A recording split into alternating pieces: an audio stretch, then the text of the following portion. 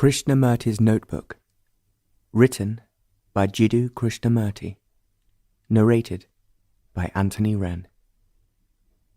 Ojai, June 18th, 1961, New York.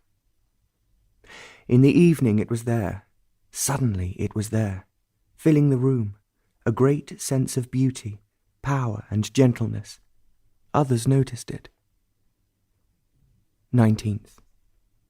All night it was there whenever I woke up. The head was bad going to the plane. The purification of the brain is necessary. The brain is the centre of all the senses. The more the senses are alert and sensitive, the sharper the brain is. It's the centre of remembrance, the past.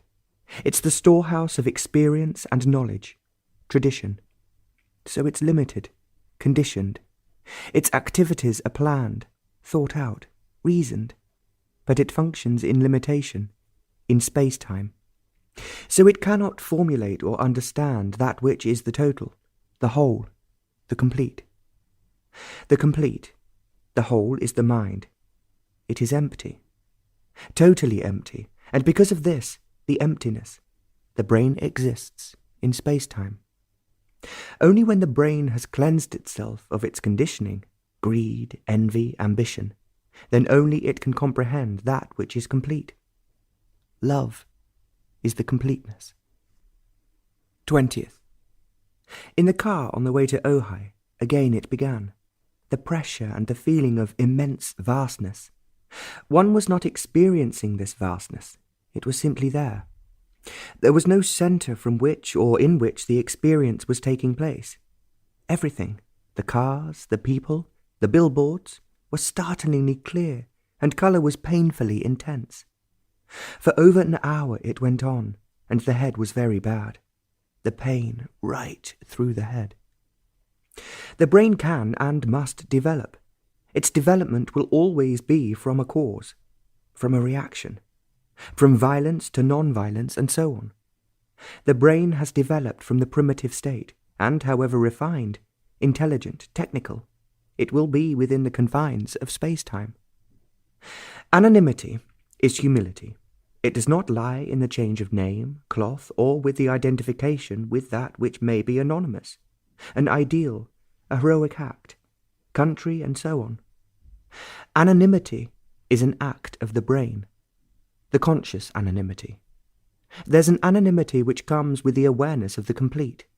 The complete is never within the field of the brain or idea. 21st. Woke up about 2, and there was a peculiar pressure, and the pain was more acute, more in the centre of the head. It lasted over an hour, and one woke up several times with the intensity of the pressure. Each time there was great expanding ecstasy.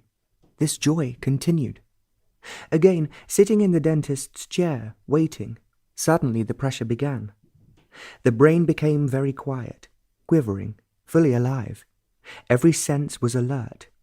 The eyes were seeing the bee on the window, the spider, the birds, and the violet mountains in the distance. They were seeing, but the brain was not recording them. One could feel the quivering brain, something tremendously alive, vibrant, and so not merely recording. The pressure and the pain was great, and the body must have gone off into a doze. Self-critical awareness is essential. Imagination and illusion distort clear observation.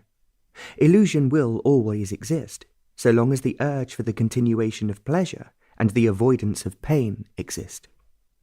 The demand for those experiences which are pleasurable to continue or be remembered, the avoidance of pain, suffering. Both these breed illusion. To wipe away illusion altogether, pleasure and sorrow must be understood, not by control or sublimation, identification or denial. Only when the brain is quiet can there be right observation. Can the brain ever be quiet? It can when the brain, being highly sensitive, without the power of distortion, is negatively aware. All the afternoon, the pressure has been on. 22nd. Woke up in the middle of the night, and there was the experiencing of an incalculable expanding state of mind. The mind itself was that state. The feeling of this state was stripped of all sentiment, of all emotion, but was very factual, very real. This state continued for some considerable time. All this morning, the pressure and the pain has been acute. Destruction is essential, not of buildings and things, but of all the psychological devices and defences, gods, beliefs, dependence on priests, experiences, knowledge, and so on. Without destroying all these, there cannot be creation. It's only in freedom that creation comes into being. Another cannot destroy these defences for you. You have to, through your own self-knowing awareness. Revolution, social, economic, can only change outer states and things in increasing or narrowing circles, but it will always be within the limited field of thought. For total revolution, the brain must forsake all its inward, secret mechanisms of authority, envy, fear, and so on. The strength and the beauty of a tender leaf is its vulnerability to destruction. Like a blade of grass coming up through the pavement, it has the power that can withstand casual death. 23rd. Creation is never in the hands of the individual. It ceases entirely when individuality, with its capacities, gifts, techniques, and so on, becomes dominant. Creation is the movement of the unknowable essence of the whole. It is never the expression of the part. Just as one was getting to bed, there was that fullness of ill. It was not only in the room, but it seemed to cover the earth from horizon to horizon. It was a benediction. The pressure, with its peculiar pain, was there all the morning, and it continues in the afternoon. Sitting in the dentist's chair, one was looking out of the window, looking past the hedge, the TV antenna, the telegraph pole, at the purple mountains. One was looking not with eyes only, but with one's whole head, as though from the back of the head, with one's entire being. It was an odd experience. There was no centre from which observation was taking place. The colours and the beauty and lines of the mountains were intense. Every twist of thought must be understood, for all thought is reaction, and any action from this can only increase confusion and conflict. 24th. The pressure and the pain was there all day yesterday. It is all becoming rather difficult. The moment one's by oneself, it begins. Any desire for its continuance, any disappointment if it does not continue, does not exist. It is simply there, whether one wants it or not. It's beyond all reason and thought. To do something for its own sake seems quite difficult and almost undesirable. Social values are based on doing something for the sake of something else. This makes for barren existence, a life which is never complete, full. This is one of the reasons of disintegrating discontent. To be satisfied is ugly, but to be discontented breeds hatred. To be virtuous in order to gain heaven or the approval of the respectable of society makes of life a barren field which has been ploughed over and over again, but has never been sown. This activity of doing something for the sake of something else is in essence an intricate series of escapes from oneself, from what is. Without experiencing the essence, there is no beauty. Beauty is not merely in the outward things or in the inward thoughts, feelings, and ideas. There is beauty beyond all thought and feeling. In this essence, that is beauty. But this beauty has no opposite. The pressure continues, and the strain is at the base of the head, and it's painful. 25th. Woke up in the middle of the night and found the body perfectly still, stretched out on its back, motionless. This position must have been maintained for some time. The pressure and the pain was there. The brain and the mind were intensely still. There was no division between them. There is a strange, quiet intensity. Like two great dynamos working at great speed, there was a peculiar tension in which there was no strain. There was a sense of vastness about the whole thing, and a power without direction and cause, and so no brutality and ruthlessness, and it continued during the morning. During the past year or so, one would wake up to experience in wakened state what had been going on while asleep, certain states of being. It is as though one woke up merely for the brain to register what was going on. But curiously, the particular experience would fade away quite soon. The brain was not putting it away in its scrolls of memory. There is only destruction and no change, for all change is a modified continuity of what has been.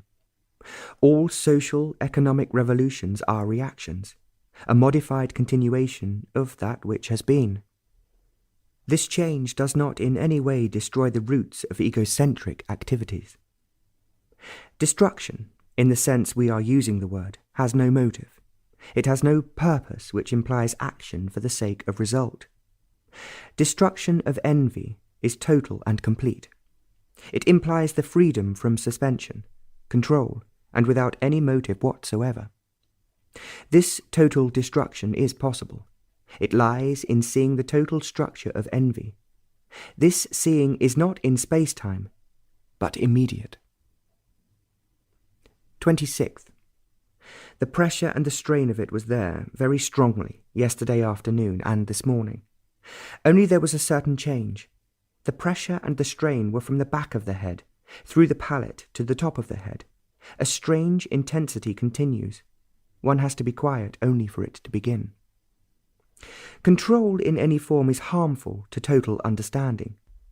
A disciplined existence is a life of conformity. In conformity there is no freedom from fear. Habit destroys freedom.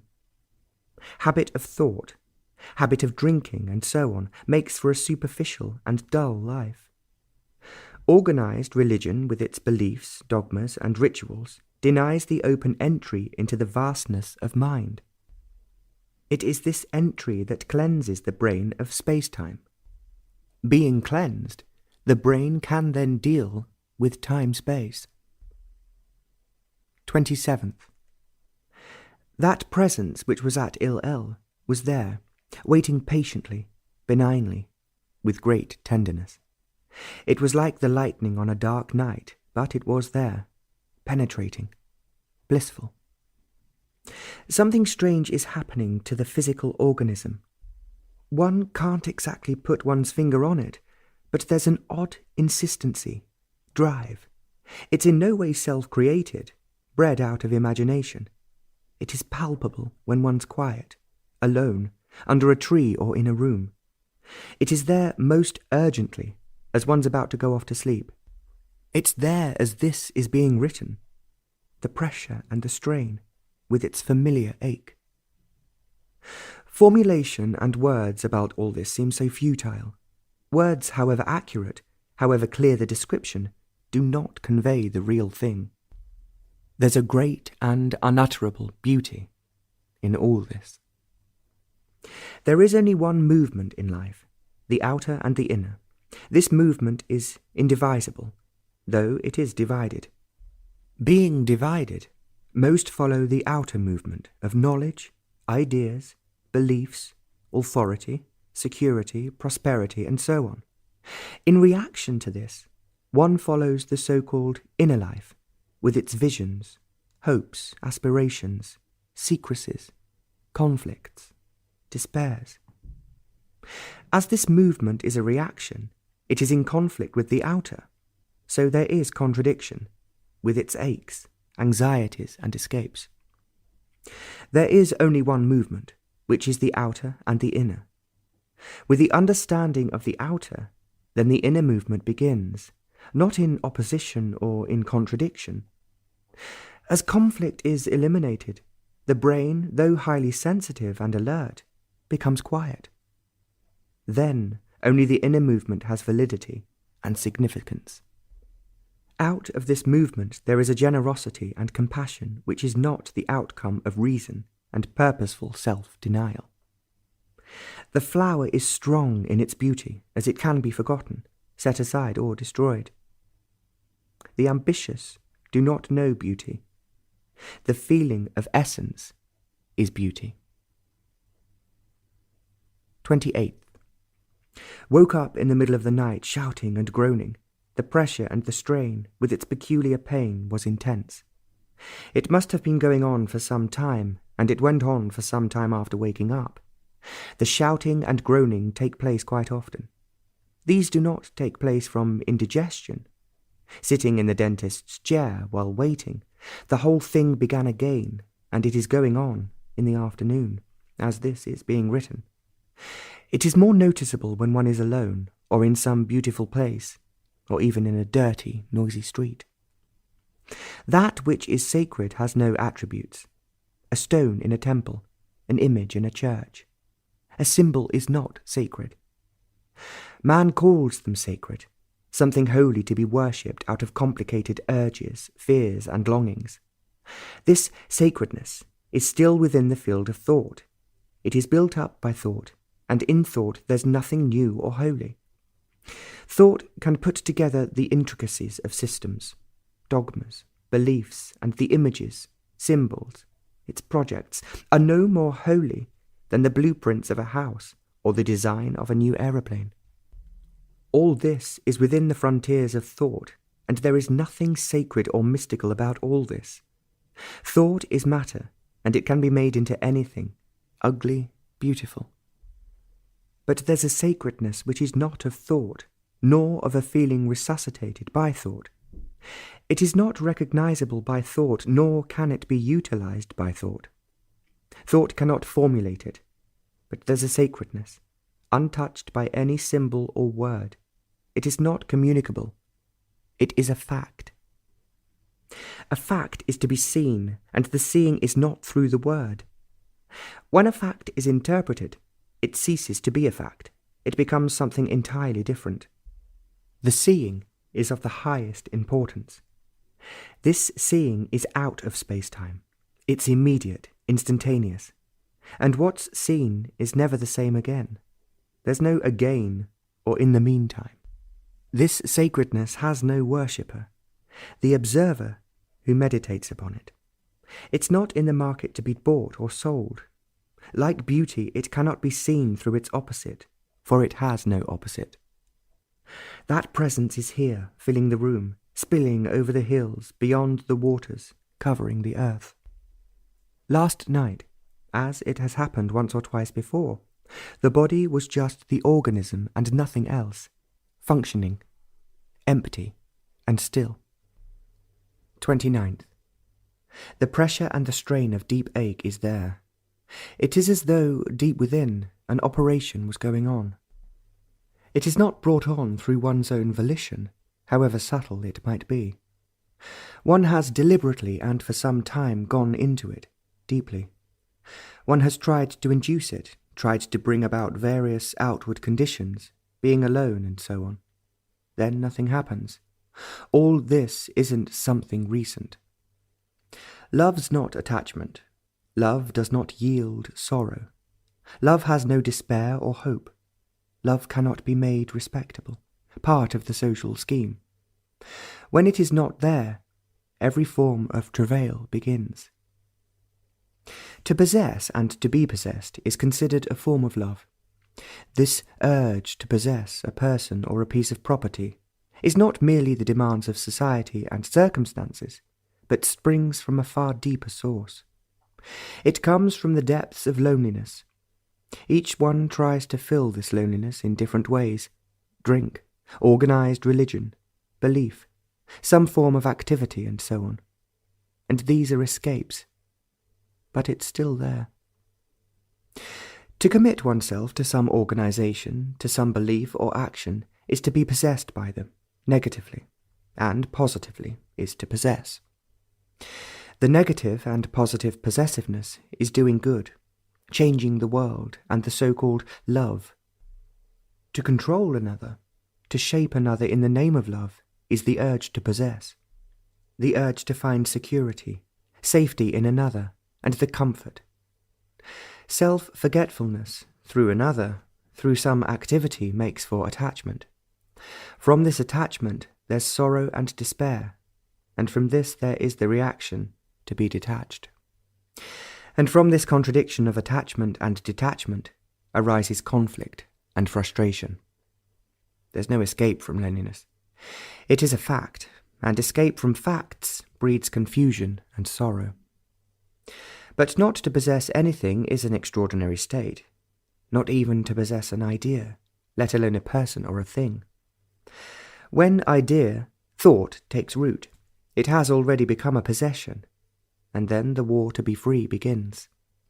And this freedom is not freedom at all, it's only a reaction. Reactions take root, and our life is the ground in which roots have grown. To cut all roots, one by one, is a psychological absurdity. It cannot be done. Only the fact, loneliness, must be seen, and then all other things fade away. 30th. Yesterday afternoon it was pretty bad, almost unbearable. It went on for several hours. Walking, surrounded by these violet, bare, rocky mountains, suddenly there was solitude. Complete solitude. Everywhere there was solitude. It had great, unfathomable richness. It had that beauty which is beyond thought and feeling. It was not still. It was living, moving, filling every nook and corner. The high, rocky mountain top was aglow with the setting sun, and that very light and colour filled the heavens with solitude. It was uniquely alone, not isolated, but alone, like a drop of rain which holds all the waters of the earth. It was neither joyous nor sad, but alone. It had no quality, shape, or colour. These would make it something recognizable, measurable. It came like a flash and took seed. It did not germinate, but it was there in its entirety. There was no time to mature. Time has roots in the past. This was a rootless, causeless state. So it is totally new, a state that has not been and never will be, for it is living. Isolation is known, and so is loneliness. They are recognizable, for they have often been experienced, actually or in imagination. The very familiarity of these breeds a certain self-righteous contempt and fear from which arises cynicism and gods. But self-isolation and loneliness do not lead to aloneness. They must be finished with, not in order to gain something, but they must die as naturally as the withering away of a gentle flower. Resistance breeds fear, but also acceptance. The brain must wash itself clean of all these cunning devices. Unrelated to all these twists and turns of self-contaminated consciousness, wholly different, is this immense solitude. In it all creation takes place. Creation destroys, and so it is ever the unknown. All the evening of yesterday, this solitude was and is there, and on waking in the middle of the night, it sustained itself. The pressure and the strain continue, increasing and decreasing in continuous waves. It's pretty bad today, during the afternoon. July 1st. It is as though everything stood still. There is no movement, no stirring, complete emptiness of all thought, of all seeing. There is no interpreter to translate, to observe, to censor. An immeasurable vastness that is utterly still and silent. There is no space nor time to cover that space. The beginning and the ending are here, of all things. There is really nothing that can be said about it. The pressure and the strain have been going on quietly all day, only now they have increased. 2nd. The thing which happened yesterday, that immeasurable still vastness, went on all the evening, even though there were people and general talk. It went on all night. It was there in the morning, though there was rather exaggerated, emotionally agitated talk, suddenly in the middle of it. It was there. And it is here. There's a beauty and a glory that there's a sense of wordless ecstasy. The pressure and the strain began rather early.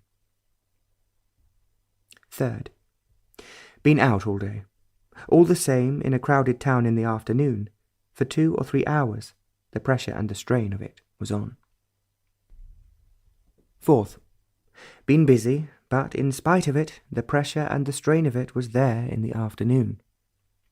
Whatever actions one has to do in daily life, the shocks and the various incidents should not leave their scars. These scars become the ego, the self, and as one lives, it becomes strong, and its walls almost become impenetrable. Fifth, been too busy, but whenever there is some quiet, the pressure and the strain was on. Sixth, last night woke up with that sense of complete stillness and silence. The brain was fully alert and intensely alive. The body was very quiet. This state lasted for about half an hour, this in spite of an exhausting day. The height of intensity and sensitivity is the experiencing of essence. It's this that is beauty beyond word and feeling. Proportion and depth, light and shade are limited to time-space, caught in beauty ugliness. But that which is beyond line and shape, beyond learning and knowledge, is the beauty of essence. Seventh, woke up several times shouting. Again there was that intense stillness of the brain and a feeling of vastness. There has been pressure and strain. Success is brutality. Success in every form, political and religious, art and business. To be successful implies ruthlessness. Eighth, before going to sleep, or just going off to sleep, several times there were groans and shouts. The body is too disturbed on account of travelling as one leaves tonight for London, via Los Angeles. There is a certain amount of pressure and strain. Ninth, as one sat in the aeroplane amidst all the noise, smoking and loud talking, most unexpectedly, the sense of immensity and that extraordinary benediction which was felt at Il-El, that imminent feeling of sacredness began to take place. The body was nervously tense because of the crowd, noise, etc. But in spite of all this, it was there. The pressure and the strain were intense, and there was acute pain at the back of the head. There was only the state, and there was no observer. The whole body was wholly in it, and the feeling of sacredness was so intense that a groan escaped from the body, and passengers were sitting in the next seats. It went on for several hours, late into the night. It was as though one was looking, not with eyes only, but with 1,000 centuries. It was altogether a strange occurrence. The brain was completely empty. All reaction had stopped. During all those hours one was not aware of this emptiness, but only in writing it is the thing known. But this knowledge is only descriptive, and not real. That the brain could empty itself is an odd phenomenon. As the eyes were closed, the body, the brain, seemed to plunge into unfathomable depths, into states of incredible sensitivity and beauty. The passenger in the next seat began to ask something, and having replied, this intensity was there. There was no continuity, but only being. And dawn was coming leisurely, and the clear sky was filling with light. As this is being written late in the day, with sleepless fatigue, that sacredness is there. The pressure and the strain, too. London, July 10th. Little sleep, but wake up to be aware that there is a great sense of driving energy which is focused in the head. The body was groaning, and yet it was very still, stretched out flat and very peaceful. The room seemed to be full, and it was very late, and the front door of the next house was shut with a bang. There was not an idea, not a feeling, and yet the brain was alert and sensitive. The pressure and the strain were there, causing pain. An odd thing about this pain is that it does not in any way exhaust the body. There seems to be so much happening within the brain, but yet it is impossible to put into words what exactly is taking place. There was a sense of measureless expansion. 11th. The pressure and strain have been rather heavy, and there is pain. The odd part of all this is that the body in no way protests or puts up resistance in any way. There is an unknown energy involved in all this. Too busy to write much. Kustad, July 12th. It was bad last night, shouting and groaning. The head was painful. Though little sleep, woke up twice, and each time there was a sense of expanding intensity and intense inward attention, and the brain had emptied itself of all feeling and thought. Destruction, the complete emptying of the brain, the reaction and memory must without any effort wither away. Withering away implies time, but it is time that ceases and not the ending of memory. This timeless expanding that was taking place and the quality and degree of intensity are wholly different from passion and feeling. It was this intensity, totally unrelated to any desire, wish or experience, as remembrance, that was rushing through the brain. The brain was only an instrument, and it's the mind that is this timeless expanding, exploding intensity of creation, and creation is destruction. In the aeroplane, it's going on. 13th. I think it's the quietness of the place, of the green slopes of the mountains, the beauty of the trees and the cleanliness, that and other things have made the pressure and the strain far greater. The head has been bad all day. It becomes worse when one is by oneself. All last night it seems to have been going on, and woke up several times shouting and groaning. Even during rest in the afternoon it was bad, accompanied by shouting. The body is completely relaxed and at rest here. Last night, after the long and lovely drive through mountainous country, on entering the room, that strange sacred blessing was there. The other also felt it. The other also felt the quiet, that penetrating atmosphere. There is a feeling of great beauty and love, and of mature fullness. Power is derived from something, from asceticism, from action, from position, from virtue, from domination, and so on. All such forms of power are evil. It corrupts and perverts. The use of money, talent, cleverness to gain power, or deriving power from any use of these, is evil. But there is a power which is in no way related to that power which is evil. This power is not to be bought through sacrifice, virtue, good works, and beliefs, nor is it to be bought through worship, prayers, and self-denying or self-destructive meditations. All effort to become or to be must wholly, naturally cease. Only then that power which is not evil can be. 14th. The whole process has been going on all day. The pressure, the strain, and the pain at the back of the head. Woke up shouting several times, and even during the day there was involuntary groaning and shouting. Last night that sacred feeling filled the room, and the other felt it also. How easy it is to deceive oneself about almost everything, especially about deeper and more subtle demands and wishes. To be utterly free for all such urges and demands is arduous, but yet it is essential to be free from them, or else the brain breeds every form of illusion. The urge for the repetition of an experience, however pleasant, beautiful, fruitful, is the soul in which sorrow grows. The passion of sorrow is as limiting as the passion of power. The brain must cease to make its own ways and be utterly passive. 15th. The whole process was bad last night. It has left one rather tired and sleepless.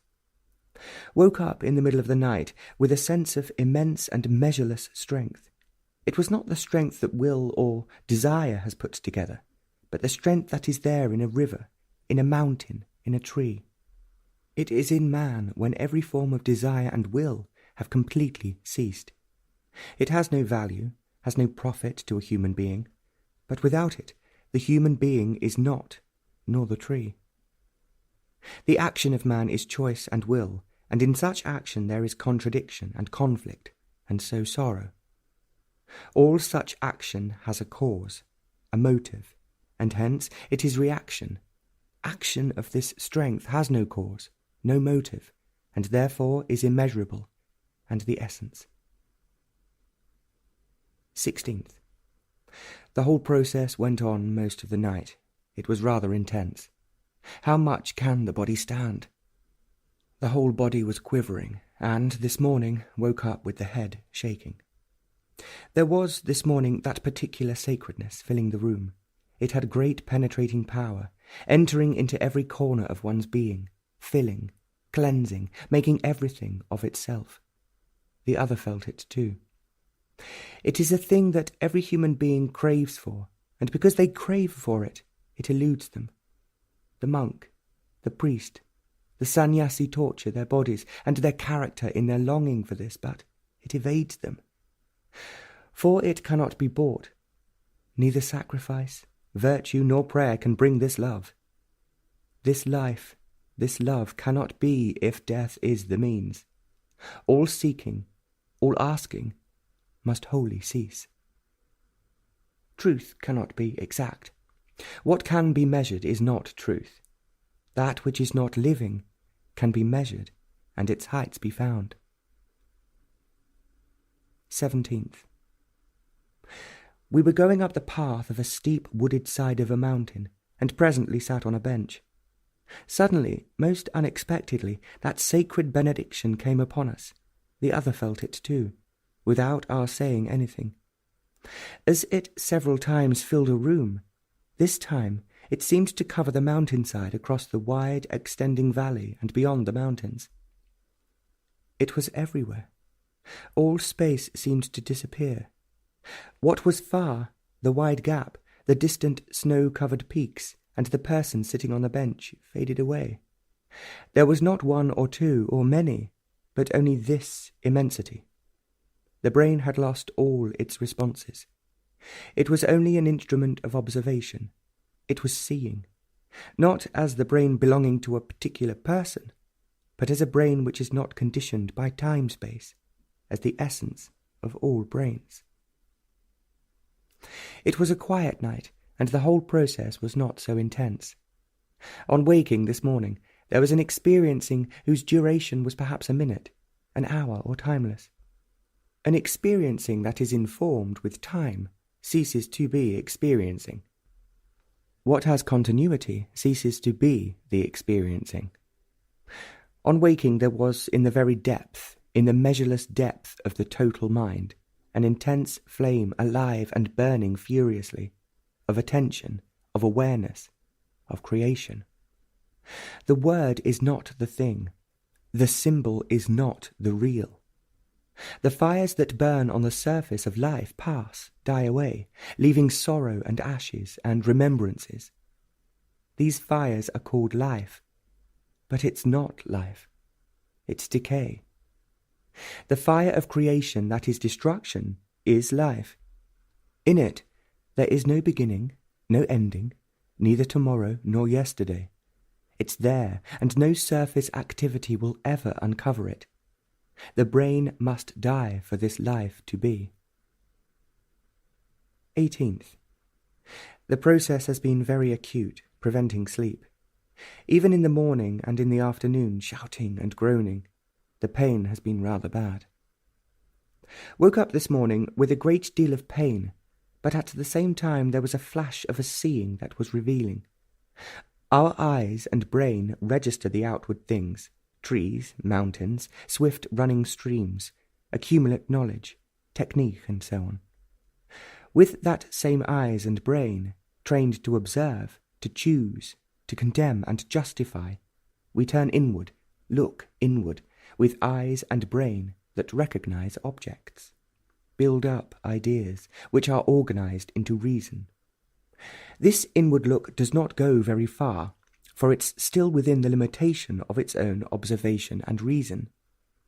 This inward gaze is still the outward look, and so there's not much difference between the two. What may appear to be different may be similar. But there's an inward observation which is not the outward observation turned inward. The brain and the eye which observe only partially do not comprehend the total seeing. They must be alive completely, but still. They must cease to choose and judge, but be passively aware. Then the inward seeing is without the border of time-space. In this flash, a new perception is born. 19th. It had been rather bad all the afternoon of yesterday, and it seemed more painful.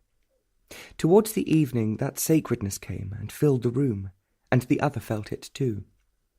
All night it was fairly quiet, though the pressure and strain were there, like the sun behind the clouds. Early this morning, the process began again. It appears one is awakened merely to register a certain experience. This has happened quite often for the past year. One was awakened this morning with a living feeling of joy. It was taking place as one woke up. It wasn't a thing in the past. It was actually taking place. It was coming, this ecstasy from outside, not self-induced. It was being pushed through the system, flowing through the organism with great energy and volume. The brain was not taking part in it, but only registering it, not as a remembrance, but as an actual fact which was taking place. There was, it seemed, immense strength and vitality behind this ecstasy. It wasn't sentimental, nor a feeling, an emotion, but as solid and real as that stream crashing down the mountainside, or that solitary pine on the green mountain slope. All feeling and emotion are related to the brain, and as love is not, so was this ecstasy. It is with this greatest difficulty the brain can recall it. Early this morning there was a benediction that seemed to cover the earth and fill the room. When it comes, an all-consuming quietness, a stillness that seems to have within it all movement. 20th. The process was particularly intense yesterday afternoon. In the car, waiting, one was almost oblivious of what was going on around one. The intensity increased, and it was almost unbearable, so that one was forced to lie down. Fortunately, there was someone in the room. The room became full with that benediction. Now what followed is almost impossible to put down in words. Words are such dead things, with definite set meaning, and what took place was beyond all words and description. It was the centre of all creation. It was a purifying seriousness that cleansed the brain of every thought and feeling. Its seriousness was as lightning, which destroys and burns up. The profundity of it was not measurable. It was there, immovable, impenetrable, a solidity that was as light as the heavens. It was in the eyes, in the breath. It was in the eyes, and the eyes could see. The eyes that saw, that looked, were wholly different from the eyes of the organ, and yet they were the same eyes. There was only seeing, the eyes that saw beyond space-time. There was impenetrable dignity and a peace that was the essence of all movement, action. No virtue touched it, for it was beyond all virtue and sanctions of man. There was love that was utterly perishable, and so it had the delicacy of all new things, vulnerable, destructible, and yet it was beyond all this. It was there, imperishable, unnameable, the unknowing. No thought could ever penetrate it, no action could ever touch it. It was pure, untouched, and so ever-dyingly beautiful. All this seemed to affect the brain. It was not as it was before. Thought is such a trivial thing, necessary, but trivial. Because of it, relationship seems to have changed. As a terrific storm, a destructive earthquake gives a new course to the rivers, changes the landscape, digs deep into the earth, so it has levelled the contours of thought, changed the shape of the heart. 21st. The whole process is going on as usual, in spite of cold and feverish state. It has become more acute and more insistent. One wonders how long the body can carry on. Yesterday, as we were walking up a beautiful narrow valley, its steep sides dark with pines and green fields full of wild flowers, suddenly, most unexpectedly, we were talking of other things. A benediction descended upon us like gentle rain. We became the centre of it. It was gentle, pressing, infinitely tender and peaceful. enfolding us in a power that was beyond all fault and reason. Early this morning, on waking, changing, changeless, purifying seriousness, and an ecstasy that had no cause. It was simply there. And during the day, whatever one did, it was there in the background, and it came directly and immediately to the fore when one was quiet. There is an urgency and beauty in it. No imagination or desire could ever formulate such profound seriousness. 22nd. While waiting in the doctor's dark, airless office, that benediction which no desire can construct came and filled the small room. It was there till we left. If it was felt by the doctor, it's impossible to say. Why is it that there is deterioration, inwardly as well as outwardly? Why? Time brings destruction to all mechanical organization. It wears out by use and disease every form of organism. Why should there be deterioration inwardly, psychologically? Beyond all explanations which a good brain can give, why do we choose the worse and not the better? Why hate rather than love? Why greed and not generosity? Why self-centered activity and not open, total action? Why be mean when there are soaring mountains and flashing streams? Why jealousy and not love? Why? Seeing the fact leads to one thing, and opinions, explanations to another. Seeing the fact that we decline, deteriorate, is all important, and not the why and wherefore of it. Explanation has very little significance in front of a fact, but to be satisfied with explanations, with words, is one of the major factors of deterioration. Why war and not peace? The fact is, we are violent. Conflict inside and outside the skin is part of our daily life, ambition and success. Seeing this fact and not the cunning explanation and the subtle word puts an end to deterioration. Choice, one of the major causes of decline, must wholly cease if it's to come to an end. The desire to fulfill and the satisfaction and sorrow that exists in its shadow is also one of the factors of deterioration. Woke up early this morning to experience that benediction. One was forced to sit up in that clarity and beauty. Later in the morning, sitting on a roadside bench under a tree, one felt the immensity of it. It gave shelter, protection like the tree overhead, whose leaves gave shelter against the strong mountain sun, and yet allowed light to come through. All relationship is such protection in which there's freedom, and because there's freedom, there is shelter. 23rd. Woke up early this morning with an enormous sense of power, beauty, and incorruptibility. It was not something that had happened, an experience that was past and woke up to remember it as in a dream, but something that was actually taking place. One was aware of something utterly incorruptible, in which nothing could possibly exist that could become corrupt, deteriorate. It was too immense for the brain to grasp, to remember. It could only register mechanically that there is such a state of incorruption. Experiencing such a state is vastly important. It was there, limitless, untouchable, impenetrable.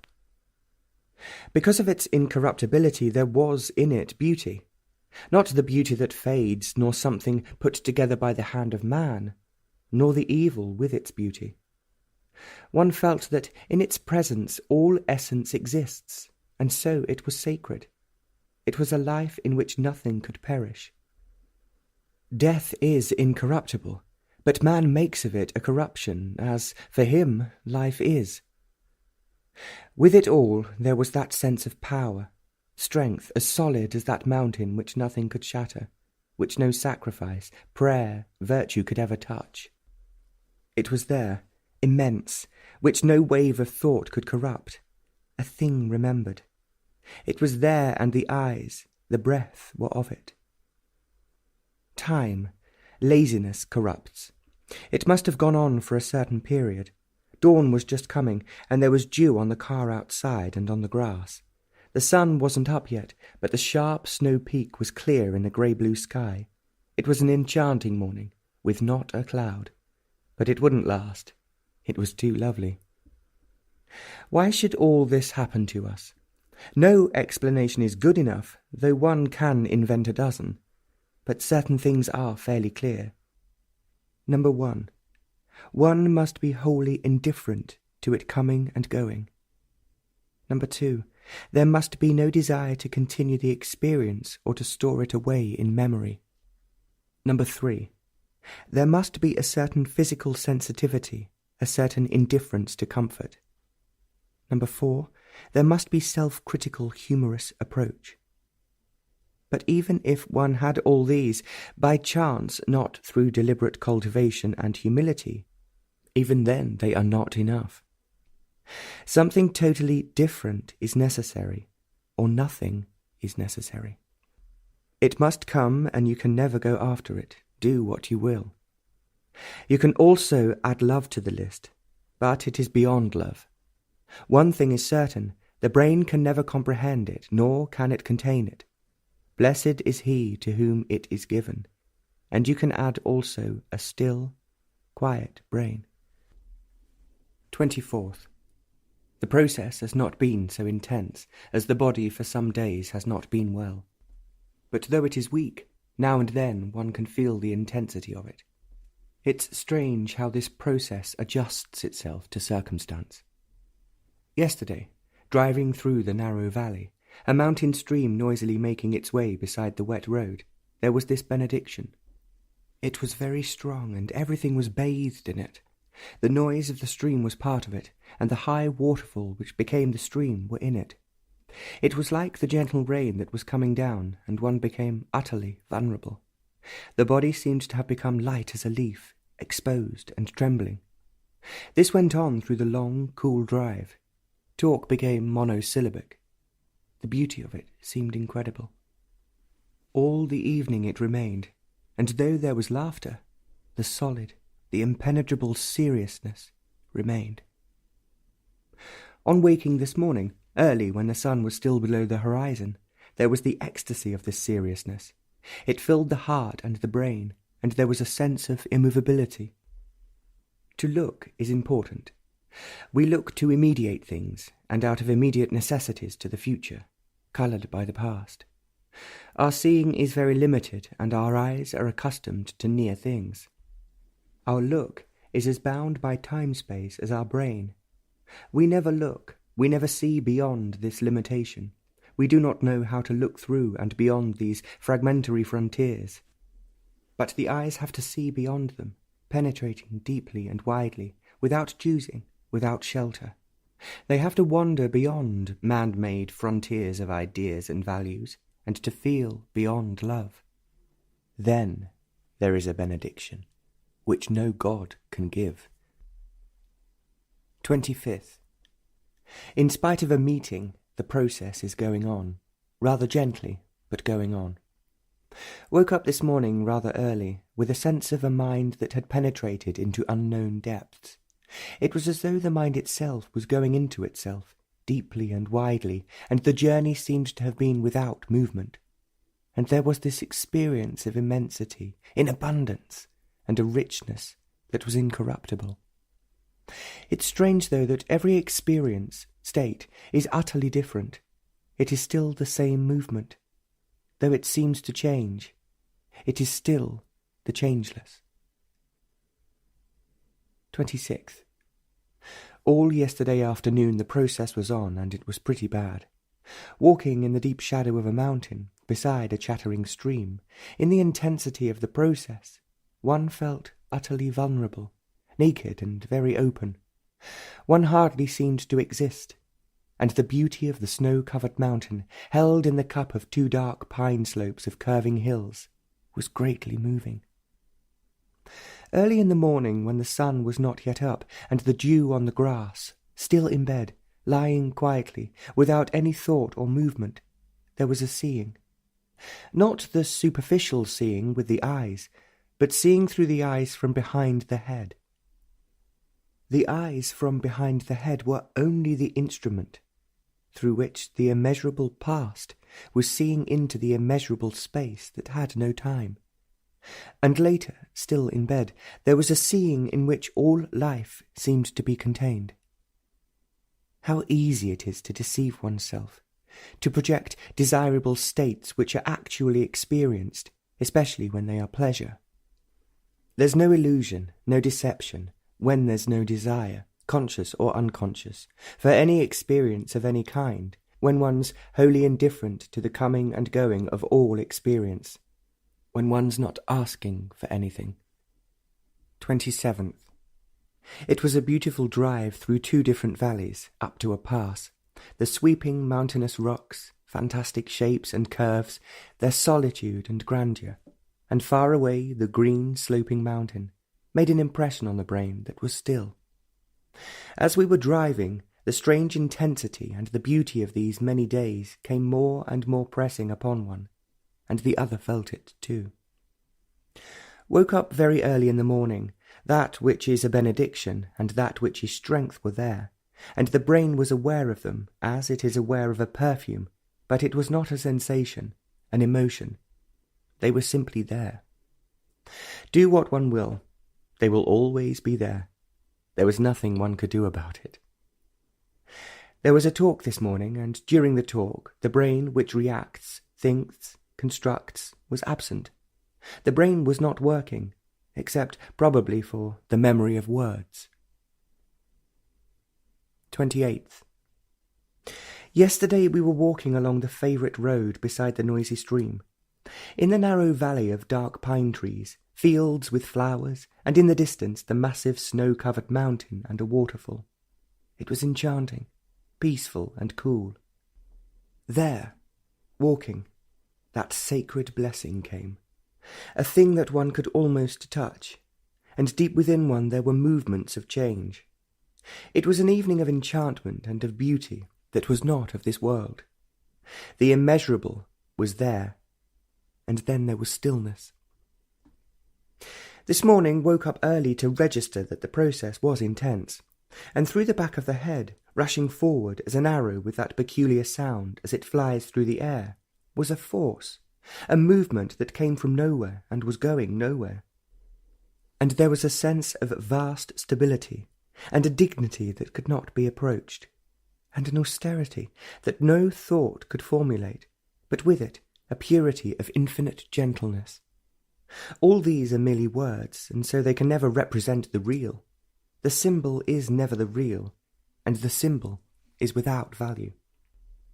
All the morning the process was on, and a cup that had no height and no depth seemed to be full to the overflowing. 29th.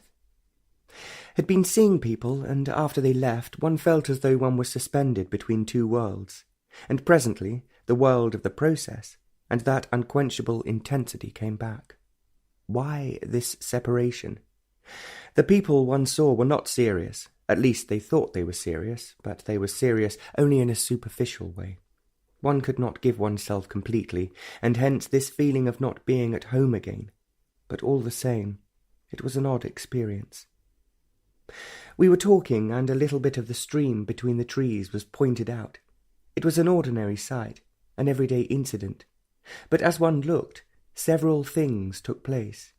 Not any outward incidents, but clear perception. It's absolutely necessary for maturity that there should be 1. Complete simplicity which goes with humility, not in things or possessions, but in the quality of being. 2. Passion with that intensity which is not merely physical. 3. Beauty.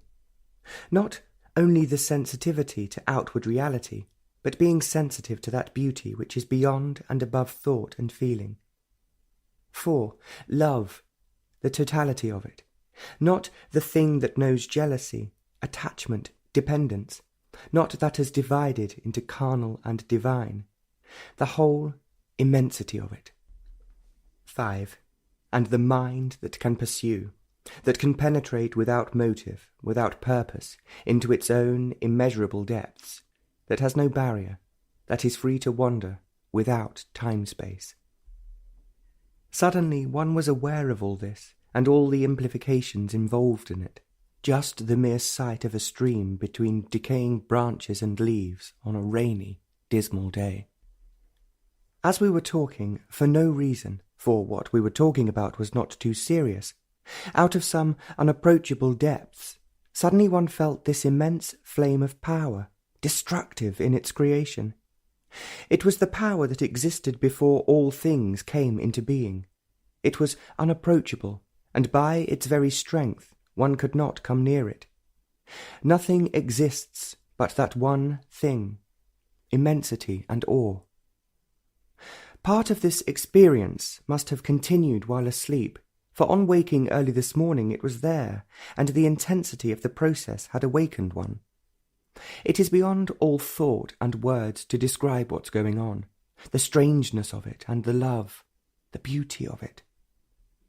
No imagination could ever build all this up, nor is it an illusion. The strength and the purity of it is not for a make-believe mind-brain. It's beyond and above all faculties of man.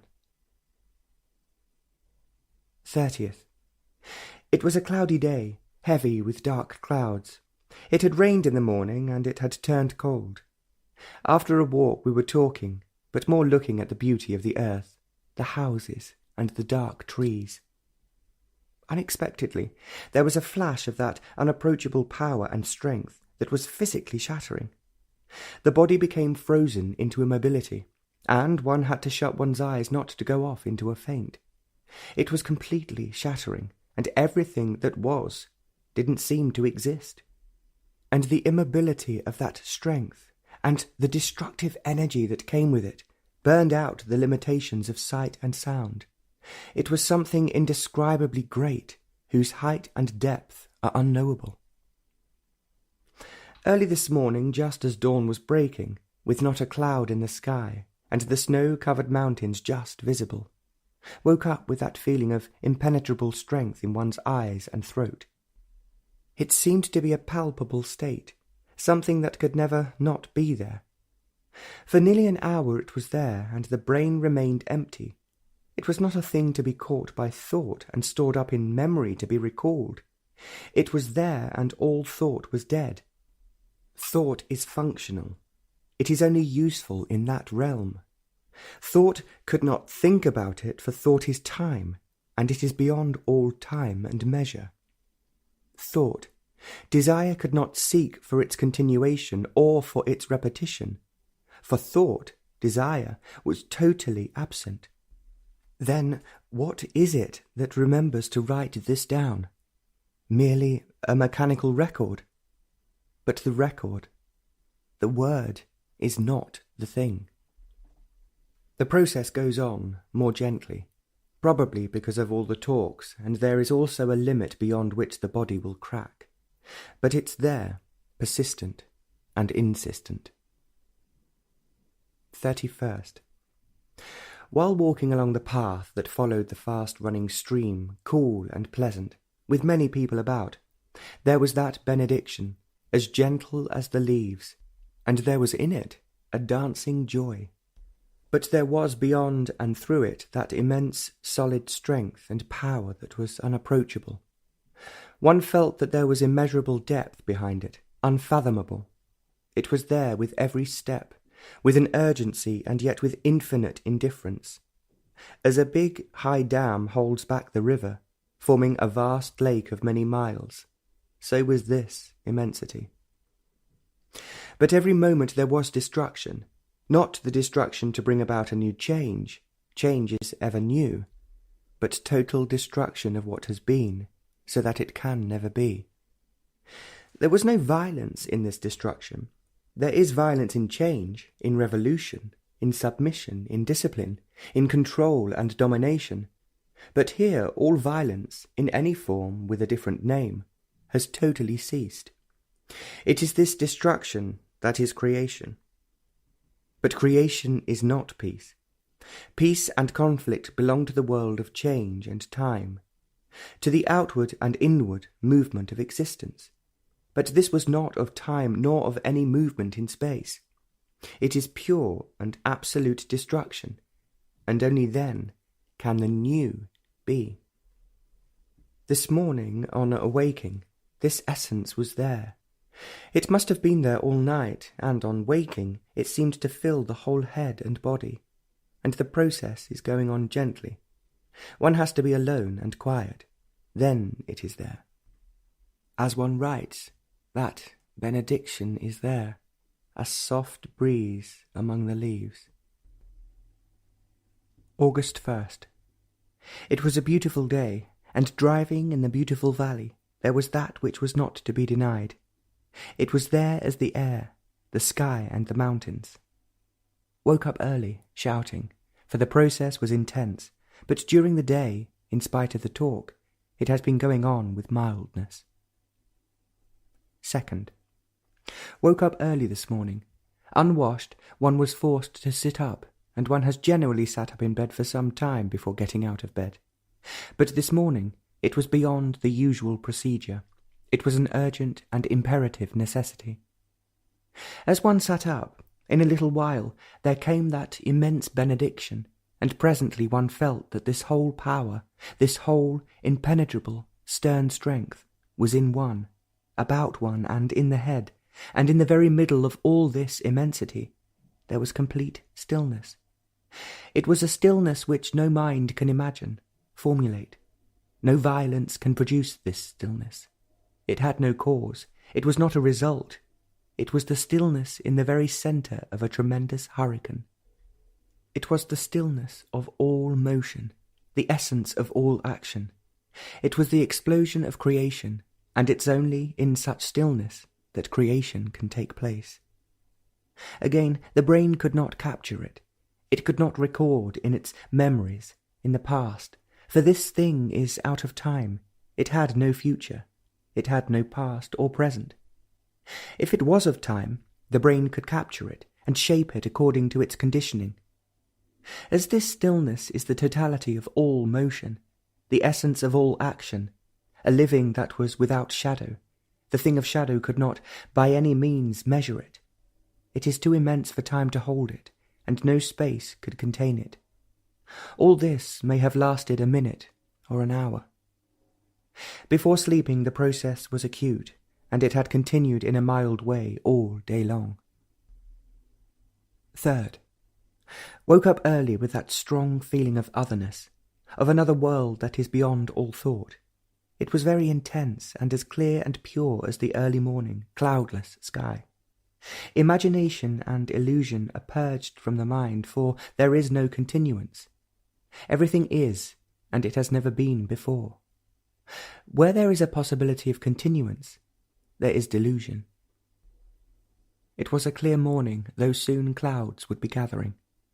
As one looked out of the window, the trees, the fields were very clear. A curious thing is happening. There is a heightening of sensitivity. Sensitivity not only to beauty, but also to other things. The blade of grass was astonishingly green. That one blade of grass contained the whole spectrum of colour. It was intense, dazzling, and such a small thing, so easy to destroy. Those trees were all of life, their height and their depth. The line of those sweeping hills and the solitary trees were the expression of all time and space. And the mountains, against the pale sky, were beyond all the gods of man. It was incredible to see, feel, all this by just looking out of the window. One's eyes were cleansed. It is strange how during one or two interviews that strength, that power filled the room. It seemed to be in one's eyes and breath. It comes into being, suddenly and most unexpectedly, with a force and intensity that is quite overpowering, and at other times it's there, quietly and serenely. But it's there whether one wants it or not. There is no possibility of getting used to it, for it has never been, nor will it ever be. But it's there. The process has been mild. These talks and seeing people probably make it so. 4th. Woke up very early in the morning. It was still dark, but dawn would soon come. Towards the east there was in the distance a pale light. The sky was very clear, and the shape of the mountains and the hills were just visible. It was very quiet.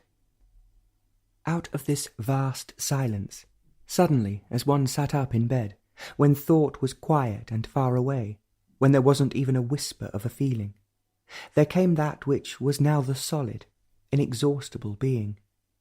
It was solid without weight, without measure. It was there, and besides it, there existed nothing. It was there without another. The words solid, immovable, imperishable do not in any way convey that quality of timeless stability. None of these or any other word could communicate that which was there. It was totally itself and nothing else. It was the totality of all things, the essence. The purity of it remained, leaving one without thought, without action. It's not possible to be one with it. It is not possible to be one with a swiftly flowing river. You can never be one with that which has no form, no measure, no quality. It is. That is all. How deeply mature and tender everything has become, and strangely all life is in it, like a new leaf, utterly defenceless. Fifth, there was, as one woke up this morning early, a flash of seeing, looking, that seems to be going on and on forever. It started nowhere and went nowhere, but in that seeing all sight was included and all things. It was a sight that went beyond the streams, the hills, the mountains, past the earth and the horizon and the people. In this seeing there was penetrating light and incredible swiftness. The brain could not follow it, nor could the mind contain it. It was pure light, and a swiftness that knew no resistance.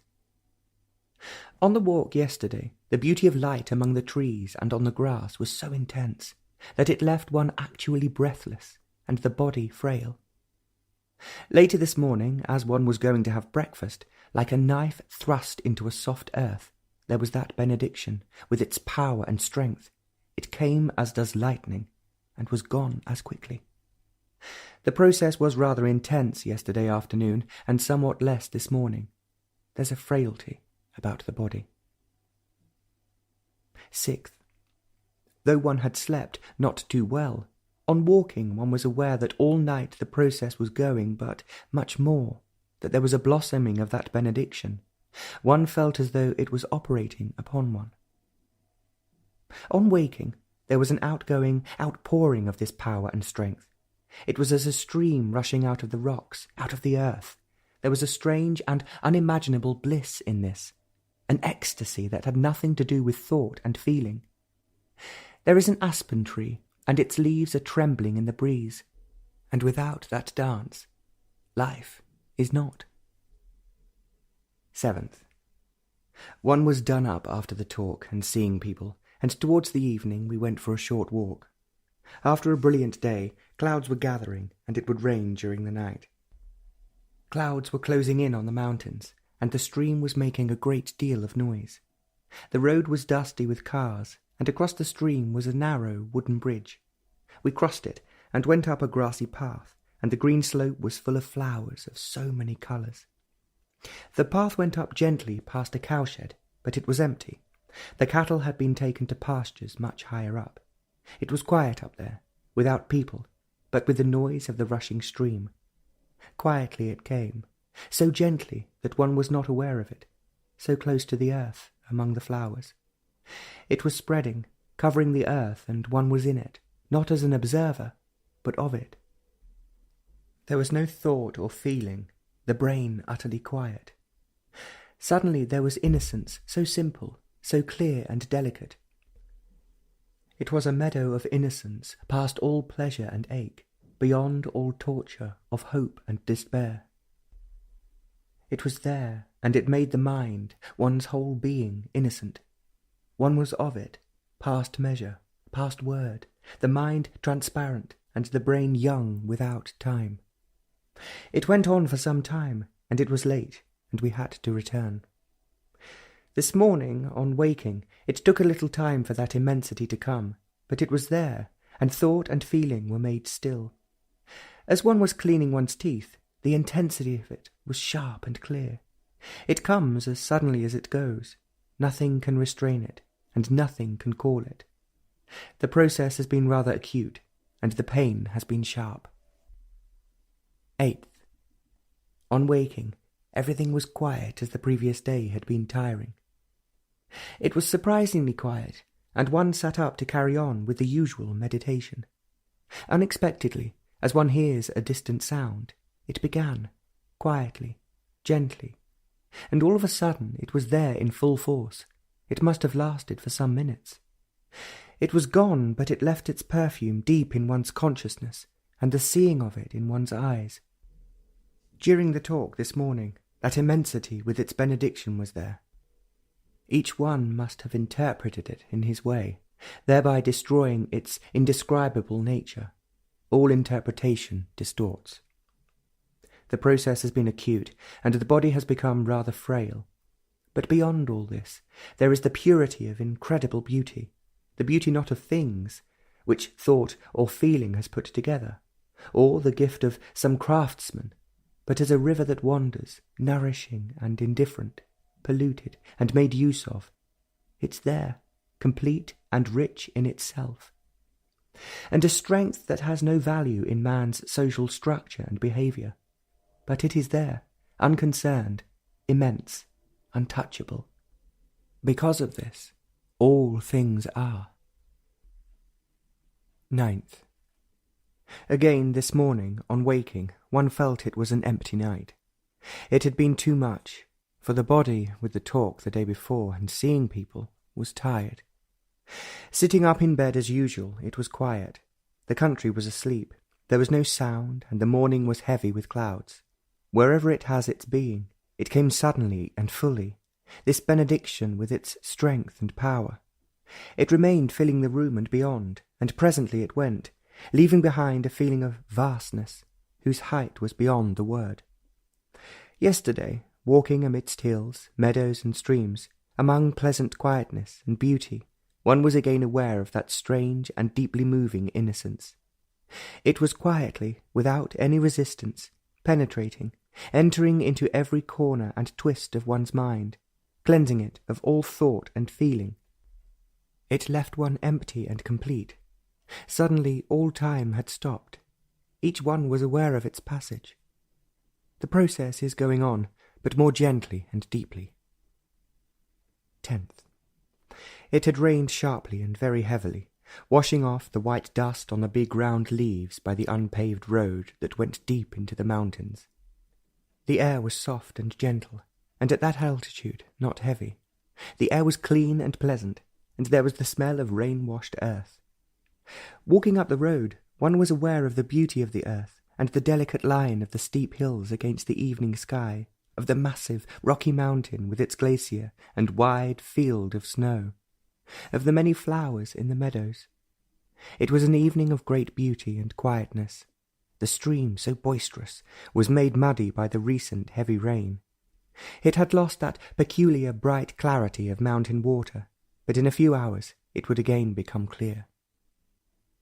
As one looked at the massive rocks, with their curves and shapes and the sparkling snow, half dreamily with no thought in mind, suddenly there was an immense, massive dignity of strength and benediction. It filled the valley on the instant, and the mind had no measurement. It was deep beyond the word. Again there was innocence.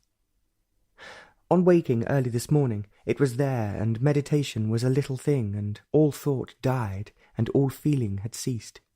The brain was utterly quiet. Its record is not the real. It was there, untouchable and unknowable. It would never be what has been. It is of never-ending beauty. It was an extraordinary morning. This has been going on for 4 solid months. Whatever the environment, whatever the condition of the body, it's never the same, and yet the same. It is destruction and never-ending creation. Its power and strength are beyond all comparison and word, and it's never continuous. It is death and life. The process has been rather acute, and it all seems rather unimportant. August the 11th, 1961. While sitting in the car beside a boisterous mountain stream and in the middle of green, rich meadows and a darkening sky, that incorruptible innocence was there, whose austerity was beauty. The brain was utterly quiet, and it was touched by it. The brain is nourished by reaction and experience. It lives on experience. But experience is always limiting and conditioning. Memory is the machinery of action. Without experience, knowledge, and memory, action is not possible, but such action is fragmentary, limited. Reason, organized thought, is always incomplete. Idea, responsive thought, is barren, and belief is the refuge of thought. All experience only strengthens thought, negatively or positively. Experiencing is conditioned by experience, the past. Freedom is the emptying of the mind of experience. When the brain ceases to nourish itself through experience, memory, and thought, when it dies to experiencing, then its activity is not self-centered. It then has its nourishment from elsewhere. It is this nourishment that makes the mind religious. On waking this morning, beyond all meditation and thought, and the delusions that feelings create, there was an intense bright light at the very centre of the brain, and beyond the brain, at the very centre of consciousness, of one's being. It was a light that had no shadow, nor was it set in any dimension. It was there without movement. With that light, there was present that incalculable strength and beauty beyond thought and feeling. The process was rather acute in the afternoon. 12th. Yesterday, walking up the valley, the mountains covered with clouds and the stream seemingly more noisy than ever, there was a sense of astonishing beauty. Not that the meadows and hills and the dark pines had changed, only the light was different, more soft, with a clarity that seemed to penetrate everything, leaving no shadow. As the road climbed, we were able to look down on a farm, with green pasture land around it. It was a green meadow, a rich green that is seen nowhere, but that little farmhouse and that green pasture contained all the earth and all mankind. There was an absolute finality about it. It was the finality of beauty that is not tortured by thought and feeling. The beauty of a picture, a song, a building is put together by man, to be compared, to be criticized, to be added up by this beauty, was not the handiwork of man. All the handiwork of man must be denied with a finality before this beauty can be. For it needs total innocence, total austerity. Not the innocence that thought had contrived, nor the austerity of sacrifice. Only when the brain is free of time, and its responses utterly still, is there that austere innocence. Woke up long before dawn when the air is very still and the earth waiting for the sun. Woke up with a clarity that was peculiar and an urgency that demanded full attention. The body was completely motionless, an immobility that was without strain, without tension. And inside the head a peculiar phenomenon was going on. A great wide river was flowing with the pressure of immense weight of water, flowing between high, polished granite rock. On each side of this great wide river was polished, sparkling granite, on which nothing grew, not even a blade of grass. There was nothing but sheer, polished rock, soaring up beyond measurable eyesight. The river was making its way, silently, without a whisper, indifferent, majestic. It was actually taking place. It wasn't a dream, a vision, nor a symbol to be interpreted. It was there, taking place, beyond any doubt. It was not a thing of imagination. No thought could possibly invent it. It was too immense and real for thought to formulate it. The immobility of the body and this great flowing river between the polished granite walls of the brain went on for an hour and a half by the watch. Through the open window the eyes could see the coming dawn. There was no mistaking the reality of what was taking place. For an hour and a half the whole being was attentive, without effort, without wandering off. And all of a sudden it stopped, and the day began. This morning that benediction filled the room. It was raining hard, but there would be blue sky later. The process, with its pressure and ache, continues gently. 13th. As the path that goes up the mountain can never contain all of the mountain, so this immensity is not the word. And yet, walking up the side of the mountain, with the small stream running at the foot of the slope, this incredible, unnameable immensity was there. The mind and heart was filled with it, and every drop of water on the leaf and on the grass was sparkling with it. It had been raining all night and all morning, and it had been heavy with clouds, and now the sun was coming out over the high hills, and there were shadows on the green, spotless meadows that were rich with flowers. The grass was very wet, and the sun was on the mountains.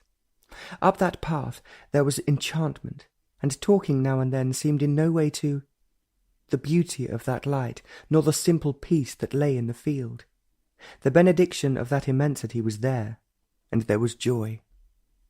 On waking this morning, there was again that impenetrable strength whose power is the benediction. One was awakened to it, and the brain was aware of it without any of its responses.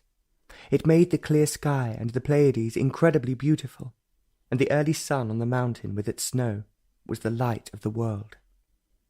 During the talk it was there, untouchable and pure, and in the afternoon, in the room it came, with the speed of lightning, and was gone. But it's always here in some measure, with its strange innocency, whose eyes have never been touched. The process was rather acute last night, and as this is being written. 14th. Though the body was done up this morning after the talk of yesterday, and seeing people, sitting in the car under a spreading tree, there was a deep strange activity going on. It was not an activity which the brain, with its customary responses, could comprehend and formulate. It was beyond its scope. But there was an activity, deep within, which was wearing out all obstruction. But the nature of that activity is impossible to tell. Like deep subterranean waters making their way to the surface, so there was an activity far deeper than beyond all consciousness. One is aware of the increase of sensitivity of the brain. Colour, shape, line, the total form of things have become more intense and extraordinarily alive. Shadows seem to have a life of their own, of greater depth and purity. It was a beautiful, quiet evening. There was a breeze among the leaves, and the aspen leaves were trembling and dancing. A tall, straight stem of a plant, with a crown of white flowers, touched by faint pink, stood as a watcher by the mountain stream. The stream was golden in the setting sun, and the woods were deep in silence. Even the passing cars didn't seem to disturb them. The snow-covered mountains were deep in dark, heavy clouds, and the meadows knew innocence. The whole mind was far beyond all experience, and the mediator was silent. 15th. While walking beside the stream and with the mountains in clouds, there were moments of intense silence, like the brilliant patches of blue sky among the parting clouds. It was a cold, sharp evening, with a breeze that was coming from the north. Creation is not for the talented, for the gifted. They only know creativeness, but never creation. Creation is beyond thought and image, beyond the word and expression. It is not to be communicated, for it cannot be formulated. It cannot be wrapped up in words. It can be felt in complete awareness. It cannot be used and put on the market, to be haggled and sold. It cannot be understood by the brain, with its complicated varieties of responses. The brain has no means to get into touch with it. It's utterly incapable. Knowledge is an impediment, and without self-knowing, creation cannot be. Intellect, the sharp instrument of the brain, can in no way approach it. The total brain, with its hidden secret demands and pursuits, and the main varieties of cunning virtues, must be utterly quiet, speechless, but yet alert and still. Creation is not baking bread or writing a poem. All activity of the brain must cease, voluntarily and easily, without conflict and pain. There must be no shadow of conflict and imitation. Then there is the astonishing movement called creation. It can only be in total negation. It cannot be in the passage of time, nor can space cover it. There must be complete death, total destruction, for it to be. On waking this morning, there was complete silence outwardly and inwardly. The body and the measuring and weighing brain were still, in a state of immobility, though both were alive and highly sensitive. And quietly, as the dawn comes, it came from somewhere deep within, that strength with its energy and purity. It seems to have no roots, no cause, but yet it was there, intense and solid, with a depth and a height that are not measurable. It remained for some time by the watch, and went away, as the cloud goes behind a mountain. Every time there is something new in this benediction, a new quality, a new perfume, but yet it is changeless. It is utterly unknowable. The process was acute for a while, but it's there in a gentle manner. It is all very strange and unpredictable. 16th. There was a patch of blue sky between two vast, endless clouds. It was a clear, startling blue, so soft and penetrating. It would be swallowed up in a few minutes, and it would disappear forever. No sky of that blue would ever be seen again. It had been raining most of the night and the morning, and there was fresh snow on the mountains and on the higher hills. And the meadows were greener and richer than ever, but that little patch of limpid blue sky would never be seen again. In that little patch was the light of all heaven and the blue of all the skies. As one watched it, its form began to change, and the clouds were rushing to cover it, lest too much of it be seen. It was gone, never to appear again. But it had been seen, and the wonder of it remains. At that moment, resting on the sofa, as the clouds were conquering the blue, there came quite unexpectedly that benediction, with its purity and innocence. It came in abundance, and filled the room till the room and the heart could hold no more. Its intensity was peculiarly overpowering and penetrating, and its beauty was on the land. The sun was shining on a patch of brilliant green, and the dark pines were quiet and indifferent. This morning, it was very early. The dawn wouldn't come for a couple of hours. On waking, with eyes that have lost their sleep, one was aware of an unfathomable cheerfulness. There was no cause to it, no sentimentality or that emotional extravagance, enthusiasm behind it. It was clear, simple, cheer, uncontaminated and rich, untouched and pure. There was no thought or reason behind it, and neither could one ever understand it, for there was no cause to it. This cheerfulness was pouring out of one's whole being, and the being was utterly empty. As a stream of water gushes out from the side of a mountain, naturally and under pressure, this cheer was pouring out in great abundance, coming from nowhere and going nowhere. But the heart and mind would never be the same again. One was not aware of the quality of this cheer as it was bursting forth. It was taking place, and its nature would show itself, probably, to time, and time would have no measure for it. Time is petty, and it cannot weigh abundance. The body has been rather frail and empty, but last night and this morning the process has been acute, not lasting for long. 17th. It had been a cloudy, rainy day with northwest wind, hard and cold. Up the road that led to the waterfall, which became the noisy stream, we were walking. There were few on the roads, and few cars went by, and the stream rushed on, faster than ever. We walked up the road with the wind behind us, and the narrow valley widened, and there were patches of sun on the sparkling green pasture. They were widening the road, and as we passed they greeted us, with friendly smiles and a few words in Italian. They had been labouring all day, digging and carrying rocks, so that it seemed incredible that they should smile at all. But they did, and up further on, under a large shed, modern machinery was cutting wood, drilling holes and cutting patterns on heavy lumber. And the valley opened more and more, and there was a village further on, and still further on was the waterfall from the glacier, high up in the Rocky Mountain.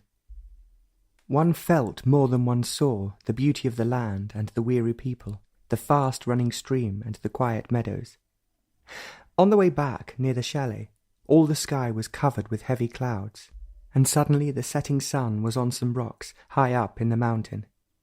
That patch of sunlight on the face of those rocks revealed a depth of beauty and feeling that no graven image can hold. It was as though they were alight from within, a light of their own, serene and never fading. It was the end of the day. Only on waking early next morning, one was aware of the previous evening's splendour and the love that went by. Consciousness cannot contain the immensity of innocence. It can receive it. It cannot pursue it nor cultivate it. The entire consciousness must be still, not wanting, not seeking, and never pursuing. The totality of consciousness must still, and only then, that which has no beginning and no end, can come into being. Meditation is the emptying of consciousness, not to receive, but to be empty of all and ever. There must be space for stillness, not the space created by thought and its activities, but that space that comes through denial and destruction, when there is nothing left of thought and its projection. In emptiness alone can there be creation. On waking early this morning, the beauty of that strength, with its innocency, was there, deep within and coming to the surface of the mind. It had the quality of infinite flexibility, but nothing could shape it. It could not be made to adjust, to conform to the mould of man. It could not be caught in symbols or words, but it was there, immense and untouchable. All meditation seemed trivial and foolish. It only stayed, and the mind was still. Several times during the day, at odd moments, that benediction would come and pass away. Desiring and asking have no significance whatsoever. The process goes on mildly. 18th. It had been raining most of the night, and it had turned quite cold. There was quite a lot of fresh snow on the higher hills and mountains, and there was a sharp wind too. The green meadows were extraordinarily bright, and the green was startling. It had been raining most of the day too, and only towards the late afternoon it began to clear up, and sun was among the mountains. We were walking along a path that went from one village to another, a path that wound around farmhouses, among rich green meadows. The pylons that carried heavy electric cables stood startlingly against the evening skies. Looking up at these towering steel structures against scudding clouds, there was beauty and power. As one crossed over a wooden bridge, the stream was full, swollen by all this rain. It was running fast, with an energy and force that only mountain streams have. Looking up and down the stream, held in by tightly packed banks of rocks and trees, one was aware of the movement of time, the past, the present, and future.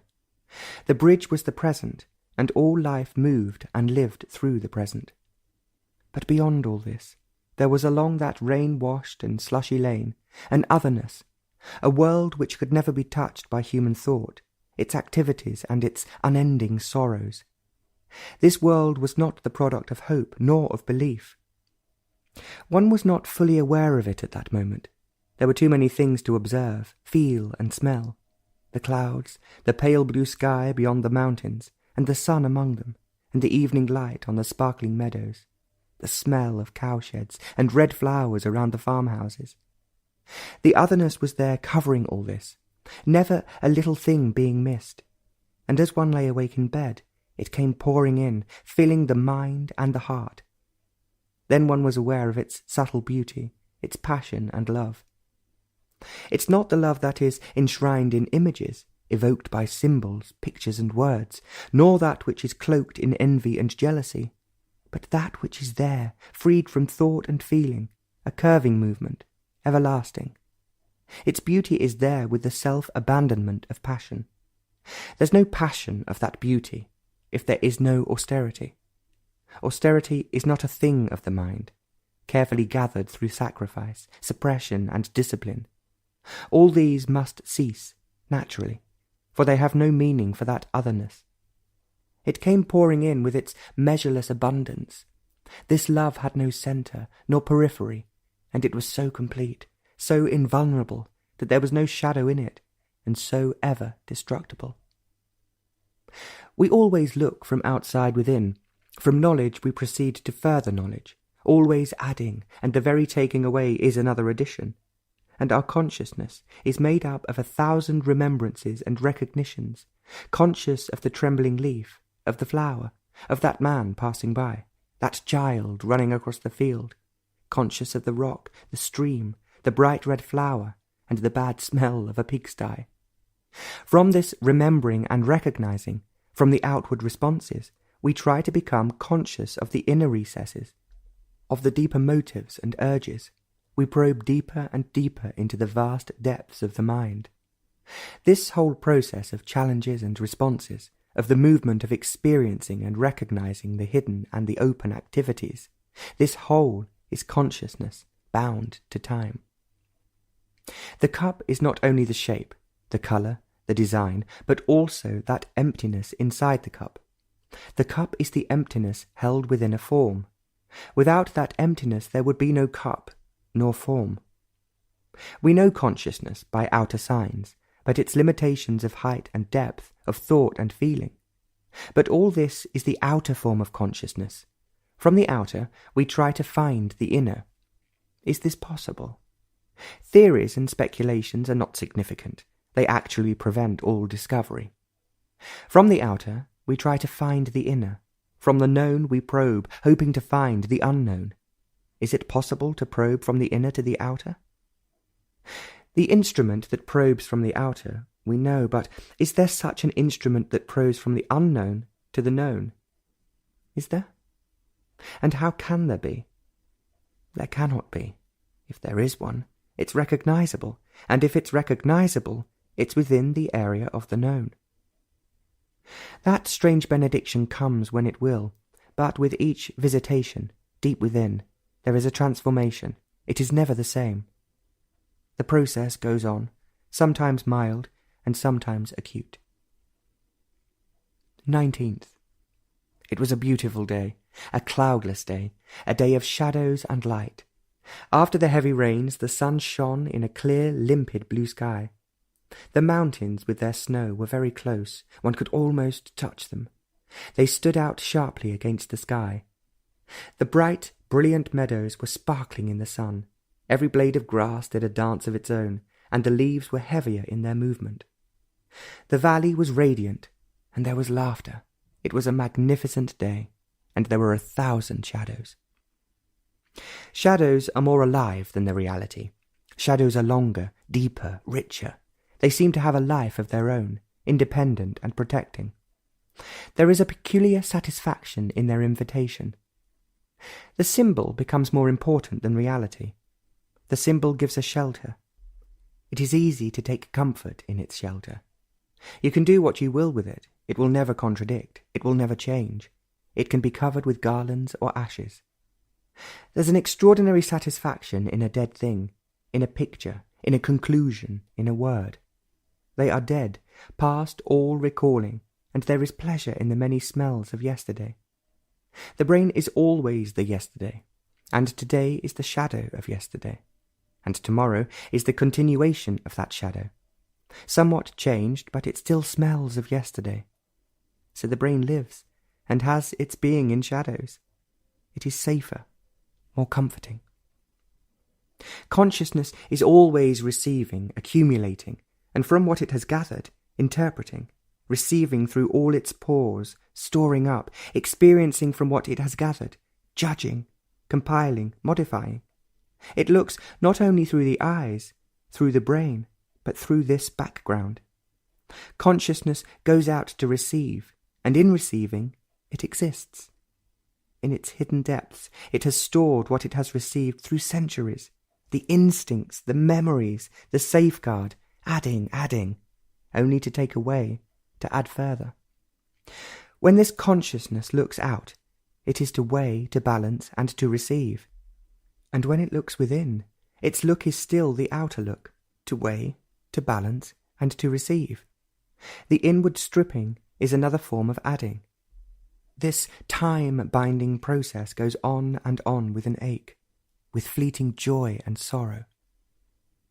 But to look, to see, to listen, without this consciousness, an outgoing in which there is no receiving, is the total movement of freedom. This outgoing has no centre, a point, small or extensive, from which it moves. Thus it moves in all directions, without the barrier of space-time. Its listening is total, its look is total. This outgoing is the essence of attention. In attention, all distractions are, for there are no distractions. Only concentration knows the conflict of distraction. All consciousness is thought, expressed or unexpressed, verbal or seeking the word, thought as feeling, feeling as thought. Thought is never still.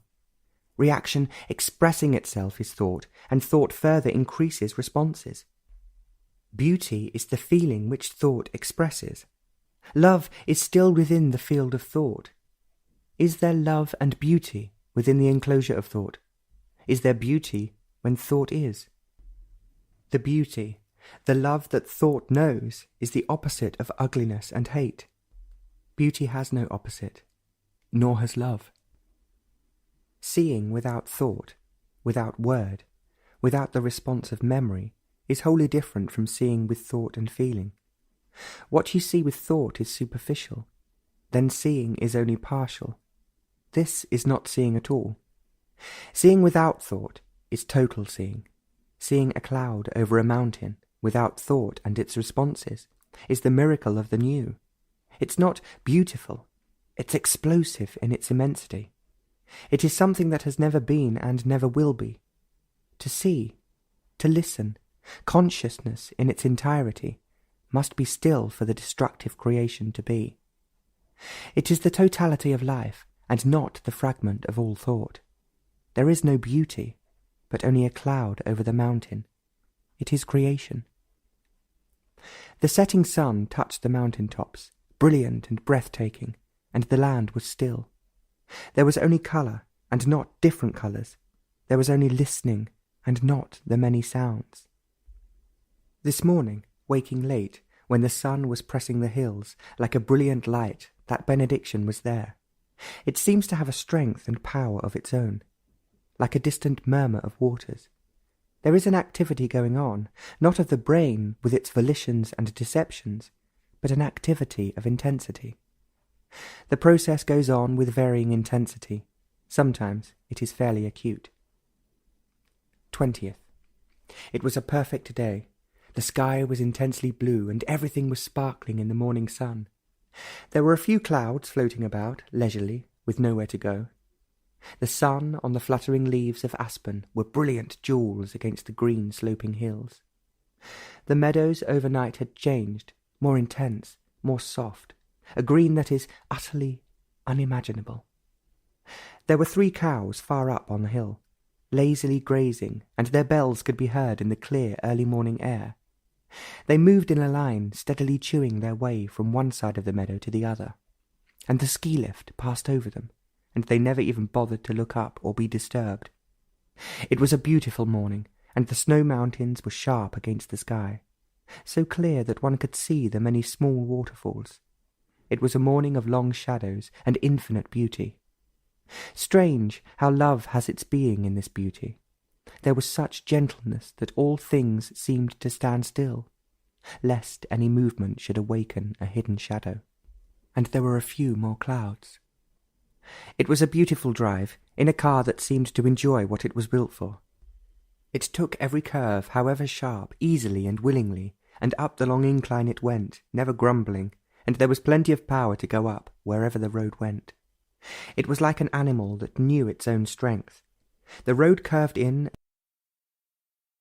and out through a dark sunlit wood, and every patch of light was alive, dancing with the leaves. Every curve of the road showed more light, more dances, more delight. Every tree, every leaf stood alone, intense and silent. You saw through a small opening of the trees a patch of startling green of a meadow that was open to the sun. It was so startling that one forgot that one was on a dangerous mountain road. But the road became gentle and lazily wound around to a different valley.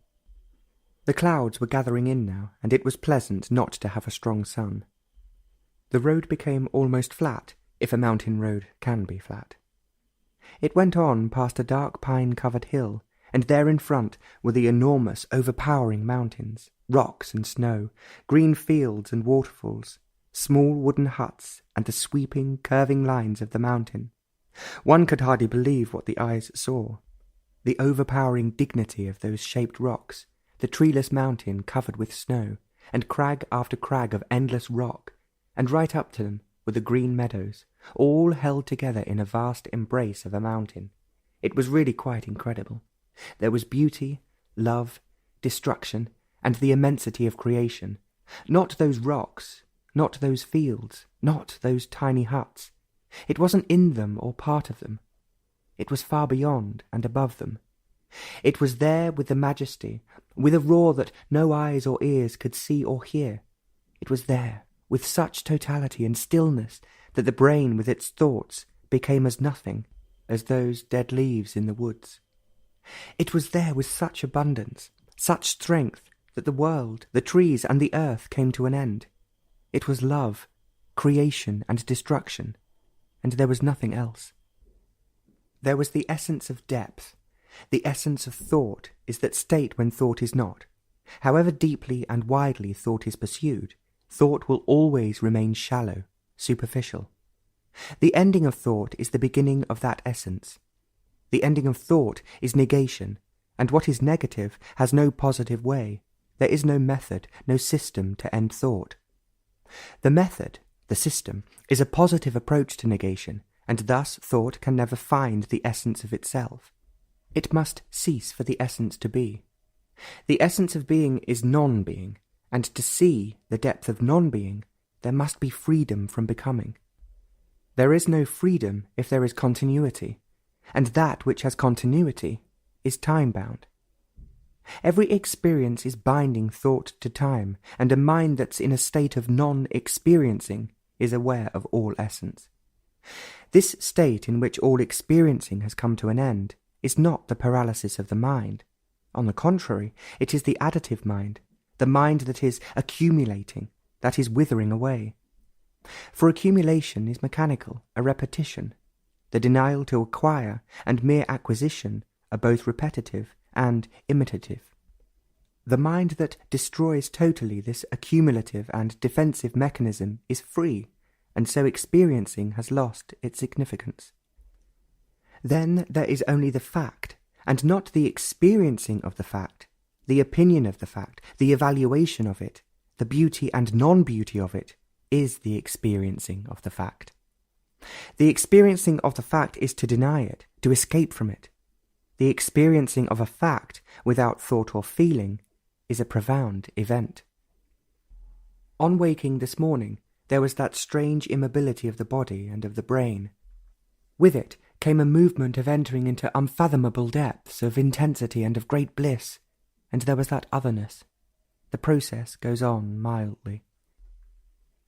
21st.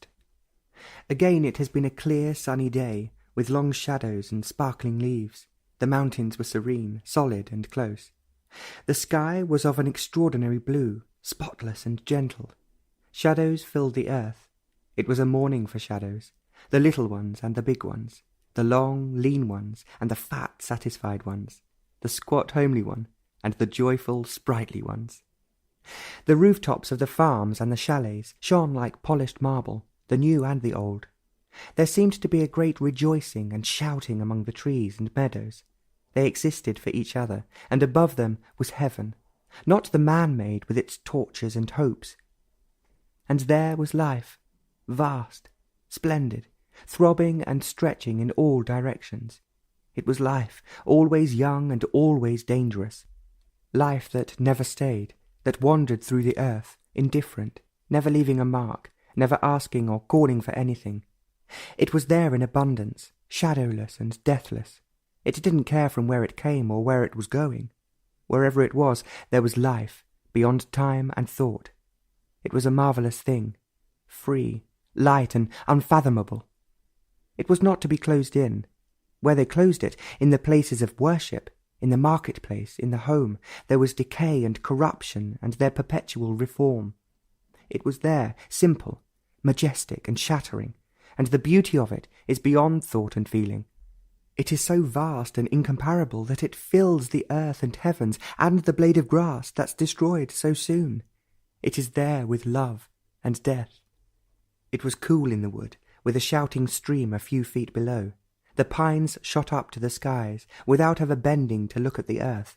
It was splendid there, with black squirrels eating tree mushrooms and chasing each other up and down the trees in narrow spirals.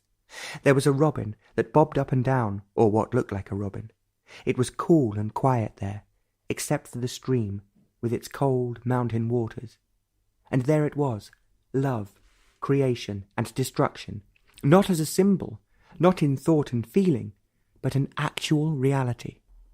You couldn't see it, feel it, but it was there, shatteringly immense, strong as 10,000, and with the power of the most vulnerable.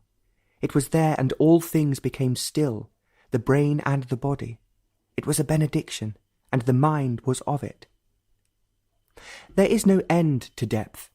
The essence of it is without time and space. It's not to be experienced. Experience is such a tawdry thing, so easily got and so easily gone. Thought cannot put it together, nor can feeling make its way to it. These are silly and immature things. Maturity is not of time, a matter of age, nor does it come through influence and environment. It's not to be bought. Neither the books nor the teachers and saviours, the one or the many, can ever create the right climate for this maturity. Maturity is not an end in itself. It comes into being without thought cultivating it, darkly, without meditation, unknowingly. There must be maturity, that ripening in life, not the ripeness that is bred out of disease and turmoil, sorrow and hope. Despair and labour cannot bring this total maturity, but it must be there, unsought. For in this total maturity there is austerity, not the austerity of ashes and sackcloth, but that casual and unpremeditated indifference to the things of the world, its virtues, its gods, its respectability, its hopes and values. These must be totally denied for that austerity which comes with aloneness. No influence of society or of culture can ever touch this aloneness. But it must be there, not conjured up by the brain, which is the child of time and influence. It must come thunderingly out of nowhere. And without it, there's no total maturity. Loneliness, the essence of self-pity and self-defence and life in isolation, in myth, in knowledge and idea, is far away from aloneness. In them there is everlasting attempt to integrate and ever breaking apart. Aloneness is a life in which all influence has come to an end. It is this aloneness that is the essence of austerity. But this austerity comes when the brain remains clear, undamaged by any psychological wounds that are caused through fear. Conflict, in any form, destroys the sensitivity of the brain. Ambition, with its ruthlessness, with its ceaseless effort to become, wears down the subtle capacities of the brain. Greed and envy make the brain heavy with content and weary with discontent. There must be alertness, without choice, an awareness in which all receiving and adjustment have ceased. Overeating and indulgence in any form makes the body dull and stupefies the brain. There is a flower by the wayside, a clear, bright thing open to the skies, the sun, the rains, the darkness of the night, the winds and thunder and the soil have gone into making that flower. But the flower is none of these things. It is the essence of all flowers. The freedom from authority, from envy, fear, from loneliness will not bring about that aloneness with its extraordinary austerity. It comes when the brain is not looking for it. It comes when your back is turned upon it. Then nothing can be added to it or taken away from it. Then it has a life of its own, a movement which is the essence of all life, without time and space. That benediction was there with great peace. The process goes on mildly. 22nd. The moon was in the clouds, but the mountains and the dark hills were clear, and there was a great stillness about them. There was a large star just hanging over a wooded hill, and the only noise that came out of the valley was the mountain stream as it rushed over rocks. Everything was asleep, save the distant village. But its sound didn't come as high up as this. The noise of the stream soon faded. It was there, but it didn't fill the valley. There was no breeze, and the trees were motionless. There was the light of the pale moon on the scattered roofs, and everything was still, even the pale shadows. In the air there was that feeling of unbearable immensity, intense and insistent. It was not a fanciful imagination. Imagination ceases when there's reality. Imagination is dangerous. It has no validity. Only fact has. Fancy and imagination are pleasurable and deceptive, and they must be wholly banished. Every form of myth, fancy, and imagination must be understood, and this very understanding deprives them of their significance. It was there, and what was started as meditation ended. Of what significance is meditation when reality is there? It was not meditation that brought reality into being. Nothing can bring it into being. It was there in spite of meditation, but what was necessary was a very sensitive, alert brain which had stopped entirely, willingly and easily, its chatter and reason and non-reason. It had become very quiet, seeing and listening without interpreting, without classifying. It was quiet, and there was no entity or necessity to make it quiet. The brain was very still and very alive. That immensity filled the night, and there was bliss. It had no relationship with anything. It was not trying to shape, to change, to assert. It had no influence, and therefore was implacable. It was not doing good, not reforming. It was not becoming respectable and so highly destructive. But it was love, not the love which society cultivates, a tortured thing. It was the essence of the movement of life. It was there, implacable, destructive, with a tenderness that the new alone knows, as the new leaf of spring, and it will tell you. There was strength beyond measure, and there was power that only creation has, and all things were quiet. That one star that was going over the hill was now high up, and it was bright in its solitude. In the morning, while walking into the woods above the stream, with the sun on every tree, again it was there, that immensity so unexpected, so still, that one walked through it, marvelling. A single leaf was dancing rhythmically, and the rest of the abundant leaves were still. It was there, that love that's not within the scope of man's longing and measure. It was there, and thought could blow it away, and a feeling could push it away. It was there, never to be conquered, never to be caught. The word to feel is misleading. It's more than emotion, than a sentiment, than an experience, than touch or smell. Though that word is apt to be misleading, it must be used to communicate, and especially so when we are talking of essence. The feel of essence is not through the brain, nor through some fancy. It's not experienceable as a shock. Above all, it's not the word. You cannot experience it. To experience, there must be an experiencer, the observer. Experiencing without the experiencer is quite another matter. It is in this state in which there is no experiencer, no observer, that there is that feeling. It is not intuition, which the observer interprets or follows blindly or with reason. It is not the desire, longing, transformed into intuition or the voice of God, evoked by politicians and religio-social reformers. It's necessary to get away from all this, far away to understand this feeling, this seeing, this listening. To feel demands the austerity of clarity, in which there is no confusion and conflict. The feeling of essence comes when there is simplicity to pursue to the very end, without any deviation, sorrow, envy, fear, ambition, and so on. This simplicity is beyond the capacity of the intellect. Intellect is fragmentary. This pursuit is the highest form of simplicity, not the mendicant's robe or one meal a day. The feeling of essence is the negation of thought and its mechanical capacities, knowledge and reason. Reason and knowledge are necessary in the operation of mechanical problems, and all the problems of thought and feeling are mechanical. It's this negation of the machinery of memory, whose reaction is thought, that must be denied in the pursuit of the essence. Destroy to go to the very end. Destruction is not of the outer things, but of the psychological refuges and resistances, the gods and their secret shelters.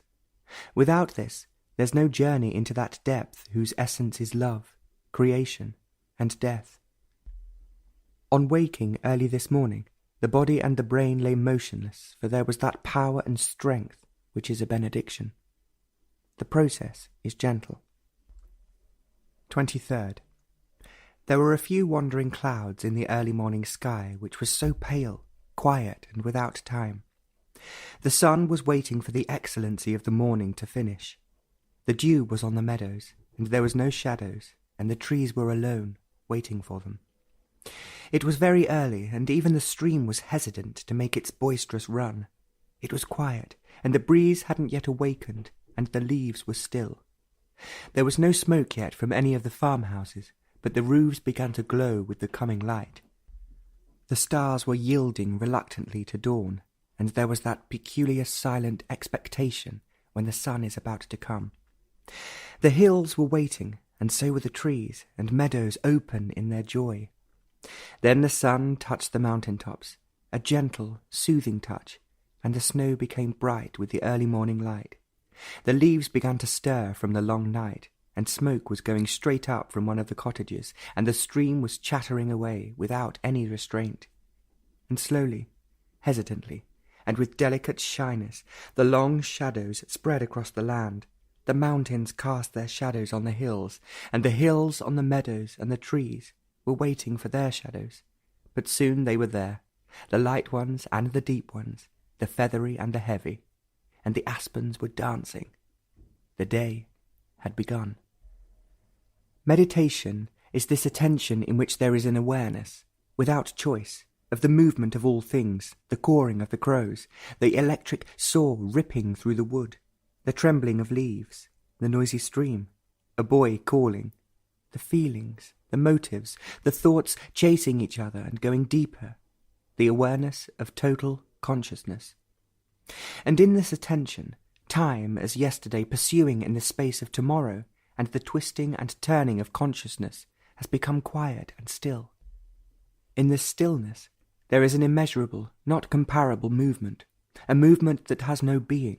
That's the essence of bliss and death and life. A movement that cannot be followed, for it leaves no path, and because it is still, motionless, it is the essence of all motion. The road went west, curling through rain-soaked meadows, past small villages on the slope of hills, crossing the mountain streams of clear snow waters, past churches with copper steeples. It went on and on into dark, cavernous clouds, and rain, with mountains closing in. It began to drizzle, and looking back casually through the back window of the slow-moving car, from where we had come, there were the sunlit clouds, blue sky, and the bright, clear mountains. Without saying a word, instinctively the car stopped, backed, and turned, and we went on towards light and mountains. It was impossibly beautiful, and as the road turned into an open valley, the heart stood still. It was still, and as open as the expanding valley. It was completely shattering. We had been through that valley several times. The shapes of the hills were fairly familiar. The meadows and the cottages were recognizable, and the familiar noise of the stream was there. Everything was there except the brain, though it was driving the car. Everything had become so intense. There was death. Not because the brain was quiet, not because of the beauty of the land, or of the light on the clouds, or the immovable dignity of the mountains. It was none of these things, though all these things may have added something towards it. It was literally death. Everything suddenly coming to an end. There was no continuity. The brain was directing the body in driving the car, and that was all. Literally, that was all. The car went on for some time and stopped. There was life and death, so closely, intimately, inseparably together, and neither was important. Something shattering had taken place. There was no deception or imagination. It was much too serious for that kind of silly aberration. It was not something to play about. Death is not a casual affair, and it would not go. There's no argument with it. You can have a lifelong discussion with life, but it is not possible with death.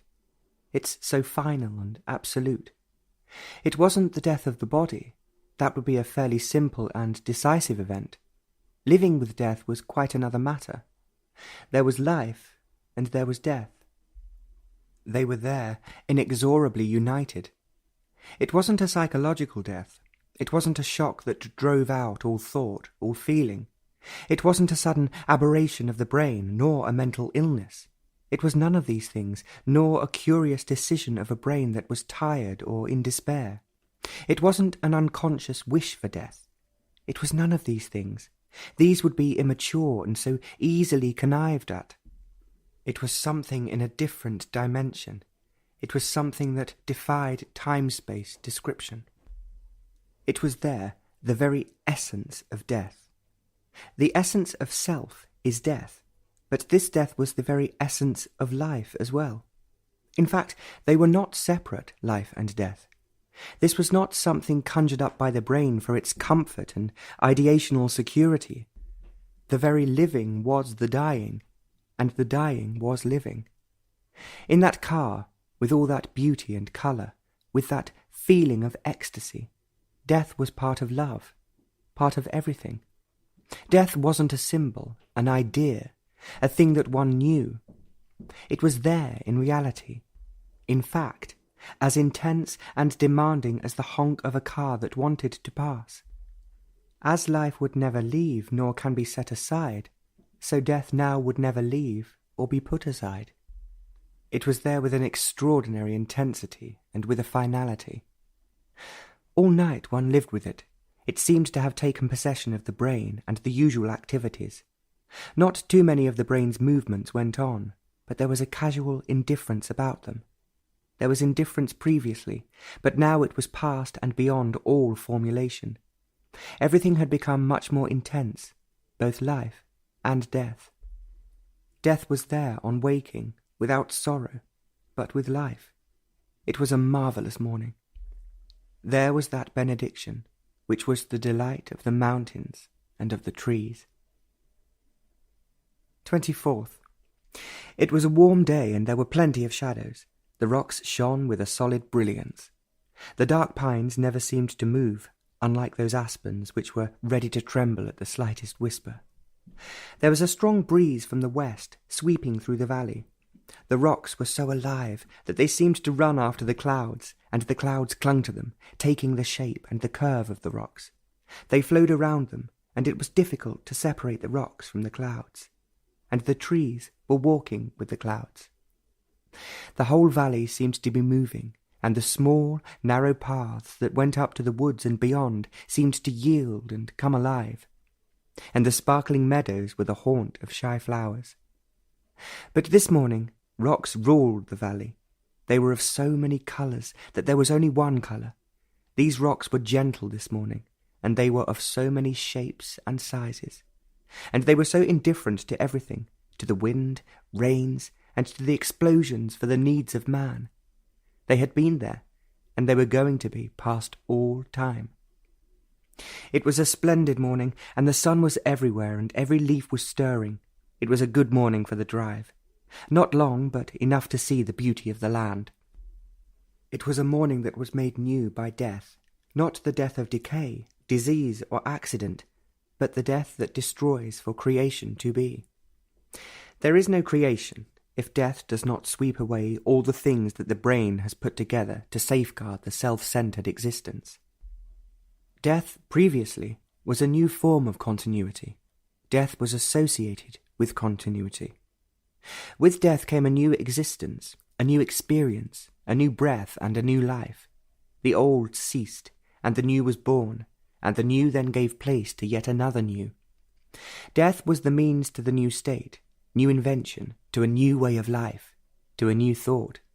It was a frightening change, but that very change brought a fresh hope. But now death did not bring anything new, a new horizon, a new breath. It is a death, absolute and final. And then there's nothing, neither past nor future. Nothing. There's no giving birth to anything.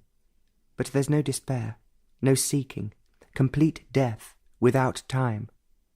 Looking out of great depths which are not there. Death is there without the old or the new.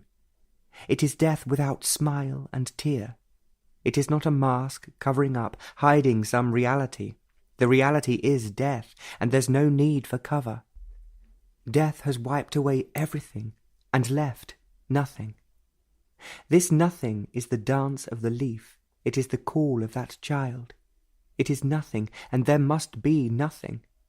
What continues is decay, the machine, the habit, the ambition. There is corruption, but not in death. Death is total nothingness. It must be there, for out of that life is, love is. For in this nothingness creation is. Without absolute death, there's no creation. We were reading something casually and remarking about the state of the world, when suddenly and unexpectedly the room became full with that benediction which has come so often now. The door was open in the little room, and we were just going to eat, when through the open door it came. One could literally, physically feel it, like a wave flowing into the room. It became more and more intense. The more is not comparatively used. It was something that was incredibly strong and immovable, with shattering power. Words are not the thing, and the actual thing can never be put into words. It must be seen, heard, and lived. Then it has quite a different significance. The process has been acute the last few days, and one need not write about it every day. 25th. It was very early in the morning. There wouldn't be dawn for another couple of hours or more. Orion was just coming up over the top of that peak that is beyond the curving and wooded hills. There was not a cloud in the sky, but from the feel of the air there would probably be fog. It was an hour of quietness, and even the stream was sleeping. There was a fading moonlight, and the hills were dark, clear in their shape, against the pale sky. There was no breeze, and the trees were still, and the stars were bright. Meditation is not a search. It's not a seeking, a probing, an exploration. It is an explosion and discovery. It's not the taming of the brain to conform, nor is it a self-introspective analysis. It is certainly not the training in concentration, which includes, chooses, and denies. It's something that comes naturally, when all positive and negative assertions and accomplishments have been understood and drop away easily. It is the total emptiness of the brain. It's the emptiness that is essential, not what's in the emptiness. There is seeing only from emptiness. All virtue, not social morality and respectability, springs from it. It's out of this emptiness love comes, otherwise it's not love. Foundation of righteousness is in this emptiness. It's the end and beginning of all things. Looking out of the window, as Orion was climbing higher and higher, the brain was intensely alive and sensitive, and meditation became something entirely different. Something which the brain could not cope with, and so fell back upon itself and became silent. The hours till dawn and after seemed to have had no beginning, and as the sun came up, the mountains and the clouds caught its first rays, and there was astonishment in splendour, and day began. Strangely, meditation went on. 26th. It had been a beautiful morning, full of sunshine and shadows. The garden in the nearby hotel was full of colours, all colours, and they were so bright, and the grass so green, that they hurt the eye and the heart. And the mountains beyond were glistening with a freshness and a sharpness, washed by the morning dew. It was an enchanting morning, and there was beauty everywhere. Over the narrow bridge, across the stream, up a path into the wood, where the sunshine was playing with the leaves. They were trembling and their shadows moved. They were common plants, but they outdid in their greenness and freshness all the trees that soared up to the blue skies. You could only wonder at all this delight, at the extravagance, at the trembling. You could not but be amazed at the quiet dignity of every tree and plant, and at the endless joy of those black squirrels with long, bushy tails. The waters of the stream were clear and sparkling in the sun that came through the leaves. It was damp in the wood and pleasant. Standing there, watching the leaves dancing away, suddenly there was the otherness, a timeless occurrence, and there was stillness. It was a stillness in which everything moved, danced, and shouted. It wasn't a stillness which comes when a machine stops working. Mechanical stillness is one thing, and the stillness in emptiness is another. The one is repetitive, habitual, corrupting, which the conflicting and weary brain seeks as a refuge. The other is exploding, never the same. It cannot be searched out, is never repetitive, and so it does not offer any shelter. Such a stillness came and stayed as we wandered along, and the beauty of the wood intensified, and the colours exploded to be caught on the leaves and flowers. It was not a very old church, about the beginning of the 17th century.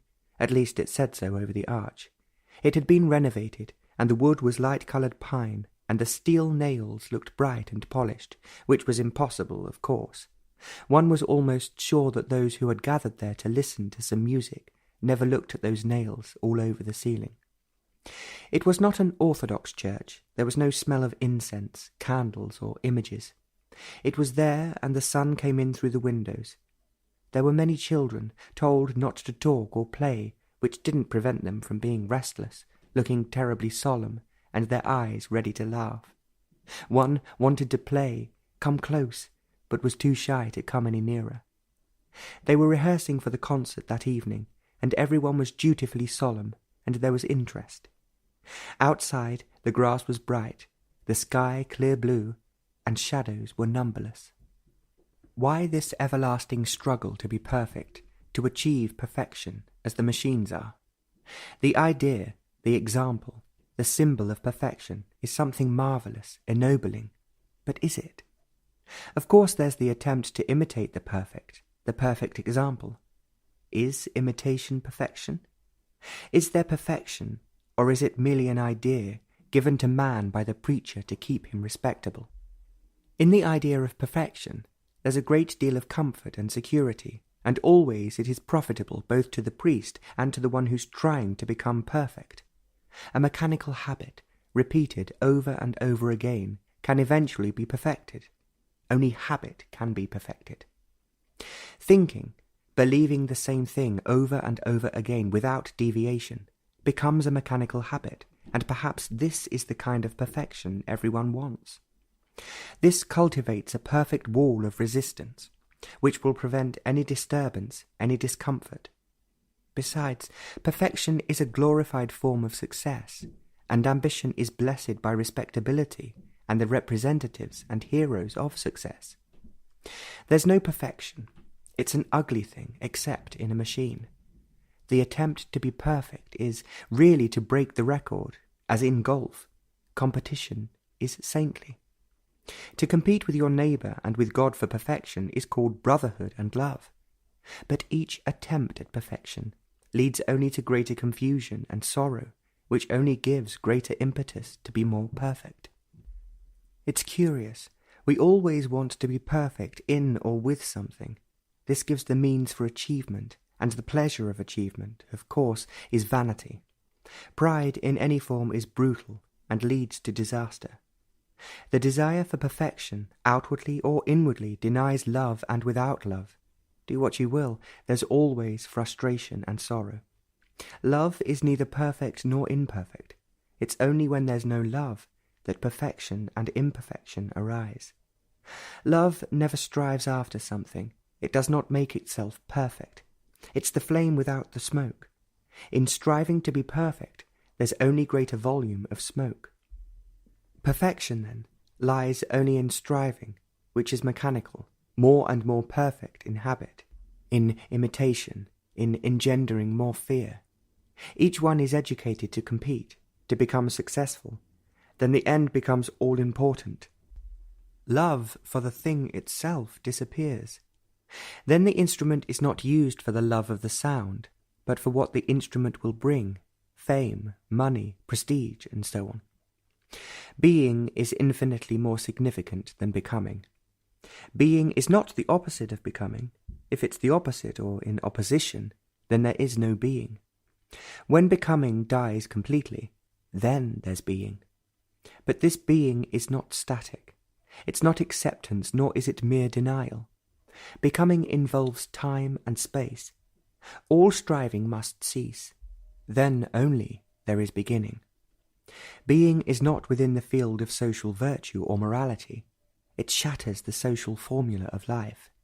This being is life, not the pattern of life. Where life is, there's no perfection. Perfection is an idea, a word. Life, the being, is beyond any formula of thought. It is there when the word, the example, the pattern are destroyed. It has been there, this benediction, for hours and in flashes.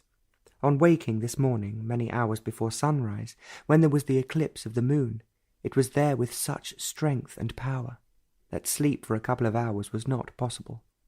There is a strange purity and innocency in it. 27th.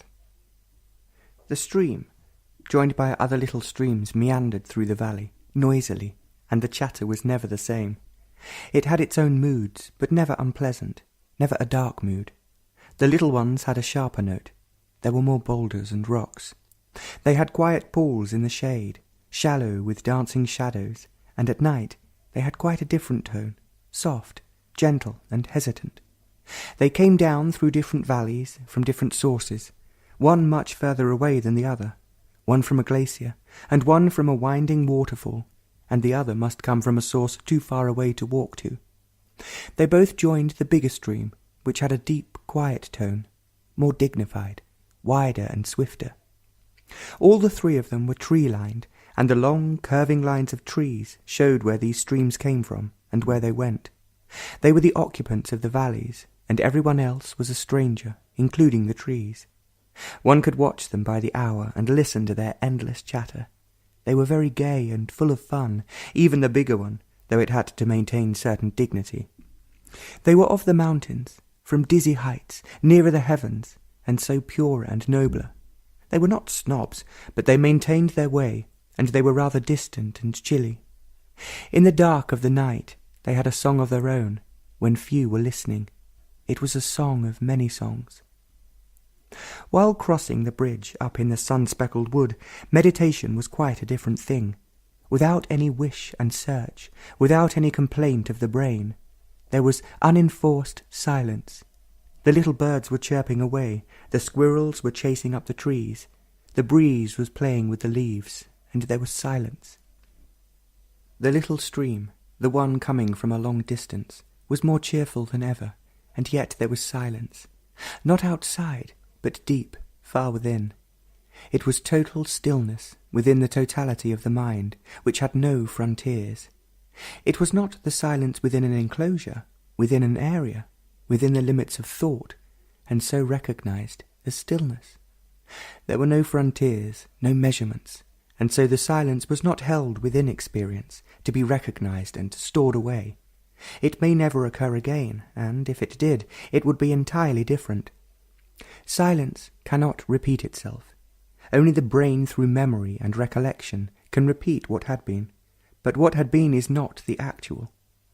Meditation was this total absence of consciousness put together through time and space.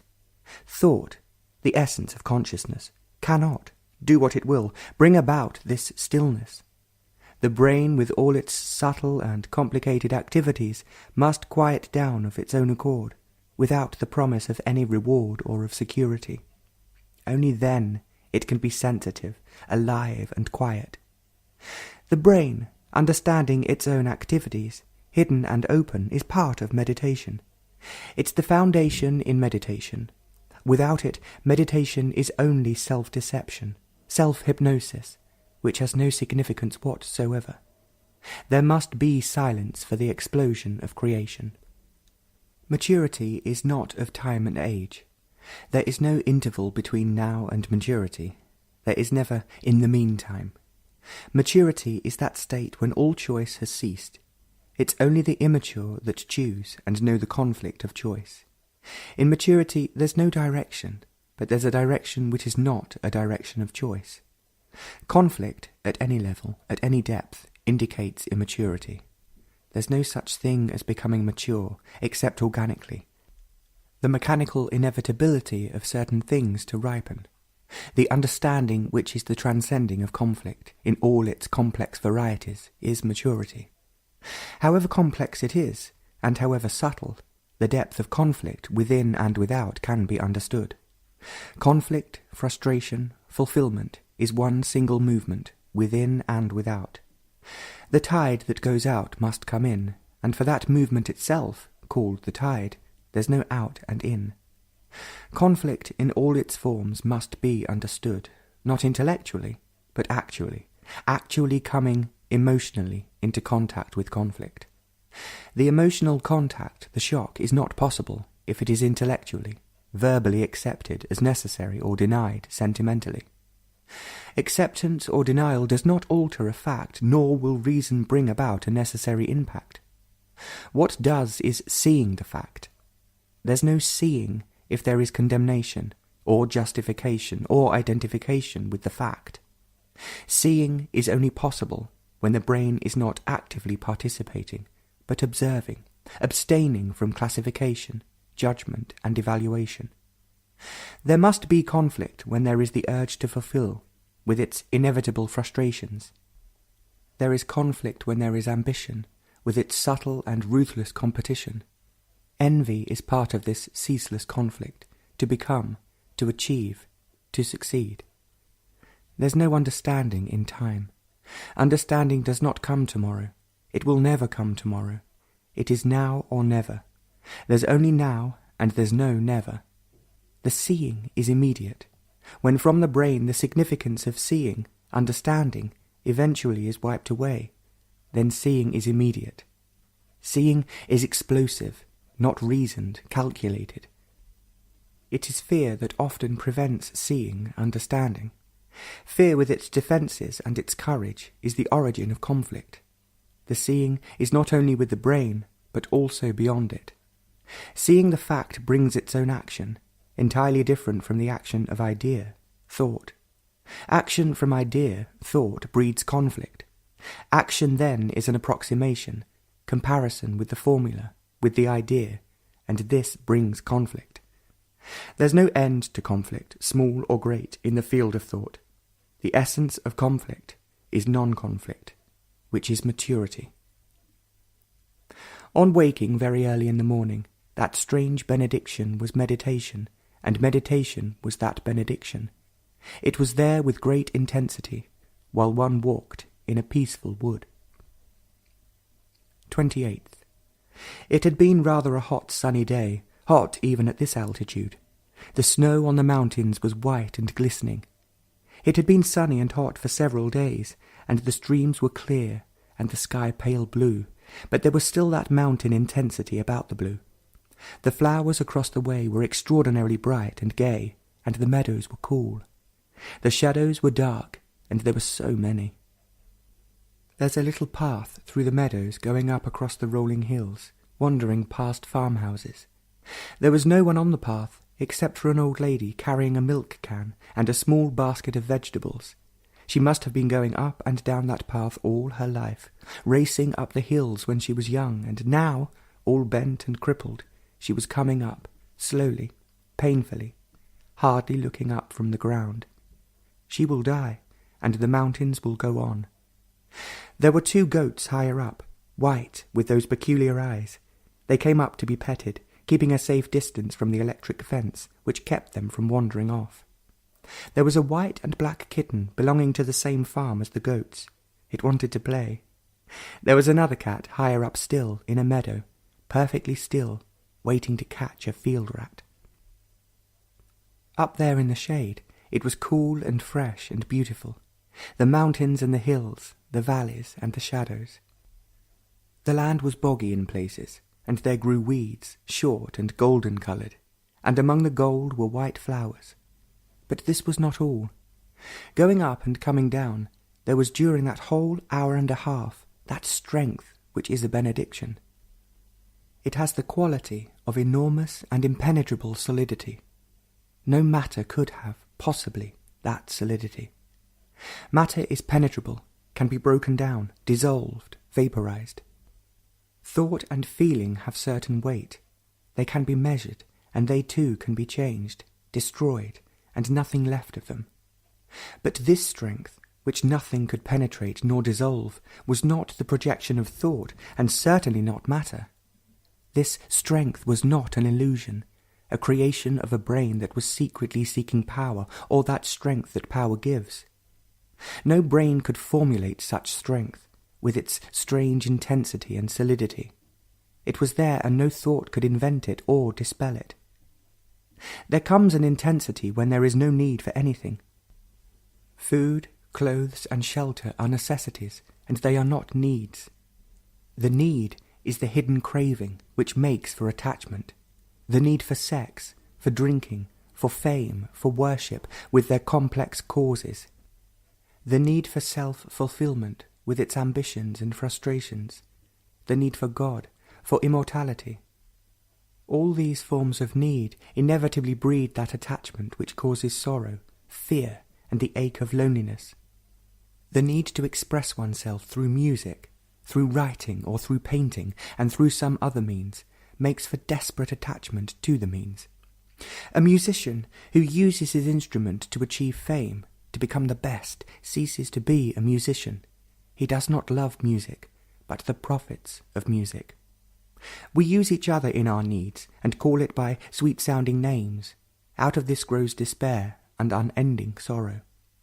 We use God as a refuge, as a protection, like some medicine, and so the church, the temple, with its priests become very significant when they have no significance. We use everything, machines, techniques for our psychological needs, and there is no love for the thing itself.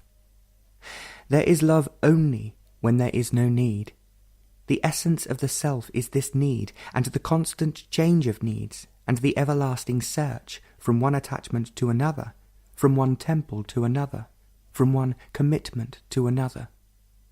To commit oneself to an idea, to a formula, to belong to something, to some sect, to some dogma, is the drive of need. The essence of the self, which takes the form of most altruistic activities. It's a cloak, a mask. The freedom from need is maturity. With this freedom comes intensity, which has no cause and no profit. 29th. There is a path beyond the few scattered chalets and farmhouses that goes through the meadows and barbed wire fences. Before it goes down, there is a magnificent view of the mountains with their snows and glacier, of the valley and of the little town with so many shops. From there one can see the source of one stream and the dark pine-covered hills. The lines of these hills against the evening sky were magnificent, and they seemed to tell of so many things. It was a lovely evening. There hadn't been a cloud in the sky all day long, and now the purity of the sky and of the shadows was startling, and the evening light was a delight. The sun was going down behind the hills, and they were casting their great shadows across other hills and meadows. Crossing another grassy field, the path went down rather steeply, and joined a bigger and wider path, which went through the woods. There was no one on that path. It was deserted, and it was very quiet in the woods, except for the stream, which seemed to be noisier before it quietened down for the night. There were tall pines there, and a perfume in the air. Suddenly, as the path turned, through a long tunnel of trees, was a patch of green and a newly cut piece of pine wood with the evening sun on it. It was startling in its intensity and joy. One saw it, and all space and time disappeared. There was only that patch of light, and nothing else. It was not that one became that light, or one identified oneself with that light. The sharp activities of the brain had stopped, and one's whole being was there with that light. The trees, the path, the noise of the stream had completely disappeared, and so had the 500 yards and more between the light and the observer. The observer had ceased, and the intensity of that patch of evening sun was the light of all the worlds. The light was all heaven, and that light was the mind. Most deny certain superficial and easy things. There are others who go far in their denial, and there are those who deny totally. To deny certain things is comparatively easy: church and its gods, authority and the power of those who have it, the politician and his ways, and so on. One can go pretty far in the denial of things that apparently do matter: relationships, the absurdities of society, the the conception of beauty as established by the critics and of those who say they know. One can put aside all these and remain alone. Alone not in the sense of isolation and frustration, but alone because one has seen the significance of all this and has walked away from them casually and without any sense of superiority. They are finished, dead, and there's no way going back to them. But to go to the very end of denial is quite another matter. The essence of denial is the freedom in aloneness. But few go that far, shattering through every refuge, every formula, every idea, every symbol, and be naked, unburned and clear. But how necessary is it to deny? Deny without reaching out, deny without the bitterness of experience and the hope of knowledge, to deny and stand alone, without tomorrow, without a future. The storm of denial is nakedness. To stand alone, without being committed to any course of action, to any conduct, to any experience, is essential. For this alone frees consciousness from the bondage of time. Every form of influence is understood and denied, giving thought no passage in time. Denying time is the essence of timelessness. To deny knowledge, experience, the known, is to invite the unknown. Denial is explosive. It is not an intellectual, ideational affair, something which the brain can play. In the very act of denial there is energy, the energy of understanding, and this energy is not docile, to be tamed by fear and convenience. Denial is destructive. It is unaware of consequences. It is not a reaction, and so not the opposite of assertion. To assert that there is, or that there is not, is to continue in reaction, and reaction is not denial. Denial has no choice, and so is not the outcome of conflict. Choice is conflict, and conflict is immaturity. Seeing the truth as truth, the false as false, and the truth in the false, is the act of denial. It's an act, and not an idea. The total denial of thought, the idea and the word brings freedom from the known. With the total denial of feeling, emotion and sentiment, there's love. Love is beyond and above thought and feeling. The total denial of the known is the essence of freedom. Waking early this morning, the sunrise many hours away, meditation was beyond the responses of thought. It was an arrow into the unknowable, and thought could not follow it.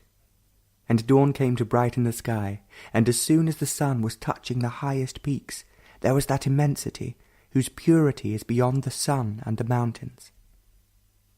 30th. It had been a cloudless day, hot, and the earth and the trees were gathering strength for the coming winter. Autumn was already turning the few leaves yellow. They were bright yellow against the dark green. They were cutting the meadows and the fields of their rich grass for the cows during the long winter. Everyone was working, grown-ups and children. It was serious work, and there wasn't much talk or laughter. Machines were taking the place of scythes, and here and there scythes were cutting the pasture. And along the stream there's a path, through the fields. It was cool there, for the hot sun was already behind the hills. The path went past farmhouses and a sawmill. In the newly cut fields there were thousands of crocuses, so delicate, with that peculiar perfume of their own. It was a quiet, clear evening, and the mountains were closer than ever.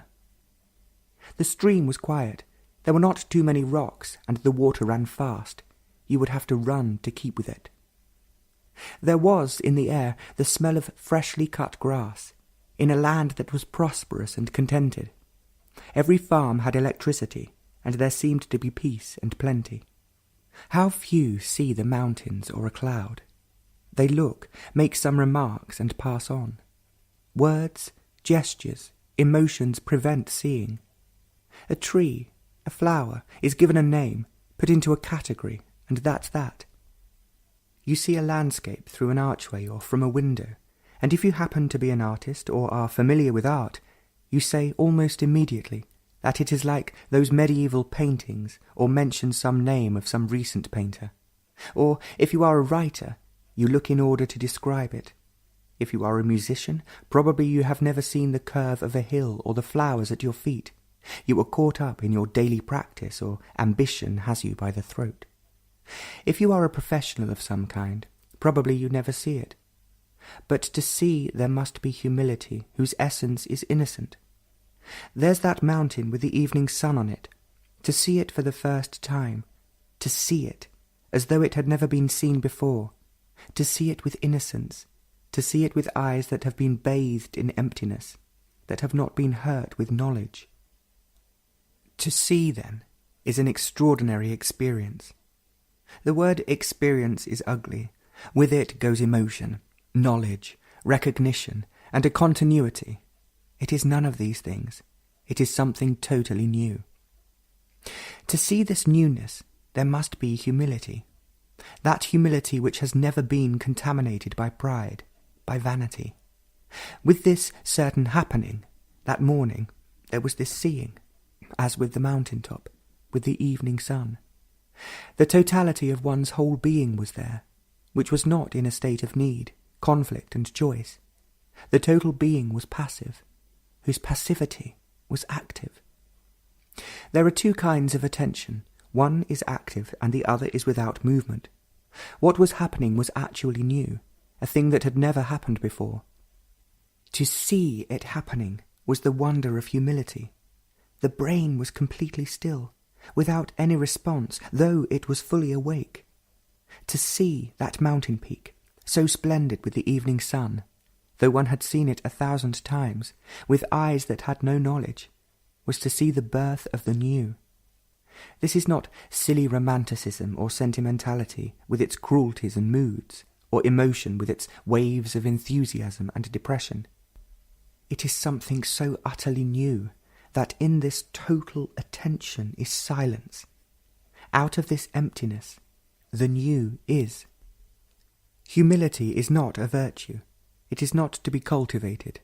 It's not within the morality of the respectable. The saints do not know it, for they are recognized for their saintliness. The worshipper does not know it, for he is asking, seeking, nor the devotee and the follower, for he is following. Accumulation denies humility, whether it be property, experience, or capacity. Learning is not an additive process. Knowledge is. Knowledge is mechanical. Learning never is. There can be more and more knowledge, but there is never more in learning. Where there is comparison, learning ceases. Learning is the immediate seeing which is not in time.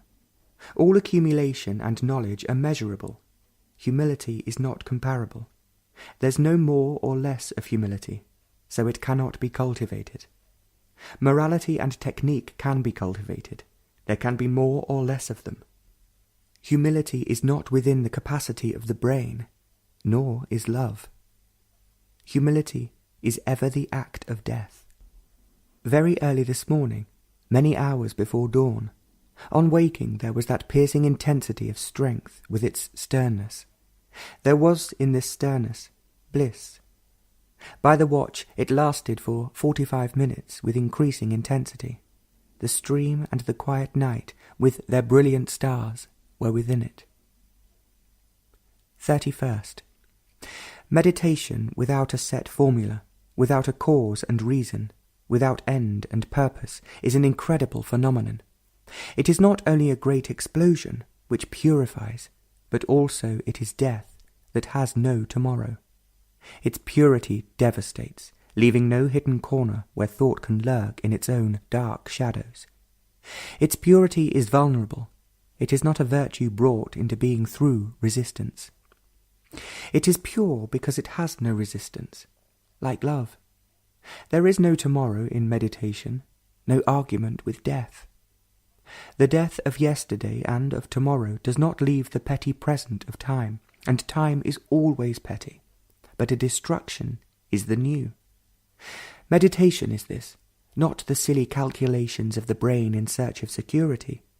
Meditation is destruction to security, and there is great beauty in meditation, not the beauty of the things that have been put together by man or by nature, but of silence. This silence is emptiness, in which and from which all things flow and have their being. It is unknowable. Neither intellect nor feeling can make their way to it. There is no way to it, and a method to it is the invention of a greedy brain. All the ways and means of the calculating self must be destroyed wholly. All going forward or backward, the way of time must come to an end without tomorrow. Meditation is destruction. It's a danger to those who wish to lead a superficial life and a life of fancy and myth. The stars were very bright, brilliant, so early in the morning. Dawn was far away. It was surprisingly quiet. Even the boisterous stream was quiet, and the hills were silent. A whole hour passed in that state when the brain was not asleep, but awake, sensitive and only watching. During that state, the totality of the mind can go beyond itself, without directions, for there is no director. Meditation is a storm, destroying and cleansing. Then, far away, came dawn. In the east, there was spreading light, so young and pale, so quiet and timid. It came past those distant hills, and it touched the towering mountains and the peaks. In groups and singly, the trees stood still. The aspen began to wake up, and the stream shouted with joy. That white wall of a farmhouse facing west became very white. Slowly, peacefully, almost begging, it came and filled the land. Then the snow peaks began to glow, bright rose, and the noises of the early morning began. 3 crows flew across the sky, silently, all in the same direction. From far came the sound of a bell on a cow, and still there was quiet. Then a car was coming up the hill, and day began. On that path in the wood, a yellow leaf fell. For some of the trees autumn was here. It was a single leaf, with not a blemish on it, unspotted, clean. It was the yellow of autumn. It was still lovely in its death. No disease had touched it. It was still the fullness of spring and summer, and still all the leaves of that tree were green. It was death in glory. Death was there, not in the yellow leaf, but actually there. Not an inevitable, traditionalized death, but that death which is always there. It was not a fancy, but a reality that could not be covered up. It is always there round every bend of a road, in every house, with every god. It was there with all its strength and beauty. You can't avoid death. You may forget it, you may rationalize it, or believe that you will be reborn or resurrected.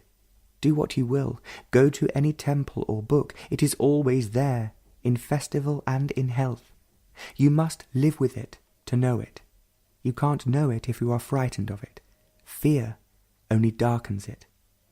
To know it, you must love it. To live with it, you must love it. The knowledge of it isn't the ending of it. It's the end of knowledge, but not of death. To love is not to be familiar with it. You can't be familiar with destruction. You can't love something you don't know, but you don't know anything, not even your wife or your boss, let alone a total stranger. But yet, you must love it, the stranger, the unknown. You only love that of which you are certain, that which gives comfort, security. You do not love the uncertain, the unknown. You may love danger, give your life for another, or kill another for your country. But this is not love. These have their own reward and profit. Gain and success you love, though there's pain in them. There's no profit in knowing death, but strangely death and love always go together. They never separate. You can't love without death. You can't embrace without death being there. Where love is, there is also death. They are inseparable. But do we know what love is? You know sensation, emotion, desire, feeling, and the mechanism of thought, but none of these is love. You love your husband, your children. You hate war, but you practice war. Your love knows hate, envy, ambition, fear. The smoke of these is not love.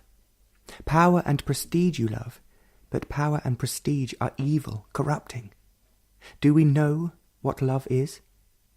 Never knowing is the wonder of it, the beauty of it. Never knowing, which does not mean remaining in doubt, nor does it mean despair. It's the death of yesterday, and so the complete uncertainty of tomorrow. Love has no continuity, nor has death. Only memory and the picture in the frame have continuity, but these are mechanical, and even machines wear out, yielding place to new pictures, new memories. What has continuity is ever decaying, and what decays isn't death. Love and death are inseparable, and where they are, there's always destruction. September 1st. The snow was melting fast in the mountains, for there had been many unclouded days and hot sun. The stream had become muddy, and there was more water, and it had become more noisy and impetuous. Crossing the little wooden bridge and looking up the stream, there was the mountain, surprisingly delicate, aloof, with inviting strength. Its snow was glistening in the evening sun. It was beautiful, caught between the trees on either side of the stream and the fast running waters. It was startlingly immense, soaring into the sky, suspended in the air. It wasn't only the mountain that was beautiful, but the evening light, the hills, the meadows, the trees, and the stream. Suddenly, the whole land with its shadows and peace became intense, so alive and absorbing. It pushed its way through the brain as a flame burning away the insensitivity of thought. The sky, the land, and the watcher, all were caught up in this intensity, and there was only the flame and nothing else. Meditation during that walk, beside the stream on a path which meandered gently through many green fields, was not there because of silence or because the beauty of the evening absorbed all thought. It went on in spite of some talk. Nothing could interfere with it. Meditation went on, not unconsciously somewhere in the recesses of the brain and memory, but it was there, taking place, like the evening light among the trees. Meditation is not a purposeful pursuit which breeds distraction and conflict. It's not the discovery of a toy that will absorb all thought, as a child is absorbed by a toy. It's not the repetition of a word to still the mind. It begins with self-knowing and goes beyond knowing. On the walk, it was going on, stirring deeply and moving in no direction. Meditation was going on beyond thought, conscious or hidden, and a seeing beyond the capacity of thought. Look beyond the mountain. In that look are the nearby houses, the meadows, the shapely hills, and the mountains themselves. When you drive a car, you look well ahead, 300 yards or more. That look takes in the side roads, that car that is parked, the boy that is crossing, and the lorry that's coming towards you. But if you merely watched the car ahead of you, you would have an accident. The distant look includes the near, but looking at what is near does not include the distant. Our life is spent in the immediate, in the superficial. Life in totality gives attention to the fragment, but the fragment can never understand the totality. Yet this is what we are always attempting to do, hold on to the little, and yet try to grasp the whole. The known is always the little, the fragment, and with the small we seek the unknown. We never let the little go. Of the little we are certain, in it we are secure, at least we think we are. But actually we can never be certain about anything, except probably about superficial and mechanical things, and even they fail. More or less we can rely on outward things, like trains, to operate and be certain of them. Psychologically, inwardly, however much we may crave it, there's no certainty, no permanency, neither in our relationships, in our beliefs, in the gods of our brain. The intense longing for certainty, for some kind of permanency, and the fact that there is no permanency whatsoever, is the essence of conflict, illusion, and reality. The power to create illusion is vastly more significant to understand than to understand reality. The power to breed illusion must cease completely, not to gain reality, There's no bargaining with fact. Reality is not a reward. The false must go, not to gain what's true, but because it's false. Nor is there renunciation. Second, it was a beautiful evening in the valley, along the stream, the green meadows, so rich in pasturage, the clean farmhouses and the rapturous clouds, so full of colour and clarity. There was one that hung over the mountain with such vivid brilliancy that it seemed to be the favourite of the sun. The valley was cool, pleasant, and so intensely alive. There was a quietness about it and a peace. Modern farm machinery was there, but they still used the scythe, and the pressure and the brutality of civilization hadn't touched it. The heavy electric cables on pylons ran through the valley, and they too seemed a part of that unsophisticated world. As we walked along the narrow grassy path through fields, the mountains with their snow and colour seemed so close and delicate, so utterly unreal. The goats were bleating to be milked. Quite unexpectedly, all this extravagant beauty, colour, the hills, this rich earth, this intense valley, all this was within one. It wasn't within one. One's own heart and brain were so completely open, without the barrier of time and space, so empty of thought and feeling, that there was only this beauty, without sound or form. It was there, and everything else ceased to be. The immensity of this love, with beauty and death, was there, filling the valley, and one's whole being, which was that valley. It was an extraordinary evening. There's no renunciation. What is given up is ever there, and renunciation, giving up, sacrifice do not exist when there is understanding. Understanding is the very essence of non-conflict. Renunciation is conflict. To give up is the action of will, which is born of choice and conflict. To give up is to exchange, and in exchange there is no freedom, but only more confusion and misery. Paris, September 4th. Coming down from the valleys and high mountains into a big, noisy, dirty town affects the body. It was a lovely day when we left, through deep valleys, waterfalls, and deep woods, to a blue lake and wide roads. It was a violent change from the peaceful, isolated place to a town that's noisy night and day, to a hot, clammy air. Sitting quietly in the afternoon, looking over the rooftops, watching the shape of roofs and their chimneys most unexpectedly, that benediction, that strength, that otherness, came with gentle clarity. It filled the room and remained. It is here as this is being written. 5th. Seen from the top of an 8th-floor window, the trees along the avenue were becoming yellow, russet and red in the midst of a long line of rich green. From this height, the tops of the trees were brilliant in their colour, and the roar of the traffic came up through them, somewhat softening the noise. There's only colour, not different colours. There's only love, and not different expressions of it. The different categories of love are not love. When love is broken up into fragmentation, as divine and carnal, it ceases to be love. Jealousy is the smoke that smothers the fire, and passion becomes stupid without austerity. But there is no austerity if there is no self-abandonment, which is humility. Looking down on that mass of colour, with different colours, there's only purity, however much it may be broken up. But impurity, however much it may be changed, covered over, resisted, will always remain impure, like violence. Purity is not in conflict with impurity. Impurity can never become pure, any more than violence can become non-violence. Violence simply has to cease. There are 2 pigeons who have made their home under the slate roof across the courtyard. The female goes in first, and then slowly, with great dignity, the male follows, and then for the night they remain there.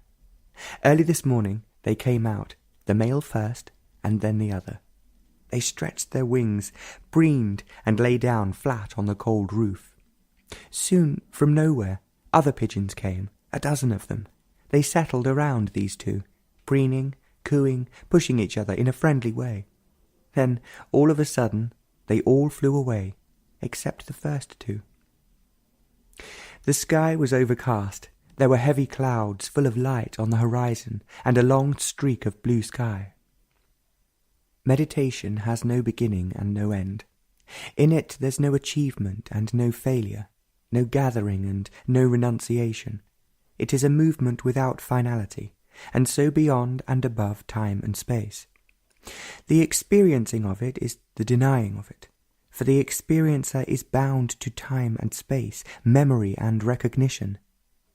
The foundation for true meditation is that passive awareness which is the total freedom from authority and ambition, envy and fear.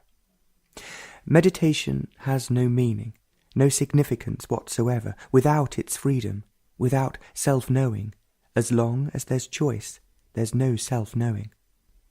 Choice implies conflict, which prevents the understanding of what is. Wandering off into some fancy, into some romantic beliefs, is not meditation. The brain must strip itself of every myth, illusion and security, and face the reality of their falseness. There's no distraction. Everything is in the movement of meditation. The flower is the form, the scent, the colour and the beauty. That is the whole of it. Tear it to pieces actually or verbally, then there is no flower, only a remembrance of what was, which is never the flower. Meditation is the whole flower in its beauty, withering and living. 6th. The sun was just beginning to show through the clouds, early in the morning, and the daily roar of traffic had not yet begun. It was raining and the sky was dull grey. On the little terrace the rain was beating down and the breeze was fresh. Standing in the shelter, watching a stretch of river and the autumnal leaves, there came that otherness, like a flash, and it remained for a while to be gone again. It's strange how very intense and actual it had become. It was as real as these rooftops with hundreds of chimneys. In it there is a strange driving strength. Because of its purity, it is strong, the strength of innocency, which nothing can corrupt. And it was a benediction. Knowledge is destructive to discovery. Knowledge is always in time, in the past. It can never bring freedom. But knowledge is necessary to act, to think, and without action existence is not possible. But action, however wise, righteous, and noble, will not open the door to truth. There's no path to truth. It cannot be bought through any action nor through any refinement of thought. Virtue is only order in a disordered world, and there must be virtue, which is a movement of non-conflict. But none of these will open the door to that immensity. The totality of consciousness must empty itself of all its knowledge, action, and virtue. Not empty itself for a purpose, to gain, to realize, to become. It must empty through functioning in the everyday world of thought and action. Out of this emptiness, thought and action must come. But this emptiness will not open the door. There must be no door, nor any attempt to reach. There must be no centre in this emptiness, for this emptiness has no measurement. It's the centre that measures, weighs. This emptiness is beyond time and space. It's beyond thought and feeling. It comes as quietly, unobtrusively as love. It has no beginning and end. It's there, unalterable and immeasurable. 7th. How important is it for the body to be in one place for a length of time? This constant travelling, change of climate, change of house does affect the body. It has to adjust itself, and during the period of adjustment, nothing very serious can take place. And then one has to leave again. All this is a trial on the body. But this morning, on waking, early before the sun was up, when dawn had already come, in spite of the body, there was that strength with its intensity. It's curious how the body reacts to it. It has never been lazy, though often tired. But this morning, though the air was cold, it became, or rather wanted, to be active. Only when the brain is quiet, not asleep or sluggish, but sensitive and alert, can the otherness come into being.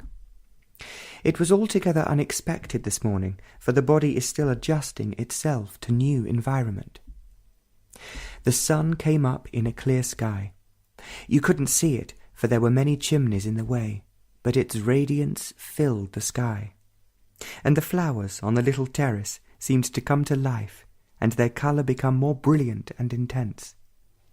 It was a beautiful morning, full of light, and the sky became a marvellous blue. Meditation included that blue and those flowers. They were part of it. They wound their way through it. They were not a distraction. There's no distraction, really, for meditation is not concentration, which is exclusion, a cutting off, a resistance, and so a conflict. A meditative mind can concentrate, which then is not an exclusion, a resistance, but a concentrated mind cannot meditate. It's curious how all-important meditation becomes. There's no end to it, nor is there a beginning to it. It's like a raindrop. In that drop are all the streams, the great rivers, the seas, and the waterfalls. That drop nourishes the earth and man. Without it, the earth would be a desert. Without meditation, the heart becomes a desert, a wasteland. Meditation has its own movement. You can't direct it, shape it, or force it. If you do, it ceases to be meditation. This movement ceases if you are merely an observer, if you are the experiencer. Meditation is the movement that destroys the observer, the experiencer. It's a movement that is beyond all symbol, thought, and feeling. Its rapidity is not measurable. But the clouds were covering the sky, and there was a battle going on between them and the wind was conquering. There was a wide expanse of blue, so blue, and the clouds were extravagant, full of light and darkness, and those to the north seemed to have forgotten time, but space was theirs. In the park, the Champ de Mars, the ground was covered with autumn leaves, and the pavement was full of them. It was a bright, fresh morning, and the flowers were splendid in their summer colours. Beyond the huge, tall, open tower, the Eiffel Tower, the main attraction, passed a funeral procession, the coffin and the hearse covered with flowers, followed by many cars. Even in death we want to be important. To our vanity and pretence there is no end. Everyone wants to be somebody, or be associated with someone who is somebody, power and success little or great, and recognized. Without recognition they have no meaning, recognized by the many or by the one who is dominated. Power is always respected, and so is made respectable. Power is always evil, wielded by the politician or by the saint or by the wife over the husband. However evil it is, everyone craves for it, and those who have it want more of it. And that hearse, with those gay flowers in the sun, seems so far away, and even death does not end power, for it continues in another. It's the torch of evil that continues from generation to generation. Few can put it aside, widely and freely, without looking back. They have no reward. Reward is success, the halo of recognition, not to be recognized, failure long forgotten, being nobody when all striving and conflict has ceased. There comes a blessing which is not of the church nor of the gods of man. Children were calling and playing as the hearse passed by, never even looking at it, absorbed in their game and laughter. 8th.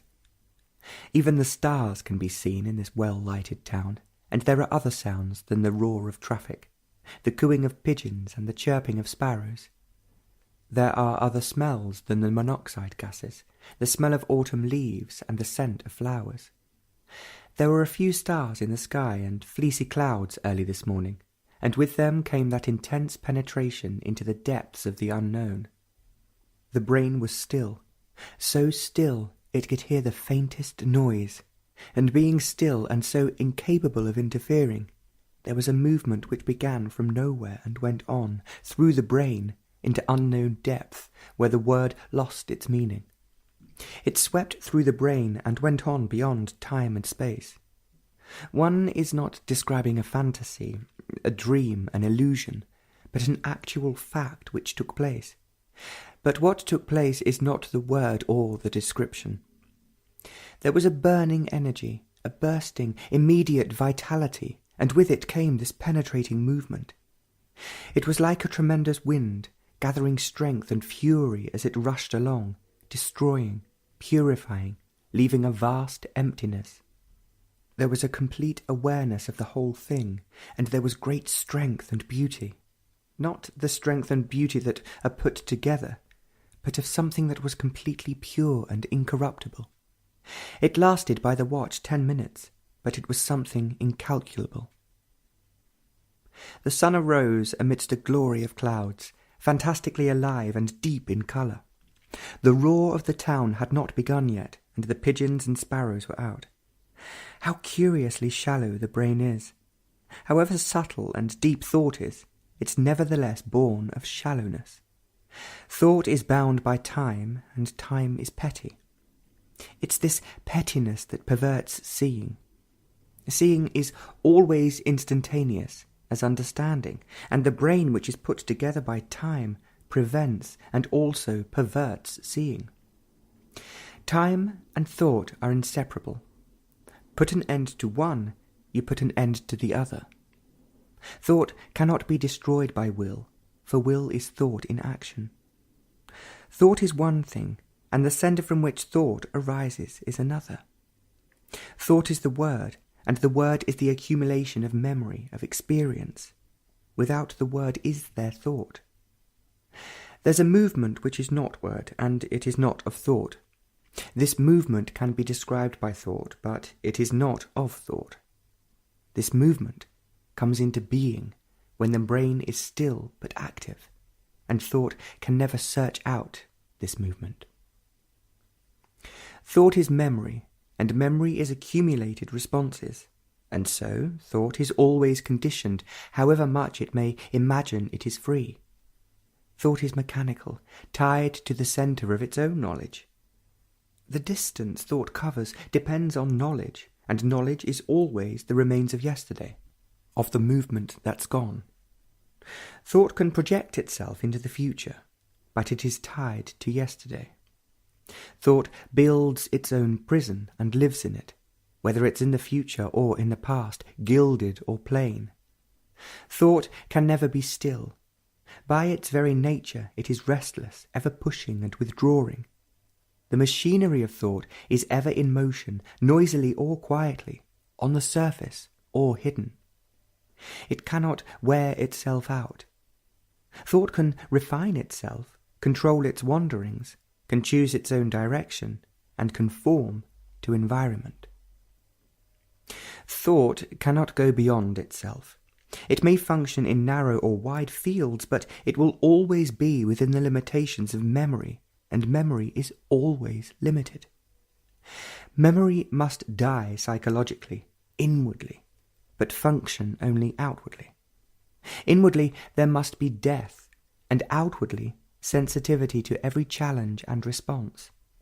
The inward concern of thought perverts action. 9th. To have such a beautiful day in town seems such a waste. There isn't a cloud in the sky. The sun is warm and the pigeons are warming themselves on the roof, but the roar of the town goes on without pity. The trees feel the autumnal air, and their leaves are turning, slowly and languidly, without care. The streets are crowded with people, always looking at shops, very few at the sky. They see each other as they pass by, but they are concerned with themselves, how they look, what impression they give, Envy and fear is always there in spite of their makeup, in spite of their polished appearance. The labourers are too tired, heavy and grumbling. The massed trees against the wall of a museum seem so utterly sufficient to themselves. The river, held in by cement and stone, seems so utterly indifferent. The pigeons are plentiful, with a strutting dignity of their own. And so a day passed by on the street, in the office. It's a world of monotony and despair, with laughter that soon passes away. In the evening the monuments, the streets, are lit up, but there's a vast emptiness and unbearable pain. There's a yellow leaf on the pavement, just fallen. It's still full of summer, and though in death it's still very beautiful, not a part of it is withered. It has still the shape and grace of spring, but it's yellow, and will wither away by the evening. Early in the morning, when the sun was just showing itself in a clear sky, there was a flash of otherness, with its benediction and the beauty of its remains. It's not that thought has captured it and holds it, but it has left its imprint on consciousness. Thought is always fragmentary, and what it holds is always partial as memory. It cannot observe the whole, the part cannot see the whole, and the imprint of benediction is non-verbal and non-communicable through words, through any symbol. Thought will always fail in its attempt to discover, to experience that which is beyond time and space. The brain, the machinery of thought, can be quiet. The very active brain can be quiet. Its machinery can run very slowly. The quietness of the brain, though intensely sensitive, is essential. Then only can thought disentangle itself and come to an end. The ending of thought is not death. Then only can there be innocency, freshness, a new quality to thought. It's this quality that puts an end to sorrow and despair. 10th. It's a morning without a cloud. The sun seems to have banished every cloud from sight. It is peaceful, except for the roar of traffic, even though it is Sunday. The pigeons are warming themselves on the zinc roofs, and are almost the same colour as the roof. There's not a breath of air, though it's cool and fresh. There is peace beyond thought and feeling. It is not the peace of the politician, nor the priest, nor of the one who seeks it. It is not to be sought. What is sought must already be known, and what's known is never the real. Peace is not to the believer, to the philosopher who specializes in theory. It is not a reaction, a contrary response to violence. It has no opposite. All opposites must cease, the conflict of duality. There is duality, light and darkness, man and woman, and so on, but the conflict between the opposites is in no way necessary. Conflict between the opposites arises only when there's need, the compulsion to fulfill, the need for sex, the psychological demand for security. Then only is there conflict between the opposites, the escape from the opposites, attachment and detachment. Then is the search for peace through church and law. Law can and does give superficial order. The peace that church and temple offer is fancy, a myth to which a confused mind can escape. But this is not peace. The word, the symbol, must be destroyed. Not destroyed in order to have peace, but they must be shattered, for they are an impediment to understanding. Peace is not for sale, a commodity of exchange. Conflict in every form must cease, and then perhaps it is there. There must be total negation. The cessation of demand and need, then only does conflict come to an end. In emptiness there is birth. All the inward structure of resistance and security must die away. Then only is there emptiness. Only in this emptiness is there peace, whose virtue has no value nor profit. It was there early in the morning. It came with the sun in a clear, opaque sky. It was a marvellous thing full of beauty, a benediction that asked nothing, no sacrifice, no disciple, no virtue, no midnight hour. It was there in abundance, and only an abundant mind and heart could receive it. It was beyond all measure. 11th. In the park it was crowded. Everywhere there were people, children, nurses, different races. They were talking, shouting, playing, and the fountains were going. The head gardener must have very good taste. There were so many flowers and so many colours all mixed together. It was quite spectacular, and they had an air of gay festivity. It was a pleasant afternoon, and everyone seemed to be out in their best clothes. Going through the park, crossing a main thoroughfare, there was a quiet street with trees and old houses, well kept.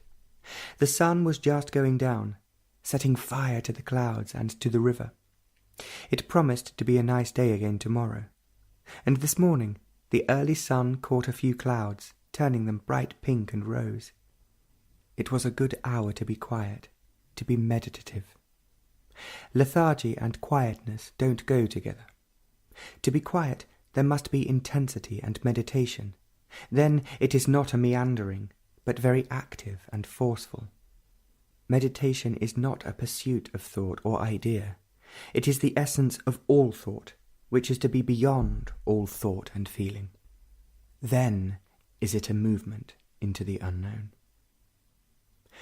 Intelligence is not the mere capacity of design, remembrance, and communication. It is more than that. One can be very informed and clever at one level of existence, and quite dull at other levels. Mere knowledge, however deep and wide, does not necessarily indicate intelligence. Capacity is not intelligence. Intelligence is sensitive awareness of the totality of life. Life with its problems, contradictions, miseries and joys. To be aware of all this, without choice and without being caught by any one of its issues, and to flow with the whole of life, is intelligence. This intelligence is not the result of influence and environment. It is not the prisoner of either of them, and so can understand them, and thus be free of them. Consciousness is limited, open or hidden, and its activity, however alert, is confined within the borders of time. Intelligence is not. Sensitive awareness without choice of the totality of life is intelligence. This intelligence cannot be used for gain and profit, personal or collective. This intelligence is destruction, and so the form has no significance, and reform then becomes a retrogression.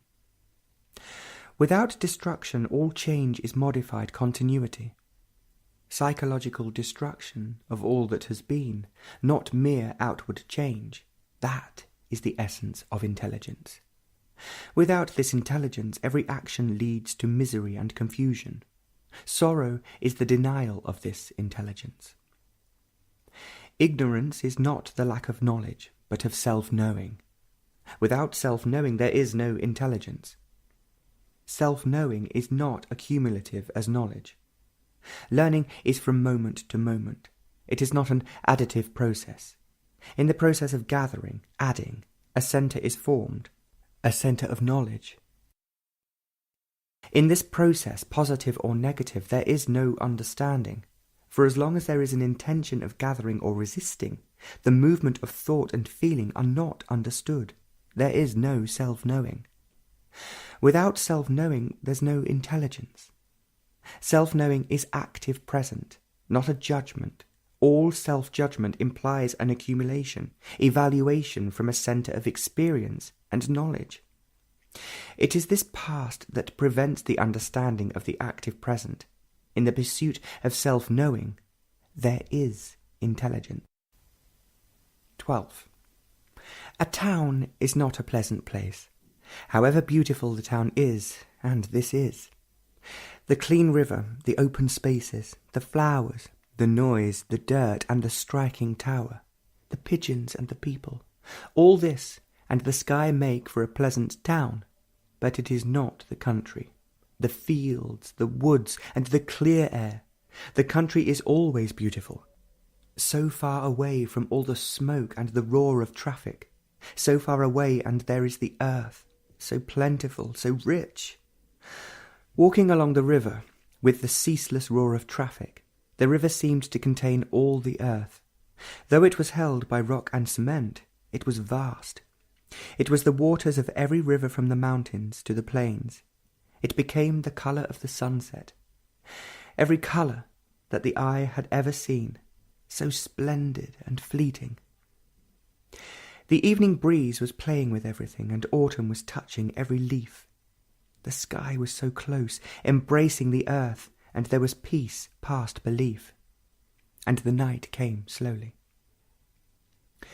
On waking this morning early, when the sun was below the horizon and dawn had begun, meditation yielded to that otherness whose benediction is clarity and strength. It was there last night as one was getting into bed, so unexpectedly, so clearly. One had not been with it for some days. The body was adjusting itself to the ways of the town, and so when it came, there was great intensity and beauty, and everything became still.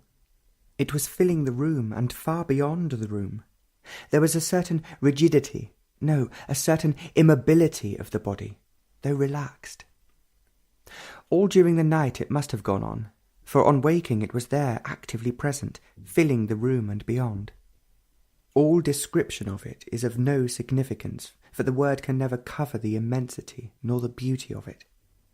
Everything ceases when that is, and strangely the brain with all its responses and activities finds itself suddenly and voluntarily quiet, without a single response, without a single memory, nor is there any recording of what is going on.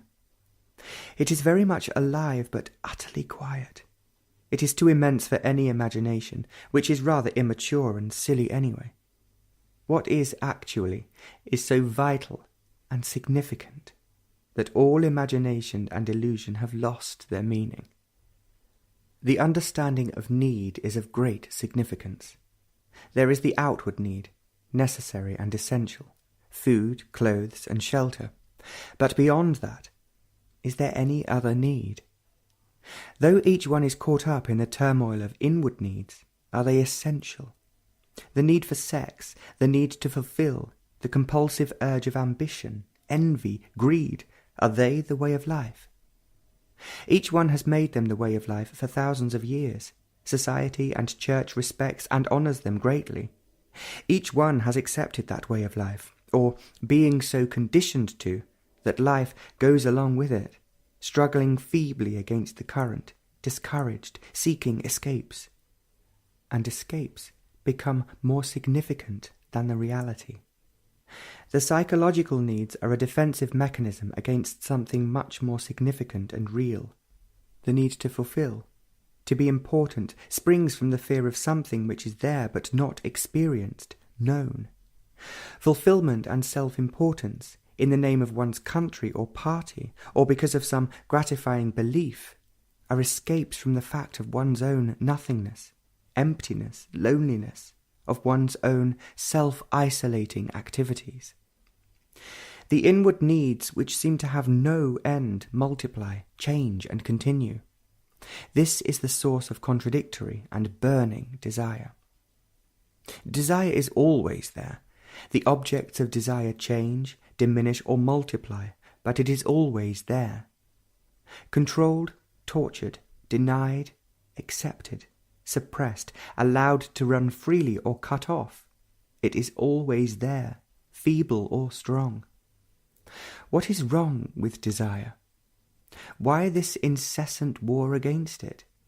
It is disturbing, painful, leading to confusion and sorrow, but yet it is there, always there, weak or rich. To understand it completely, not to suppress it, not to discipline it out of all recognition, is to understand need. Need and desire go together, like fulfillment and frustration. There's no noble or ignoble desire, but only desire, ever in conflict within itself. The hermit and the party boss are burning with it. Call it by different names, but it is there, eating away the heart of things. When there is total understanding of need, the outward and the inner, then desire is not a torture. Then it has quite a different meaning, a significance far beyond the content of thought, and it goes beyond feeling, with its emotions, myths, and illusions. With the total understanding of need, not the mere quantity or the quality of it, desire then is a flame, and not a torture. Without this flame, life itself is lost. It is this flame that burns away the pettiness of its object, the frontiers, the fences that have been imposed upon it. Then call it by whatever name you will, love, death, beauty. Then it is there, without an end. 13th. It was a strange day today. That otherness was there all day yesterday, on the short walk, while resting, and very intensely during the talk. It was persistently there most of the night, and this morning, waking early after little sleep, it continued. The body is too tired and needs rest. Strangely, the body becomes very quiet, very still, motionless, but every inch of it very alive and sensitive. As far as the eye can see, there are short, small chimneys, all without smoke, for the weather is very warm. The horizon is far away, uneven, cluttered up. The town seems to stretch far out endlessly. Along the avenue there are trees, waiting for winter, for autumn is slowly beginning already. The sky was silver, polished and bright, and the breeze made patterns on the river. Pigeons stirred early in the morning, and as the sun made the zinc roofs warm, they were there warming themselves. Mind, in which are the brain, thought, feeling, and every subtle emotion, fancy and imagination, is an extraordinary thing. All its contents do not make up the mind, and yet without them it is not. It is more than what it contains.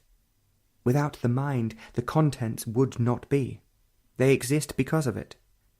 In the total emptiness of the mind, intellect, thought, feeling, all consciousness have their existence. A tree is not the word, nor the leaf, the branch, or the roots. The whole of it is the tree, and yet it is none of these things. Mind is that emptiness in which the things of the mind can exist, but the things are not the mind. Because of this emptiness, time and space come into being. But the brain and the things of the brain cover a whole field of existence. It is occupied with its multiple problems. It cannot capture the nature of the mind, as it functions only in fragmentation, and the many fragments do not make the whole. And yet it is occupied with putting together the contradictory fragments to make the whole. The whole can never be gathered and put together. The activity of memory, knowledge, and action, the conflict of opposing desire, the search for freedom, are still within the confines of the brain. The brain can refine, enlarge, accumulate its desires, but sorrow will go on. There's no ending of sorrow, as long as thought is merely a response of memory, of experience. There's a thinking born out of the total emptiness of the mind. That emptiness has no centre, and so is capable of infinite movement. Creation is born out of this emptiness, but it is not the creation of man putting things together. That creation of emptiness is love and death. Again, it has been a strange day. That otherness has been present wherever one has been, whatever the daily activity. It is as though one's brain was living in it. The brain has been very quiet without going to sleep, sensitive and alert. There's a sense of watching from infinite depth.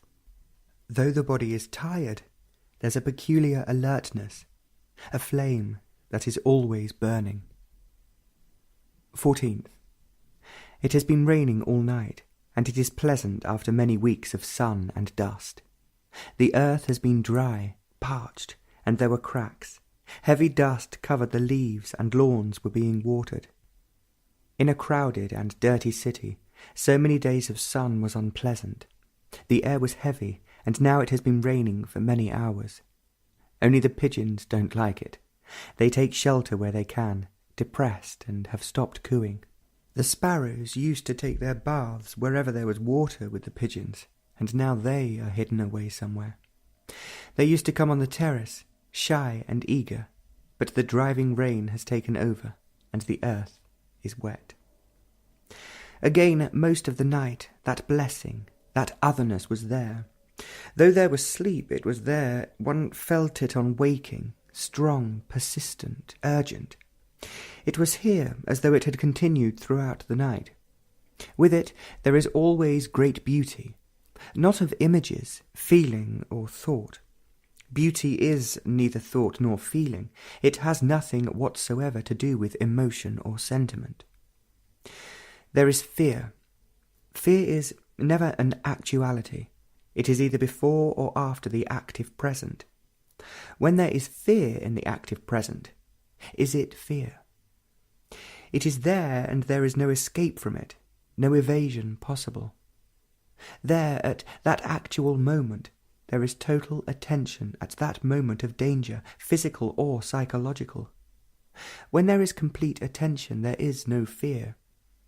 But the actual fact of inattention breeds fear.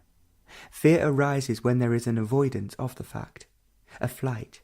Then the very escape itself is fear. Fear and its many forms, guilt, anxiety, hope, despair, is there in every movement of relationship. It is there in every search for security. It is there in so-called love and worship. It is there in ambition and success.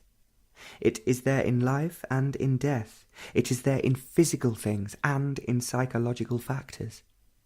There is fear in so many forms and at all the levels of our consciousness. Defense, resistance, and denial spring from fear. Fear of the dark and fear of the light. Fear of going and fear of coming. Fear begins and ends with the desire to be secure, inward and outward security, with the desire to be certain, to have permanency. The continuity of permanence is sought in every direction, in virtue, in relationship, in action, in experience, in knowledge, in outward and inward things. To find and be secure is the everlasting cry. It is this insistent demand that breeds fear. But is there permanency, outwardly or inwardly? Perhaps in a measure, outwardly there might be, and even that is precarious. Wars, revolutions, progress, accident, and earthquakes. There must be food, clothes, and shelter that is essential and necessary for all. Though it is sought after, blindly and with reason, is there ever inward certainty, inward continuity, permanency? There is not. The flight from this reality is fear. The incapacity to face this reality breeds every form of hope and despair. Thought itself is the source of fear. Thought is time. Thought of tomorrow is pleasure or pain. If it's pleasurable, thought will pursue it, fearing its end. If it's painful, the very avoidance of it is fear. Both pleasure and pain cause fear. Time as thought and time as feeling bring fear. It is the understanding of thought, the mechanism of memory and experience, that is the ending of fear. Thought is the whole process of consciousness, the open and the hidden. Thought is not merely the thing thought upon, but the origin of itself. Thought is not merely belief, dogma, idea and reason, but the centre from which these arise. This centre is the origin of all fear. But is there the experiencing of fear, or is there the awareness of the cause of fear from which thought is taking flight? Physical self-protection is sane, normal and healthy, but every other form of self-protection inwardly is resistance, and it always gathers, builds up strength, which is fear. But this inward fear makes outward security a problem of class, prestige, power, and so there is competitive ruthlessness. When this whole process of thought, time, and fear is seen, not as an idea, an intellectual formula, then there is total ending of fear, conscious or hidden. Self-understanding is the awakening and ending of fear. And when fear ceases, then the power to breed illusion, myth, visions, with their hope and despair also ceases, and then only begins a movement of going beyond consciousness, which is thought and feeling. It is the emptying of the innermost recesses and deep-hidden wants and desires. Then, when there is total emptiness, when there is absolutely and literally nothing, no influence, no value, no frontier, no word, then, in that complete stillness of time-space, there is that which is unnameable. 15th. It was a lovely evening. The sky was clear, and in spite of city light, the stars were brilliant. Though the tower was flooded with light from all sides, one could see the distant horizon, and down below patches of light were on the river. Though there was the everlasting roar of traffic, it was a peaceful evening. Meditation crept on like a wave covering the sands. It was not a meditation which the brain could capture in its net of memory. It was something to which the total brain yielded without any resistance. It was a meditation that went far beyond any formula, method. Method and formula and repetition destroy meditation. In its movement it took everything in, the stars, the noise, the quiet, and the stretch of water. But there was no mediator. The mediator, the observer, must cease for meditation to be. The breaking up of the mediator is also meditation. But when the mediator ceases, then there's an altogether different meditation. It was very early in the morning. Orion was coming up over the horizon, and the Pleiades were nearly overhead. The roar of the city had quietened, and at that hour there were no lights in any of the windows, and there was a pleasant, cool breeze. In complete attention there is no experiencing. In inattention there is. It is this inattention that gathers experience, multiplying memory, building walls of resistance. It is this inattention that builds up the self-centered activities. Inattention is concentration, which is exclusion, a cutting off. Concentration knows distraction and the endless conflict of control and discipline. In the state of inattention, every response to any challenge is inadequate. This inadequacy is experience.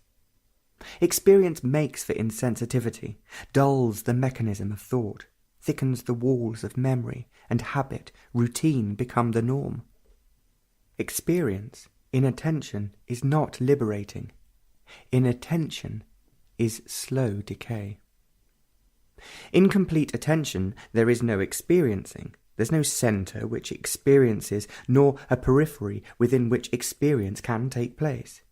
Attention is not concentration, which is narrowing, limiting. Total attention includes, never excludes. Superficiality of attention is inattention. Total attention includes the superficial and the hidden, the past, and its influence on the present, moving into the future. All consciousness is partial, confined, and total attention includes consciousness with its limitations, and so is able to break down the borders, the limitations. All thought is conditioned, and thought cannot uncondition itself. Thought is time and experience. It is essentially the result of non-attention. What brings about total attention? Not any method nor any system. They bring about a result promised by them. But total attention is not a result, any more than love is. It cannot be induced, it cannot be brought on by any action. Total attention is the negation of the results of inattention, but this negation is not the act of knowing attention.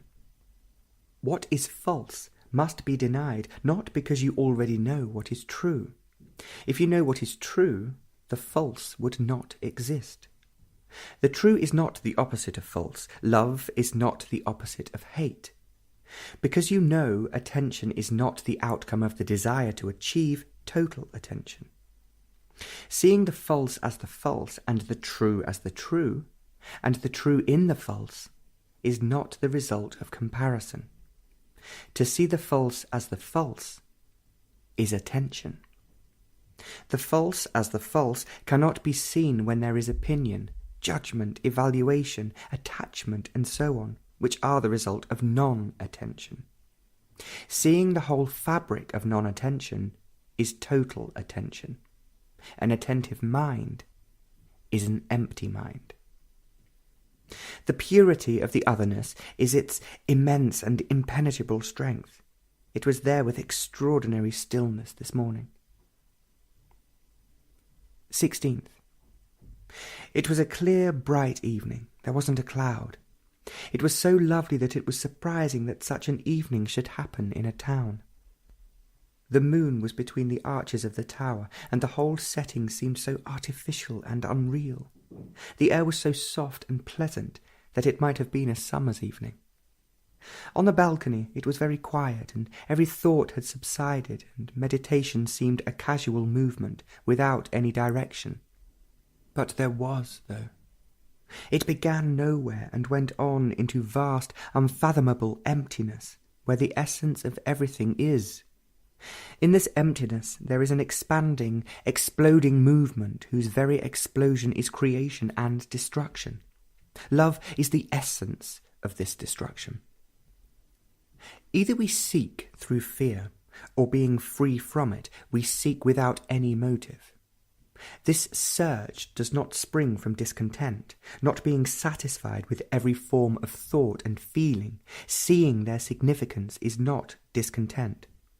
Discontent is so easily satisfied when thought and feeling have found some form of shelter, success, a gratifying position, a belief, and so on, only to be roused again when that shelter is attacked, shaken, or broken down. With this cycle, most of us are familiar, hope and despair. Surge, whose motive is discontent, can only lead to some form of illusion, a collective or a private illusion, a prison of many attractions. But there is a seeking without any motive whatsoever. Then is it a seeking? Seeking implies, does it not, an objective, an end already known or felt or formulated. If it's formulated, it's the calculation of thought, putting together all the things it has known or experienced. To find what is sought after, methods and systems are devised. This is not seeking at all. It is merely a desire to gain a gratifying end, or merely to escape into some fancy or promise of a theory or belief. This is not seeking. When fear, satisfaction, escape have lost their significance, then is there seeking at all?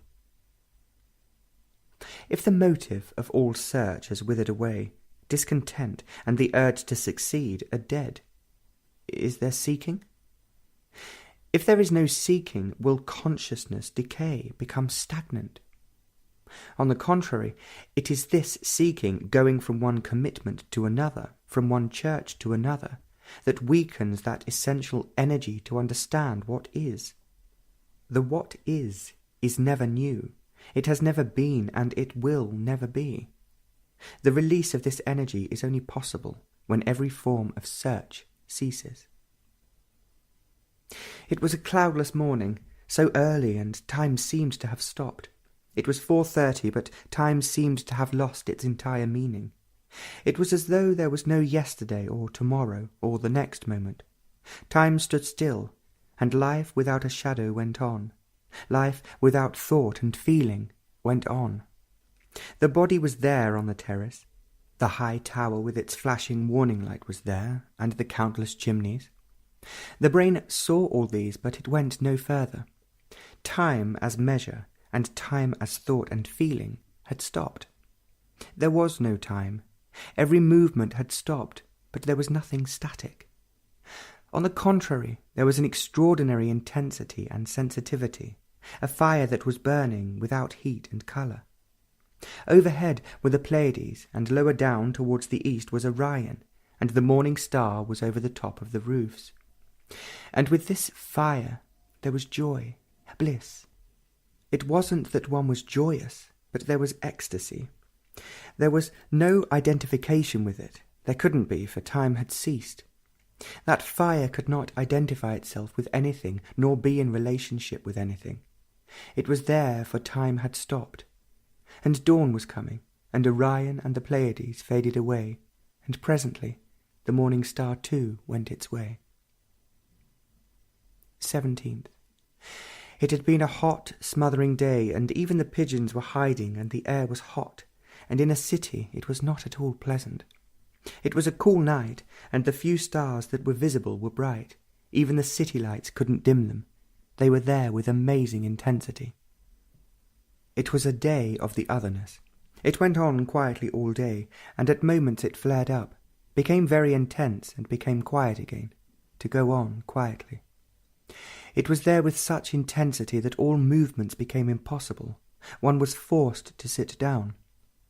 On waking in the middle of the night it was there with great force and energy. On the terrace, with the roar of the city, not so insistent, every form of meditation became inadequate and unnecessary, for it was there in full measure. It's a benediction, and everything seems rather silly and infantile.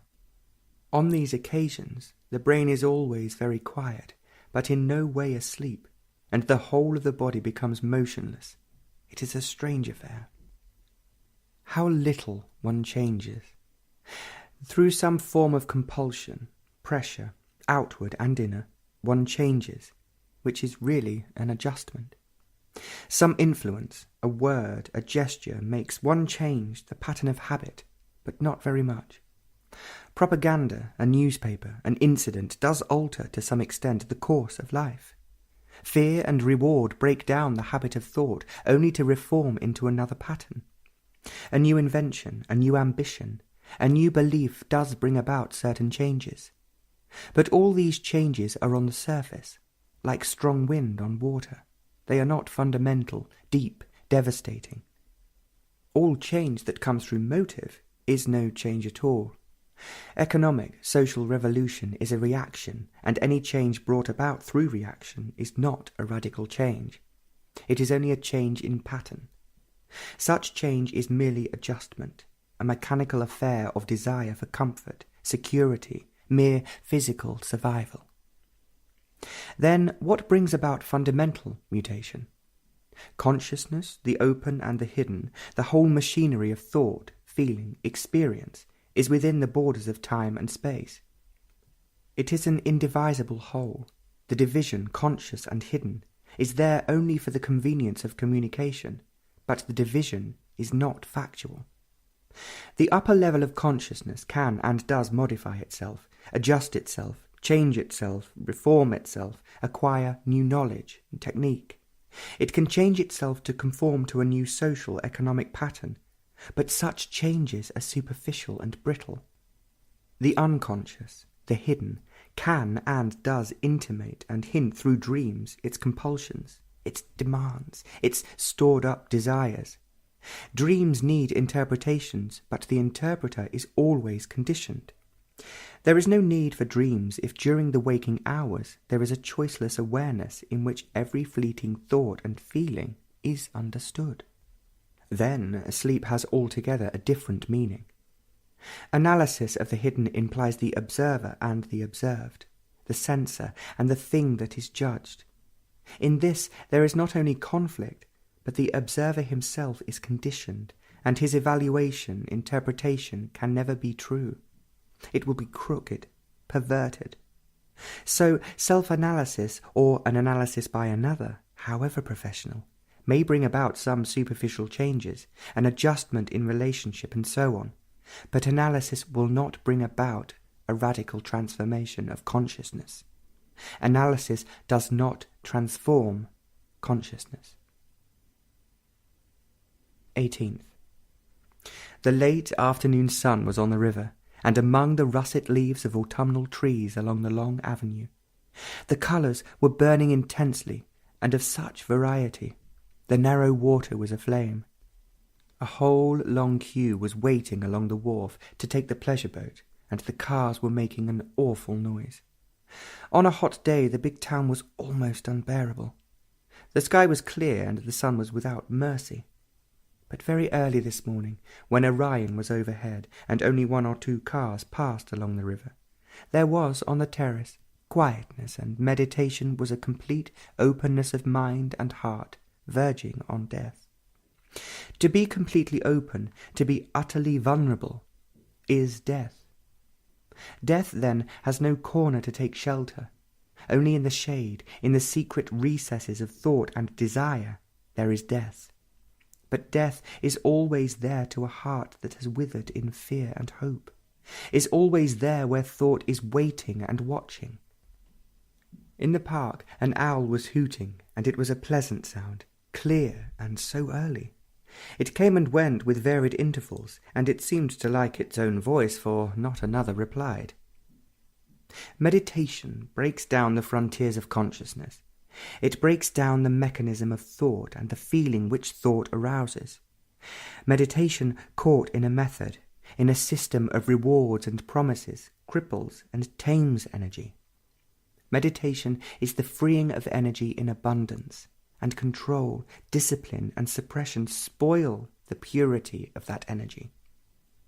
Meditation is the flame burning intensely without leaving any ashes. Words, feeling, thought always leave ashes, and to live on ashes is the way of the world. Meditation is danger, for it destroys everything. Nothing whatsoever is left, not even a whisper of desire. And in this vast, unfathomable emptiness, there is creation and love. To continue, analysis, personal or professional, does not bring about mutation of consciousness. No effort can transform it. Effort is conflict, and conflict only strengthens the walls of consciousness. No reason, however logical and sane, can liberate consciousness, for reason is idea wrought by influence.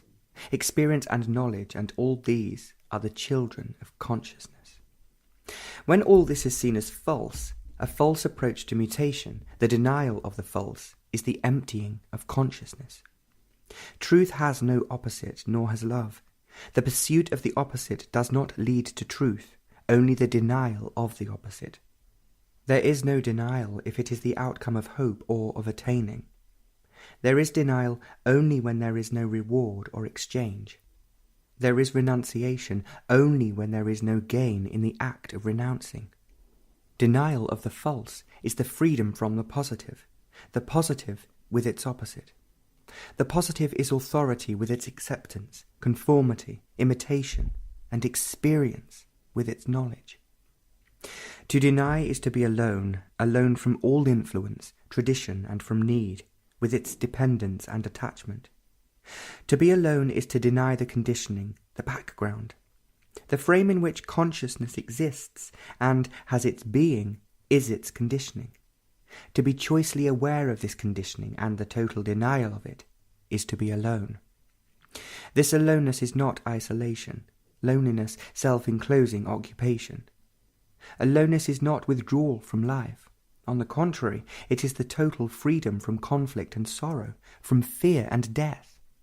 This aloneness is the mutation of consciousness, complete transformation of what has been. This aloneness is emptiness. It is not the positive state of being, nor the not being. It is emptiness. In this fire of emptiness the mind is made young, fresh, and innocent. It is innocency alone that can receive the timeless, the new which is ever destroying itself. Destruction is creation. Without love, there is no destruction. Beyond the enormous sprawling town were the fields, woods, and hills. 19th. Is there a future? There is a tomorrow already planned, certain things that have to be done. There is also the day after tomorrow, with all the things that are to be done, next week and next year. These cannot be altered, perhaps modified or changed altogether, but the many tomorrows are there, they cannot be denied. And there is space, from here to there, near and far, the distance in kilometres, space between entities, the distance which thought covers in a flash, the other side of the river and the distant moon. Time to cover space, distance, and time to cross over the river from here to there. Time is necessary. to cover that space. It may take a minute, a day, or a year. This time is by the sun and by the watch. Time is a means to arrive. This is fairly simple and clear. Is there a future apart from this mechanical, chronological time? Is there an arriving? Is there an end for which time is necessary? The pigeons were on the roof so early in the morning. They were cooing, preening, and pursuing each other. The sun wasn't up yet, and there were a few vaporous clouds scattered all over the sky. They had no colour yet, and the roar of traffic had not yet begun.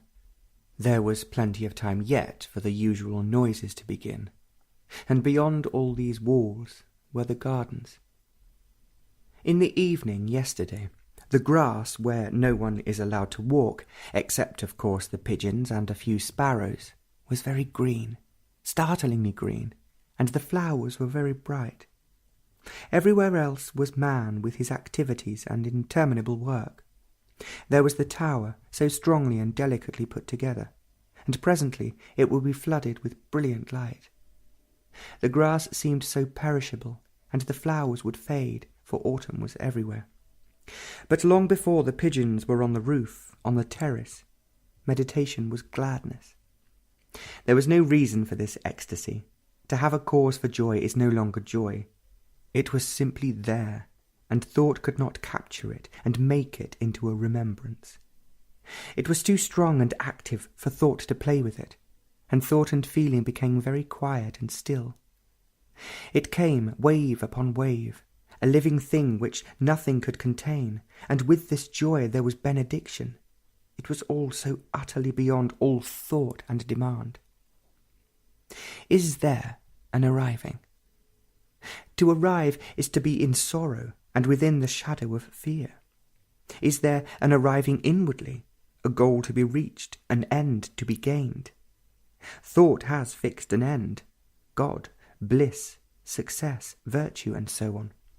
But thought is only a reaction, a response of memory, and thought breeds time to cover the space between what is and what should be. The what should be, the ideal, is verbal, theoretical, it has no reality. The actual has no time, it has no end to achieve, no distance to travel. The fact is, and everything else is not. There is no fact if there's no death to ideal, to achievement, to an end. The ideal, the goal, are an escape from the fact. The fact has no time and no space. And then, is there death? There is a withering away. The machinery of the physical organism deteriorates, gets worn out, which is death. But that is inevitable, as the lead of this pencil will wear out. Is that what causes fear?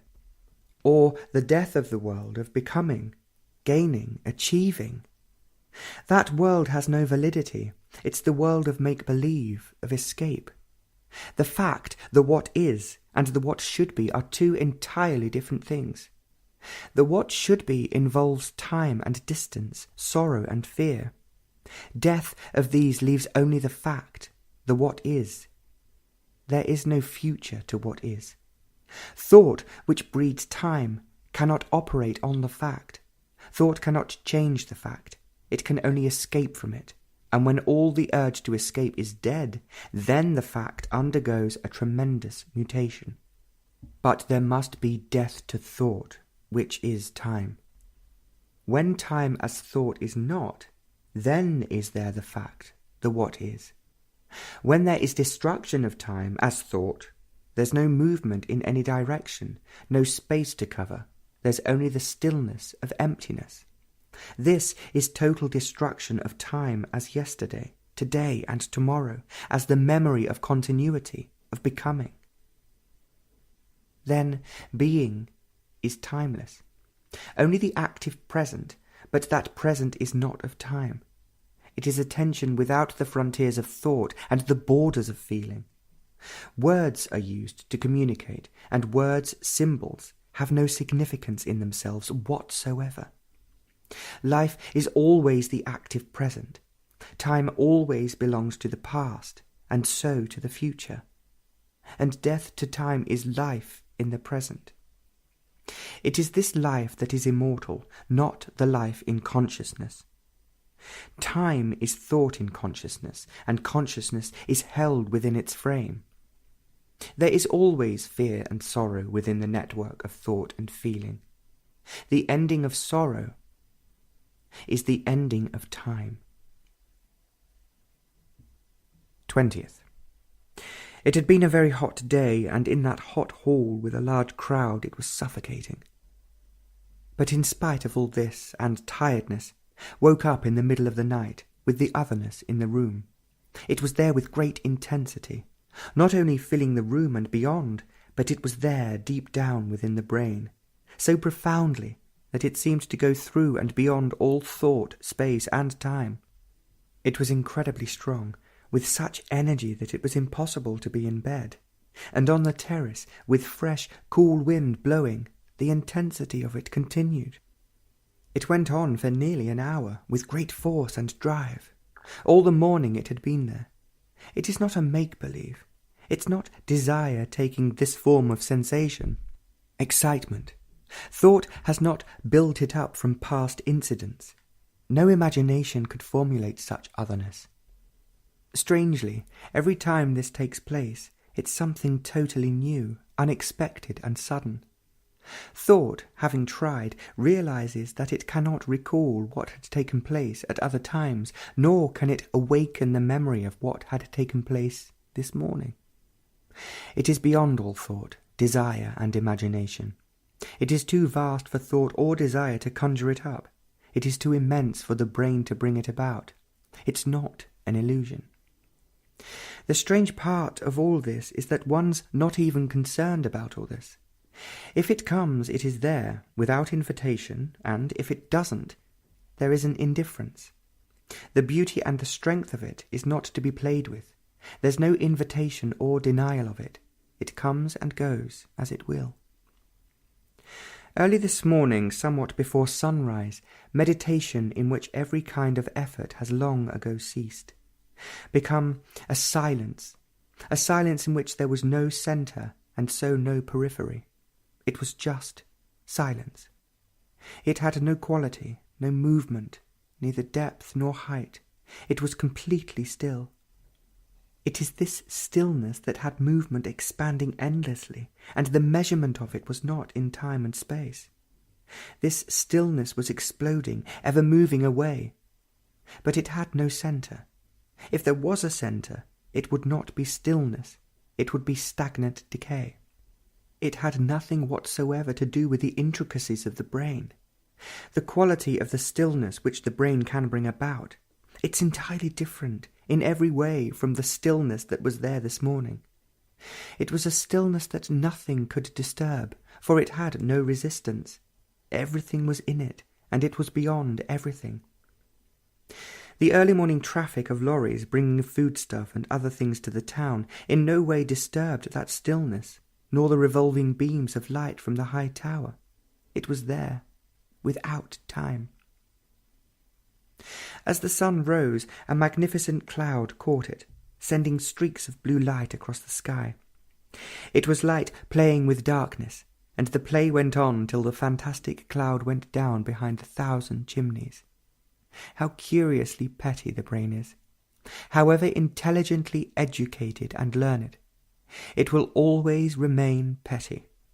Do what it will, it can go to the moon and beyond, or go down into the deepest parts of the earth.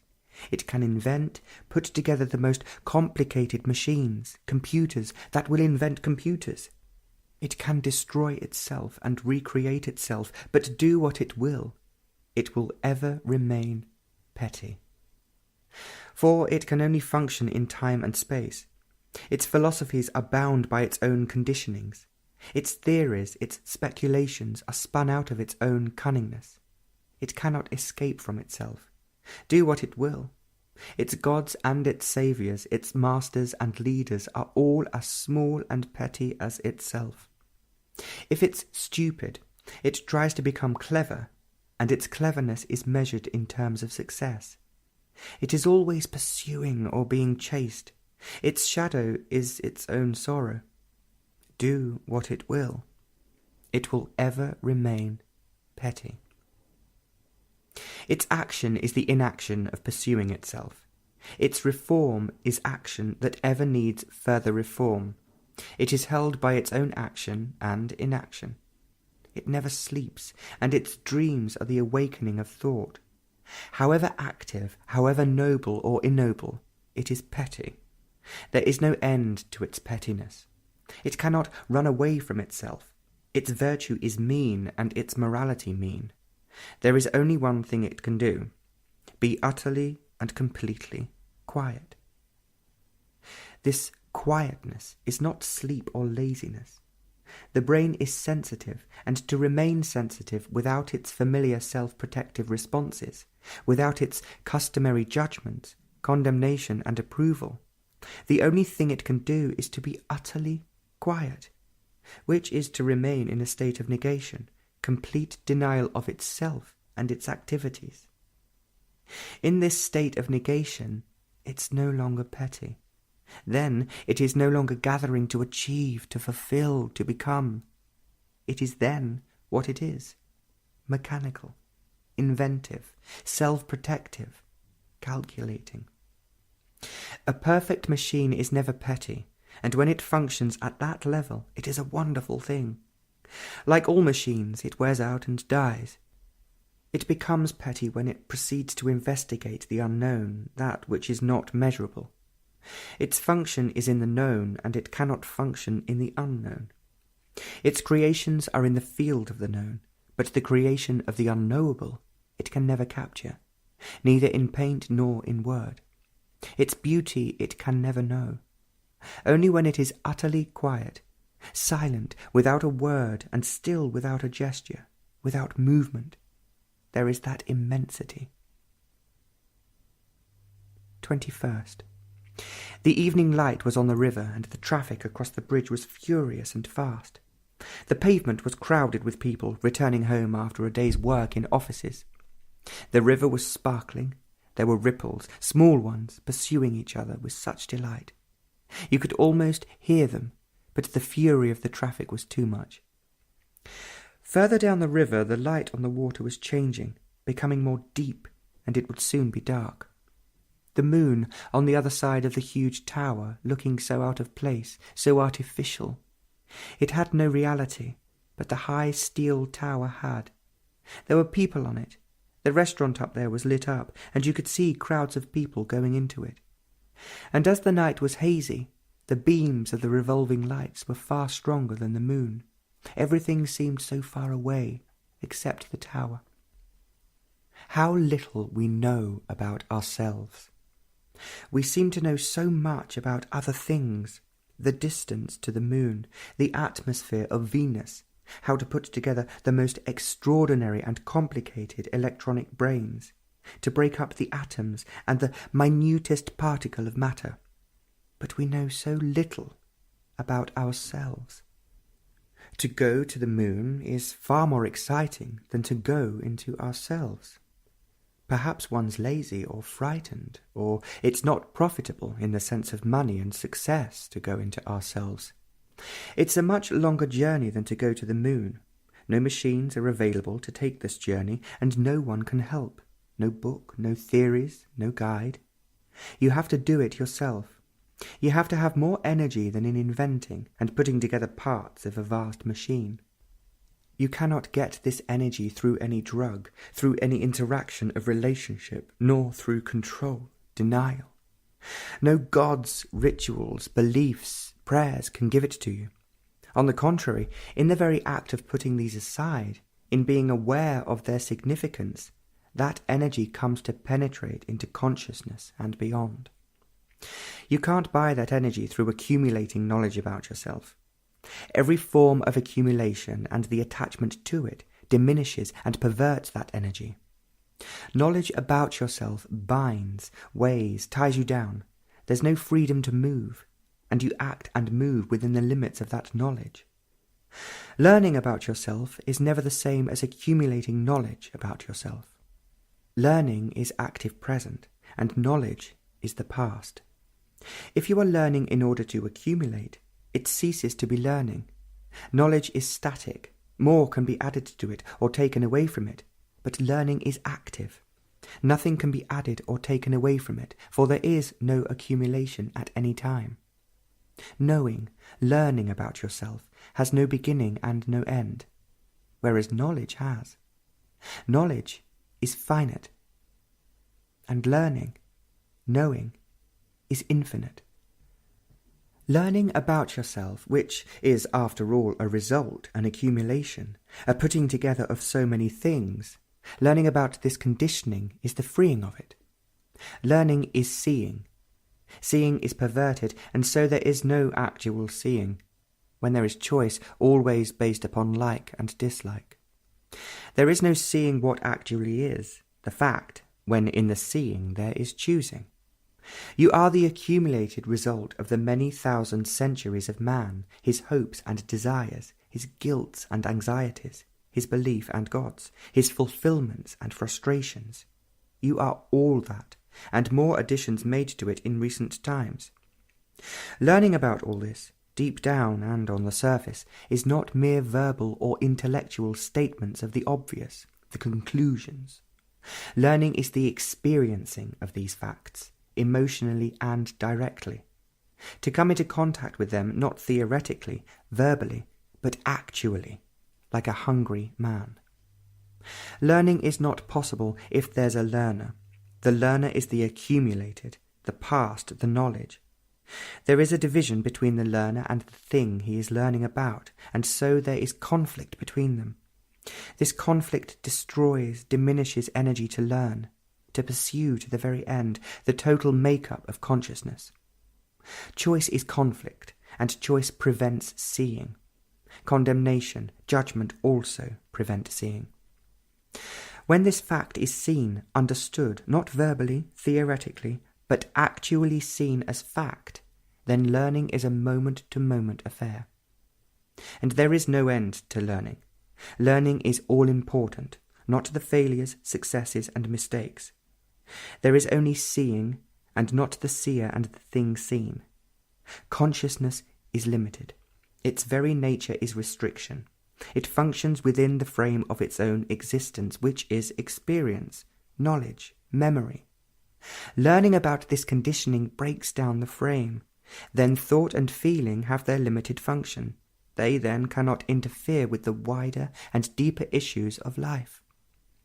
Where the self ends, with all its secret and open intrigues, its compulsive urges and demands, its joys and sorrows, there begins a movement of life that is beyond time and its bondage.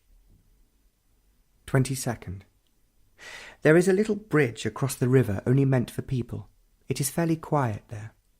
The river was full of light, and a big barge was going up, full of sand brought from the beaches. It was fine, clean sand.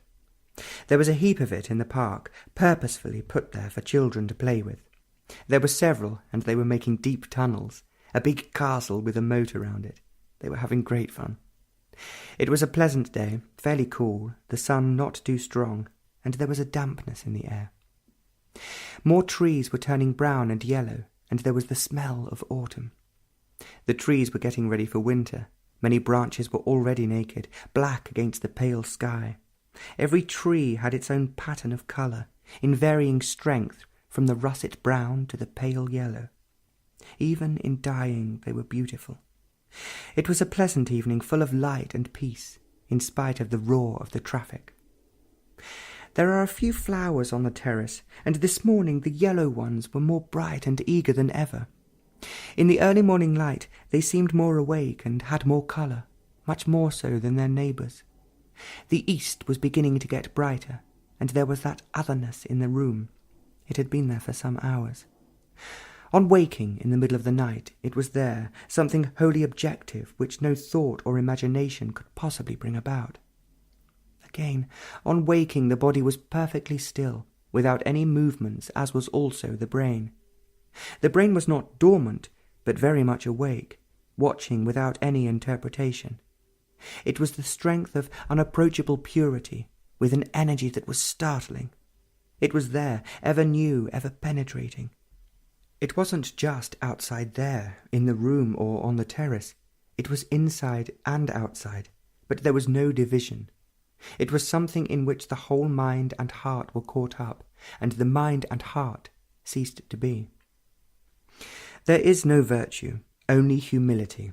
Where it is, there is all virtue. Social morality is not virtue. It is merely an adjustment to a pattern, and that pattern varies and changes according to time and climate. It is made respectable by society and organized religion, but it is not virtue. Morality, as recognized by church society, is not virtue. Morality is put together. It conforms. It can be taught and practiced.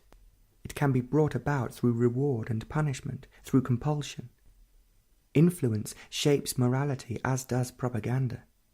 In the structure of society, there are varying degrees of morality, of different shades, but it is not virtue.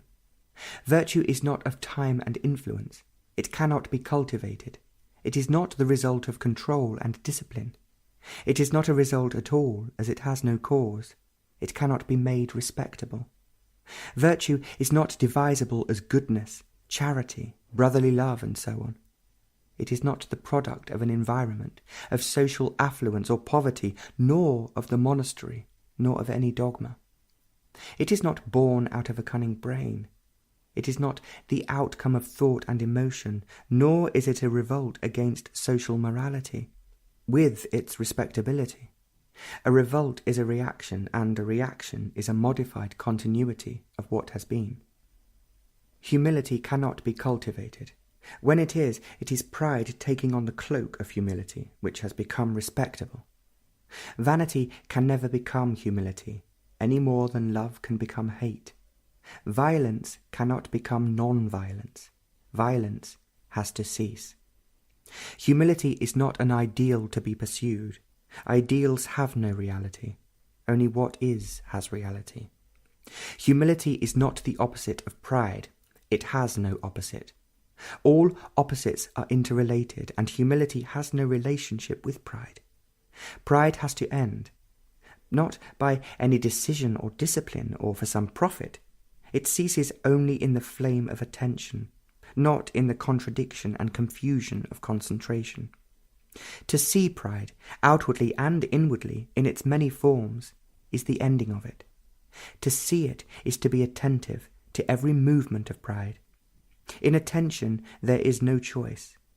There is attention only in the active present. It cannot be trained. If it is, then it becomes another cunning faculty of the brain, and humility is not its product.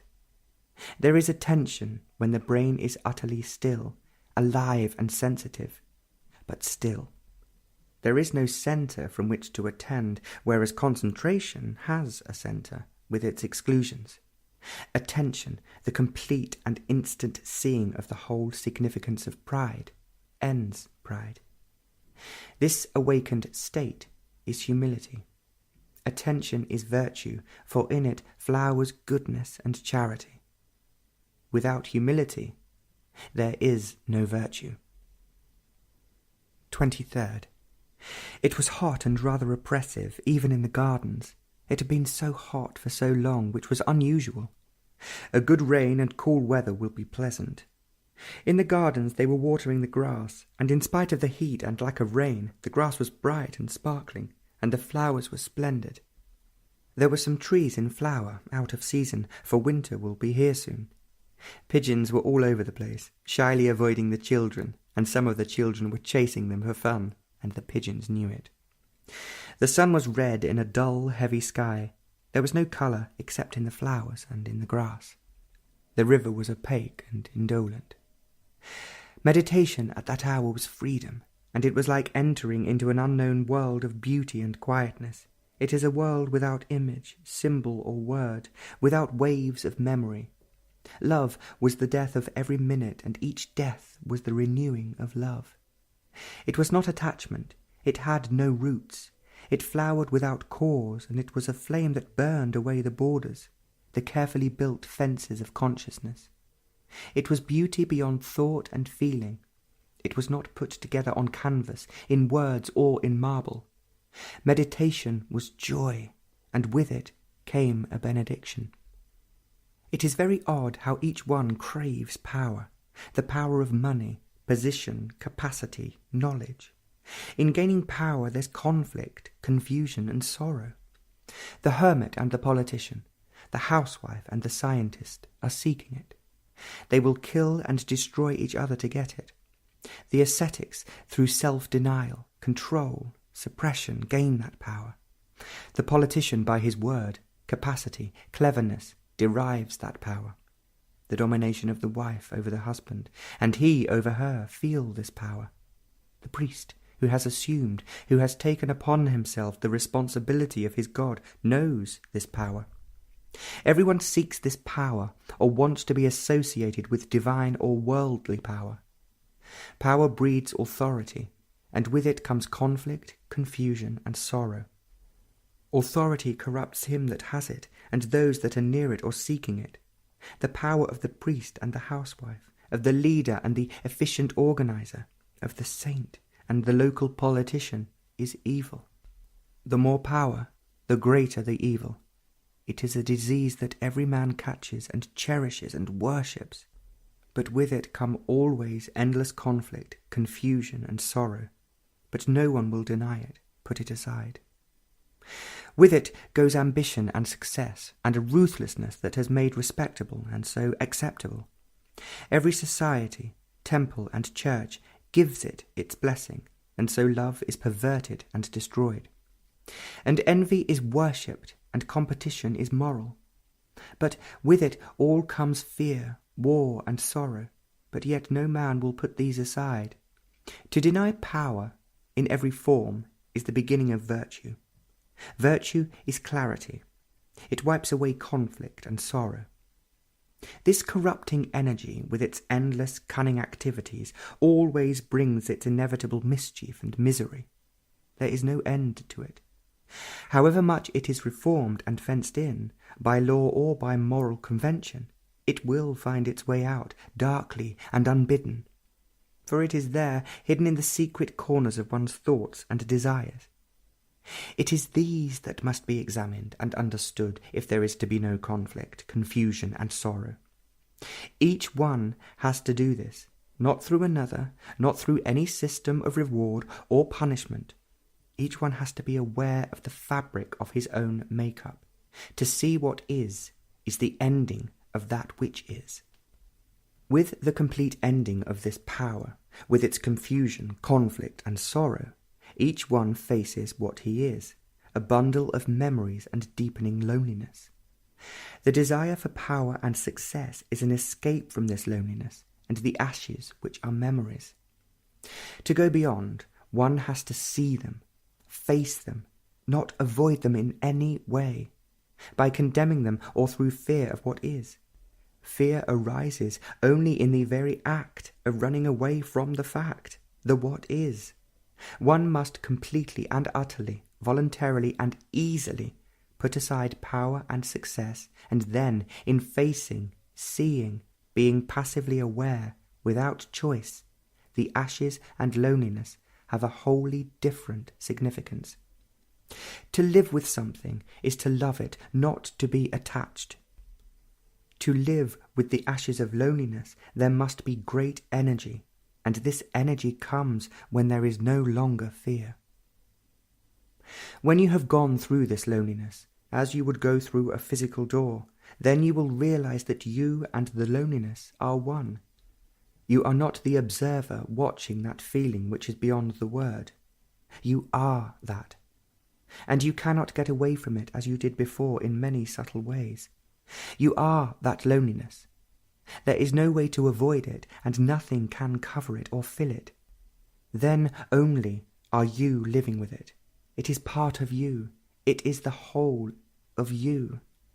Neither despair nor hope can banish it, nor any cynicism, nor any intellectual cunning. You are that loneliness, the ashes that had once been fire.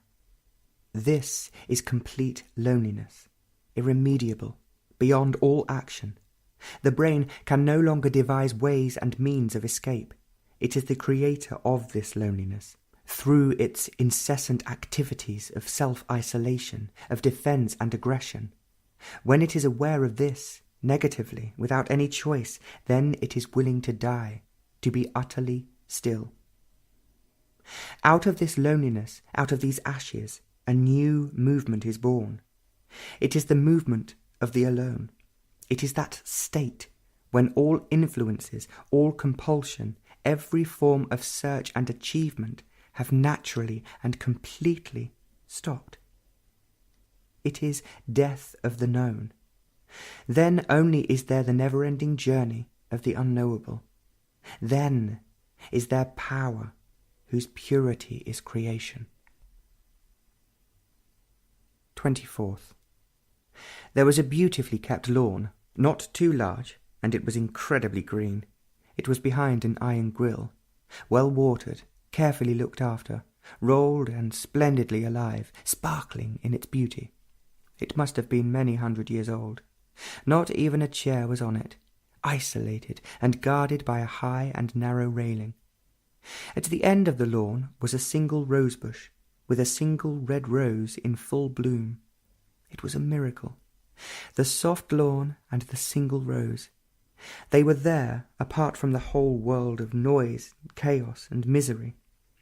Though man had put them there, they were the most beautiful things, far beyond the museums, towers, and the graceful line of bridges. They were splendid in their splendid aloofness. They were what they were, grass and flower, and nothing else. There was great beauty and quietness about them, and the dignity of purity. It was a hot afternoon, with no breeze, and the smell of exhaust of so many cars was in the air. But there the grass had a smell of its own, and one could almost smell the perfume of the solitary rose. On waking so early, with the full moon coming into the room, the quality of the brain was different. It wasn't asleep, nor heavy with sleep. It was fully awake, watching. It wasn't watching itself, but something beyond itself. It was aware of itself as a part of a whole movement of the mind. The brain functions in fragmentation. It functions in part, in division. It specializes. It's never the whole. It tries to capture the whole, to understand it, but it cannot. By its very nature, thought is always incomplete, as is feeling. Thought, the response of memory, can function only in the known things or interpret from what it has known, knowledge. The brain is the product of specialization. It cannot go beyond itself. It divides and specializes. The scientist, the artist, the priest, the lawyer, the technician, the farmer. In functioning, it projects its own status, the privileges, the power, the prestige. Function and status go together, for the brain is a self-protective organism. From the demand for status begins the opposing and contradictory elements in society. The specialist cannot see the whole. Rome and Florence, September 25th. Meditation is the flowering of understanding. Understanding is not within the borders of time. Time never brings understanding. Understanding is not a gradual process to be gathered little by little with care and patience. Understanding is now or never. It is a destructive flash, not a tame affair. It is this shattering that one is afraid of, and so one avoids it, knowingly or unknowingly. Understanding may alter the course of one's life, the way of thought and action. It may be pleasant or not, but understanding is a danger to all relationship. But without understanding, sorrow will continue. Sorrow ends only through self-knowing, the awareness of every thought and feeling, every movement of the conscious and that which is hidden. Meditation is the understanding of consciousness, the hidden and the open, and of the movement that lies beyond all thought and feeling. The specialist cannot perceive the whole. His heaven is what he specializes in, but his heaven is a petty affair of the brain, the heaven of religion or of the technician.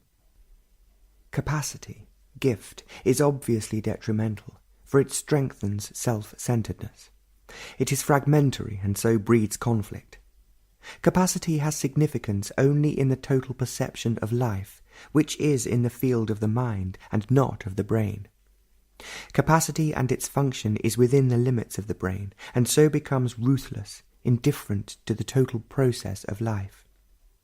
Capacity breeds pride, envy, and its fulfillment becomes all-important, and so it brings about confusion, enmity, and sorrow.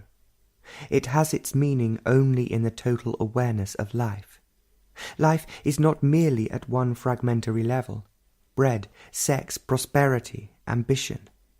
Life is not fragmentary when it's made to be. It becomes utterly a matter of despair and endless misery. Brain functions in specialization of the fragment, in self-isolating activities, and within the limited field of time. It is incapable of seeing the whole of life. The brain is a part. However educated it be, it is not the whole. Mind alone sees the whole, and within the field of the mind is the brain. The brain cannot contain the mind, do what it will. To see wholly, the brain has to be in a state of negation. Negation is not the opposite of the positive. All opposites are related within the fold of each other. Negation has no opposite. The brain has to be in a state of negation for total seeing. It must not interfere with its evaluations and justifications, with its condemnations and defences. It has to be still, not made still by compulsion of any kind, for then it is a dead brain, merely imitating and conforming. When it is in a state of negation, it is choicelessly still. Only then is there total seeing. In this total seeing, which is the quality of the mind, there is no seer, no observer, no experiencer. There's only seeing. The mind then is completely awake. In this fully wakened state, there is no observer and the observed. There is only light, clarity. The contradiction and conflict between the thinker and thought ceases.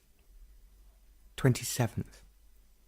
Walking along the pavement overlooking the biggest basilica and down the famous steps to a fountain and many picked flowers of so many colours, crossing the crowded square, we went along a narrow one-way street, via Margata, quiet, with not too many cars. There in that dimly lit street, with few unfashionable shops, suddenly and most unexpectedly, that otherness came with such intense tenderness and beauty that one's body and brain became motionless. For some days now it had not made its immense presence felt. It was there vaguely in the distance, a whisper, but there the immense was manifesting itself, sharply, and with waiting patience. Thought and speech were gone, and there was peculiar joy and clarity. It followed down the long, narrow street till the roar of traffic and the overcrowded pavement swallowed us all. It was a benediction that was beyond all image and thought. 28th. At odd and unexpected moments, the otherness has come, suddenly and unexpectedly, and went its way, without invitation and without need. All need and demand must wholly cease for it to be. Meditation in the still hours of early morning, with no car rattling by, was the unfolding of beauty. It was not thought exploring with its limited capacity, nor the sensitivity of feeling. It was not any outward or inward substance which was expressing itself. It was not the movement of time, for the brain was still. It was total negation of everything known, not a reaction, but a denial that had no cause. It was a movement in complete freedom, a movement that had no direction and dimension. In that movement there was boundless energy whose very essence was stillness. Its action was total inaction, and the essence of that inaction is freedom. There was great bliss, a great ecstasy, that perished at the touch of thought. 30th. The sun was setting in great clouds of colour behind the Roman hills. They were brilliant, splashed across the sky, and the whole earth was made splendid, even the telegraph poles and the endless rows of building. It was soon becoming dark, and the car was going fast. The hills faded, and the country became flat. To look with thought and to look without thought are two different things. To look at those trees by the roadside and the buildings across the dry fields with thought keeps the brain tied to its own moorings of time, experience, and memory. The machinery of thought is working endlessly, without rest, without freshness. The brain is made dull, insensitive, without the power of recuperation. It is everlastingly responding to challenge, and its response is inadequate and not fresh. To look with thought keeps the brain in the groove of habit and recognition.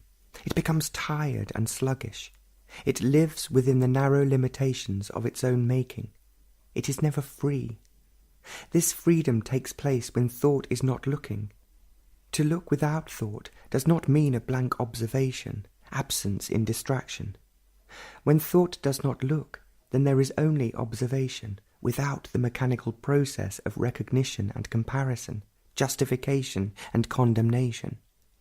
This seeing does not fatigue the brain, for all mechanical processes of time have stopped. Through complete rest, the brain is made fresh, to respond without reaction, to live without deterioration, to die without the torture of problems. To look without thought is to see without the interference of time, knowledge, and conflict. This freedom to see is not a reaction. All reactions have causes. To look without reaction is not indifference, aloofness, a cold-blooded withdrawal. To see without the mechanism of thought is total seeing, without particularization and division, which does not mean that there is not separation and dissimilarity. The tree does not become a house or the house a tree. Seeing without thought does not put the brain to sleep. On the contrary, it is fully awake, attentive, without friction and pain.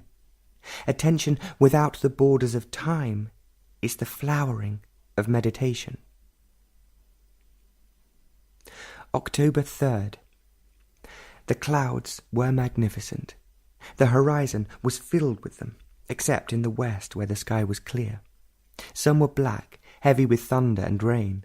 Others were pure white, full of light and splendour.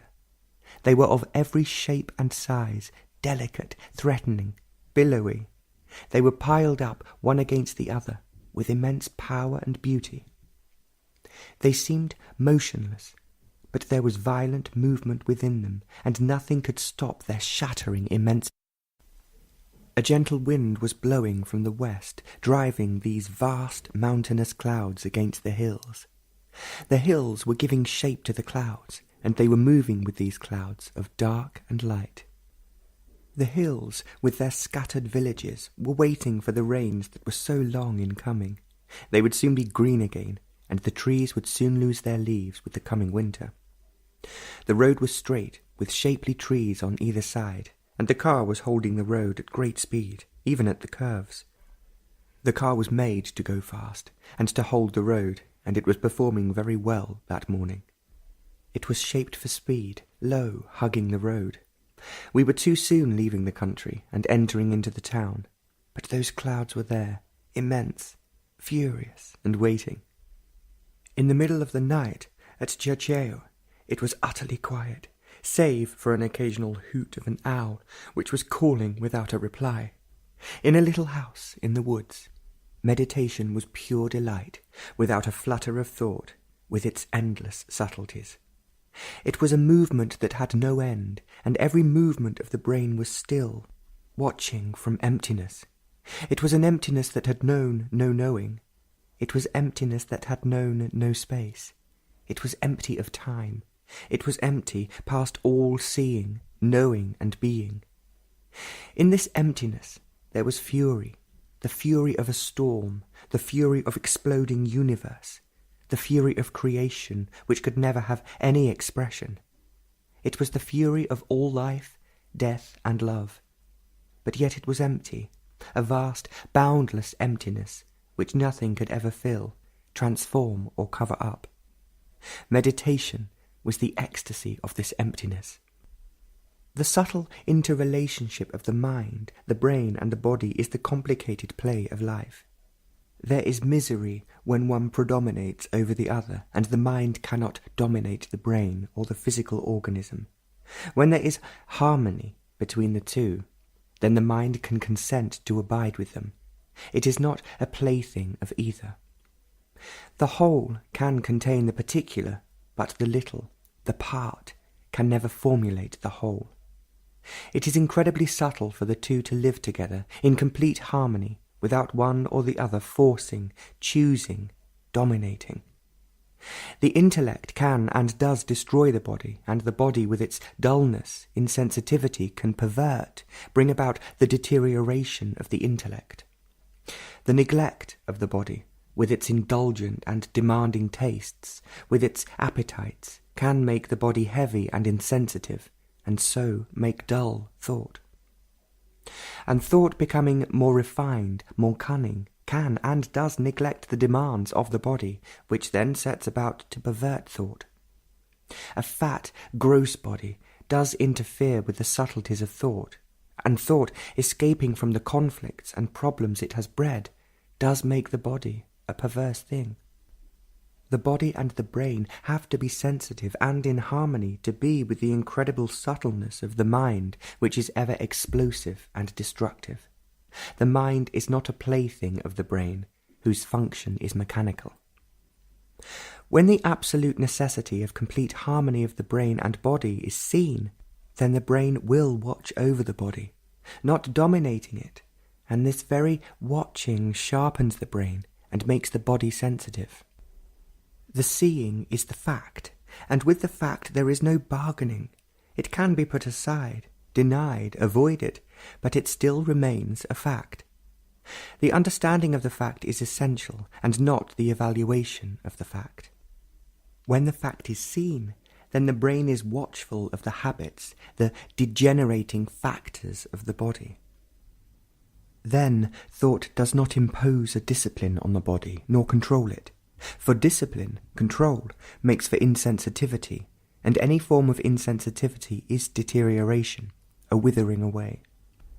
Again, on waking, when there were no cars roaring up the hill, and the smell of a small wood nearby was in the air, and rain was tapping on the window, there was that otherness again filling the room. It was intense, and there was a sense of fury. It was the fury of a storm, of a full, roaring river, the fury of innocency.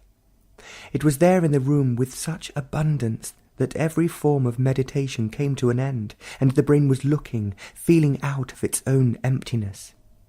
It lasted for a considerable time, in spite of the fury, of its intensity, or because of it, the brain remained empty, full of that otherness. It shattered everything that one thought of, that one felt or saw. It was an emptiness in which nothing existed. It was complete destruction. Fourth, the train to Florence was going very fast, over 90 miles an hour. The towns on the hills were familiar, and the lake Trasimenus seemed a friend. It was a familiar country, the olive and the cypress and the road that followed the railway. It was raining, and the earth was glad of it. For months had passed without rain, and now there were new shoots of green, and the rivers were running brown, fast and full. The train was following the valleys, shouting at the crossroads, and the workmen, labouring along the metalled way, stopped and waved as the train slowed down. It was a pleasant, cool morning, and autumn was turning many leaves brown and yellow. They were ploughing deep for the winter sowing, and the hills seemed so friendly, never too high, gentle and old. The train was again running very fast, and the drivers of this electric train welcomed us and asked us to come into their cab, for we had met several times in several years. Before the train started, they said we must come and see them. They were as friendly as the rivers and the hills. From their window, the country was open, and the hills with their towns and the river that we were following seemed to be waiting for the familiar roar of their train. The sun was touching a few of the hills, and there was a small smile upon the face of the land. As we raced north, the sky was becoming clear, and the cypress and the olive against the blue sky were delicate in their splendour. The earth, as ever, was beautiful. It was deep in the night when meditation was filling the spaces of the brain and beyond. Meditation is not conflict, a war between what is and what should be. There was no control, and so no distraction. There was no contradiction between the thinker and the thought, for neither existed. There was only seeing without the observer. This seeing came out of emptiness, and that emptiness had no cause. All causation breeds inaction, which is called action. How strange love is, and how respectable it has become. The love of God, the love of the neighbour, the love of the family. How neatly it has been divided, the profane and the sacred, duty and responsibility, obedience and the willingness to die and to deal out death. The priests talk of it, and so do the generals, planning wars. The politicians and the housewife everlastingly complain about it. Jealousy and envy nourish love, and relationship is held in its prison. They have it on the screen and in the magazine, and every radio and television blares it out. When death takes away love, there is the photo in the frame, or the image which memory keeps on revising, or it is tightly held in belief. Generation after generation is bred upon this, and sorrow goes on without an end. Continuity of love is pleasure, and with it comes always pain, but we try to avoid the one and cling to the other. This continuity is the stability and security in relationship, and in relationship there must be no change, for relationship is habit, and in habit there is security and sorrow. To this unending machinery of pleasure and pain we cling, and this thing is called love. To escape from its weariness there is religion and romanticism. The word changes and becomes modified with each one, but romanticism offers a marvellous escape from the fact of pleasure and sorrow. And, of course, the ultimate refuge and hope is God, who has become so very respectful and profitable. But all this isn't love. Love has no continuity. It cannot be carried over to tomorrow. It has no future. What has is memory, and memories are ashes of everything dead and buried. Love has no tomorrow. It cannot be caught in time and made respectable. It is there when time is not. It has no promise, no hope. Hope breeds despair. It belongs to no God, and so to no thought and feeling. It is not conjured up by the brain. It lives and dies each minute. It's a terrible thing, for love is destruction. It is destruction without tomorrow. Love is destruction. Fifth, there is a huge tall tree in the garden. It has an enormous trunk, and during the night its leaves were noisy in the autumnal wind. Every tree in the garden was alive, rustling, and winter was still far away. They were all whispering, shouting, and the wind was restless. But the tree dominated the garden. It towered over the 4-story house, and the river Mognone fell. It was not one of those large rivers, sweeping and dangerous. Its life had been made famous, and it curves in and out of the valleys, and enters the sea, some distance away. There is always water in it, and there are fishermen hanging over the bridges and along its banks. In the night the small waterfall complains a great deal, and its noise fills the air. The rustle of leaves, the waterfall, and the restless wind seem to be talking to each other a great deal. It was a lovely morning, with a blue sky and a few clouds scattered about. There are 2 cypresses beyond all others that stand clear against the sky.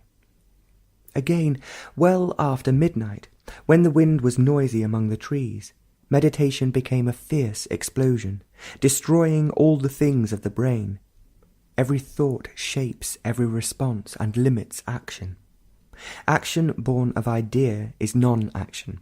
Such non-action breeds conflict and sorrow. It was in the still moment of meditation that there was strength. Strength is not the many threads of will. Will is resistance, and the action of will breeds confusion and sorrow within and without. Strength is not the opposite of weakness. All opposites contain their own contradiction. 7th. It had begun to rain, and the sky was heavy with clouds. Before the sky was covered over entirely, immense clouds filled the horizon, and it was a marvellous thing to see them. They were so immense and powerful. It was the peace of enormous power and strength. And the Tuscan hills were so close to them, waiting for their fury. It came during the night, shattering thunder and lightning, that showed every leaf a quiver with wind and life. It was a splendid night, full of storm, life, and immensity. All the afternoon the otherness had been coming, in the car and in the street. It was there most of the night and early this morning, long before dawn, when meditation was making its way into the unknown depths and heights. It was there, with insistent fury. Meditation yielded to the otherness. It was there in the room, with the branches of that huge tree in the garden. It was there with such incredible power and life that the very bones felt it. It seemed to press right through one, and made the body and brain completely motionless. It had been there all night in a mild and gentle way, and sleep became a very light affair. But as dawn was coming near, it became a crushing, penetrating power. The body and the brain were very alert, listening to the rustle of leaves and seeing the dawn coming through the dark branches of a tall, straight pine. It had great tenderness and beauty that was past and beyond all thought and emotion. It was there, and with it was benediction. Strength is not the opposite of weakness. All opposites breed further opposites. Strength is not an event of will, and will is action in contradiction. There is a strength that has no cause, that is not put together through multiple decisions. It is that strength that exists in negation and denial. It is that strength that comes into being out of total aloneness. It is that strength which comes when all conflict and effort have completely ceased. It is there when all thought and feeling have come to an end, and there is only seeing. It is there when ambition, greed, envy have come to an end without any compulsion. They wither away with understanding. There is that strength when love is death, and death life. The essence of strength is humility. How strong is the newborn leaf in spring, so vulnerable, so easily destroyed. Vulnerability is the essence of virtue. Virtue is never strong. It cannot stand the glare of respectability and the vanity of the intellect. Virtue is not a mechanical continuity of an idea, of thought in habit. The strength of virtue is that it is easily destroyed to be reborn again anew. Strength and virtue go together, for neither can exist without the other. They can only survive in emptiness. 8th. It had been raining all day. The roads were slushy, and there was more brown water in the river, and the slight fall of the river was making more noise. It was a still night, an invitation to the rains which never stopped till early this morning. And the sun suddenly came out, and towards the west the sky was blue, rain-washed and clean, with those enormous clouds full of light and splendour. It was a beautiful morning, and looking to the west, with the sky so intensely blue, all thought and emotion disappeared, and the seeing was from emptiness. Before dawn, meditation was the immense opening into the unknown. Nothing can open the door save the complete destruction of the known. Meditation is explosion in understanding. There is no understanding without self-knowing.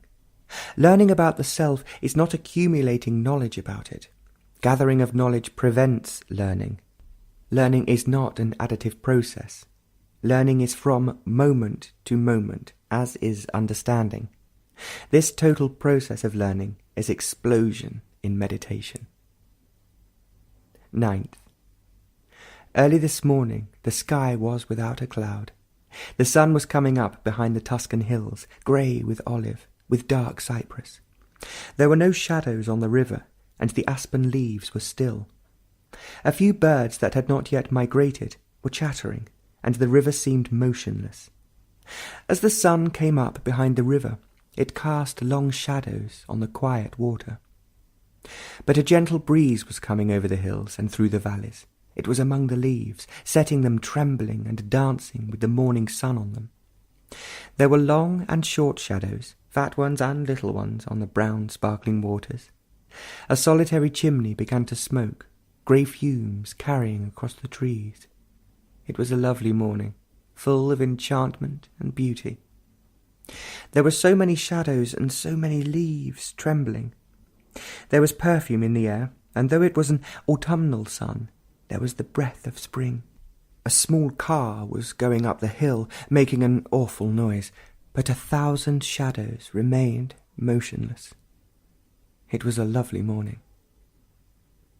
In the afternoon yesterday, it began suddenly in a room overlooking a noisy street. The strength and the beauty of the otherness was spreading from the room outward, over the traffic, past the gardens and beyond the hills. It was there immense and impenetrable. It was there in the afternoon, and just as one was getting into bed, it was there with furious intensity, a benediction of great holiness. There is no getting used to it, for it is always different. There's something always new, a new quality, a subtle significance, a new light, something that had not been seen before. It was not a thing to be stored up, remembered and examined at leisure. It was there, and no thought could approach, for the brain was still, and there was no time to experience, to store up. It was there, and all thought became still. The intense energy of life is always there, night and day. It is without friction, without direction, without choice and effort. It is there with such intensity that thought and feeling cannot capture it, to mould it according to their fancies, beliefs, experiences and demands. It is there with such abundance that nothing can diminish it. But we try to use it, to give it direction, to capture it within the mould of our existence, and thereby twist it to conform to our pattern, experience and knowledge. It is ambition, envy, greed that narrow down its energy, and so there is conflict and sorrow. The cruelty of ambition, personal or collective, distorts its intensity, causing hatred, antagonism, conflict. Every action of envy perverts this energy, causing discontent, misery, fear. With fear there is guilt and anxiety, and the never-ending misery of comparison and irritation. It is this perverted energy that makes the priest and the general, the politician and the thief. This boundless energy, made incomplete by our desire for permanency and security, is the soil in which grow barren ideas, competition, cruelty and war. It is the cause of everlasting conflict between man and man. When all this is put aside, with ease and without effort, then only is there that intense energy which can only exist and flower in freedom. In freedom alone it causes no conflict and sorrow. Then alone it increases and has no end. It is life that has no beginning and no end. It is creation, which is love, destruction. Energy used in one direction leads to one thing, conflict and sorrow. Energy that is the expression of total life is bliss beyond measure. 12th. The sky was yellow in the setting sun, and the dark cypress and the grey olive were startlingly beautiful, and down below the winding river was golden. It was a splendid evening, full of light and silence. From that height you could see the city in the valley, the dome, and the beautiful campanile and the river curving through the town. Going down the incline and down the steps, one felt the great beauty of the evening. There were few people, and the odd, restless tourists had passed by there earlier, always chattering, taking photos, and hardly ever seeing. There was perfume in the air, and as the sun went down, the silence became intense, rich, and unfathomable. Out of this silence only there is seeing, listening really, and out of this came meditation, though the little car went down the curving road noisily, with a great many bumps. There were 2 Roman pines against the yellowing sky, and though one had seen them often before, it was as if they were never seen. The gentle, sloping hill was silver-grey with the olive, and the darkly solitary cypress was everywhere. Meditation was explosion, not carefully planned, contrived, and joined together with determined pursuit. It was an explosion without leaving any remnant of the past. It exploded time, and time never need again stop. In this explosion everything was without shadow, and to see without shadow is to see beyond time. It was a marvellous evening, so full of humour and space. The noisy town with its lights and the smooth-running train were in this vast silence, and its beauty was everywhere. The train going south back to Rome was crowded with many tourists and businessmen. They were endlessly smoking, eating heavily when the meal was served. The country was beautiful, rain-washed, fresh, and there was not a cloud in the sky. There were old walled towns on the hills, and the lake of many memories was blue, without a ripple. The rich land yielded to poor and arid soil, and the farms seemed less prosperous. The chickens were thinner, there were no cattle about, and there were few sheep. The train was going fast, trying to make up the time that it had lost. It was a marvellous day, and there in that smoky compartment, with passengers that hardly looked out of the window, there was that otherness. All that night it was there with such intensity that the brain felt its pressure. It was as though at the very centre of all existence it was operating in its purity and immensity.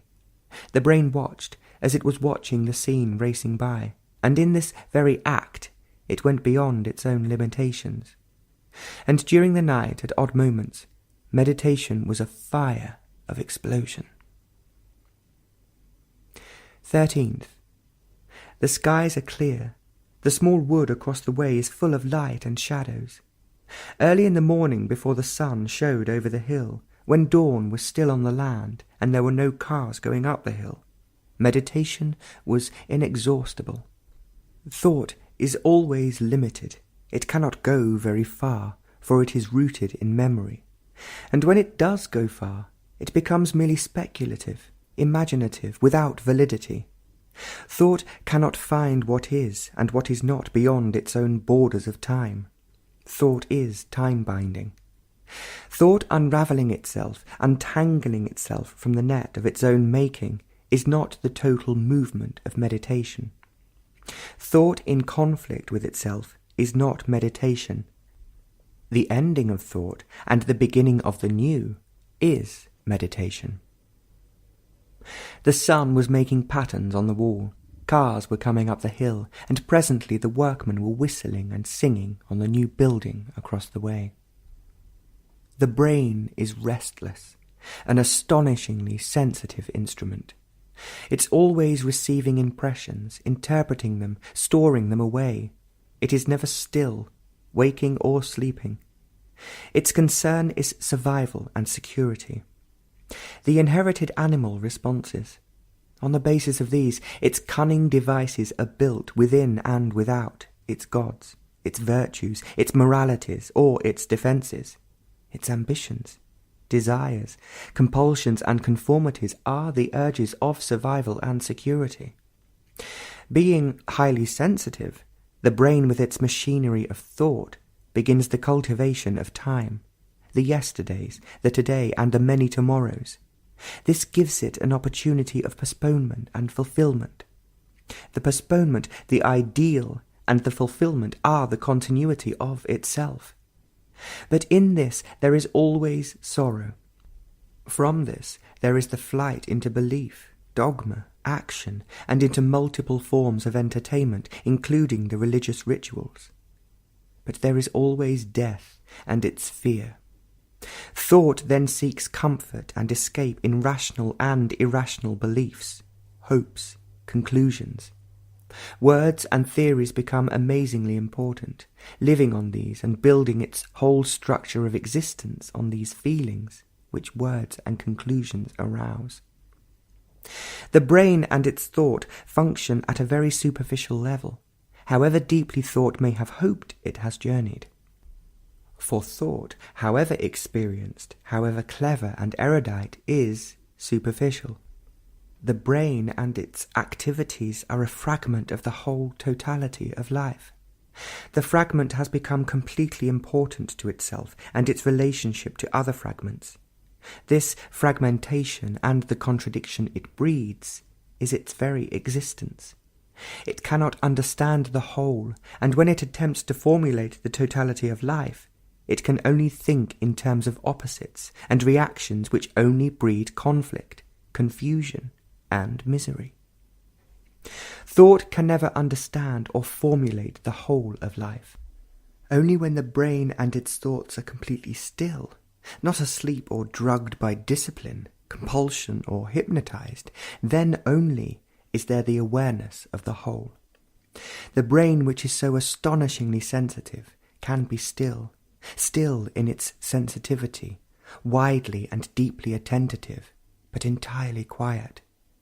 When time and its measure cease, then only is there the whole, the unknowable. 14th. In the gardens of the Villa Borghese, right in the middle of the noisy and smelly town, with its flat pines and many trees, turning yellow and brown, and the smell of damp ground, there, walking with certain seriousness, was the awareness of the otherness. It was there with great beauty and tenderness.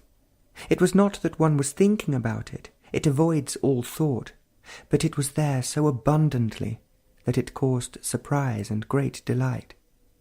Seriousness of thought is so fragmentary and immature, but there must be seriousness which is not the product of desire. There is a seriousness that has the quality of light, whose very nature is to penetrate, a light that has no shadow.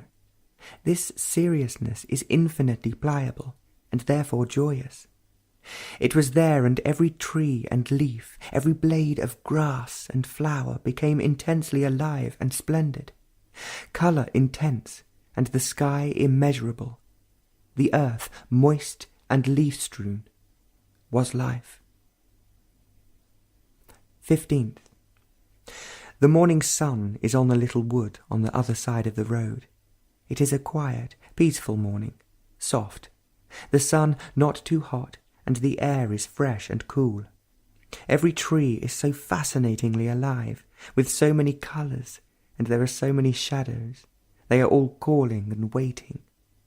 Long before the sun was up, when it was quiet, with no car going up the hill, meditation was a movement in benediction. This movement flowed into the otherness, for it was there in the room, filling it and overflowing it, outward and beyond, without end.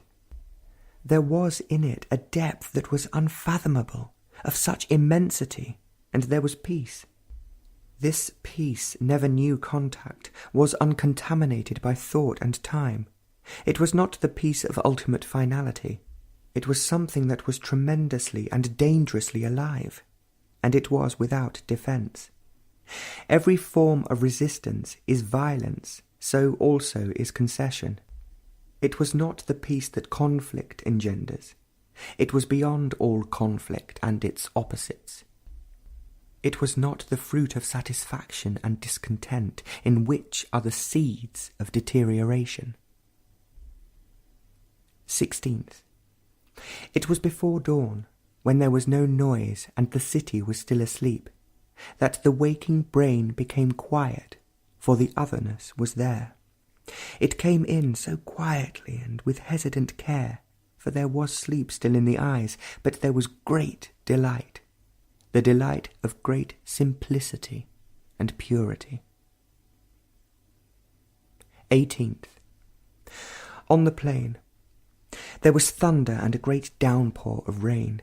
It woke one up in the middle of the night in Rome, and the rain was beating on the window and among the trees across the road. The day had been hot, and the air was now pleasantly cool. The town was asleep, and the storm had taken over. The roads were wet, and there was hardly any traffic so early in the morning. The sky was still heavy with clouds, and dawn was over the land.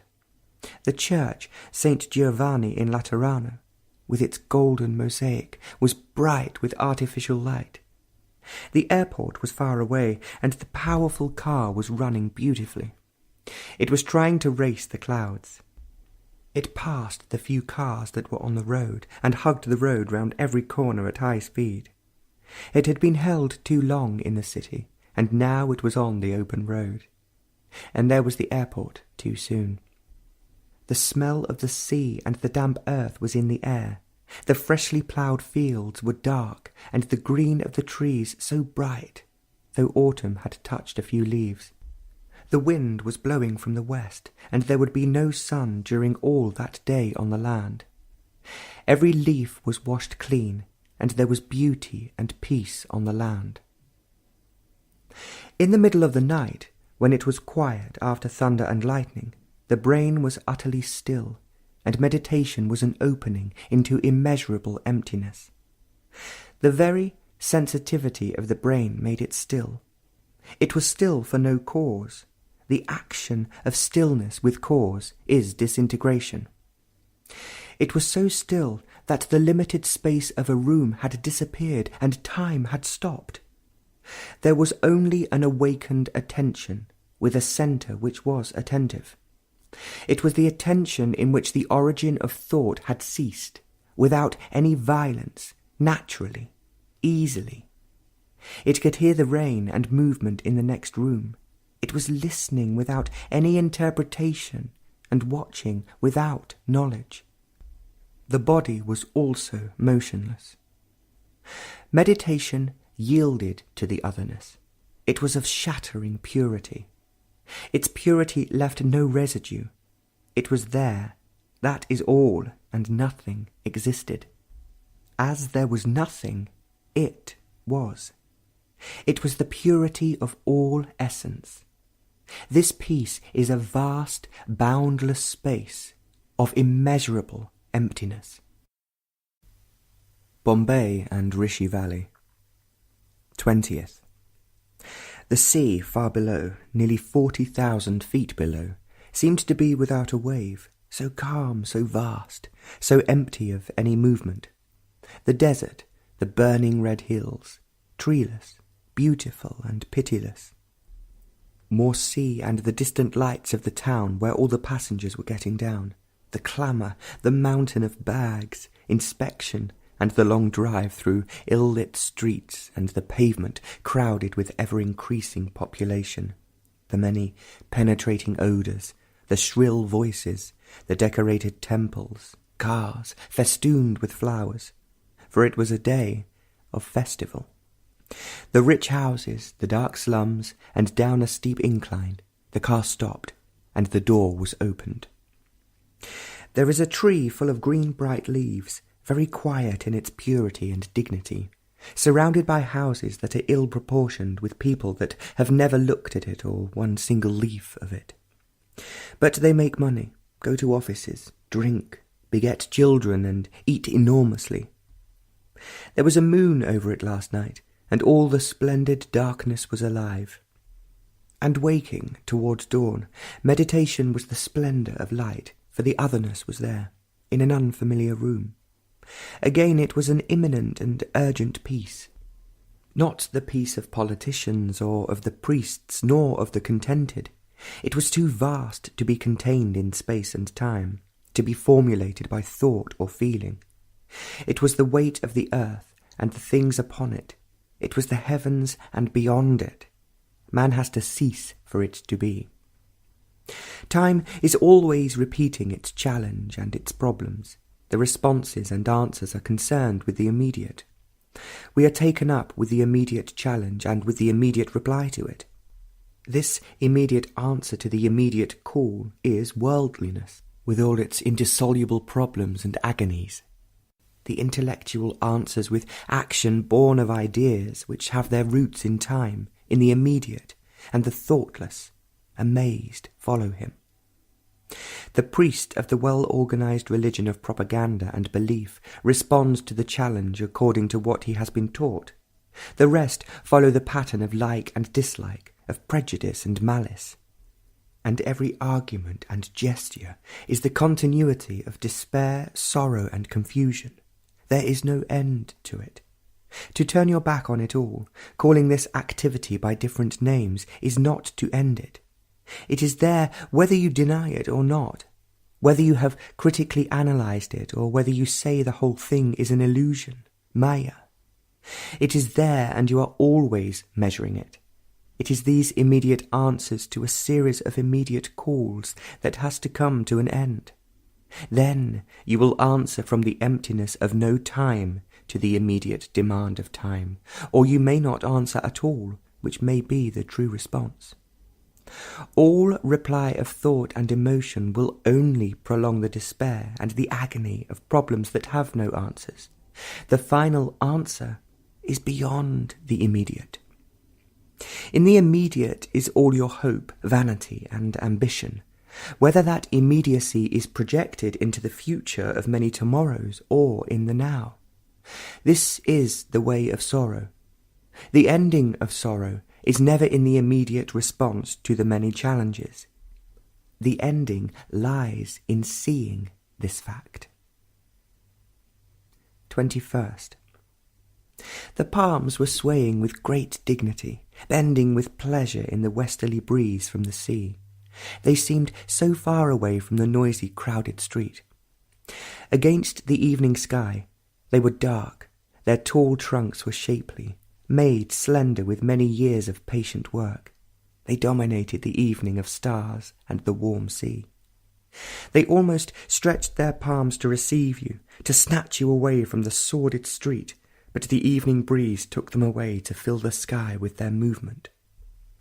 The street was crowded. It would never be clean. Too many people had spat on it. Its walls were made filthy with the announcements of latest films. They were plastered with names to whom you must give your vote, the party symbols. It was a sordid street, though it was one of the main thoroughfares. Unwashed buses roared by, taxis honked at you, and many dogs seemed to have passed by. A little further on was the sea and the setting sun. It was a round, red ball of fire. It had been a scorching day. It made the sea and the few clouds red. The sea was without a ripple, but it was restless and dreamy. It was too hot to be a pleasant evening, and the breeze seemed to have forgotten its delight. Along that sordid street, with people pushing into you, meditation was the very essence of life. The brain, so delicate and observant, was completely still, watching the stars, aware of the people, the smells, the barking of the dogs. A single yellow leaf was falling on the dirty road, and the passing car destroyed it. It was so full of colour and beauty, and destroyed so easily. As one walked along the street of few palms, the otherness came like a wave that purified and strengthened. It was there like a perfume, a breath of immensity. There was no sentiment, the romance of illusion or the brittleness of thought. It was there, sharp and clear, without any vague possibility, unhesitating, definite. It was there, a holy thing, and nothing could touch it, nothing could break its finality. The brain was aware of the closeness of the passing buses, the wet street, and the squealing brakes. It was aware of all these things, and, beyond, the sea. But the brain had no relation to any of these things. It was completely empty, without any roots, watching, observing out of this emptiness. The otherness was pressing in with sharp urgency. It was not a feeling, a sensation, but as factual as the man who was calling. It was not an emotion that changes, varies, and continues, and thought could not touch it. It was there with the finality of death, which no reason could dissuade. As it had no roots and relation, nothing could contaminate it. It was indestructible. 23rd. The complete stillness of the brain is an extraordinary thing. It is highly sensitive, vigorous, fully alive, aware of every outward movement, but utterly still. It is still as it is completely open, without any hindrance, without any secret wants and pursuits. It is still as there is no conflict, which is essentially a state of contradiction.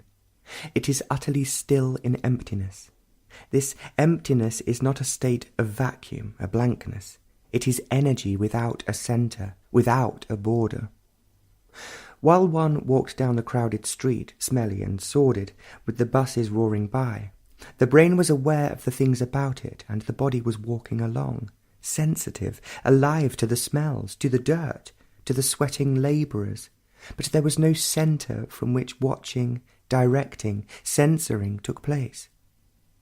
During the whole of that mile and back, the brain was without a movement, as thought and feeling. The body was getting tired, unaccustomed to the frightful heat and humidity, though the sun had set some time ago. It was a strange phenomenon, though it had happened several times before. One can never get used to any of these things, for it is not a thing of habit and desire. It is always surprising after it is over. The crowded plain to Madras was hot, and even at that height, about 8,000 feet up, it never seemed to get cool. In that morning plain, suddenly and most unexpectedly, the otherness came. It is never the same, always new, always unexpected. The odd thing about it is that thought cannot go back over it, reconsider it, examine it leisurely. Memory has no part in it. For every time it happens, it is so totally new and unexpected that it does not leave any memory behind it. For it is a total and complete happening, an event that leaves no record as memory. It is always new, young, unexpected. It came with extraordinary beauty, not because of the fantastic shape of clouds and the light in them, nor of the blue sky, so infinitely blue and tender. There was no reason, no cause for its incredible beauty, and that is why it was beautiful. It was the essence not of all the things put together and boiled down to be felt and seen, but of all life that has been, and that is, and that will be. Life without time. It was there, and it was the fury of beauty. The little car was going home to its valley, far from cities and civilizations. It was going over bumpy roads, over potholes, round sharp corners, groaning, creaking, but it went. It was not old, but it had been assembled carelessly. It smelled of petrol and oil, but it was racing home as fast as it could over the paved and unpaved roads. The country was beautiful. It had rained recently, the night before. The trees were alive with bright green leaves, the tamarind and the banyan and other innumerable trees. They were so vital, fresh and young, though some of them must have been quite old. There were hills and the red earth. They were not thundering hills, but gentle and old, some of the oldest on the earth. And in the evening light they were serene, with that ancient blue which only certain hills have. Some were rocky and barren. Others had scrubby bushes, and a few had some trees, but they were friendly, as though they had seen all sorrow. And the earth at their feet was red. The rains had made it more red. It was not the red of blood, or of the sun, or of any man-made dye. It was the red, the colour of all reds. There was a clarity and purity about it, and the green was the more startling against it. It was a lovely evening, and it was getting cooler, for the valley was at some height. In the midst of the evening light and the hills becoming more blue and the red earth richer, the otherness came silently with benediction. It is marvellously new each time, but yet it is the same. It was immense with strength, the strength of destruction and vulnerability. It came with such fullness and was gone in a flash. The moment was beyond all time. It was a tiring day, but the brain was strangely alert, seeing without the watcher, seeing not with experience, but out of emptiness. 24th. The moon was just coming over the hills, caught in a long serpentine cloud, giving her a fantastic shape.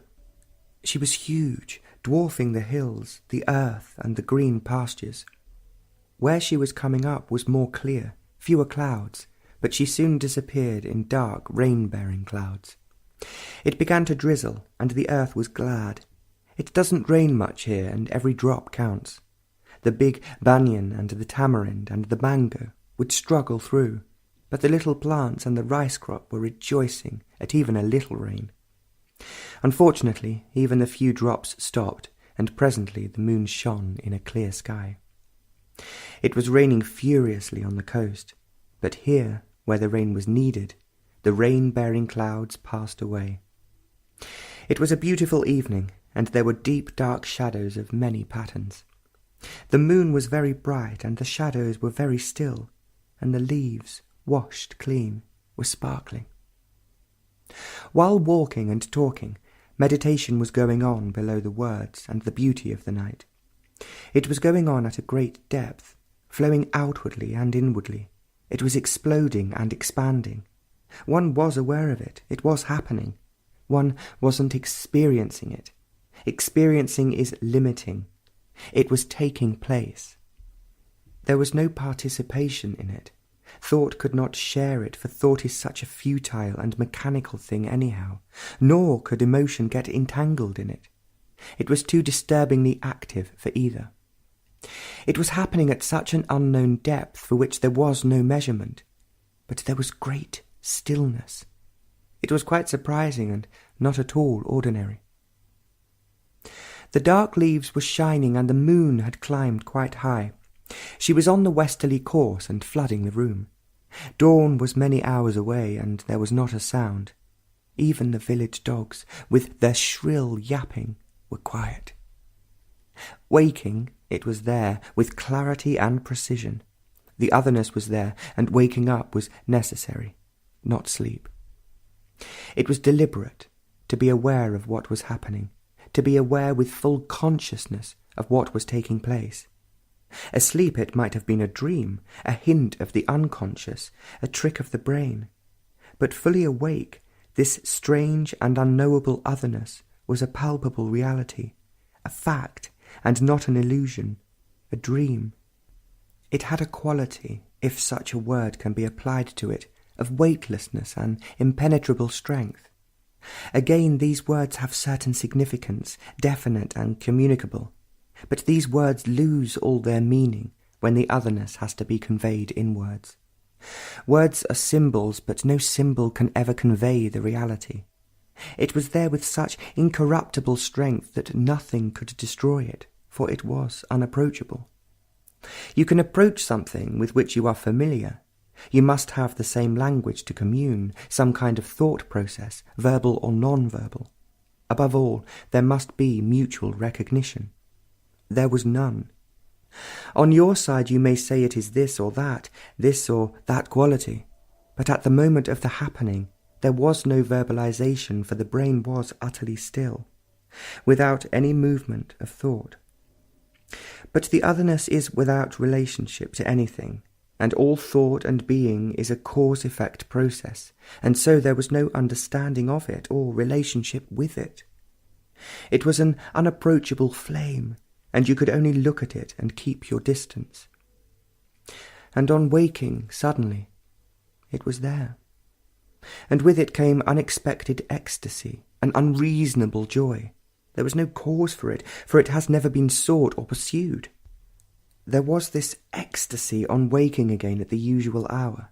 It was there, and continued for a lengthy period of time. 25th.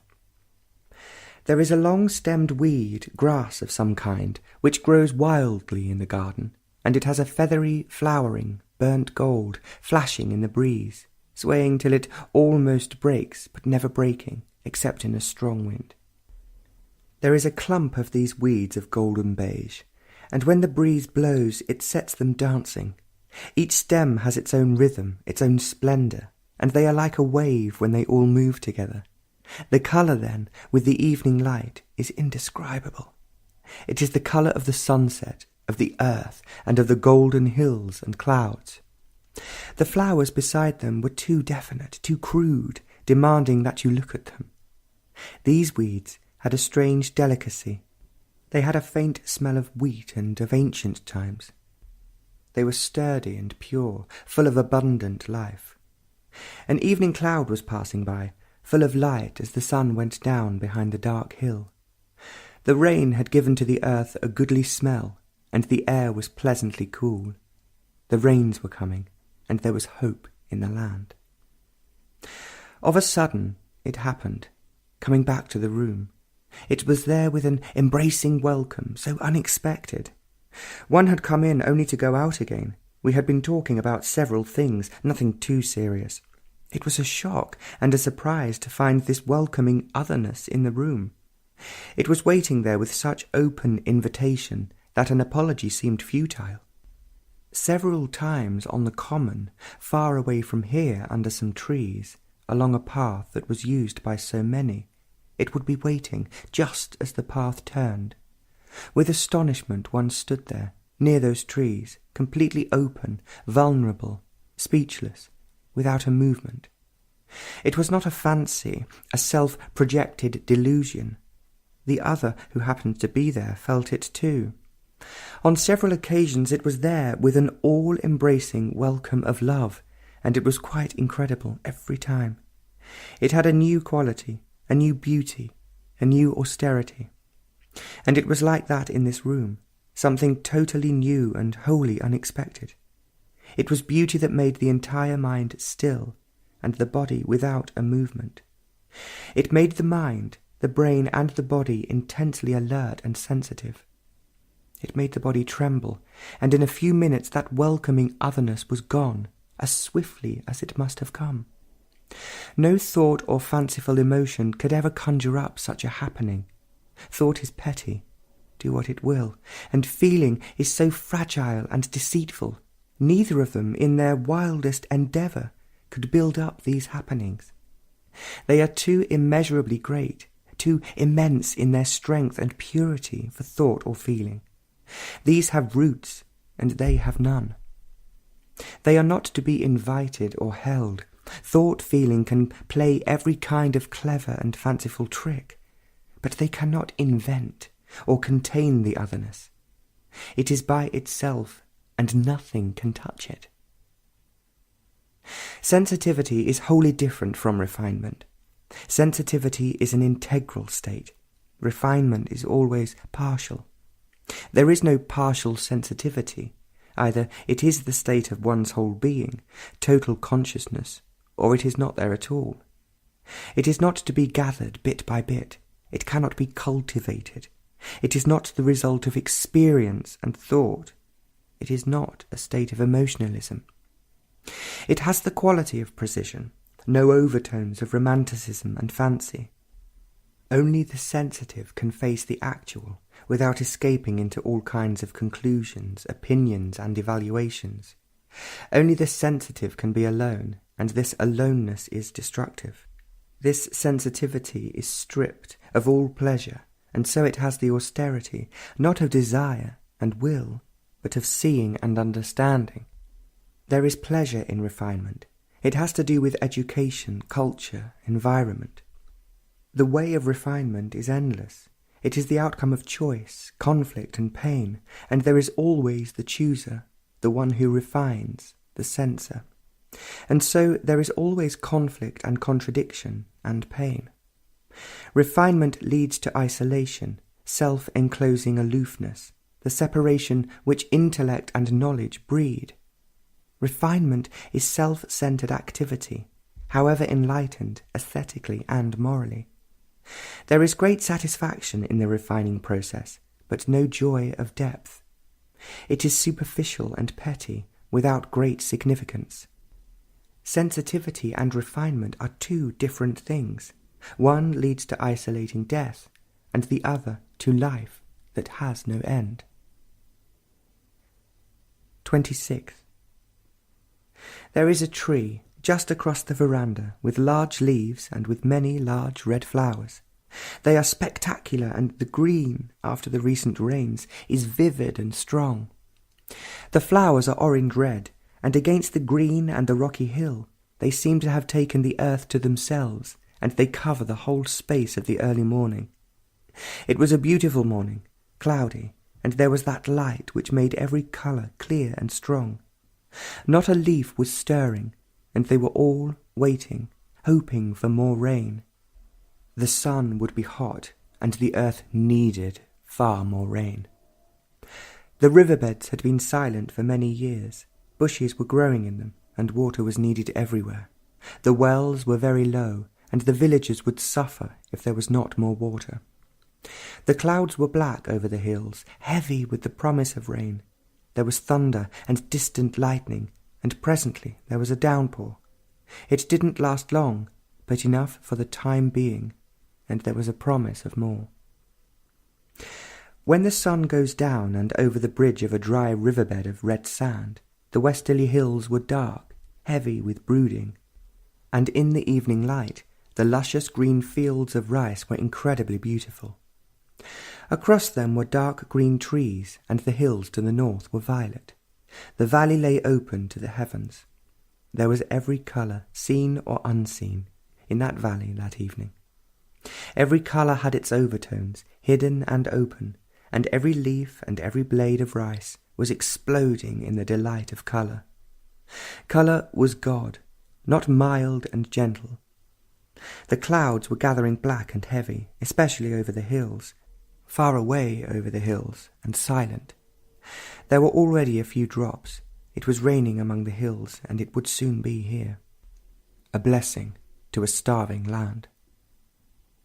We were all talking after a light dinner about things pertaining to the school, how this and that was necessary, how difficult it was to find good teachers, how the rains were needed, and so on. They went on talking, and there, sudden and unexpectedly, the otherness appeared. It was there with such immensity and with such sweeping force that one became utterly quiet.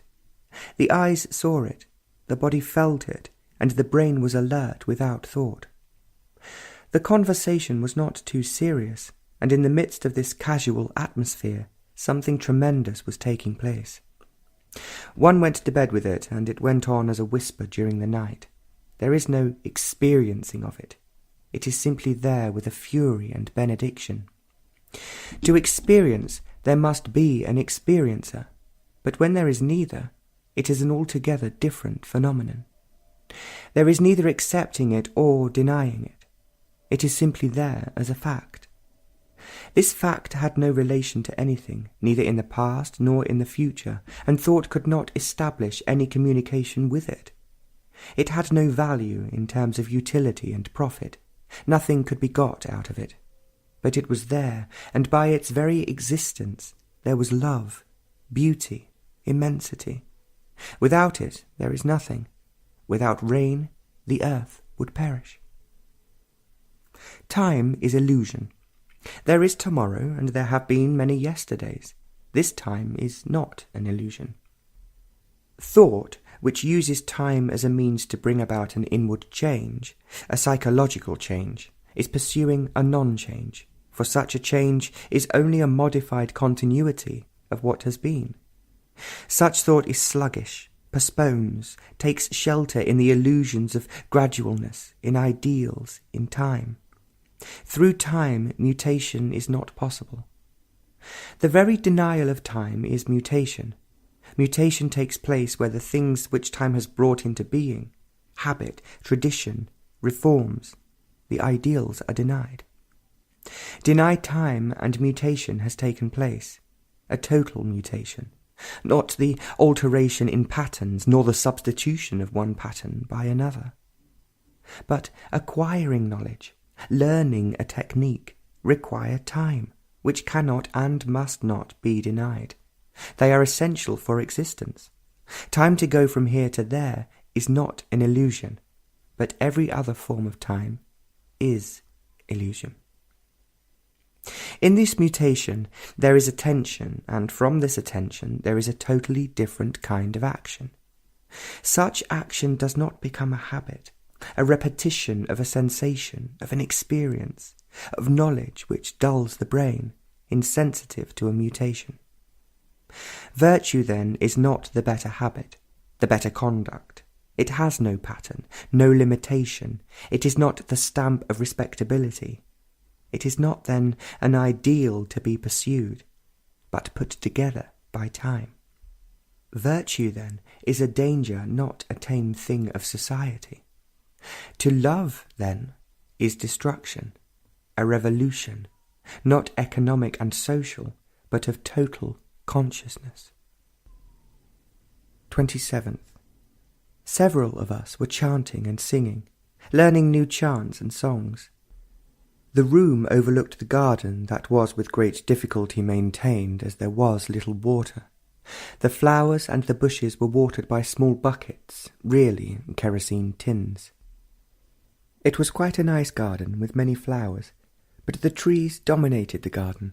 They were shapely, wide-spreading, and at certain seasons full of flowers. Now only one tree was flowering, orange-red flowers with large petals, a profusion of them.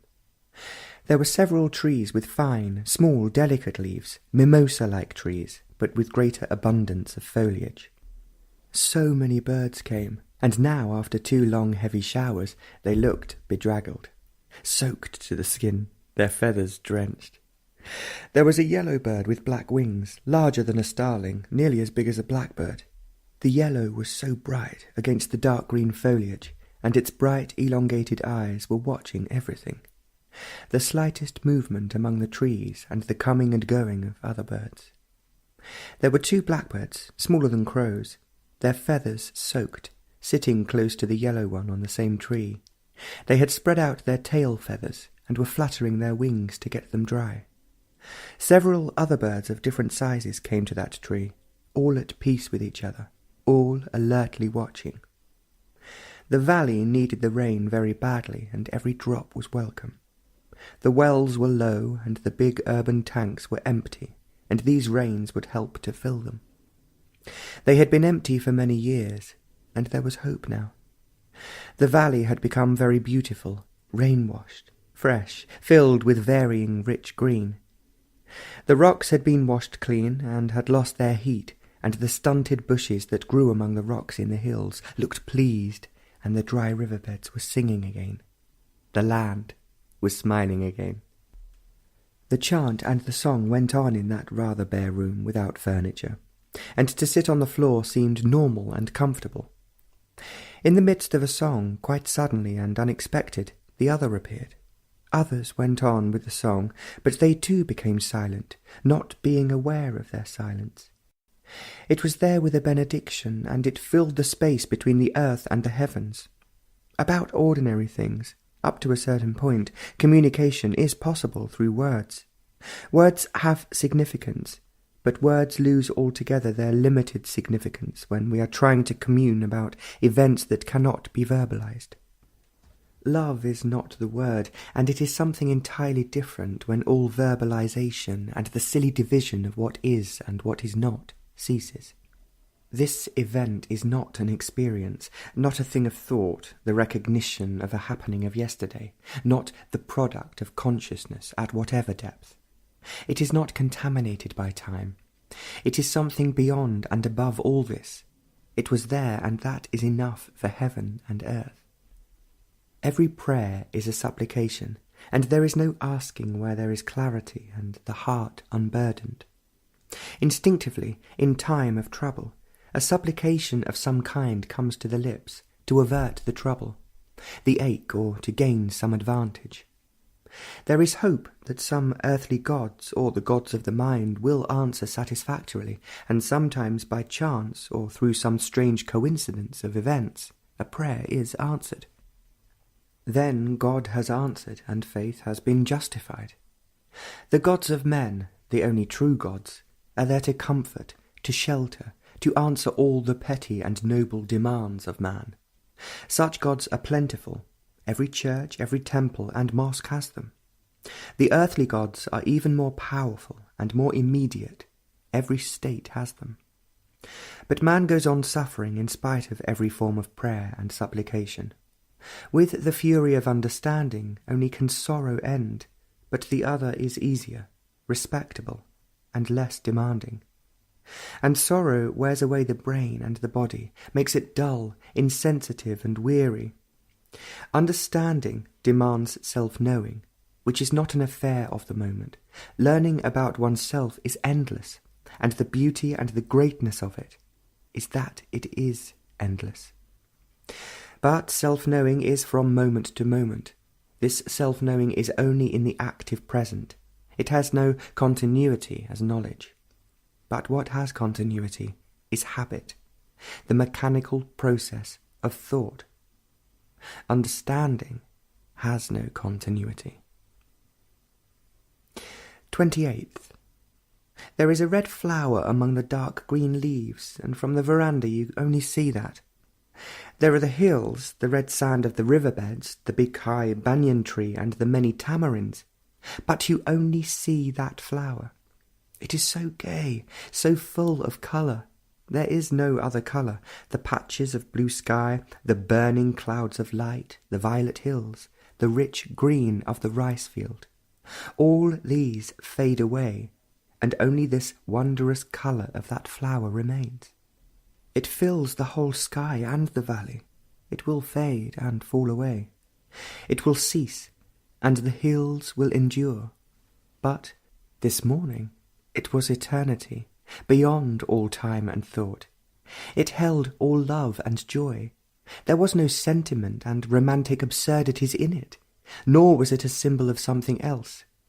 It was itself, to die in the evening, but it contained all life. It was not something you reasoned out, nor was it a thing of unreason, some romantic fancy. It was as actual as those hills and those voices calling to each other. It was the complete meditation of life, and illusion exists only when the impact of fact ceases. That cloud, so full of light, is a reality whose beauty has no furious impact on a mind that is made dull and insensitive by influence, habit, and the everlasting search for security. Security in fame, in relationship, in knowledge, destroys sensitivity, and deterioration sets in. That flower, those hills, and the blue restless sea are the challenge, as nuclear bombs, of life, and only the sensitive mind can respond to them totally. Only a total response leaves no mark of conflict, and conflict indicates partial response. The so-called saints and sannyasis have contributed to the dullness of mind and to the destruction of sensitivity. Every habit, repetition, rituals strengthened by belief and dogma, sensory responses can be and are refined, but the alert awareness, sensitivity, is quite another matter. Sensitivity is absolutely essential to look deeply within. This movement of going within is not a reaction to the outer. The outer and the inner are the same movement. They are not separate. The division of this movement as the outer and as the inner breeds insensitivity.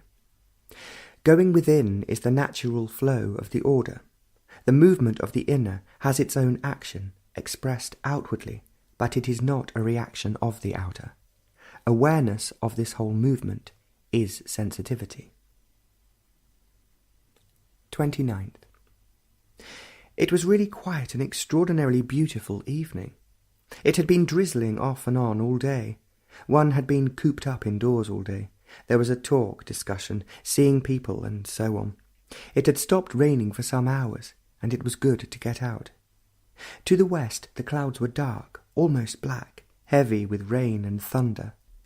They were hanging over the hills, making them deep purple and unusually heavy and threatening. The sun was setting in a tumultuous fury of clouds. To the east, clouds shot up full of evening light. Each one was a different shape with a light of its own, towering over the hills, immense, shatteringly alive, soaring up into high heavens. There were patches of blue sky, so intensely blue, green of such a delicacy that it faded into the white light of bursting clouds. The hills were sculptured with the dignity of endless time. There was one that was alight from within, transparent and strangely delicate, so utterly artificial. Another one was chiselled out of granite, darkly alone, with the shape of all the temples of the world. Every hill was alive, full of movement and aloof with the depth of time. It was a marvellous evening, full of beauty, silence and light. We had started, all of us walking together, but now we had fallen silent, separate, a little distance from each other. The road was rough crossing the valley, over the dry, red, sandy riverbeds, which had thin trickles of rainwater. The road turned and went east. Down the valley there is a white farmhouse surrounded by trees, and one huge tree covering them all. It was a peaceful sight, and the land seemed enchanted. The house was a mile or so away, among the green, luscious rice fields, and silent. One had often seen it, as the road went on to the mouth of the valley and beyond it. It was the only road in and out of the valley by car and foot. The white house among few trees had been there for some years, and it had always been a pleasant sight. But seeing it, that evening, as the road turned, there was an altogether different beauty and feeling about it. For the otherness was there, and coming up the valley, it was like a curtain of rain, but only there was no rain. It was coming as a breeze comes, soft and gently, and it was there inside and outside. It was not thought, it was not feeling, nor was it a fancy, a thing of the brain. Each time it is so new and amazing, the pure strength and vastness of it, that there is astonishment and joy. It is something totally unknown, and the known has no contact with it. The known must wholly die for it to be. Experience is still within the field of the known, and so it was not an experience. All experience is a state of immaturity. You can only experience and recognize as experience something which you have already known. But this was not experienceable, knowable. Every form of thought must cease, and every feeling, for they are all known and knowable.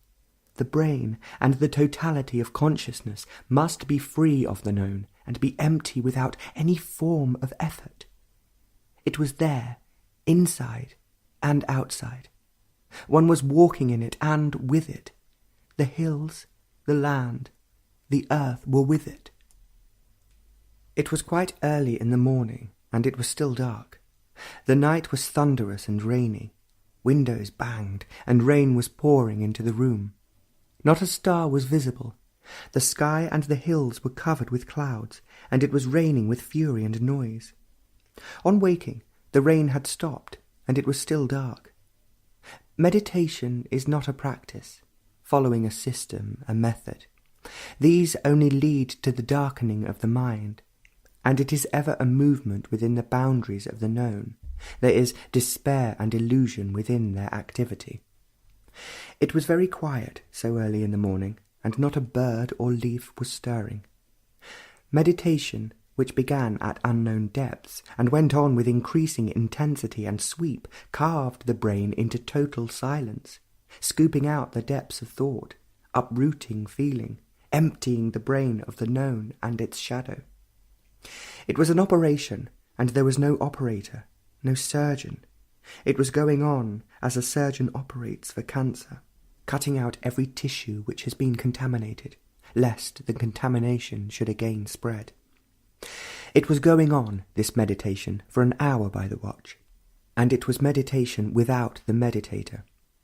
The meditator interferes with his stupidities and vanities, ambitions and greed. The meditator is thought, nurtured in these conflicts and injuries, and thought in meditation must totally cease. This is the foundation for meditation. 30th.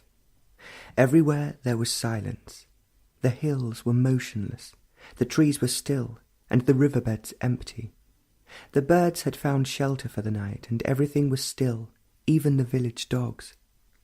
It had rained, and the clouds were motionless. Silence grew and became intense, wider and deeper. What was outside was now inside. The brain which had listened to the silence of the hills, fields, and groves was itself now silent. It no longer listened to itself. It had gone through that and had become quiet, naturally, without any enforcement. It was still, ready to stir itself on the instant. It was still, deep within itself, like a bird that folds its wings. It had folded upon itself. It was not asleep nor lazy, but in folding upon itself, it had entered into depths which were beyond itself. The brain is essentially superficial. Its activities are superficial, almost mechanical. Its activities and responses are immediate, though this immediacy is translated in terms of the future. Its thoughts and feelings are on the surface, though it may think and feel far into the future and way back into the past. All experience and memory are deep only to the extent of their own limited capacity, but the brain being still and turning upon itself, it was no longer experiencing outwardly or inwardly. Consciousness, the fragments of many experiences, compulsions, fears, hopes and despairs of the past and the future, the contradictions of the race and its own self-centered activities, was absent. It was not there. The entire being was utterly still, and as it became intense, it was not more or less. It was intense. There was an entering into a depth, or a depth which came into being, which thought, feeling, consciousness could not enter into. It was a dimension which the brain could not capture or understand, and there was no observer witnessing this depth. Every part of one's whole being was alert, sensitive, but intensely still. This depth was expanding, exploding, going away, developing in its own explosions, but out of time and beyond time and space. 31st. It was a beautiful evening. The air was clean, the hills were blue, violet and dark purple. The rice fields had plenty of water, and were a varying rich green from light to metallic to dark flashing green. Some trees had already withdrawn from the night, dark and silent, and others were still open and held the light of day. The clouds were black over the western hills, and to the north and east the clouds were full of the reflection of the evening sun, which had set behind the heavy purple hills. There was no one on the road. The few that passed were silent, and there wasn't a patch of blue sky. Clouds were gathering in for the night. Yet everything seemed to be awake. The rocks, the dry riverbed, the bushes in the fading light. Meditation along that quiet and deserted road came like a soft rain over the hills. It came as easily and naturally as the coming night. There was no effort of any kind, and no control with its concentrations and distractions. There was no order and pursuit, no denial or acceptance, nor any continuity of memory in meditation. The brain was aware of its environment, but quiet without response, uninfluenced, but recognizing without responding. It was very quiet, and words had faded with thought. There was that strange energy. Call it by any other name, it has no importance whatsoever. Deeply active, without object and purpose. It was creation, without the canvas and the marble, and destructive. It was not the thing of human brain, of expression and decay. It was not approachable, to be classified and analysed, and thought and feeling are not the instruments of its comprehension. It was completely unrelated to everything, and totally alone in its vastness and immensity. And while walking along that darkening road, there was the ecstasy of the impossible, not of achievement, arriving, success, and all those immature demands and responses. but the aloneness of the impossible. The possible is mechanical, and the impossible can be envisaged, tried, and perhaps achieved, which in turn becomes mechanical. But the ecstasy had no cause, no reason. It was simply there, not as an experience, but as a fact, not to be accepted or denied, to be argued over and dissected. It was not a thing to be sought after, for there is no path to it. Everything has to die for it to be. Death, destruction, which is love. A poor, worn-out labourer in torn, dirty clothes was returning home with his bone-thin cow. November 1st. The sky was burning with fantastic colour, great splashes of incredible fire. The southern sky was aflame with clouds of exploding colour, and each cloud was more intensely furious than the other. The sun had set behind the sphinx-shaped hill, but there was no colour there. It was dull, without the serenity of a beautiful evening. But the east and the south held all the grandeur of a fading day. To the east it was blue, the blue of a morning glory, a flower so delicate that to touch it is to break the delicate, transparent petals. It was the intense blue with incredible light of pale green, violet, and the sharpness of white. It was sending out from east to west rays of this fantastic blue right across the sky. And the south was now the home of vast fires that could never be put out.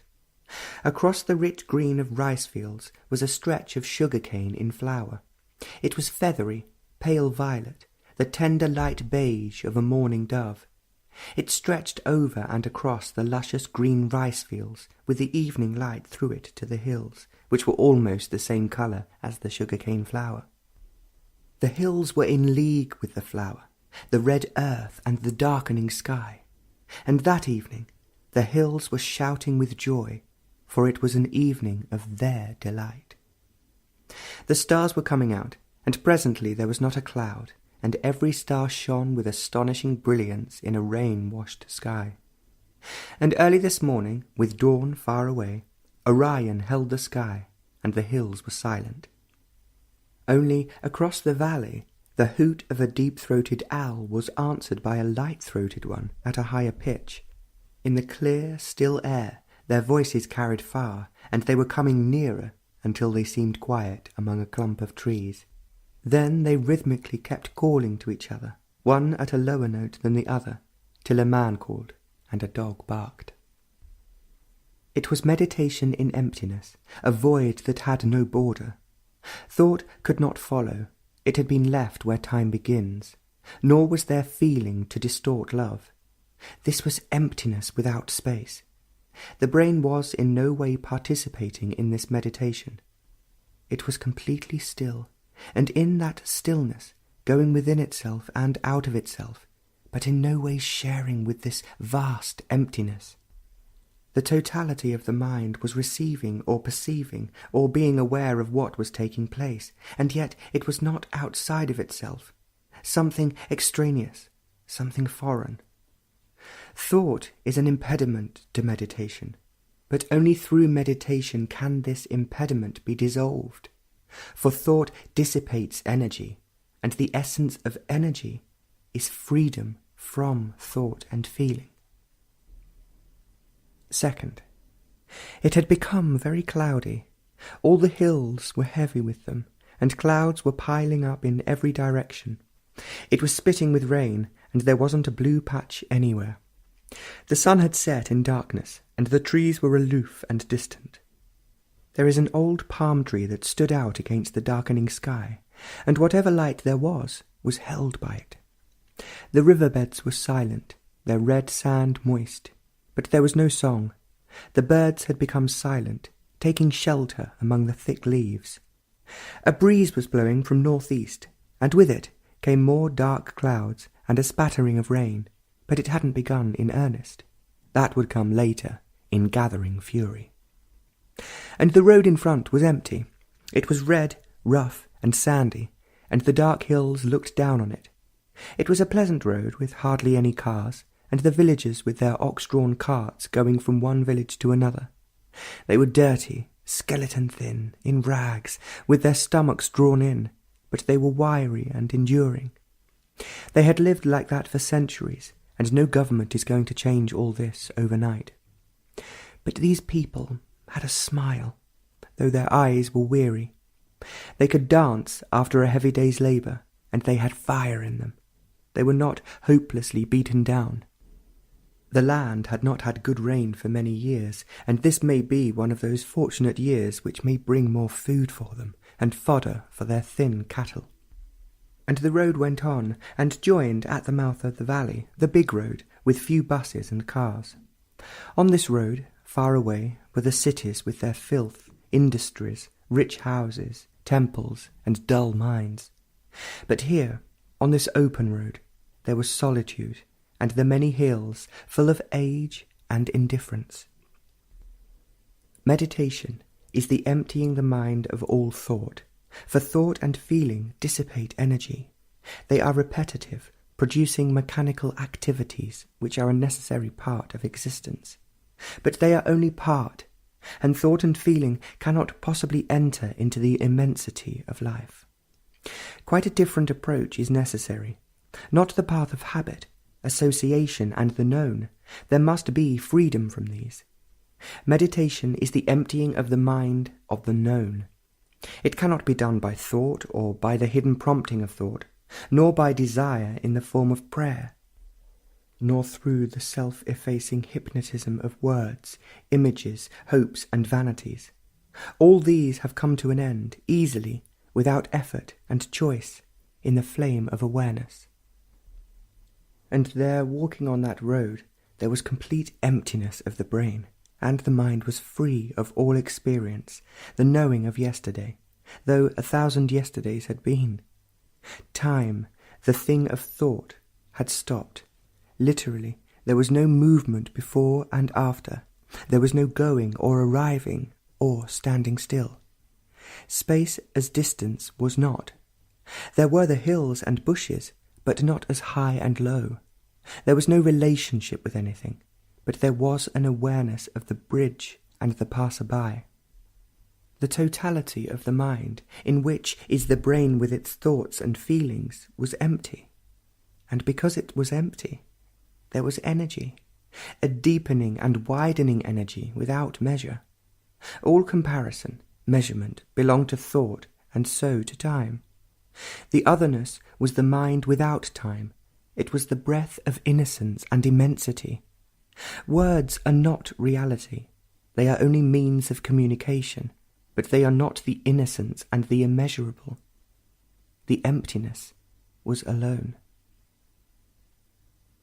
Third, it had been a dull, heavy day. The clouds were pressing in, and it had rained violently. The riverbeds had some water in them, but the land needed lots more rain for the big catchments, tanks, and the wells to get filled up.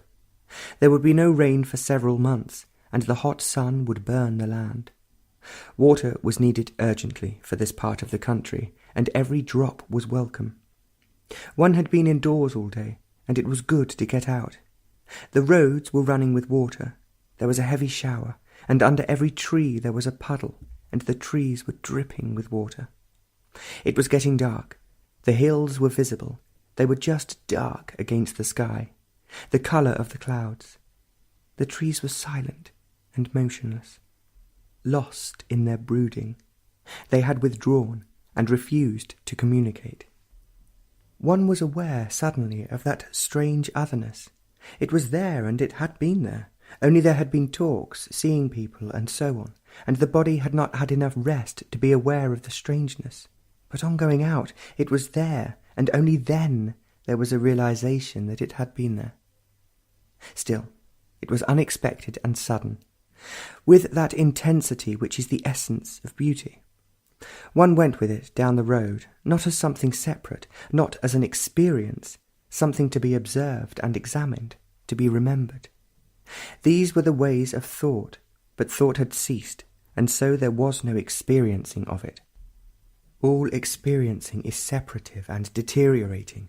It is part of the machinery of thought, and all mechanical processes deteriorate.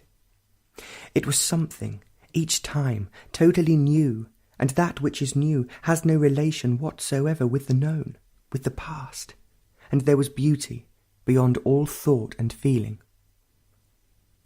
There was no call of the owl across the silent valley.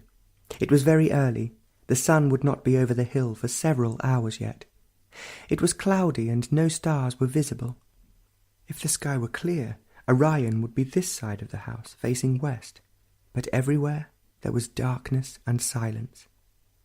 Habit and meditation can never abide together. Meditation can never become a habit.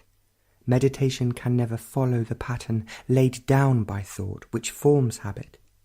Meditation is the destruction of thought, and not thought caught in its own intricacies, visions, and its own vain pursuits.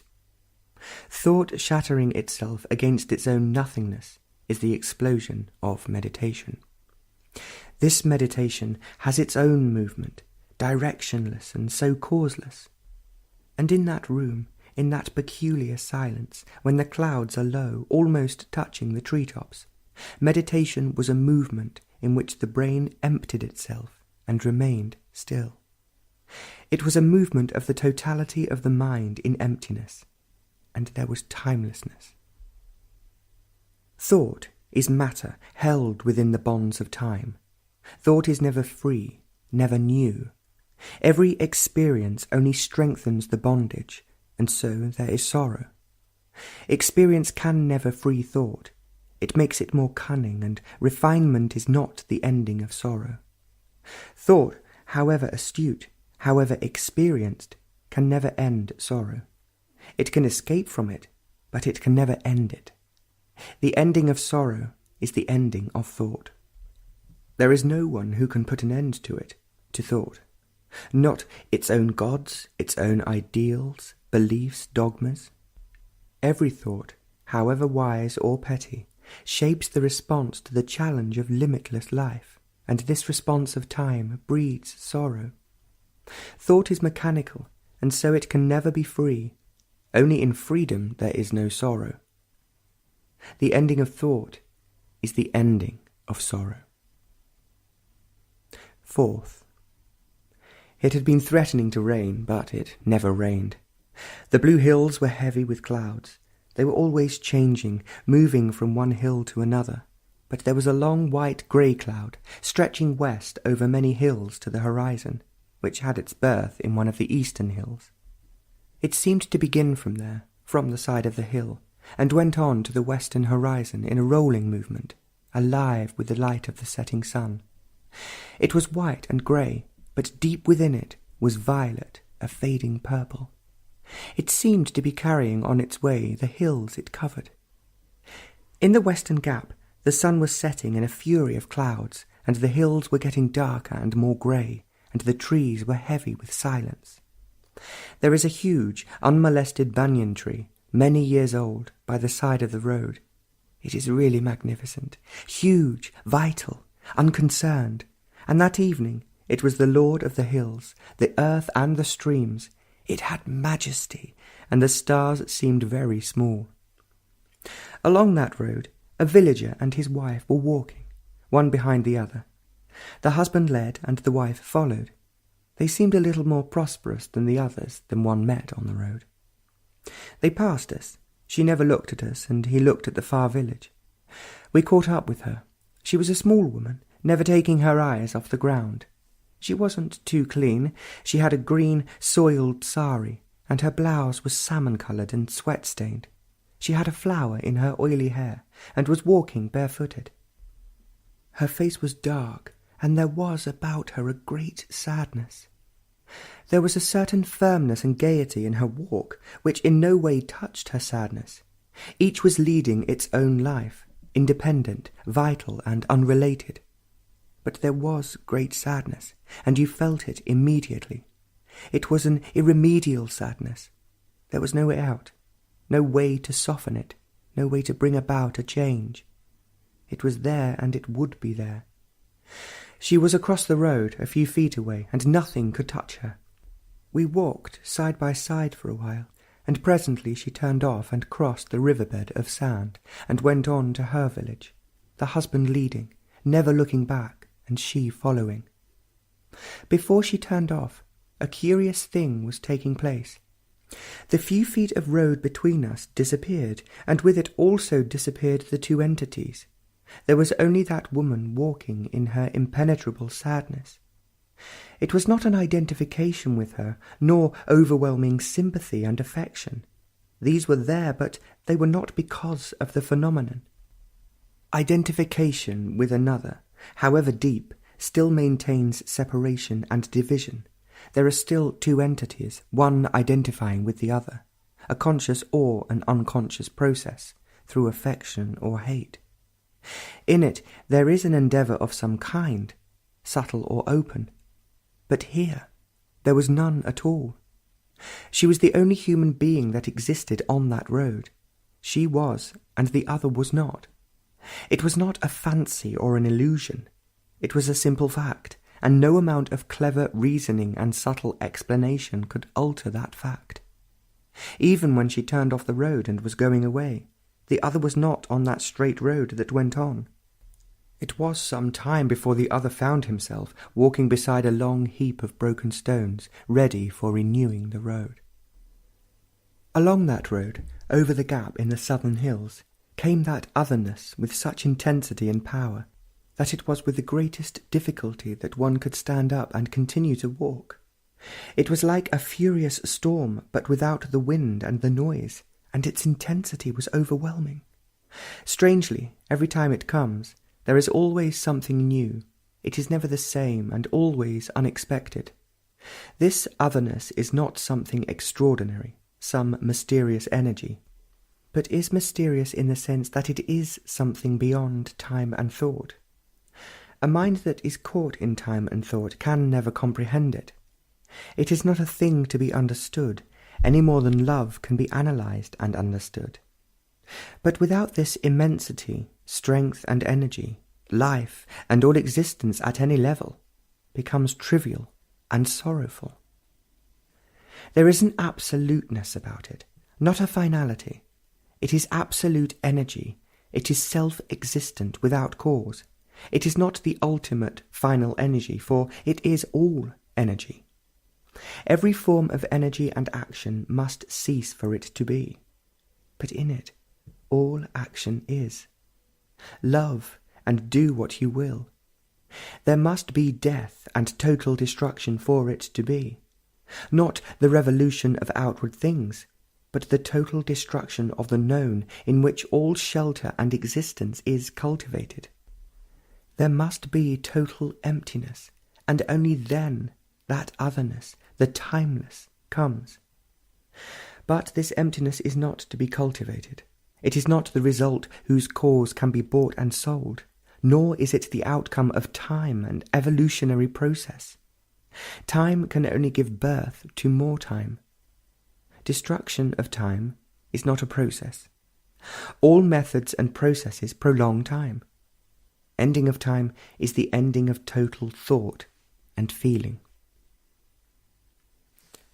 Fifth, beauty is never personal. The hills were dark blue and carried the light of the evening. It had been raining, and now great spaces of blue appeared. The blue was ablaze with white clouds surrounding it. It was the blue that made the eyes sparkle with forgotten tears. It was the blue of infancy and innocence. And that blue became a pale Nile green of early leaves of spring, and beyond it was the fire red of a cloud that was gathering speed to cross the hills. And over the hills were the rain clouds, dark, heavy, and immovable. These clouds were piling up against the hills in the west, and the sun was caught between the hills and the clouds. The ground was soaked, red and clear, and every tree and bush had deep moisture. There were already new leaves. The mango had long russet tender leaves, the tamarind had bright yellow small leaves. The rain tree had a few shoots of fresh light green. After a long wait of many months of baking sun, the rains brought comfort to the earth. The valley was smiling. The poverty-ridden village was filthy, smelly, and so many children were playing, shouting and laughing. They didn't seem to care for anything except the games they were playing. Their parents seemed so weary, haggard and forgotten. They would never know one day of rest, cleanliness and comfort, hunger, labour, and more hunger. They were sad, though they smiled readily enough, their eyes forlorn, beyond recalling. Everywhere there was beauty, the grass, the hills, and the crowded sky. The birds were calling, and high in the air an eagle was circling. There were lean goats on the hills, devouring everything that grew. They were insatiably hungry, and their little ones pranced from rock to rock. They were so soft to touch, their skin sparkling, clean and healthy. The boy who was looking after them was singing away, sitting on a rock, and occasionally calling to them. The personal cultivation of the pleasure of beauty is self-centered activity. It leads to insensitivity. 6th. It was a lovely morning, clear.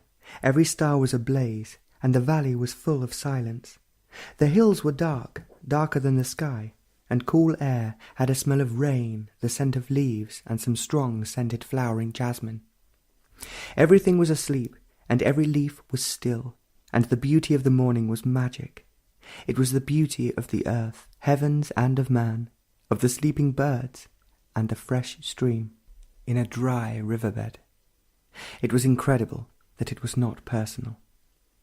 There is a certain austerity about it, not the cultivated, which is merely the activities of fear and denial, but the austerity of completeness, so utterly complete that it knew no corruption. There on the veranda, with Orion in the western sky, the fury of beauty wiped away the defences of time. Meditating there, beyond the limits of time, seeing the sky ablaze with stars and the earth silent, beauty is not the personal pursuit of pleasure, of things put together, of things known or unknown, images and visions of the brain with its thoughts and feelings. Beauty has nothing whatsoever to do with thought or sentiment, or with the pleasurable feeling aroused by a concert or a picture or seeing a game of football. The pleasures of concert and poems are perhaps more refined than football, but they are all in the same field as the mass or some puja in a temple. It is the beauty beyond time and beyond the aches and pleasures of thought. Thought and feeling dissipate energy, and so beauty is never seen. Energy, with its intensity, is needed to see beauty. When there is a seer, an observer, then there is no beauty. There, on the perfumed veranda, when dawn was still far away and the trees were still silent, what is essence is beauty. But this essence is not experienceable.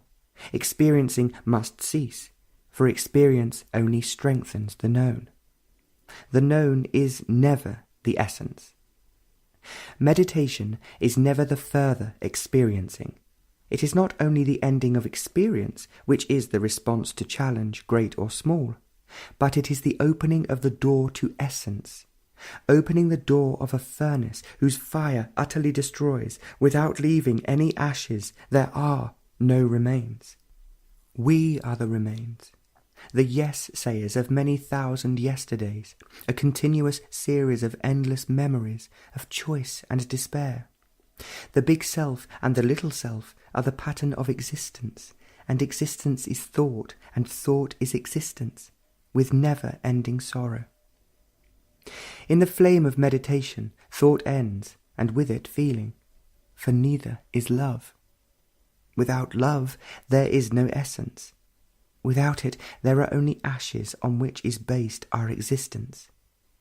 Out of emptiness, love is. 7th. The owls started very early this morning, calling to each other. At first they were in different parts of the valley. One was in the west and the other north. Their hoots were very clear in the still air, and carried very far. At first they were quite a distance from each other, and gradually they came nearer, and as they came their hoots became hoarse, very deep, not so long drawn out, shorter and more insistent. As they came nearer, they kept calling to each other more frequently. They must have been large birds. One couldn't see them. It was too dark, even when they were in the same tree, quite close, and the tone and quality of their hoots changed. They were talking to each other at so profound a depth that they could hardly be heard. They were there for considerable time, till dawn came. Then, slowly, a series of noises began. A dog barked, somebody called, a firecracker went off. For the last 2 days there was some kind of festival. A door opened, and as it became lighter, all the noises of the day began. To deny is essential. To deny today without knowing what tomorrow will bring is to keep awake. To deny the social, economic and religious pattern is to be alone, which is to be sensitive. Not to be able to deny totally is to be mediocre. Not to be able to deny ambition and all its ways is to accept the norm of existence, which breeds conflict, confusion and sorrow. To deny the politician, and so the politician in us, the response to the immediate, to live with short vision, is to be free from fear. Total denial is the negation of the positive, the imitative urge, conformity. But this denial itself is positive, for it is not a reaction. To deny the accepted standard of beauty, past or present, is to discover beauty which is beyond thought and feeling. But to discover it, energy is necessary. This energy comes from where there is no conflict, contradiction, and action is no longer partial. 8th, humility is the essence of all virtue. Humility is not to be cultivated, nor is virtue. The respectable morality of any society is mere adjustment to the pattern set by social, economic, religious environment. But such morality of changing adjustment is not virtue. Conformity and the imitative self-concern of security, called morality, is the denial of virtue. Order is never permanent. It has to be maintained every day, as a room has to be cleaned every day. Order has to be maintained from moment to moment, every day. This order is not personal. Individual adjustment to the pattern of conditioned responses of like and dislike, pleasure and pain. This order is not a means of escape from sorrow. The understanding of sorrow and the ending of sorrow is virtue, which brings about order. Order is not an end in itself. Order as an end in itself leads to the dead end of respectability, which is deterioration and decay. Learning is the very essence of humility, learning from everything and from everybody. There is no hierarchy in learning. Authority denies learning, and a follower will never learn. There was a single cloud, a flame with the light of the setting sun, behind the eastern hills. No fantasy could build such a cloud. It was the form of all forms. No architect could have designed such structure. It was the result of many winds, of many suns and nights, of pressure and strains. Other clouds were dark without light. They had no depth or height, but this one shattered space. The hill beyond which the cloud was appeared emptied of life and strength. It had lost its usual dignity and its purity of line. The cloud had absorbed all the quality of hills, their might and silence. Below the towering cloud lay the valley, green and rain-washed. There is something very beautiful in this ancient valley when it has rained.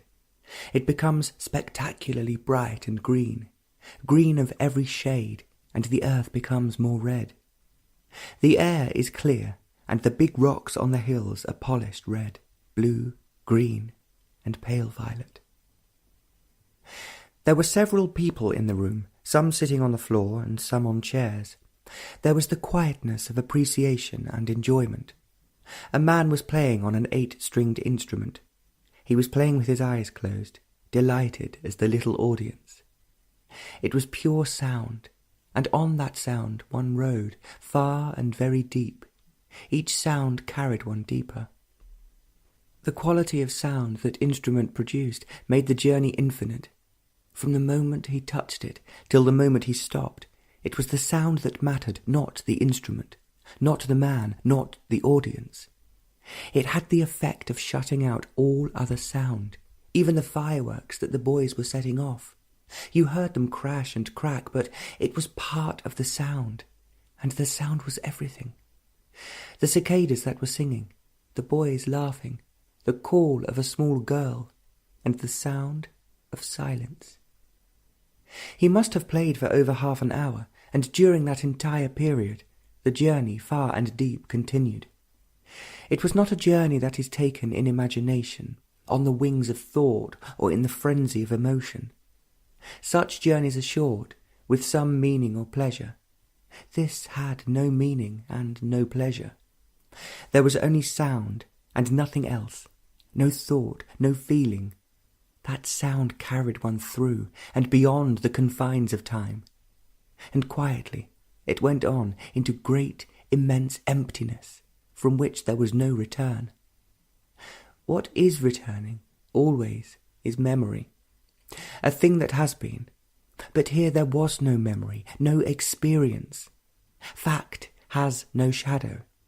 Memory. 9th.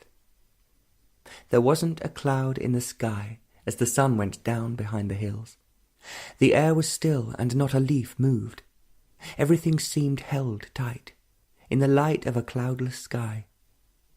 The reflection of the evening light on a little stretch of water by the roadside was full of ecstatic energy, and a little wildflower by the wayside was all life. There is a hill that looks like one of those ancient and ageless temples. It was purple, darker than violet, intense and vastly unconcerned. It was alive with an inward light, without shadow, and every rock and bush was shouting with joy. A bullock cart with 2 oxen came along the road, carrying some hay. A boy was sitting on the hay, and a man was driving the cart, which made a lot of noise. They stood out clearly against the sky, especially the outlines of the boy's face. His nose and forehead were clean cut, gentle. It was the face that had no education, and probably would never have. It was an unspoiled face, not yet used to hard work, nor to any responsibility. It was a smiling face. The clear sky was reflected on it. Walking along that road, meditation seemed a most natural thing. There was a fervour and a clarity, and the occasion suited the state. Thought is a waste of energy, as also is feeling. Thought and feeling invite distraction, and concentration becomes defensive self-absorption, like a child absorbed in his toy. The toy is fascinating, and he is lost in it. Remove it, and he becomes restless. The same with grown-ups. Their toys are the many escapes. There on the road, thought, with its feeling, had no power of absorption. It had no self-generating energy, and so it came to an end. The brain became quiet, as the waters become quiet when there is no breeze. It was the stillness before creation takes place. And on that hill, just close by, an owl started gently hooting, but suddenly stopped, and high up in the sky, one of those brown eagles was crossing the valley. It is the quality of stillness that has significance. An induced stillness is stagnation. A stillness that is bought is a merchandise which has hardly any value. A stillness that is the outcome of control, discipline, suppression, is clamorous with despair. There was not a sound in the valley nor in the mind, but the mind went beyond the valley and time, and there was no returning, for it had not gone. Silence is the depth of emptiness. At the bend of the road gently goes down across a couple of bridges over dry red riverbeds to the other side of the valley. The bullock cart had gone down that road. Some villagers were coming up it, shy and noiseless. There were children playing in the riverbed, and a bird kept on calling. Just as the road turned east, that otherness came. It came pouring down in great waves of benediction, splendid and immense. It seemed as though the heavens opened, and out of this immensity came the unnameable. It had been there all day. One realized suddenly, and only now, walking alone, with the others a little way off, did one realize the fact. And what made it extraordinary was this thing that was happening. It was the culmination of what had been going on, and not an isolated incident. There was light, not of the setting sun, nor powerful artificial light. This makes shadows, but there was light without shadow, and it was light. 10th. A deep-throated owl was hooting in the hills. Its deep voice penetrated the room and quickened hearing. Except for those hoots, everything was still. There was not even the croak of a frog or the rustle of some passing animal. The silence intensified between the hoots, which came from the southern hills. They filled the valley and the hills, and the air throbbed with the call. It wasn't answered for a very long time, and when it came, it was way down the valley to the west. Between them, they held the silence and the beauty of the night. Dawn would come presently, but now it was dark. You could see the outlines of the hill and that huge banyan tree. The Pleiades and Orion were setting in a clear, cloudless sky. The air was made fresh by a short shower of rain. It had a perfume that comes of old trees, rain, flowers, and very ancient hills. It was really a marvellous morning. What was outside was taking place inside, and meditation is really a movement of both, undivided. The many systems of meditation merely trap the mind in a pattern offering marvellous escapes and sensations. It is only the immature that play with them, getting a great deal of satisfaction from them. Without self-knowing, all meditation leads to delusion and to varying forms of self-deception, factual and fancied. It was a movement of intense energy, that energy which conflict will never know. Conflict perverts and dissipates energy, as ideals and conformity do. Thought was gone, and with it feeling, but the brain was alive and fully sensitive. Every movement, action with a motive is inaction.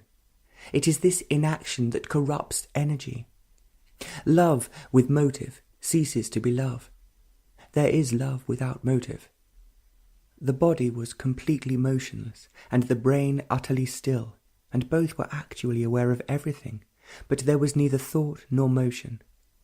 It was not a form of hypnosis, an induced state, because there was nothing to be gained by it, no visions, sensations, all that silly business. It was a fact, and a fact has no pleasure or pain, and the movement was lost to all recognition, to the known. Dawn was coming, and with it came the otherness, which is essentially part of meditation. A dog barked, and the day had begun. 11th. There are only facts, not greater or lesser facts. The fact, the what is, cannot be understood when approached with opinions or judgments. Opinions, judgments, then become the fact, and not the fact that you wish to understand. In pursuing the fact, in watching the fact, the what is, the fact teaches, and its teaching is never mechanical. And to follow its teachings, the listening, the observation must be acute. This attention is denied if there is motive for listening. Motive dissipates energy, distorts it. Action with a motive is inaction, leading to confusion and sorrow. Sorrow has been put together by thought, and thought feeding upon itself forms the I and the me. As a machine has life, so does the I and the me, a life which is fed by thought and feeling. Fact destroys this machinery. Belief is so unnecessary, as are ideals. Both dissipate energy which is needed to follow the unfolding of the fact, the what is. Beliefs, like ideals, are escapes from the fact. and in escapes there is no end to sorrow. The ending of sorrow is the understanding of the fact from moment to moment. There is no system or method which will give understanding, but only a choiceless awareness of a fact. Meditation, according to a system, is the avoidance of the fact of what you are. It is far more important to understand yourself, the constant changing of the facts about yourself, than to meditate in order to find God, have visions, sensations, and other forms of entertainment. A crow was cawing its head off. It was sitting on a branch with thick foliage. It wasn't visible. Other crows came and went, but it went on, hardly stopping its sharp, penetrating croak. It was angry with something or complaining about something. The leaves shook around it, and even the few drops of rain didn't stop it. It was so completely absorbed in whatever it was that was disturbing it. It came out, shook itself, and flew away, only to resume its biting complaint. Presently it got tired and rested.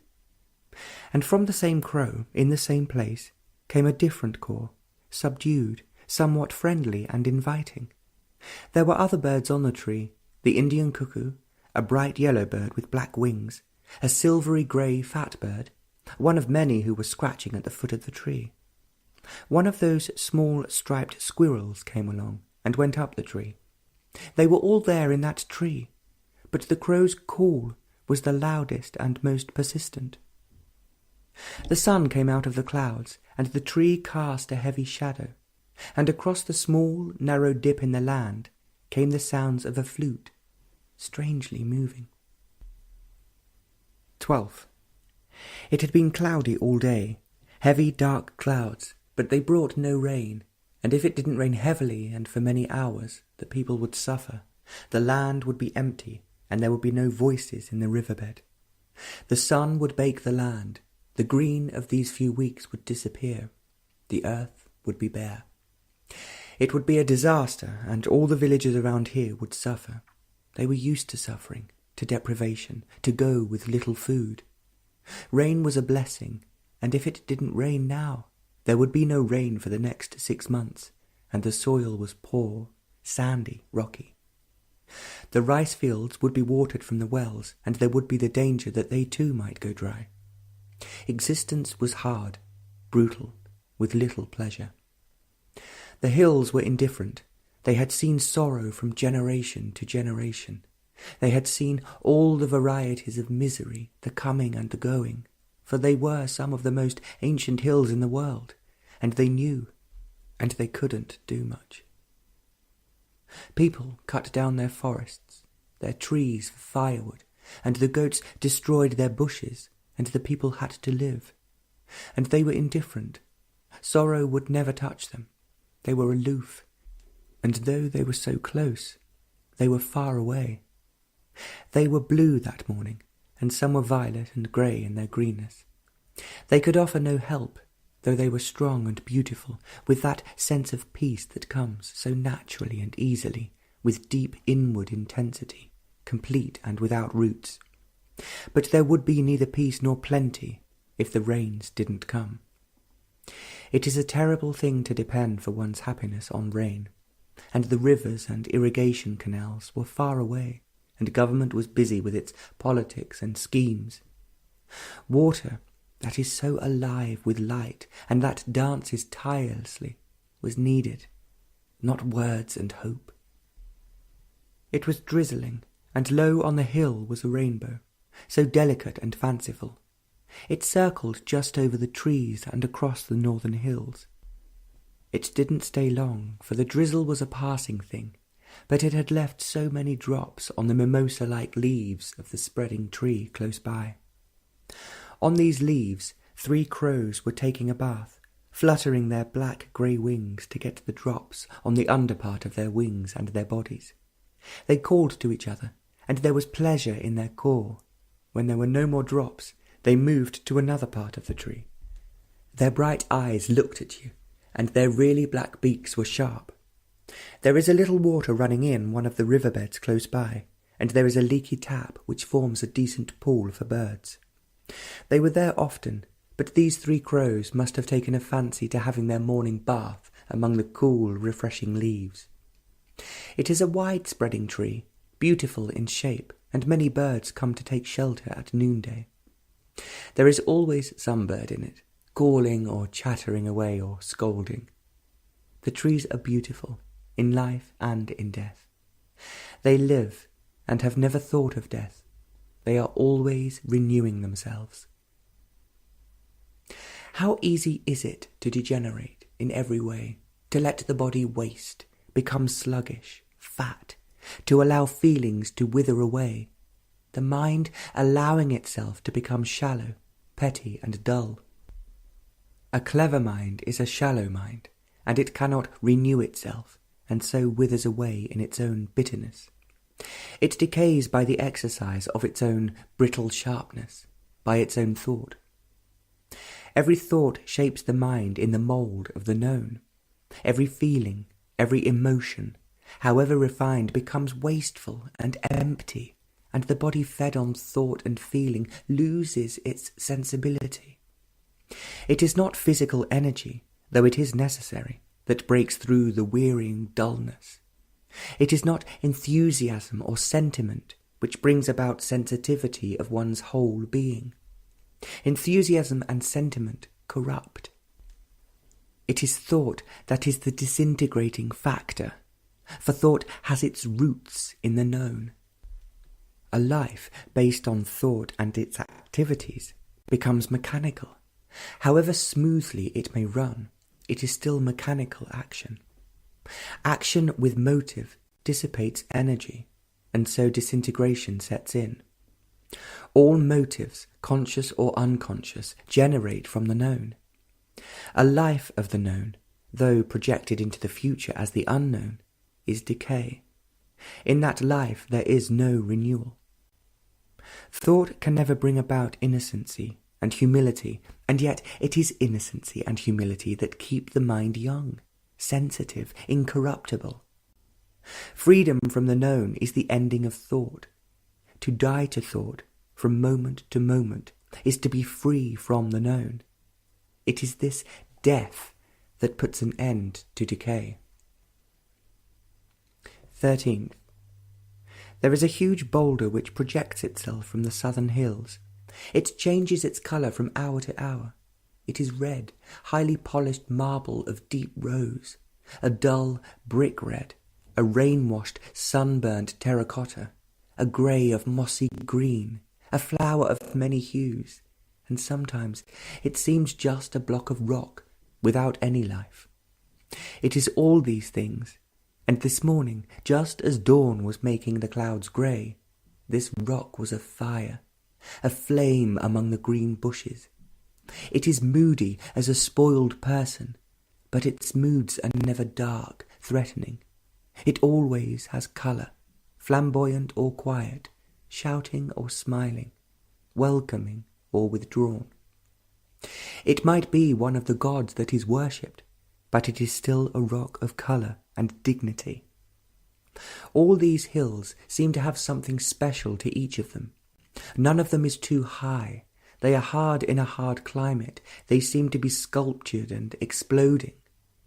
They seem to go with the valley, not too large, far away from towns and traffic, green when it rains and arid. The beauty of the valley is the trees in the green rice fields. Some of the trees are massive, big of trunk and branch, and they are splendid in their shape. Others are waiting expectantly for the rain, stunted but slowly growing. Others are full of leaves and shade. There are not too many of them, but those that survive are really quite beautiful. The earth is red, and the trees are green, and the bushes very close to the red earth. They all survive in the rainless, harsh, sunny days of many months, and when it does rain, their rejoicings shatter the quietness of the valley. Every tree and every bush is shouting with life, and the green leaf is quite incredible. The hills too join, and the whole earth becomes the glory that is. There was not a sound in the valley, It was dark, and there wasn't a leaf moving. Dawn would come in an hour or so. Meditation is not self-hypnosis, by words or thought, by repetition or image.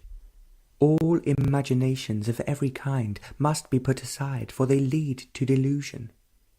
The understanding of facts and not theories, not the pursuits of conclusions and adjustments to them, and the cultivation of visions. All these must be set aside, and meditation is the understanding of these facts, and so going beyond them. Self-knowing is the beginning of meditation. Otherwise, so-called meditation leads to every form of immaturity and silliness. It was early, and the valley was asleep. On waking, meditation was the continuation of what had been going on. The body was without a movement. It was not made to be quiet, but it was quiet. There was no thought, but the brain was watchful, without any sensation. Neither feeling nor thought existed. And a timeless movement began. Word is time, indicating space. Word is of the past or the future, but the active present has no word.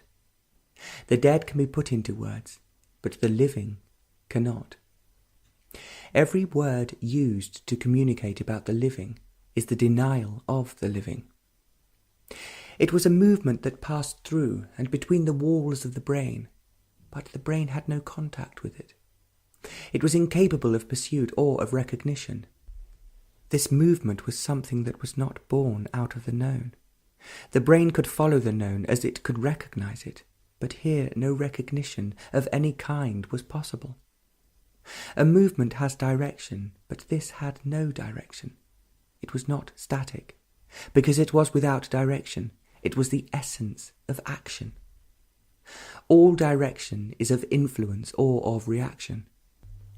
But action which is not the outcome of reaction, push or pull, is total energy. This energy, love, has its own movement. But the word love, the known, is not love. There is only the fact, the freedom from the known. Meditation was the explosion of the fact. Our problems multiply and continue. The continuation of a problem perverts and corrupts the mind. A problem is a conflict, an issue which has not been understood. Such problems leave scars and innocency is destroyed. Every conflict has to be understood and so ended. One of the factors of deterioration is the continued life of a problem. Every problem breeds another problem, and a mind burnt with problems, personal or collective, social or economic, is in a state of deterioration. 14th. Sensitivity and sensation are two different things. Sensations, emotions, feelings always leave a residue, whose accumulation dulls and distorts. Sensations are always contradictory and so conflicting. Conflict always dulls the mind, perverts perception. The appreciation of beauty in terms of sensation, of like and dislike, is not to perceive beauty. Sensation can only divide as beauty and ugliness, but division is not beauty. Because sensations, feelings, breed conflict.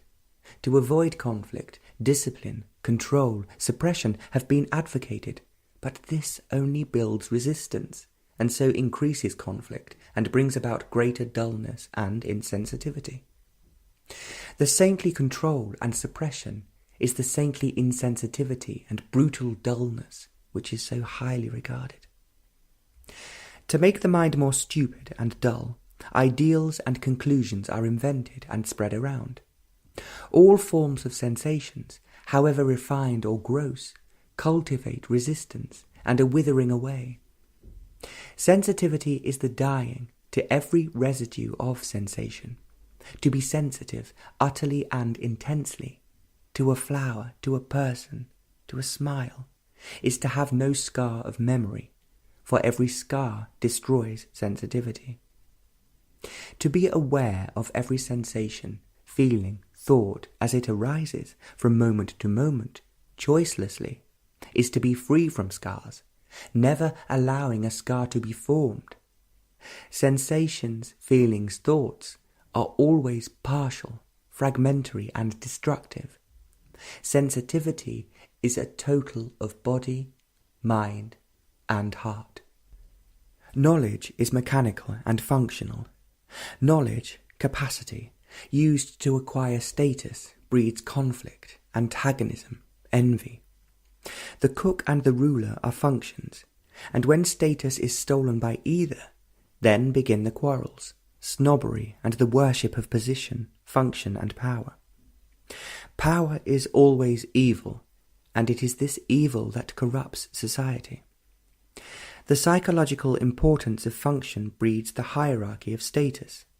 To deny hierarchy is to deny status. There is hierarchy of function, but not of status. Words are of little importance, but fact is of immense significance. Fact never brings sorrow, but words covering the fact and escapes from it do breed untold conflict and misery. A whole group of cattle were feeding on the green land. They were all brown, of different shades, and when they moved together, it was as though the earth moved. They are quite big, indolent and pestered by flies. These are specially cared for, well fed, unlike the village cattle. Those are bone-thin, small, yielding very little, rather smelly, and seem to be everlastingly hungry. There is always some boy or a little girl with them, shouting at them, talking to them, calling them. Everywhere life is hard. There is disease and death. There is an old woman who goes by every day, carrying a little pot of milk or food of some kind. She seems to be shy, without teeth. Her clothes are dirty, and there is misery on her face. Occasionally she smiles, but it is rather forced. She is from the village nearby, and always barefooted. They are surprisingly small feet and hard, but there is fire in her. She is a wiry old lady. Her gentle walk is not at all gentle. Everywhere there is misery and a forced smile. The gods have gone, except in the temples, and the powerful of the land never have eyes for that woman. But it rained, a long and heavy shower, and the clouds hold the hills. The trees follow the clouds, and the hills were pursuing them, and man is left behind. 15th. It was dawn. The hills were in clouds, and every bird was singing, calling, screeching. A cow was bellowing, and a dog howled. It was a pleasant morning. The light was soft, and the sun was behind the hills and clouds. And a flute was being played under the old big banyan tree. It was accompanied by a small drum. The flute dominated the drum and filled the air. By its very soft, gentle notes, it seemed to penetrate into your very being. You listened to it, though other sounds were coming to you. The varying throbs of the little drum came to you on the waves of the flute, and the harsh call of the crow came with the drum. Every sound penetrates. Some you resist, and others you welcome. The unpleasant and the pleasant, and so you lose. The voice of the crow came with the drum, and the drum rode on the delicate note of the flute, and so the whole sound was able to go deeply beyond all resistance and pleasure. And in that there was great beauty, not the beauty which thought and feeling know. And on that sound rode the exploding meditation, and in that meditation the flute, the throbbing drum, the harsh caw of the crow, and all the things of the earth joined in, and thereby gave depth and vastness to the explosion. Explosion is destructive, and destruction is the earth and life, as love is. That note of the flute is explosive, if you let it be. But you won't, for you want a safe, secure life, and so life becomes a dull affair. Having made it dull, then you try to give significance, purpose to the ugliness with its trivial beauty. And so music is something to be enjoyed, arousing a lot of feeling, as football or some religious ritual does. Feeling, emotion, is wasteful and so easily turned to hate. But love is not sensation, a thing captured by feeling. Listening completely, without resistance, without any barrier, is the miracle of explosion, shattering the known. And to listen to that explosion without motive, without direction, is to enter where thought, time, cannot pursue. The valley is probably about a mile wide at its narrowest point, where the hills come together, and they run east and west. Though one or two hills prevent the others from running freely, they are to the west. Where the sun comes from is open, hill after hill. These hills fade into the horizon with precision and height. They seem to have that strange quality of blue-violet that comes with vast age and hot sun. In the evening these hills catch the light of the setting sun, and then they become utterly unreal, marvellous in their colour. Then the eastern sky has all the colour of the setting sun. You might think that the sun went down there. It was an evening of light pink and dark clouds. The moment one stepped out of the house, talking with another of quite different things, that otherness, that unknowable, was there. It was so unexpected, for one was in the midst of a serious conversation, and it was there with such urgency. All talk came to an end, very easily and naturally. The other did not notice the change in the quality of the atmosphere, and went on saying something which needed no reply. We walked the whole mile almost without a word, and we walked with it, under it, in it. It is wholly the unknown, though it comes and goes. All recognition has stopped, for recognition is still the way of the known. Each time there is greater beauty and intensity and impenetrable strength. This is the nature of love too. 16th. It was a very quiet evening. The clouds had gone and were gathering around the setting sun. The trees, made restless by the breeze, were settling down for the night. They too had become quiet. The birds were coming in, taking shelter for the night among the trees that had thick foliage. There were two small owls sitting high up on the wires, with their unblinking eyes, staring. And, as usual, the hills stood alone and aloof, far away from every kind of disturbance. During the day they had to put up with the noises of the valley, but now they withdrew from all communication, and darkness was closing in upon them, though there was the feeble light of the moon. The moon had a halo of vaporous clouds round it. Everything was preparing to go to sleep, save the hills. They never slept. They were always watching, waiting, looking and communing amongst themselves endlessly. Those two little owls on the wire made rattling noises, stones in a metal box. Their rattling was far louder than their little bodies.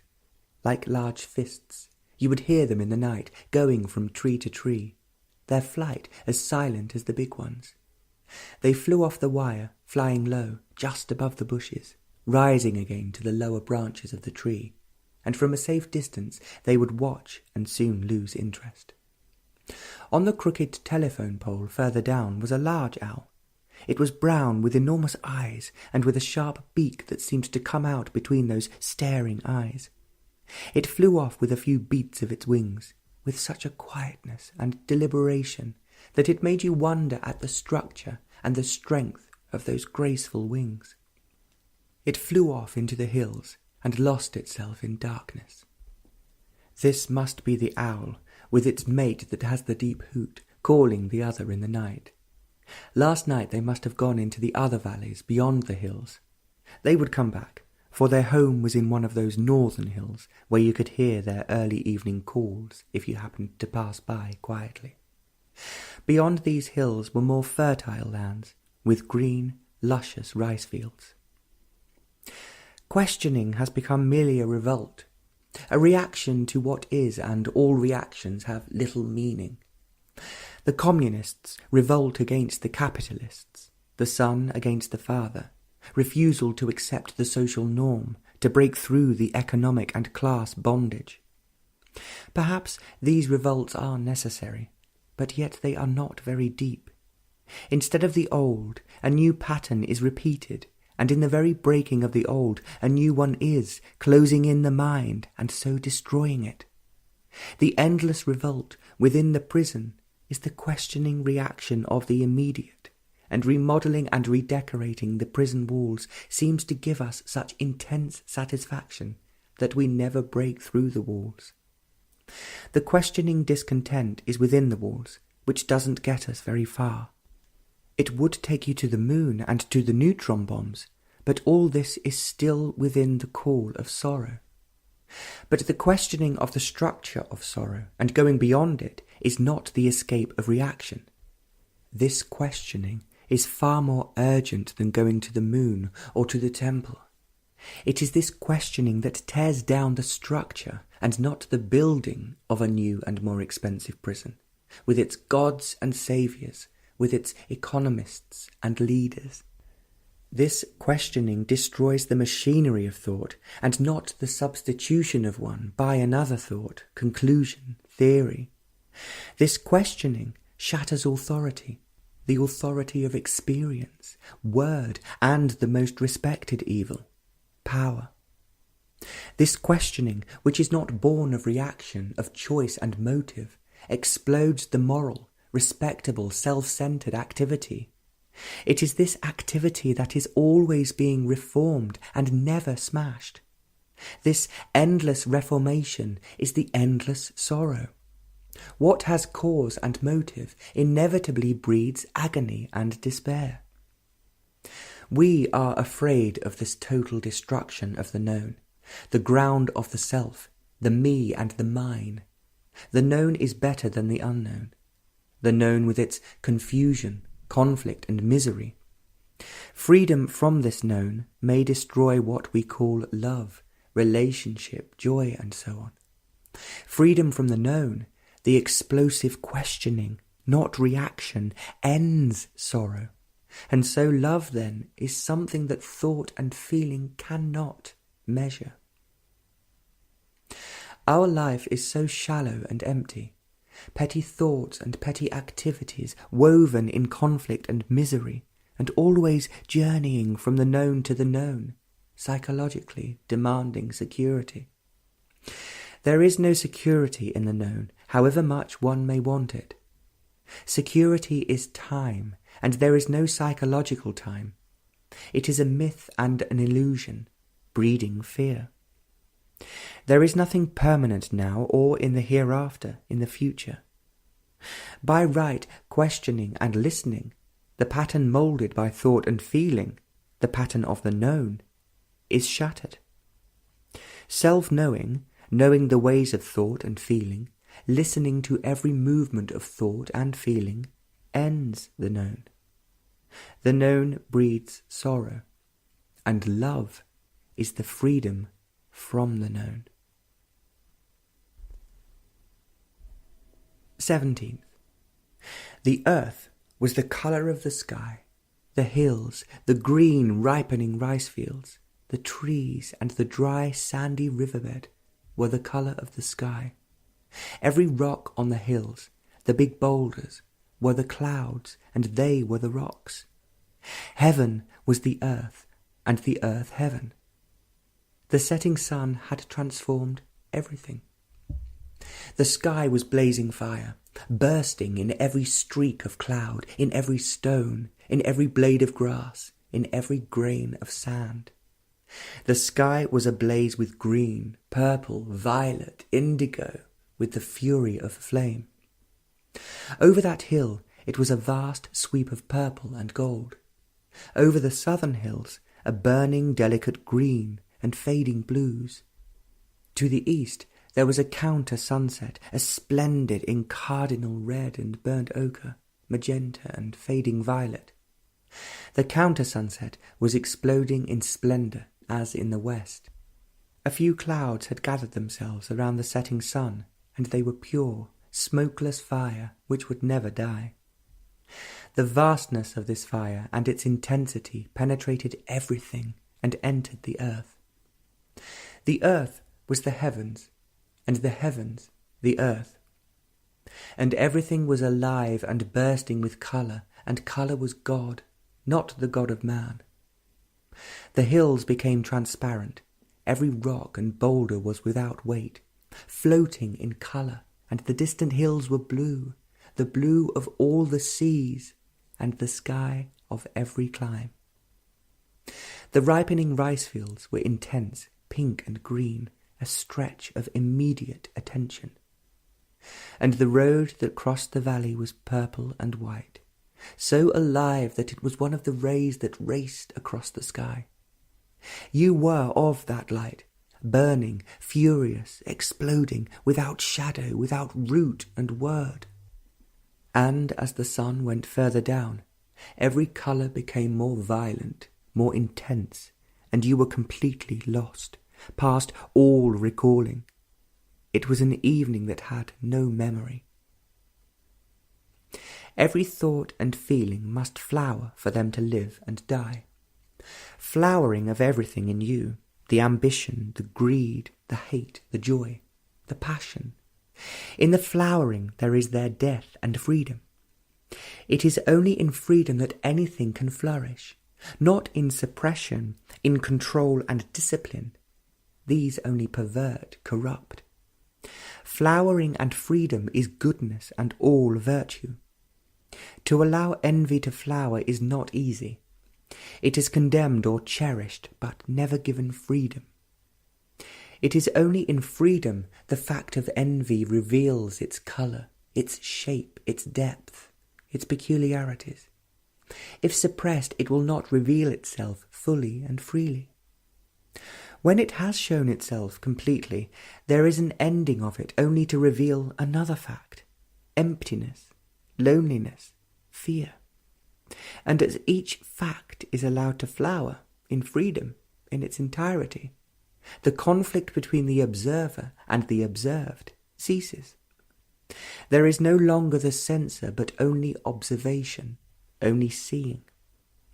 Freedom can only be in completion, not in repetition, suppression, obedience to a pattern of thought. There is completion only in flowering and dying. There is no flowering if there is no ending. What has continuity is thought in time. The flowering of thought is the ending of thought, for only in death is there the new. The new cannot be if there is no freedom from the known. Thought, the old, cannot bring into being the new. It must die for the new to be. What flowers must come to an end. It has no future, for it has no seed. 20th. It was very dark. The stars were brilliant in a cloudless sky, and the mountain air was cool and fresh. The headlights caught the tall cacti, and they were polished silver. The morning dew was upon them, and they shone.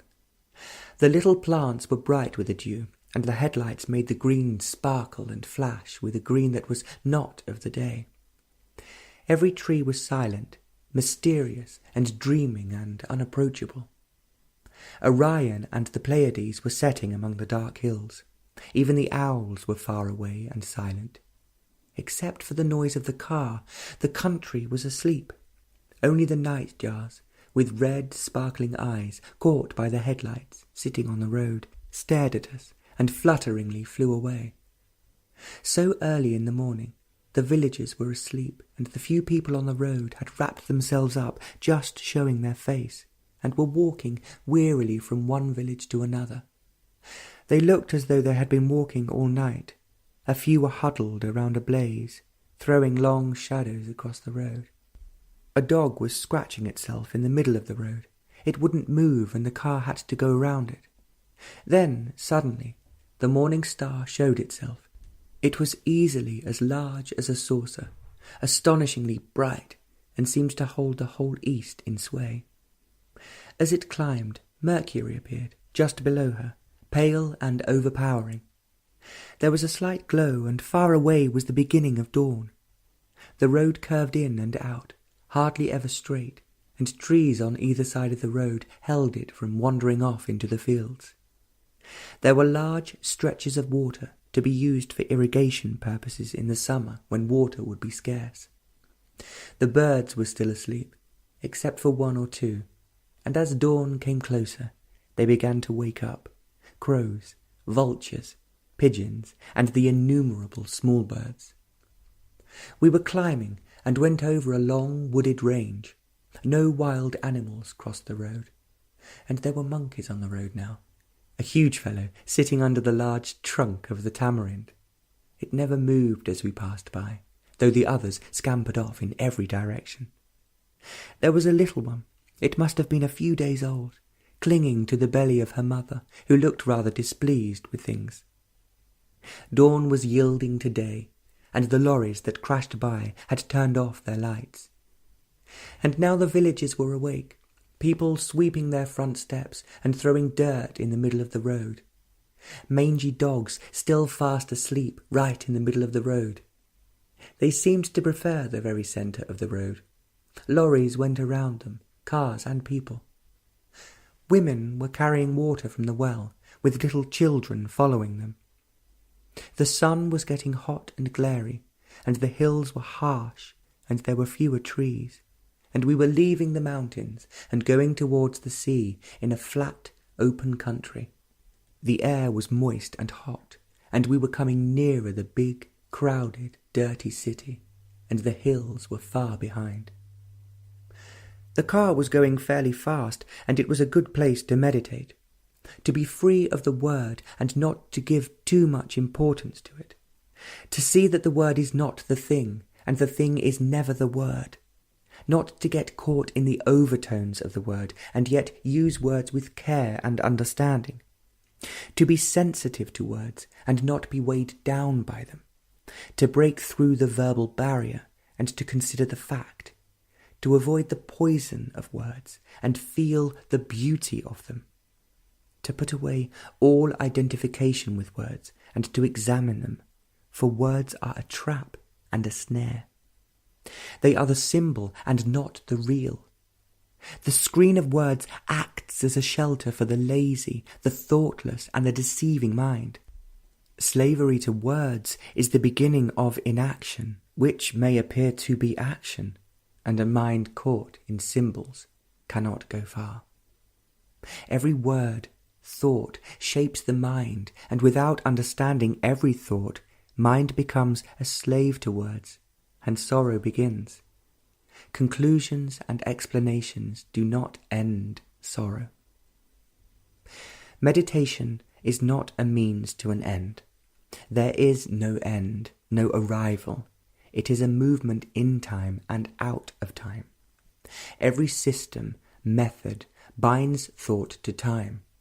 But choiceless awareness of every thought and feeling, understanding their motives, their mechanism, allowing them to blossom, is the beginning of meditation. When thought and feeling flourish and die, meditation is a movement beyond time. In this movement there is ecstasy. In complete emptiness there is love. And with love there is destruction and creation. Madras, 21st. All existence is choice. Only in aloneness there is no choice. Choice in every form is conflict. Contradiction is inevitable in choice. This contradiction, inner and outer, breeds confusion and misery. To escape from this misery, gods, beliefs, nationalism, commitment to various patterns of activities become compulsive necessities. Having escaped, they become all-important, and escape is the way of illusion. Then fear and anxiety set in. Despair and sorrow is the way of choice, and there is no end to pain. Choice, selection, must always exist as long as there is the chooser. The accumulated memory of pain and pleasure, and every experience of choice only strengthens memory, whose response becomes thought and feeling. Memory has only a partial significance. To respond mechanically, this response is choice. There is no freedom in choice. You choose according to the background you have been brought up in, according to your social, economic, religious conditioning. Choice invariably strengthens this conditioning. There is no escape from this conditioning. It only breeds more suffering. There were a few clouds gathering around the sun. They were far down on the horizon and were afire. The palm trees were dark against the flaming sky. They stood in golden green rice fields, stretching far into the horizon. There was one all by itself, in a yellowing green of rice. It was not alone, though it looked rather forlorn and far away. A gentle breeze from the sea was blowing, and a few clouds were chasing each other, faster than the breeze. The flames were dying, and the moon strengthened the shadows. Everywhere there were shadows, quietly whispering to each other. The moon was just overhead, and across the road the shadows were deep and deceptive. A water snake might be crossing the road, quietly slithering across, pursuing a frog. There was water in the rice fields, and frogs were croaking, almost rhythmically. In the long stretch of water beside the road, with their heads up out of the water, they were chasing each other. They would go under and come up to disappear again. The water was bright silver, sparkling and warm to the touch, and full of mysterious noise. Bullock carts went by, carrying firewood to the town. A cycle bell rang. A lorry with bright, glaring lights screeched for room, and the shadows remained motionless.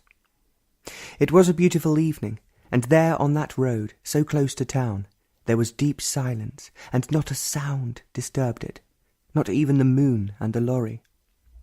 It was a silence that no thought, no word could touch. A silence that went with the frogs and the cycles. A silence that followed you. You walked in it. You breathed it.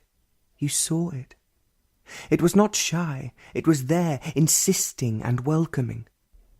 It went beyond you into vast immensities, and you could follow it if your thought and feeling were utterly quiet, forgetting themselves and losing themselves with the frogs in the water.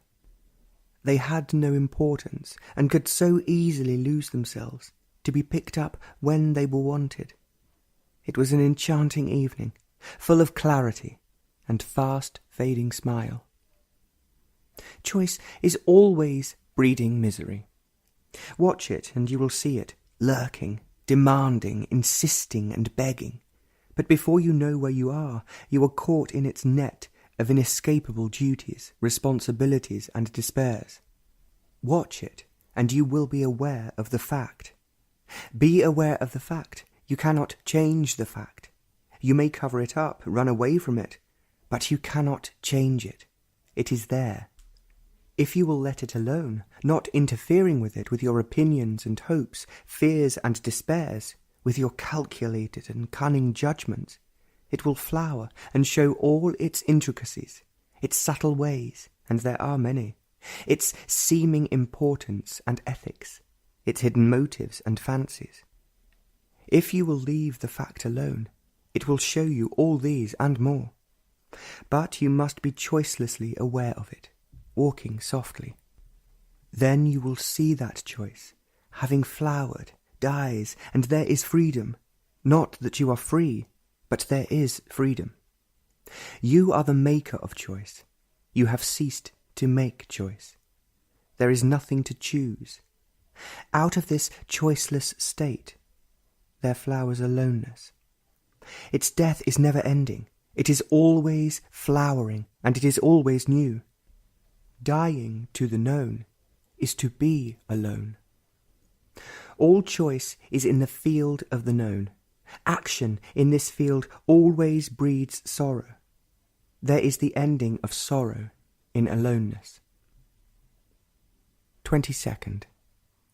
In the opening of masses of leaves was a pink flower of 3 petals. It was embedded in green, and it too must have been surprised by its own beauty. It grew on a tall bush, struggling to survive among all that greenery.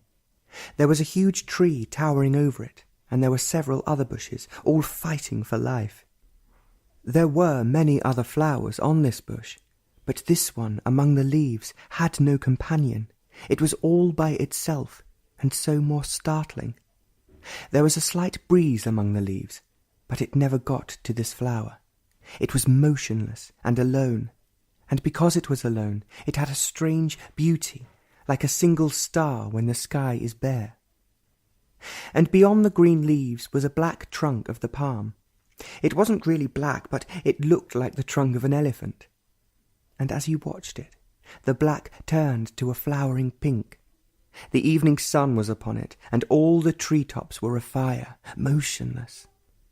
The breeze had died down, and patches of the setting sun were upon the leaves. A small bird was sitting on a branch, preening itself. It stopped to look around, and presently flew off into the sun. We were facing the musicians, who were facing the setting sun. There were very few of us, and the little drum was being played with remarkable skill and pleasure. It was really quite extraordinary, what those fingers did. The player never looked at his hands. They seemed to have a life of their own, moving with great rapidity and firmness, striking the taut skin with precision. There was never hesitation. What the right hand did, the left hand never knew, for it was beating out a different rhythm, but always in harmony. The player was quite young, grave, with sparkling eyes. He had talent, and was delighted to be playing to that small, appreciative audience. Then a stringed instrument joined in, and the small drum followed. It was no longer alone. The sun had set, and the few wandering clouds were turning pale rose. At this latitude there is no twilight, and the moon, nearly full, was clear in a cloudless sky. Walking on that road, with the moonlight on the water and the croaking of many frogs, became a blessing. It is strange how far away the world is, and into what great depth one has travelled. The telegraph poles, the buses, the bullock carts, and the worn-out villages were there beside you, but you were far away, so deep that no thought could follow. Every feeling stayed far away. You were walking, aware of everything that was happening around you, the darkening of the moon by masses of clouds, the warning of the cycle bell, but you were far away. Not you, but great, vast depth. This depth went on more profoundly within itself, past time and the limits of space. Memory couldn't follow it. Memory is tethered, but this wasn't. It was total, complete freedom, without route and direction. And deep, far from thought, there was bursting energy, which was ecstasy, a word that had pleasurable, gratifying significance to thought. But thought could never capture it, or travel the spaceless distance to pursue it. Thought is a barren thing, and could never follow or communicate with that which is timeless. The thundering bus, with its blinding lights, nearly pushed one off the road, into the dancing waters. The essence of control is suppression. The pure seeing puts an end to every form of suppression. Seeing is infinitely more subtle than mere control. Control is comparatively easy. It doesn't need much understanding. Conformity to a pattern, obedience to established authority, fear of not doing the right thing, of tradition, the drive for success. These are the very things that bring about suppression of what is, or the sublimation of what is. The pure act of seeing the fact, whatever the fact be, brings its own understanding, and from this, mutation takes place. 25th. The sun was behind the clouds, and the flat lands stretched far into the horizon, which was turning golden brown and red. There was a little canal, over which the road went among the rice fields. They were golden yellow and green, spreading on both sides of the road, east and west to the sea and to the setting sun. There is something extraordinarily touching and beautiful to see palm trees, black against the burning sky among the rice fields. It was not that the scene was romantic or sentimental or picture postcardish. Probably it was all this, but there was an intensity and a sweeping dignity and delight in the earth itself and in the common things that one passed by every day. The canal, a long, narrow strip of water, of melting fire, went north and south among the rice fields, silent and lonely. There was not much traffic on it. There were barges, crudely made, with square or triangular sails, carrying firewood or sand, and men sitting huddled together, looking very grave. The palm trees dominated the wide green earth. They were of every shape and size, independent and carefree, swept by the winds and burnt by the sun. The rice fields were ripening golden yellow, and there were largish white birds among them. They were flying now into the sunset, their long legs stretched out behind, their wings lazily beating the air. Bullock carts carrying Corserina firewood to the town went by, a long line of them, creaking, and the men walking, and the load was heavy. It was none of these common sights that made the evening enchanting. They were all part of the fading evening, the noisy buses, the silent bicycles, the croaks of the frogs, the smell of the evening. There was a deep widening intensity, an imminent clarity of that otherness, with its impenetrable strength and purity. What was beautiful was now glorified in splendour. Everything was clothed in it. There was ecstasy and laughter, not only deeply within, but among the palms and the rice fields. Love is not a common thing, but it was there in the hut with the oil lamp. It was with that old woman, carrying something heavy on her head, with that naked boy swinging on a piece of string, a piece of wood which gave out many sparks, for it was his fireworks. It was everywhere, so common that you could pick it up under a dead leaf or in that jasmine by the old crumbling house. But everyone was occupied, busy and lost. It was there filling your heart, your mind, and the sky. It remained and would never leave you. Only you would have to die to everything, without roots, without a tear. Then it would come to you. If you were lucky, and you forever ceased to run after it, begging, hoping, crying. Indifferent to it, but without sorrow, and thought left far behind. And it would be there, on that dusty, dark road. The flowering of meditation is goodness. It is not a virtue to be gathered, bit by bit, slowly, in the space of time.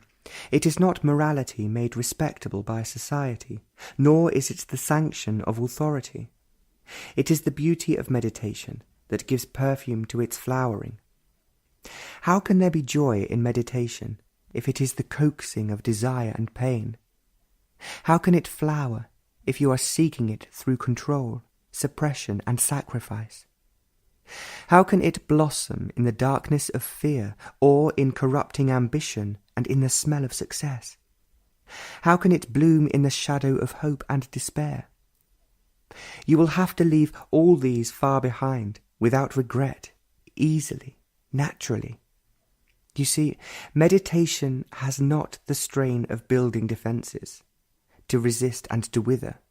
It is not fashioned out of a sustained practice of any system.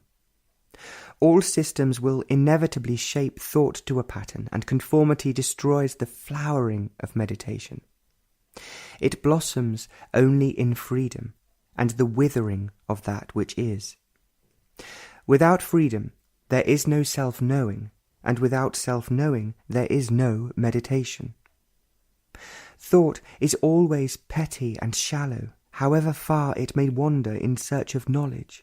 Acquiring, expanding knowledge is not meditation. It flowers only in the freedom from the known, and withers away in the known. 26th. There is a palm tree, all by itself, in the middle of a rice field. It is no longer young. There are only a few palms. It is very tall and very straight.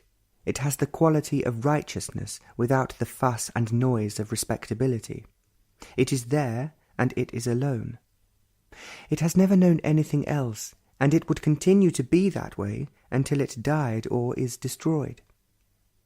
You suddenly come upon it at the turn of the road, and you are startled to see it among the rich rice fields and flowing water. The water and the green fields were murmuring to each other, which they always have been doing from ancient days, and these gentle mutterings never reached the palm. It was alone with the high heaven and flashing clouds.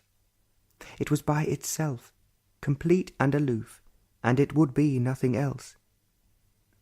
The water was sparkling in the evening light, and away from the road towards the west was the palm tree, and beyond it were more rice fields.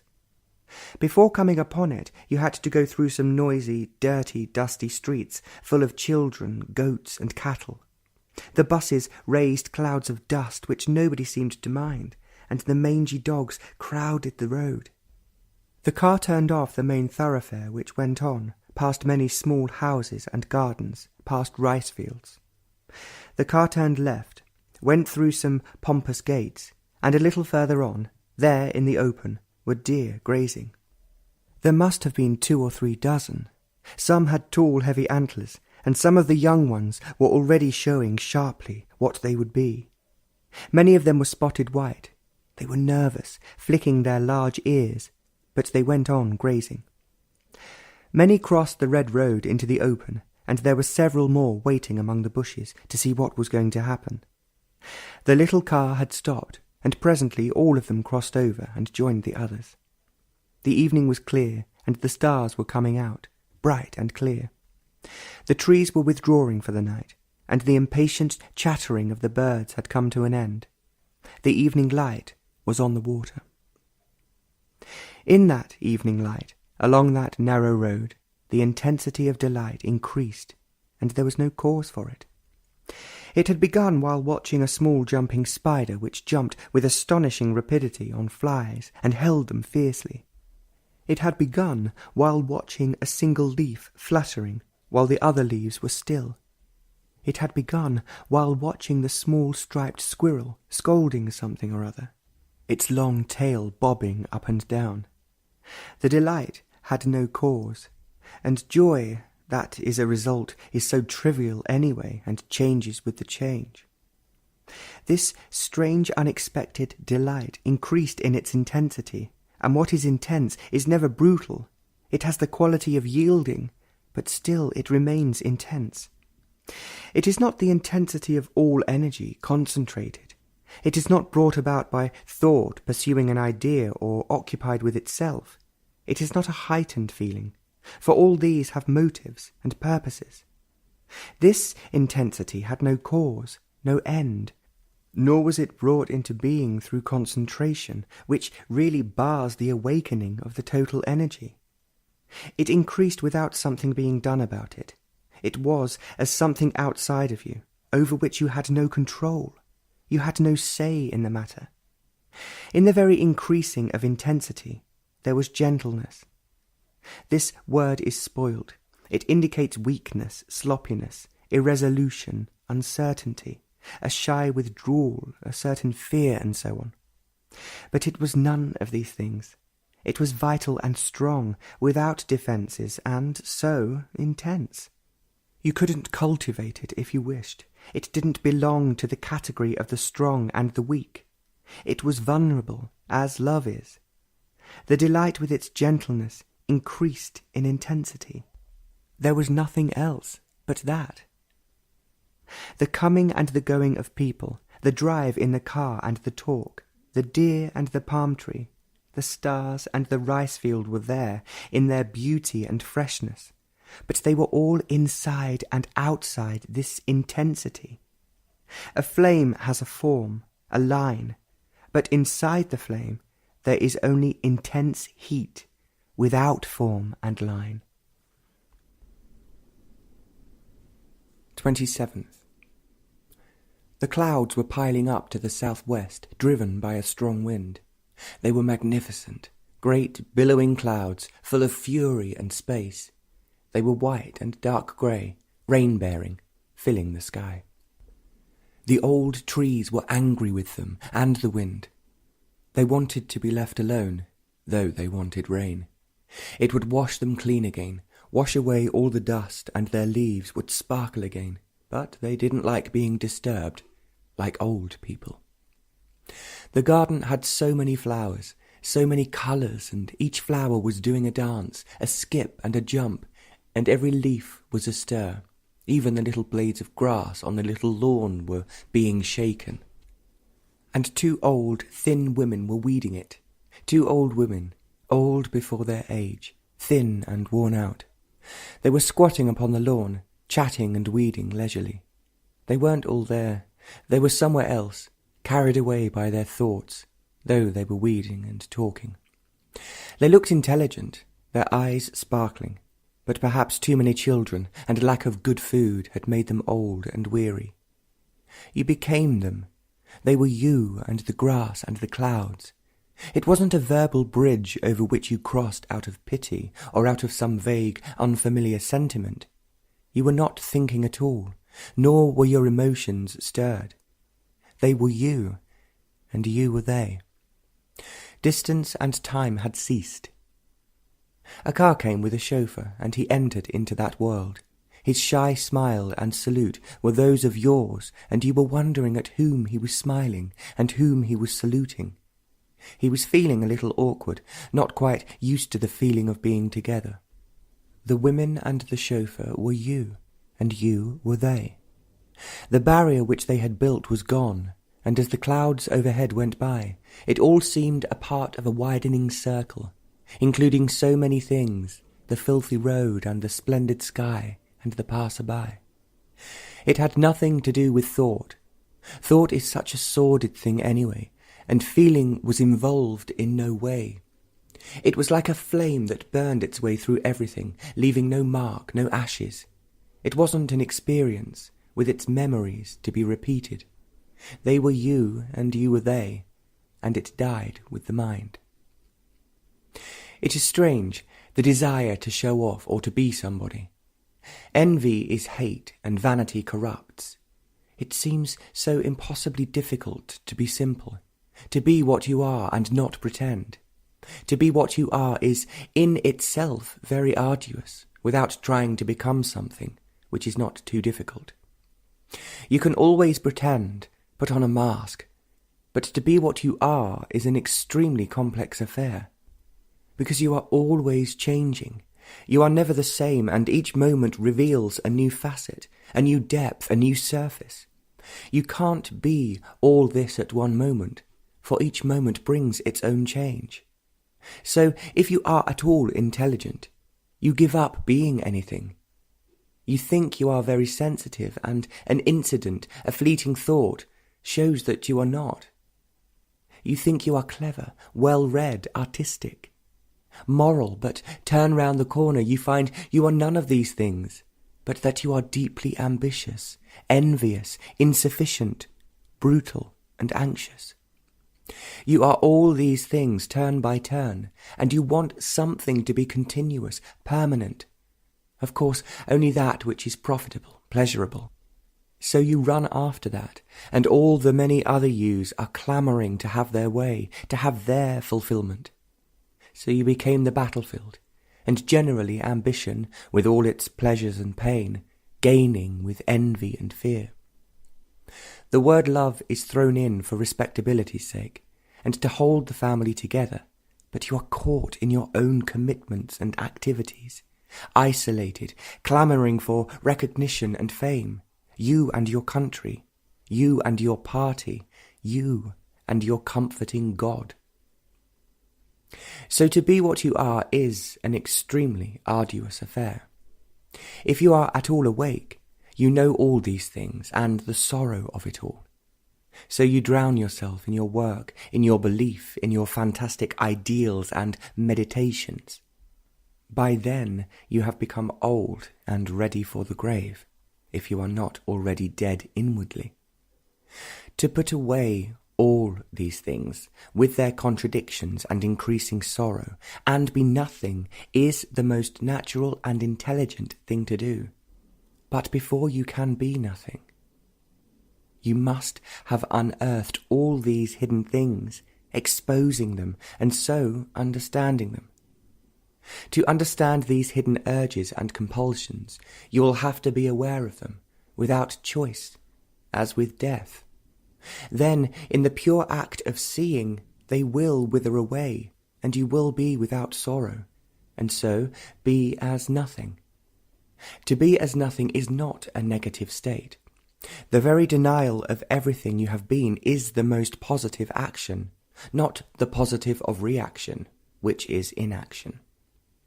It is this inaction which causes sorrow. This denial is freedom. This positive action gives energy, and mere ideas dissipate energy. Idea is time, and living in time is disintegration, sorrow. 28th. There was a large opening in the thick, closely planted Corsorina grove beside a quiet road.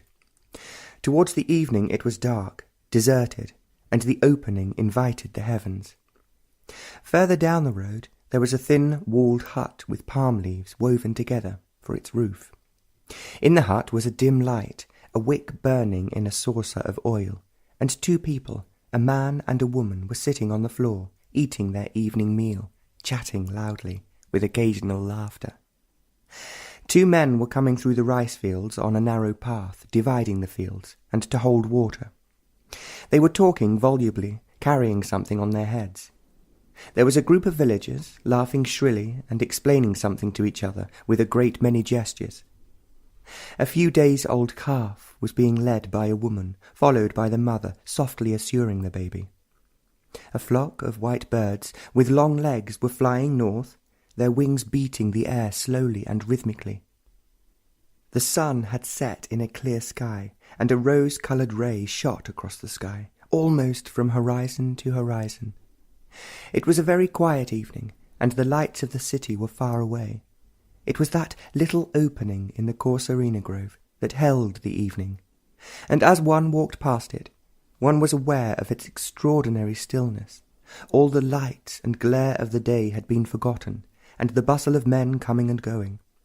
Now it was quiet, enclosed by dark trees and fast fading light. It was not only quiet, but there was joy in it, the joy of immense solitude, and as one went by it, that ever-strange otherness came like a wave, covering the heart and the mind in its beauty and its clarity. All time ceased. The next moment had no beginning. Out of emptiness only is there love. Meditation is not a play of imagination. Every form of image, word, symbol must come to an end for the flowering of meditation. The mind must lose its slavery to words and their reaction.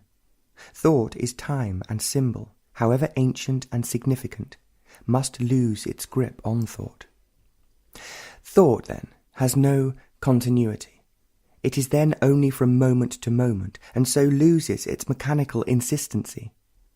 Thought, then, does not shape the mind and enclose it within the frame of ideas and condition it to culture, to society in which it lives. Freedom is not from society, but from idea. Then relationship. Society does not condition the mind. The whole of consciousness is residual, changing, modifying, conforming, and mutation is only possible when time and idea have come to an end. The ending is not a conclusion, a word to be destroyed, an idea to be denied or accepted. It is to be understood through self-knowing. Knowing is not learning.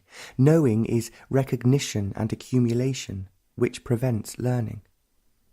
Learning is from moment to moment, for the self, the me, is ever-changing, never constant. Accumulation, knowledge, distorts and puts an end to learning. Gathering knowledge, however expanding its frontier, becomes mechanical, and a mechanical mind is not a free mind. Self-knowing liberates the mind from the known. To live the entire life in the activity of the known breeds endless conflict and misery. Meditation is not personal achievement, a personal quest for reality. It becomes one when it is restricted by methods and systems, and thereby deceptions and illusions are bred. Meditation frees the mind from the narrow, limited existence to the ever-expanding, timeless life. 29th. Without sensitivity there can be no affection. Personal reaction does not indicate sensitivity. You may be sensitive about your family, about your achievement, about your status and capacity. This kind of sensitivity is a reaction, limited, narrow, and is deterioration. Sensitivity is not good taste, for good taste is personal, and the freedom from personal reaction is the awareness of beauty. Without the appreciation of beauty, and without the sensitive awareness of it, there is no love. This sensitive awareness of nature, of the river, of the sky, of the people, of the filthy road, is affection. The essence of affection is sensitivity. But most people are afraid of being sensitive. To them, to be sensitive is to get hurt, and so they harden themselves, and so preserve their sorrow. Or they escape into every form of entertainment, the church, the temple, gossip and cinema and social reform. But being sensitive is not personal, and when it is, it leads to misery. To break through this personal reaction is to love, and love is for the one and the many. It is not restricted to the one or to the many. To be sensitive, all the senses must be fully alive, active, and fear of being a slave to the senses is merely the avoidance of a natural fact. The awareness of the fact does not lead to slavery. It is the fear of the fact that leads to bondage. Thought is of the senses, and thought makes for limitation, but yet you are not afraid of thought. On the contrary, it is ennobled with respectability and enshrined with conceit. To be sensitively aware of thought, of feeling, of the world about you, of your office and of nature, is to explode from moment to moment in affection. Without affection, every action becomes burdensome and mechanical, and leads to decay. It was a rainy morning, and the sky was heavy with clouds, dark and tumultuous. It began raining very early, and you could hear it among the leaves. And there were so many birds on the little lawn, big and little ones, light grey, brown with yellow eyes, large black crows and little ones, smaller than sparrows. They were scratching, pulling, chattering, restless, complaining and pleased. It was drizzling, and they didn't seem to mind, but when it began to rain harder, they all flew off, complaining loudly. But the bushes and the large old trees were rejoicing. Their leaves were washed clean of the dust of many days. Drops of water were clinging to the ends of the leaves.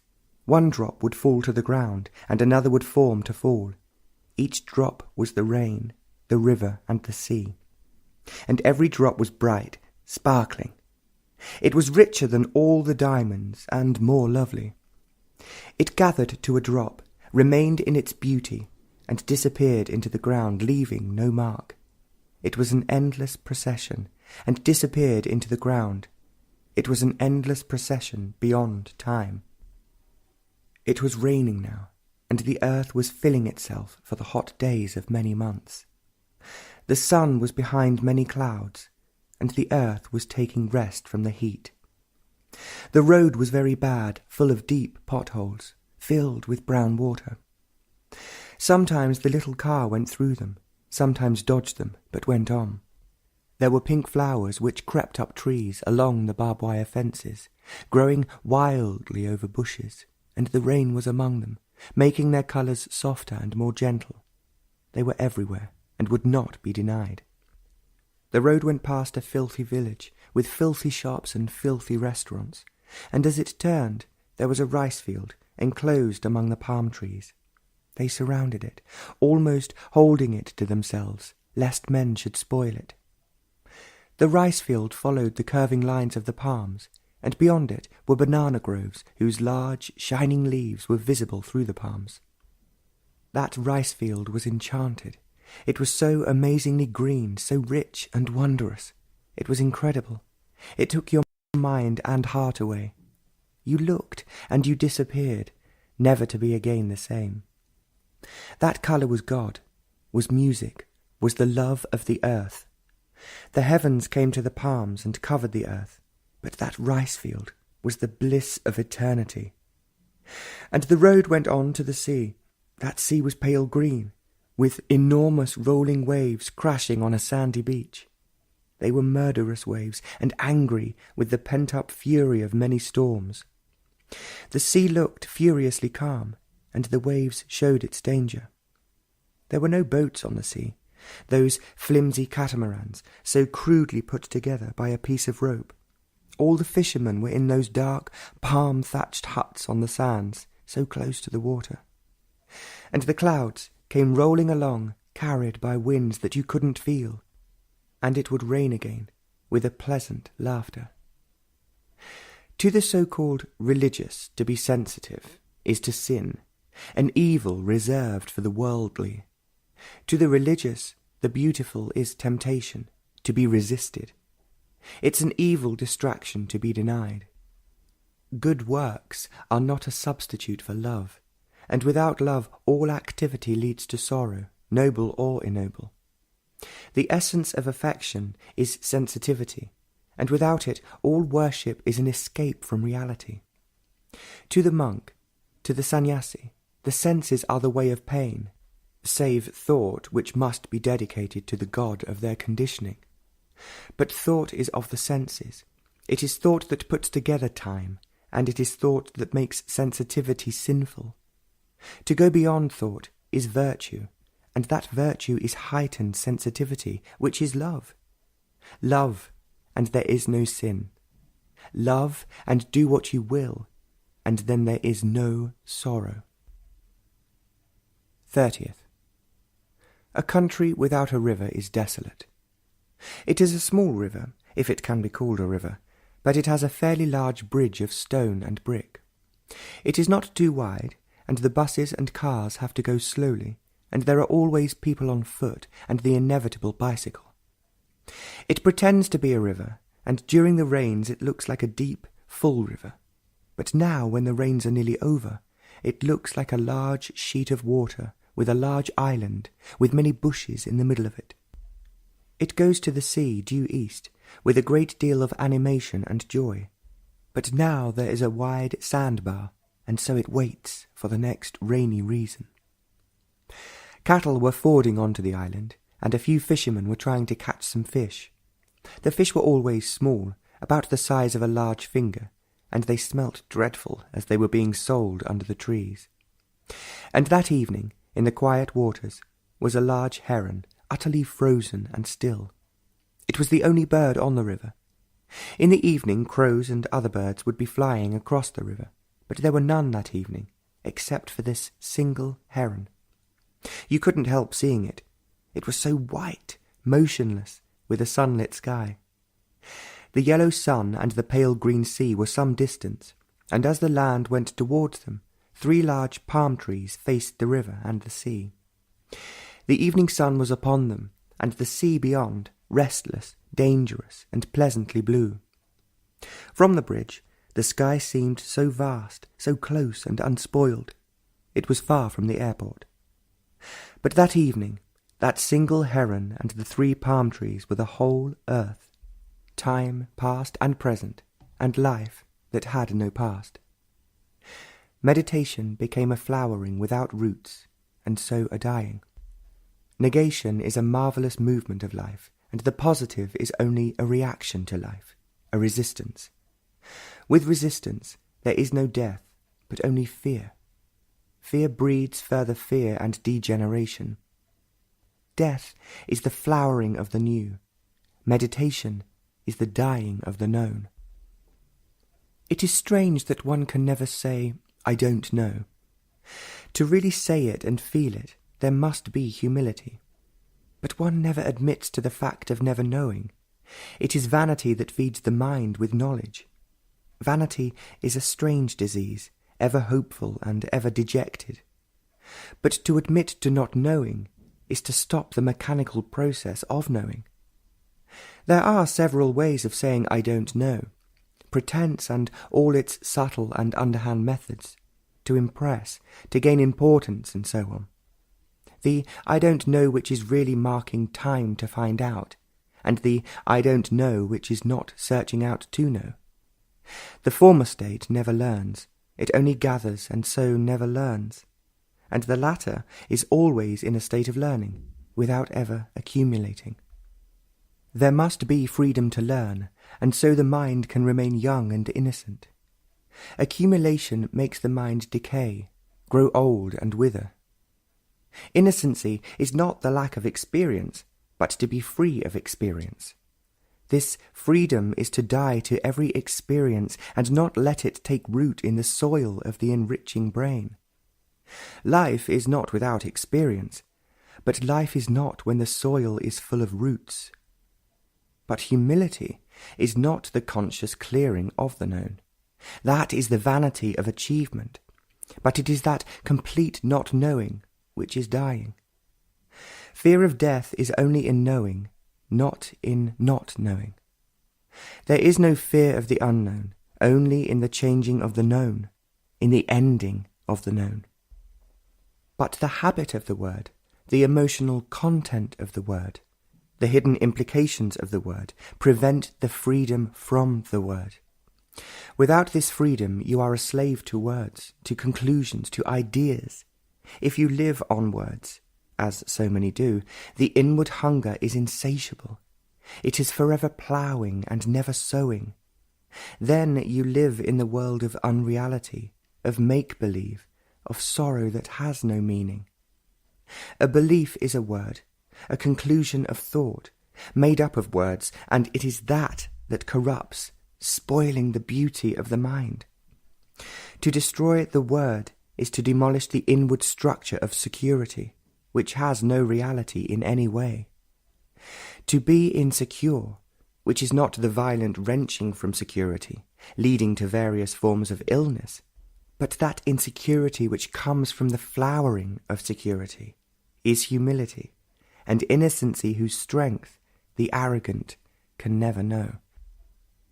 December 1st, 1961.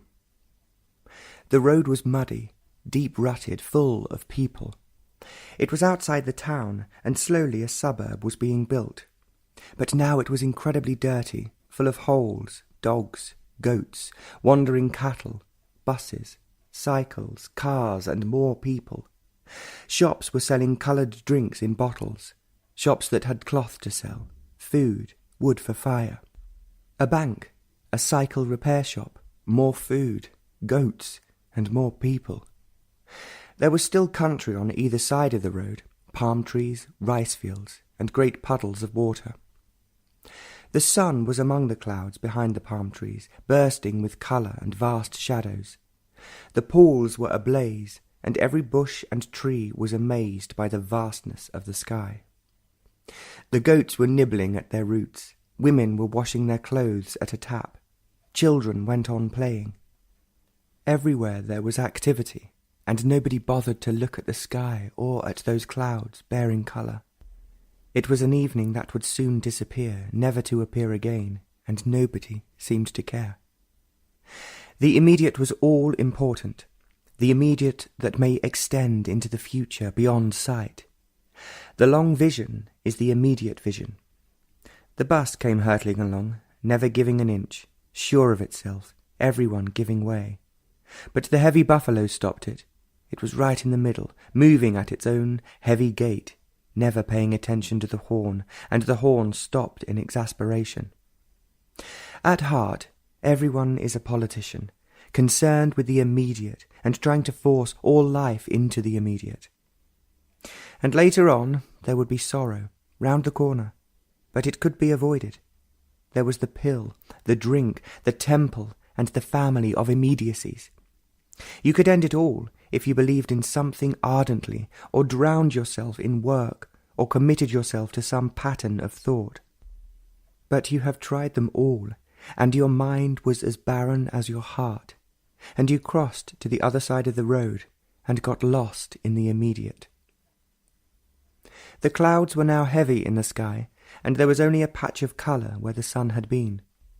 The road went on, past the palm trees, the corsarinas, rice fields, huts, and suddenly, and as ever expectantly, that otherness came, with that purity and strength which no thought or madness could possibly ever formulate. And it was there, and your heart seemed to explode into the empty heavens with ecstasy. The brain was utterly still, motionless, but sensitive, watching. It could not follow into emptiness. It was of time, but time had stopped, and it could not experience. Experience is recognition, and what is recognized would be time. So it was motionless, merely quiescent, without asking, seeking. And this totality of love, or what you will, word is not the thing, entered into everything, and was lost. Everything had its space, its place, but this had none, and so it cannot be found. Do what you will not find it. It is not on the market, nor in any temple. Everything has to be destroyed, not a stone left unturned, no foundation to stand on. But even then this emptiness must be without a tear. Then perhaps the unknowable might pass by. It was there, and beauty. All deliberate pattern of change is non-change. Change has motive, purpose, direction, and so it is merely a continuity, modified of what has been. Such change is futile. It is like changing clothes on a doll, but it remains mechanical, lifeless, brittle, to be broken and thrown away. Death is the inevitable end of change. Economic, social revolution is death in the pattern of change. It is not a revolution at all. It is a continuity, modified of what has been. Mutation, total revolution, takes place only when change, the pattern of time, is seen as false, and in its total abandonment, mutation takes place. Second, the sea was rough, with thunderous waves that came in from afar. Nearby was a village built round a large deep pond, a tank it is called, and a broken-down temple. The water of the tank was pale green, and steps led down to it from all sides. The village was neglected, dirty, and there were hardly any roads. And round about this tank were houses, and on one side was the old temple in ruins, and a comparatively new one, with red-striped walls. The houses were dilapidated, but that village had a familiar, friendly feeling about it. Beside the way that led to the sea, a whole group of women were haggling over some fish at the top of their voices. Everyone seemed so excited about everything. It was their evening entertainment, for they were laughing too. And there were the sweepings of the road in a heap in the corner, and the mangy village dogs were poking their noses into it, and a shop close by to it was selling drinks, things to eat, and a poor woman with a baby and torn rags was begging at the door of the shop. The cruel sea was close by, thundering away, and the luscious green rice fields were beyond the village, peaceful, full of promise in the evening light. Clouds were coming across the sea unhurriedly, with the sun upon them, and everywhere there was activity, and no one looked up at the sky.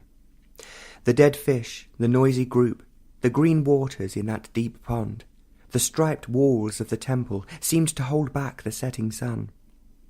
If you walked on that road across the canal, beside the rice field and corsarina groves, every passer-by you know, they are friendly. They stop and talk to you, saying that you should come to live among them, that they would look after you. And the sky is darkening, and the green of the rice fields is gone, and the stars are very bright. While walking on that road in the dark, with the light of the city in the clouds. That inviolable strength comes with such abundance and with such clarity that it took literally your breath away. All life was that strength. It wasn't the strength of carefully built-up will, nor the strength of many defences and resistances. It was not the strength of courage, nor the strength of jealousy and death. It had no quality, no description could contain it, and yet it was there as those dark, distant hills, and those trees beside the road. It was too immense for thought to bring it about or speculate upon. It was the strength that had no cause, and so nothing could be added to or taken away from it.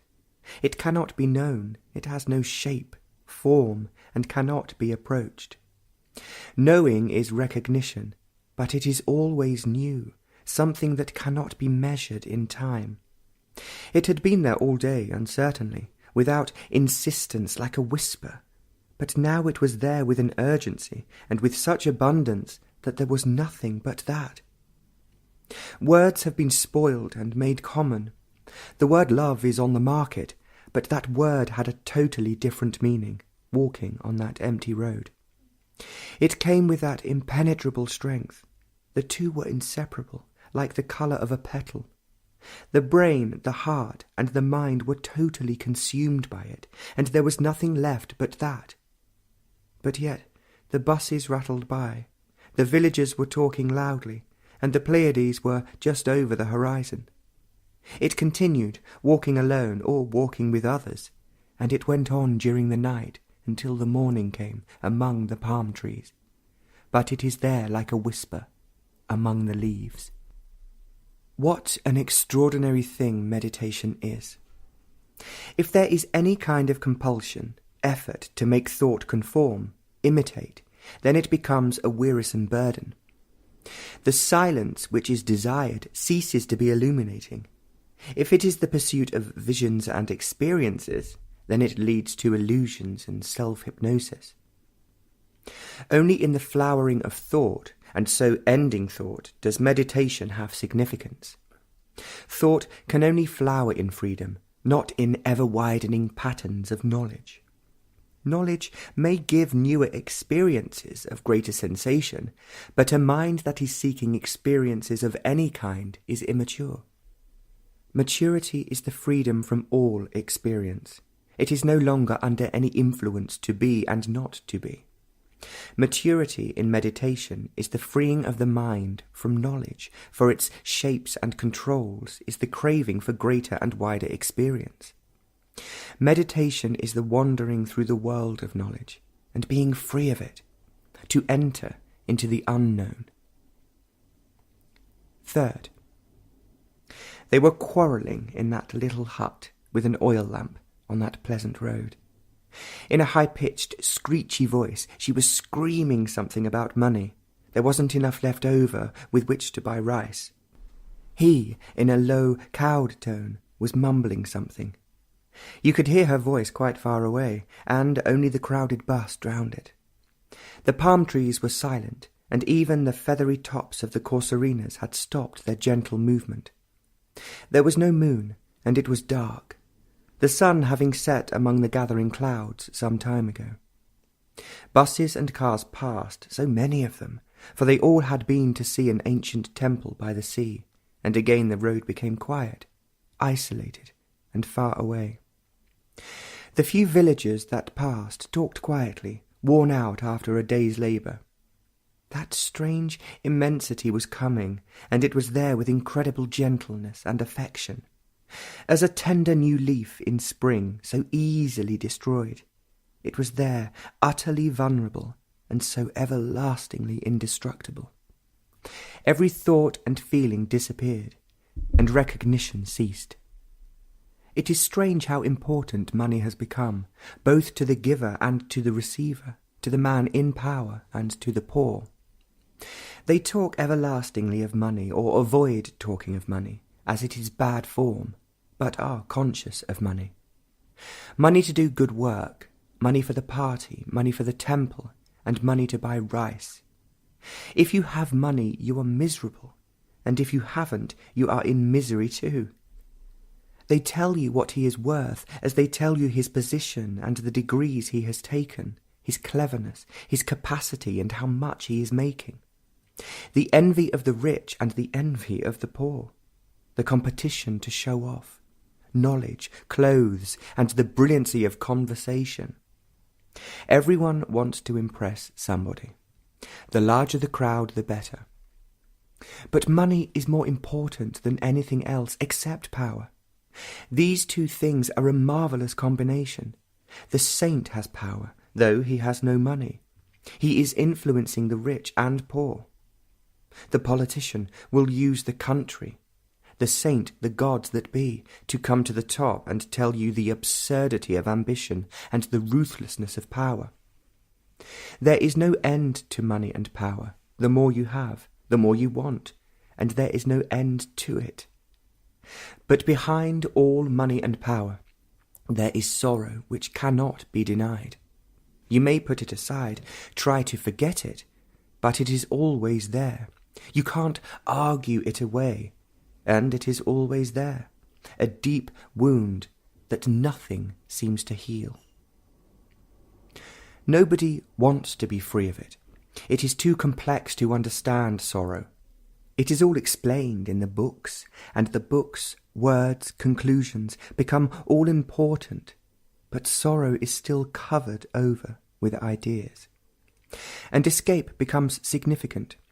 Escape is the essence of superficiality, though it may have varying depths. But sorrow is not so easily cheated. You have to go into the very heart of it to end it. You have to dig very deep into yourself, never leaving a corner uncovered. You have to see every twist and turn of cunning thought, every feeling about everything, every move of every reaction, without restraint, without choice. It is like following a river to its source. The river will take you to it. You have to follow every thread, every clue to the heart of sorrow. You have only to watch, see, listen. It is all there, open and clear. You have to take the journey, not to the moon, not to the gods, but into yourself. You can take a swift step into yourself, and so swiftly end sorrow or prolong the journey, idling, lazy, and dispassionate. You need to have passion to end sorrow, and passion is not bought through escape. It is there when you stop escaping. Fourth, under the trees it was very quiet. There were so many birds calling, singing, chattering, endlessly restless. The branches were huge, beautifully shaped, polished, smooth, and it was quite startling to see them, and they had a sweep and a grace that brought tears to the eyes and made you wonder at the things of the earth. The earth had nothing more beautiful than the tree, and when it died it would still be beautiful. Every branch naked, open to the sky, bleached by the sun, and there would be birds resting upon its nakedness. There would be shelter for owls, there in that deep hollow, and the bright, screeching parrots would nest high up in the hole of that branch. Woodpeckers would come, with their red, crested feathers sticking straight out of their heads, to drive in a few holes. Of course, there would be those striped squirrels, racing about the branches, ever complaining about something, and always curious. Right on the topmost branch, there would be a white and red eagle, surveying the land with dignity and alone. There would be many ants, red and black, scurrying up the tree, and others racing down, and their bite would be quite painful. But now the tree was alive, marvellous, and there was plenty of shade, and the blazing sun never touched you. You could sit there by the hour and see and listen to everything that was alive and dead, outside and inside. You cannot see and listen to the outside without wandering on to the inside.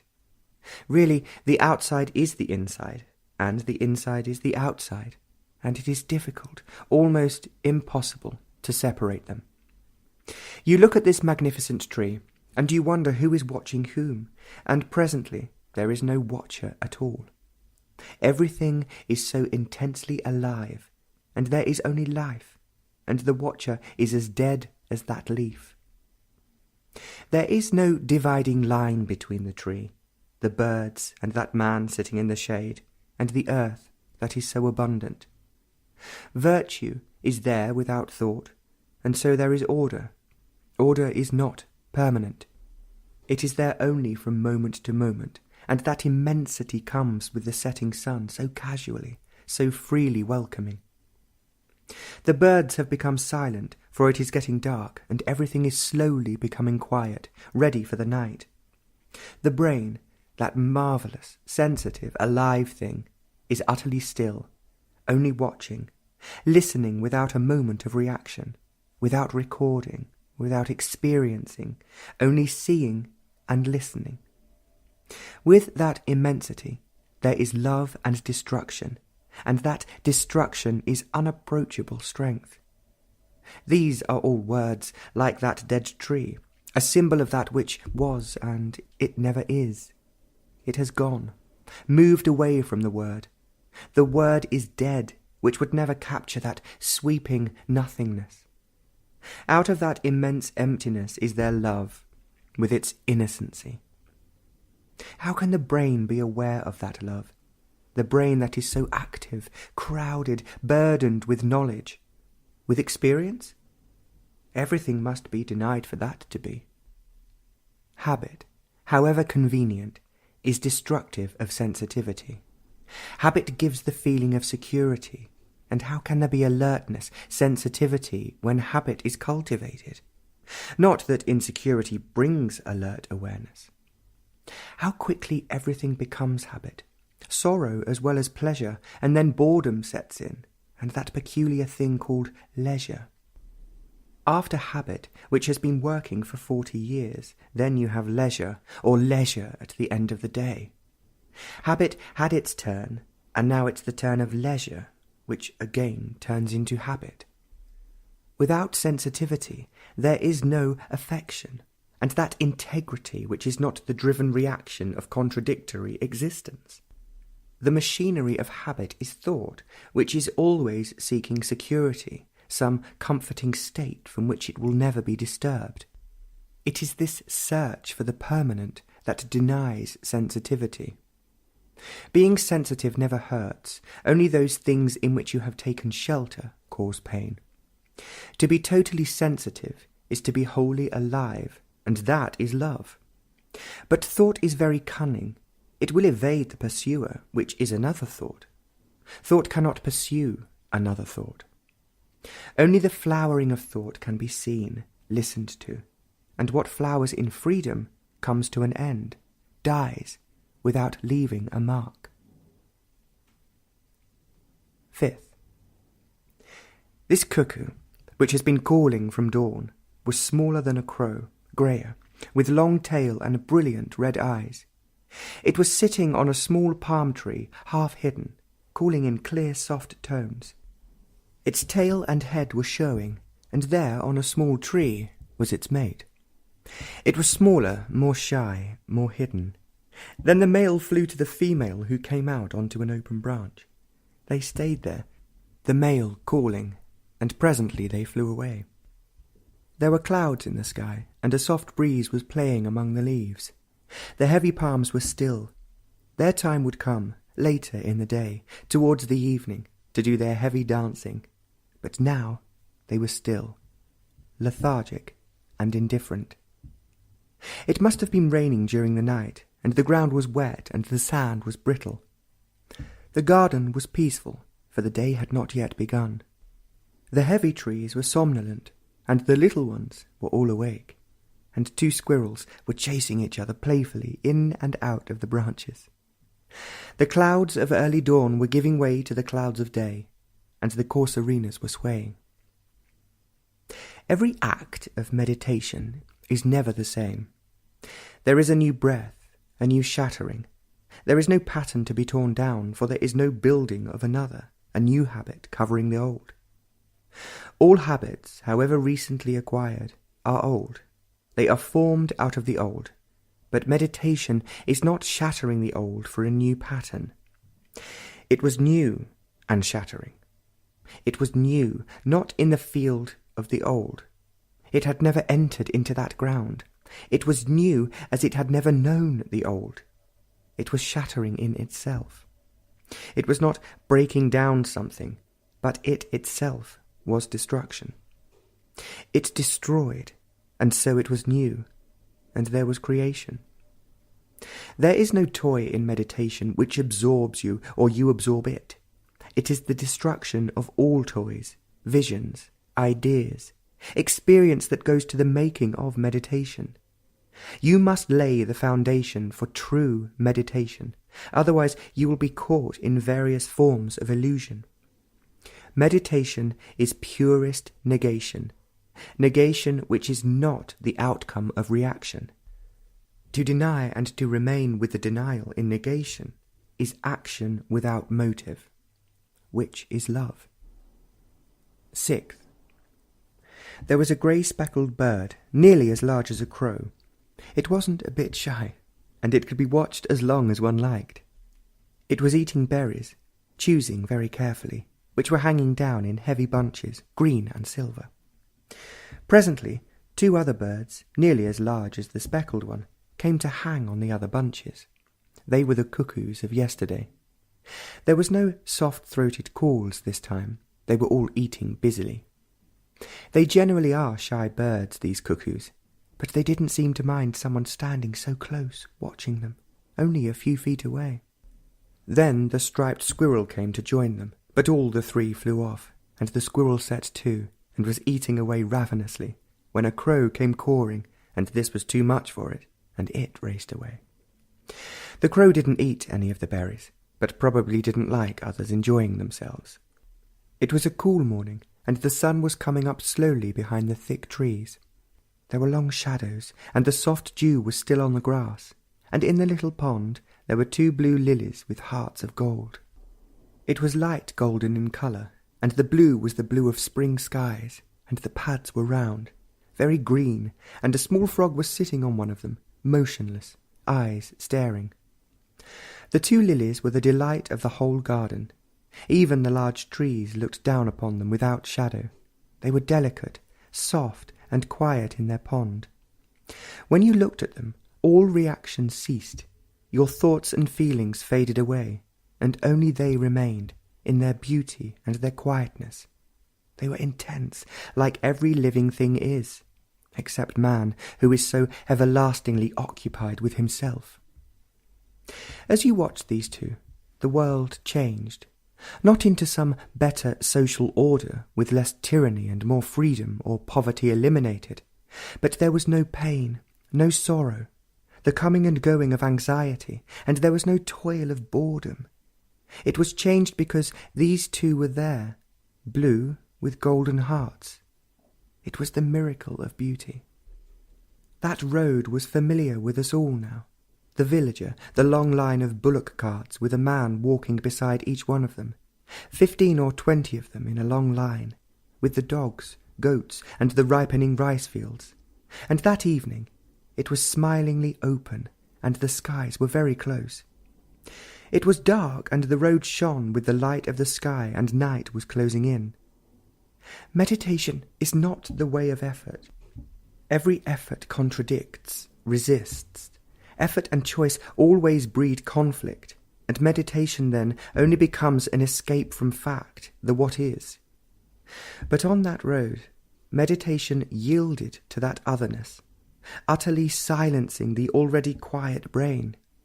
The brain was merely a passage for that immeasurable.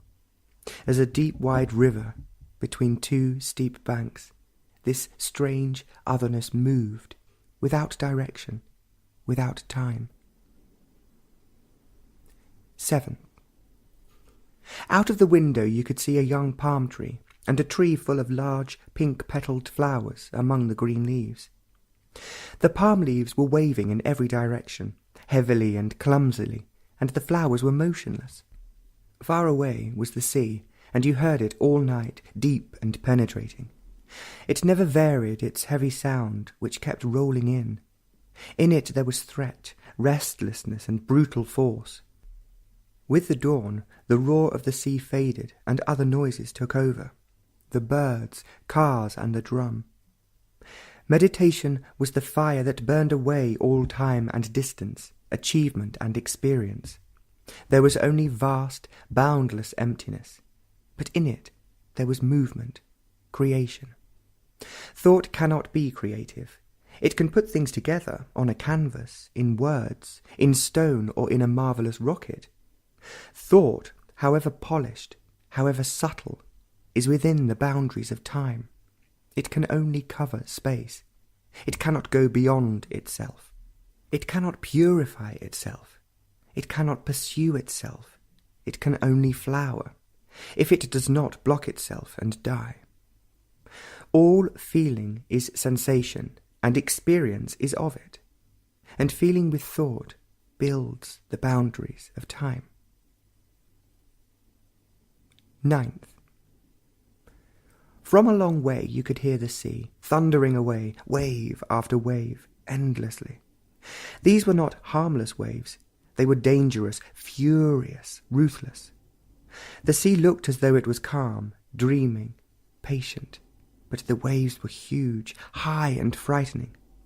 People were carried away, drowned, and there was a strong current. The waves were never gentle. Their high curves were magnificent, splendid to watch from a distance, but there was brute force and cruelty. The catamarans, so flimsy, dark, thin men on them, go through those waves, indifferent, careless, with never a thought of fear. They would go far out to the horizon, and probably would come back late in the day with their heavy catch. The waves that evening were particularly furious, high in their impatience, and their crash on the shore was deafening. The shore stretched north and south, clean washed sand, yellowish, burnt by the sun. And the sun was not gentle either. It was always hot, burning, and only in the early morning, just as it was coming up out of the sea or setting among the gathering clouds, was it mild, pleasant. The furious sea and the burning sun were torturing the land, and the people were poor, thin, ever hungry. Misery was there, ever present, and death was so easy, easier than birth, breeding indifference and decay. The well-to-do were indifferent too, dull, except in making money or seeking power or in building a bridge. They were very clever at this kind of thing, getting more and more knowledge, more capacity, but always losing, and there is always death. It is so final, it cannot be deceived. No argument, however subtle and cunning, can ward it off. It is always there. You cannot build walls against it, but you can against life. You can deceive it, run away from it, go to the temple, believe in saviours, go to the moon. You can do anything with life, and sorrow is there and death. You can hide from sorrow, but not from death. Even at that distance you could hear the waves thundering away, and the palm trees were against the red evening sky. The pools and the canal were flashing with the setting sun. Every kind of motive drives us. Every action has a motive, and so we have no love. Nor do we love what we are doing. We think we cannot act, be, live without a motive, and so make our existence a dull, trivial thing. We use function to acquire status. Function is only a means to something else. Love for the thing itself doesn't exist, and so everything becomes shoddy, and relationship a dreaded affair. Attachment is only a means to cover up our own shallowness, loneliness, insufficiency. Envy only breeds hate. Love has no motive, and because there is no love, every kind of motive creeps in. To live without is not difficult. It requires integrity, not conformity to ideas, beliefs. To have integrity is to be self-critically aware of what one is from moment to moment. 10th. It was a very young moon that seemed to be hanging between the palm trees. It wasn't there yesterday. It might have been hiding behind the clouds, shyly avoiding, for it was just a slip, like a delicate golden curving line, and between the palm trees, dark and solemn, it was a miracle of delight. Clouds were gathering to hide her, but she was there, open, tender, and so close. The palm trees were silent, austere, harsh, and the rice fields were turning yellow with age. The evening was full of talk among the leaves, and the sea was thundering some miles away. The villagers were unaware of the beauty of the evening. They were used to it. They accepted everything, their poverty, their hunger, the dust, the squalor, and the gathering clouds. One gets used to anything, to sorrow and to happiness. If you didn't get used to things, you would be more miserable, more disturbed. It is better to be insensitive, dull, than to invite more trouble. Die slowly, easier that way. You can find economic and psychological reasons for all this, but the fact remains, with the well-to-do and with the poor, that it is simpler to get used to things. Going to the office, factory, for the next 30 years, the boredom and the futility of it all. But one has to live, one has responsibility, and so it is safer to get used to everything. We get used to love, to fear, and to death. Habit becomes goodness, and virtue, and even escapes and gods. A habit-ridden mind is a shallow, dull-witted mind. 11th. Dawn was slow in coming. The stars were still brilliant, and the trees were still withdrawn. No bird was calling, not even the small owls that rattled through the night from tree to tree. It was strangely quiet, except for the roar of the sea. There was that smell of many flowers, rotting leaves and damp ground. The air was very still, and the smell was everywhere. The earth was waiting for the dawn and the coming day. There was expectation, patience, and a strange meditation went on with that stillness, and that stillness was love. It was not the love of something or of someone, the image and the symbol, the word and the pictures. It was simply love, without sentiment, without feeling. It was something complete in itself, naked, intense, without root and direction. The sound of that faraway bird was that love. It was the direction and distance. It was there without time and word. It wasn't an emotion that fades and is cruel. The symbol, the word can be substituted, but not the thing. Being naked, it was utterly vulnerable and so indestructible.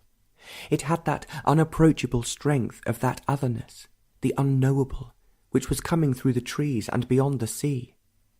Meditation was the sound of that bird calling out of that emptiness and the roar of the sea thundering against the beach. Love can only be in utter emptiness. The greying dawn was there, far away on the horizon, and the dark trees were more dark and intense. In meditation, there is no repetition, a continuity of habit. There is death of everything known and the flowering of the unknown. The stars had faded, and the clouds were awake with the coming sun. Experience destroys clarity and understanding. Experience is sensation, response to various kinds of stimuli, and every experience thickens the walls that enclose, however expanding and wide the experience. Accumulating knowledge is mechanical. All additive processes are, and are necessary for mechanical existence. But knowledge is time-binding. The craving for experience is endless, as all sensation is. The cruelty of ambition is the furthering of experience, insensation of power, and the hardening in capacity. Experience cannot bring about humility, which is the essence of virtue. In humility alone, there is learning, and learning is not the acquisition of knowledge.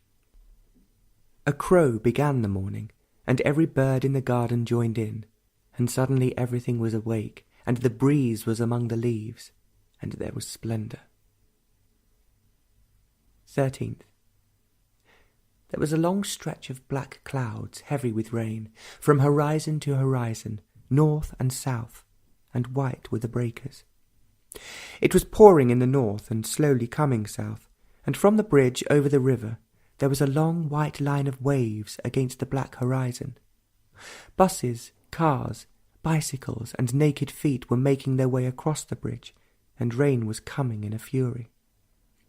The river was empty, as it generally is at that time, and the water was as dark as the sky. There wasn't even that lovely heron, and it was deserted. Across the bridge was part of the big town, crowded, noisy, dirty, pretentious, prosperous, and a little further to the left were the mud huts, dilapidated buildings, small uncleaned shops, a small factory, and a crowded road, a cow lying right in the middle of it, the buses and cars going around it. There were streaks of bright red towards the west, but they too were being covered up by the coming rain. Past the police station, over a narrow bridge, is the road among the rice fields, going south, away from the noisy, filthy town. Then it began to rain, heavy, sharp downpour that made puddles in a second in the road, and there was running water when there was dry land. It was a furious rain, an exploding rain that washed, cleansed, purified the earth. The villagers were soaked to the skin, but they didn't seem to mind. They went on with their laughter and chatter, their naked feet in the puddles. The little hut with the oil lamp was leaking. The buses roared by, splattering everybody, and the cycles, with their feeble lamps, passed with a tinkle into the heavy rain. Everything was being washed clean, the past and the present. There was no time, no future. Every step was timeless, and thought, a thing of time, stopped. It could not go further or go back. It had no existence. And every drop of that furious rain was the river, the sea, and the unmelting snow.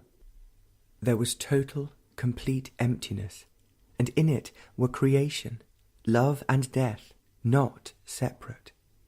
You had to watch your step. The buses passed almost touching you. 15th.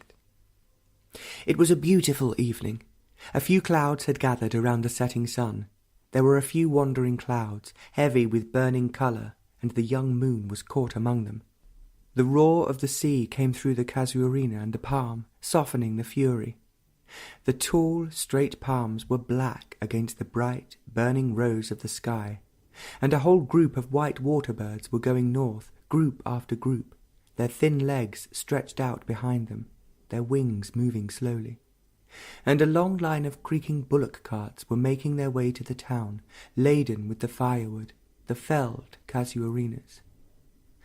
The road was crowded for a while, and became almost deserted as you went further on and as it got darker. Just as the sun sets, quietly there comes over the land a strange sense of peace, a gentleness, a cleansing. It is not a reaction. It is there in the town with all its noises, squalor, bustle, and milling people. It is there in that little patch of neglected earth. It is there where that tree is with a coloured kite caught in it. It is there in that empty street, across the temple. It is everywhere, only one has to be empty of the day. And that evening, along that road, it was there, softly wooing you away from everything and everybody. And as it got darker, it became more intense and beautiful. The stars were among the palms, and Orion was between them coming out of the sea, and Pleiades was beyond their reach. Already 3/4 of the journey done. The villagers were getting to know us, wanted to talk to us, sell us some land, so that we could be among them. And as the evening advanced, that otherness descended with exploding bliss, and the brain was as motionless as those trees, without a single leaf stirring. Everything became more intense, every colour, every shape, and in that pale moonlight all the wayside puddles were the waters of life. Everything must go, be wiped away, not to receive it, but the brain must be utterly still, sensitive, to watch, to see. Like a flood that covers the dry, parched land, it came full of delight and clarity, and it stayed. 17th. It was long before dawn when the sharp cry of a bird woke up the night for an instant, and the light of that cry faded away. And the trees remained dark, motionless, melting into the air. It was a soft, quiet night, endlessly alive. It was awake. There was movement. There was a deep stirring with utter silence. Even the village next door, with its many dogs always barking, was quiet. It was a strange stillness, terribly potent, destructively alive. It was so alive and still that you were afraid to move. So your body froze into immobility, and the brain, which had awakened with that sharp cry of the bird, had become still, with heightened sensitivity. It was a brilliant night with the stars in a cloudless sky. They seemed so close, and the Southern Cross was just over the trees, sparkling in the warm air. Everything was quiet. Meditation is never in time. Time cannot bring about mutation. It can bring about change which needs to be changed again, like all reforms. Meditation that springs out of time is always binding. There is no freedom in it, and without freedom there is always choice and conflict. Rajghat, Benares. 18th. High up in the mountains, among the barren rocks, with not a tree or bush, was a little stream coming out of a massive, unapproachable rock. It was hardly a stream, it was a trickle. As it came down, it made a waterfall, just a murmur, and it came down, down to the valley, and it was already shouting of its strength, the long way it would go, through towns, valleys, woods, and open spaces. It was going to be an irresistible river, sweeping over its banks, purifying itself as it went along, crashing over rocks, flowing into far places, endlessly flowing to the sea. It wasn't getting to the sea that mattered, but being a river, so wide, so deep, rich and splendid. It would enter the sea and disappear into the vast, bottomless waters. But the sea was far away, many 1,000 miles. But from now till then, it was life, beauty, and ceaseless merriment. None could stop that, not even the factories and dams. It was really a marvellous river, wide, deep, with so many cities on its banks, so carelessly free and never abandoning itself. All life was there upon its banks, green fields, forests, solitary houses, death, love, and destruction. There were long, wide bridges over it, graceful and well used. Other streams and rivers joined it, but she was the mother of all rivers, the little ones and the big ones. She was always full, ever purifying herself, and of an evening it was a blessing to watch her, with deepening colour in the clouds, and her waters golden. But the little trickle so far away, amongst those gigantic rocks, which seemed so concentrated in producing it, was the beginning of life, and its ending was beyond its banks and the seas. Meditation was like that river, only it had no beginning and no ending. It began, and its ending was its beginning. There was no cause, and its movement was its renewal. It was always new. It never gathered to become old. It never got sullied, for it had no roots in time. It is good to meditate, not forcing it, not making any effort, beginning with a trickle and going beyond time and space, where thought and feeling cannot enter, where experience is not. 19th. It was a beautiful morning, fairly cool, and dawn was far away still. The few trees and the bushes around the house seemed to have become a forest during the night, and were hiding many serpents and wild animals, and the moonlight, with 1,000 shadows, deepened the impression. They were large trees, far above the house, and they were all silent and waiting for dawn. And suddenly, through the trees and from beyond, came a song, a religious song of devotion. The voice was rich, and the singer was putting his heart into it, and the song rode into the moonlit night. As you listened to it, you rode on the wave of the sound, and you were of it and beyond it, beyond thought and feeling. Then there was another sound of an instrument, very faint but clear. 26th. The river is wide and splendid here. It is deep and as smooth as a lake, without a ripple. There are a few boats, mostly fishermen's, and a large boat with a torn sail carrying sand to the town beyond the bridge. What is really beautiful is the stretch of the water towards the east and the bank on the other side. The river looks like an enormous lake, full of untold beauty and space to match the sky. It is a flat country, and the sky fills the earth, and the horizon is beyond the trees, far, far away. The trees are on the other bank, beyond the recently sown wheat. There are the green spreading fields, and beyond them are the trees, with villages among them. The river rises very high during the rains, and brings with it rich silt, and the winter wheat is sown as the river goes down. It is a marvellous green, so rich and plentiful, and the long, wide bank is a carpet of enchanting green. From this side of the river the trees look like an impenetrable forest, but there are villages tucked among them. But there is one tree, huge, its roots exposed, that is the glory of the bank. There is a little white temple under it, but its gods are as the water that goes by, and the tree remains. It has thick foliage, with long-tailed leaves, and birds come across the river for the night. It towers over the trees, and you can see it as far as you care to walk on this side down the river. It has the presence of beauty, the dignity of which is alone. But those villages are crowded, small, filthy, and human beings foul the earth around them. From this side, the white walls of the villages among the trees look fresh, gentle, and of great beauty. Beauty is not man-made. The things of man arouse feelings, sentiment, but these have nothing to do with beauty. Beauty can never be put together, neither the thing built nor in the museum. One must go beyond all this, all personal taste and choice, be cleansed of all emotion, for love is beauty.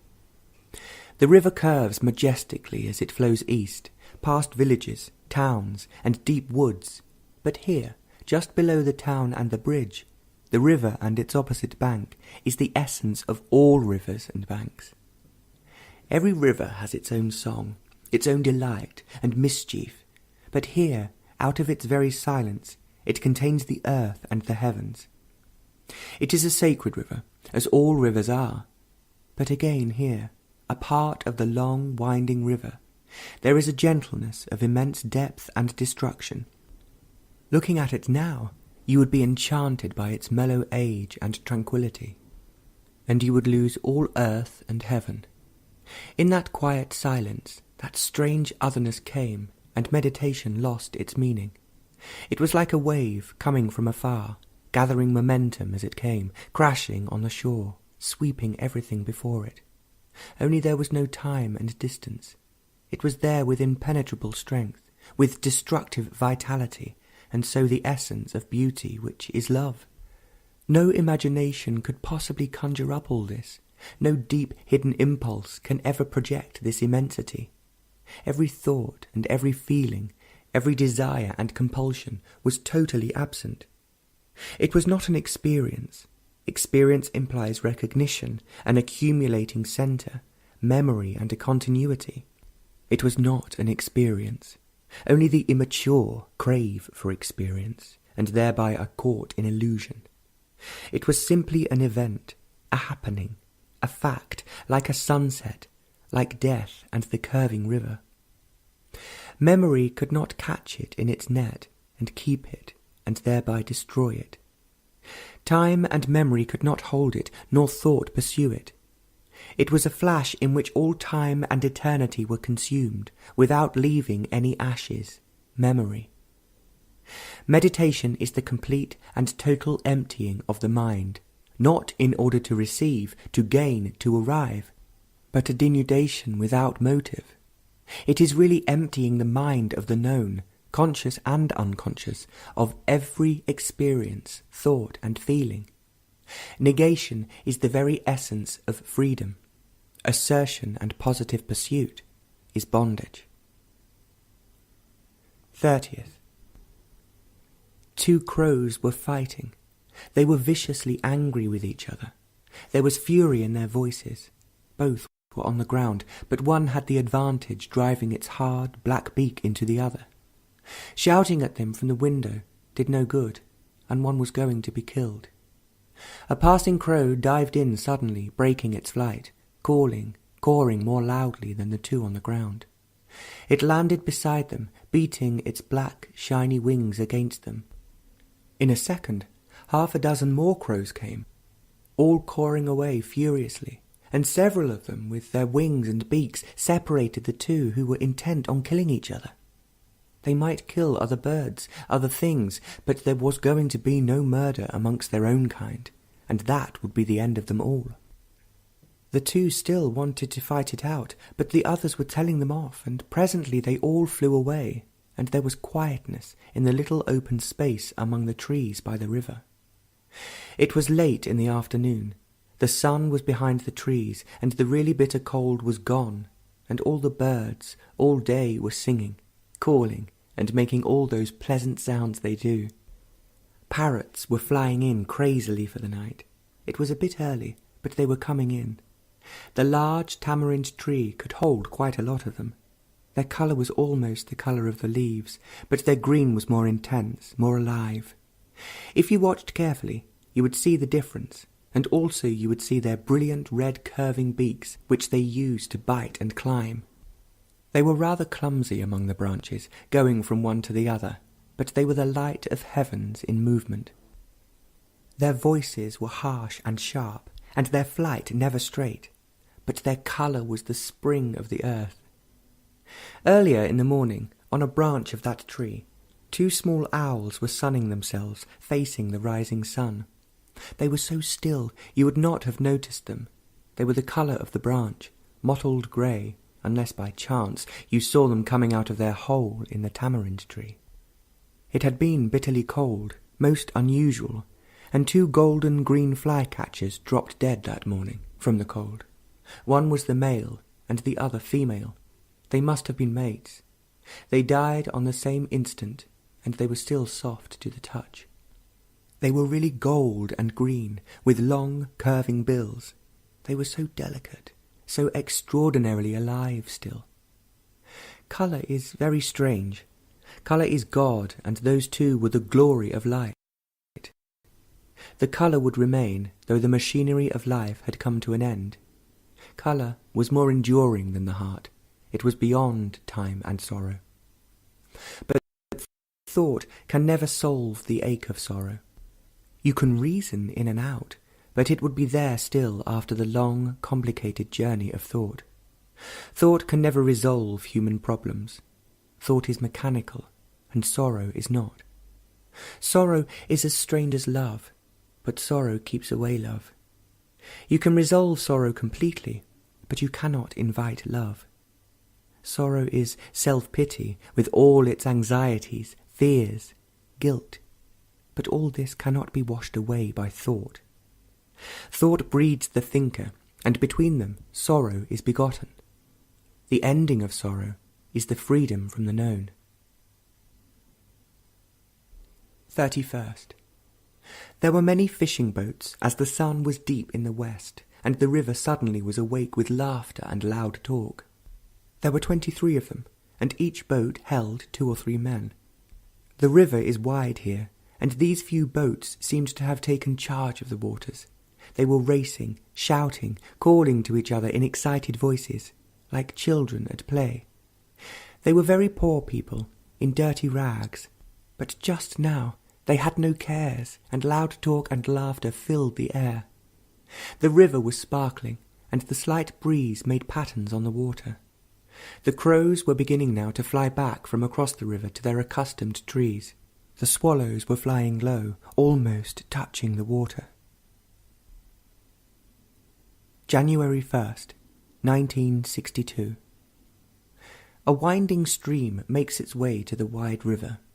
It comes through a dirty part of the town, made filthy by everything imaginable, and comes to the river almost exhausted. Near where it meets the big one, there is a rickety bridge over it made up of bamboo, pieces of rope and straw. When it is almost collapsing, They put a pole in the soft bed of the stream and more straw and mud, and tie it up with not too thick a rope, and the rope has many knots. The whole thing is a ramshackle affair. It must have been fairly straight once, but now it dips almost touching the lazy stream, and as you walk across it, you hear the mud and the straw dropping into the water.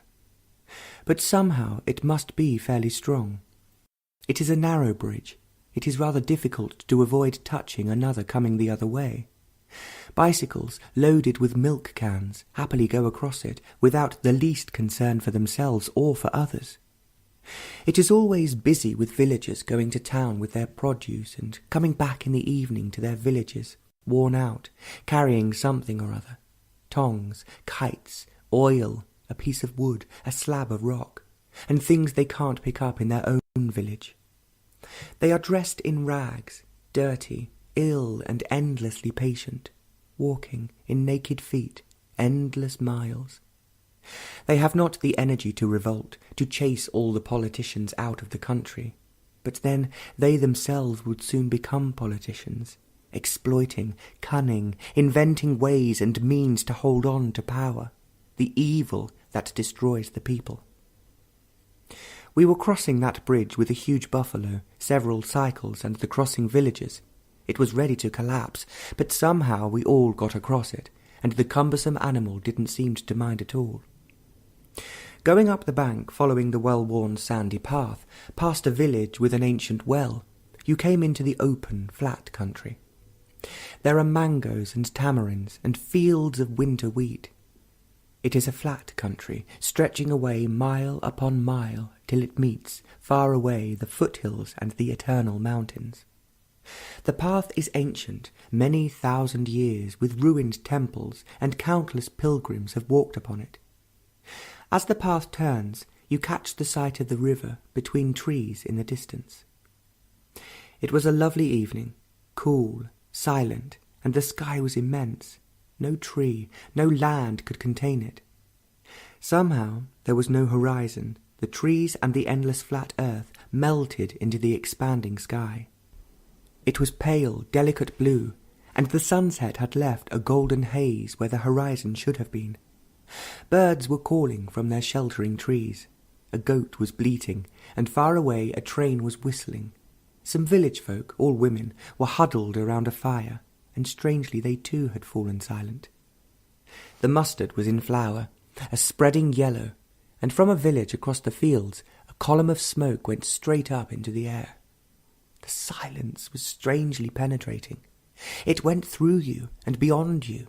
It was without a movement, without a wave. You walked in it, you felt it, you breathed it, you were of it.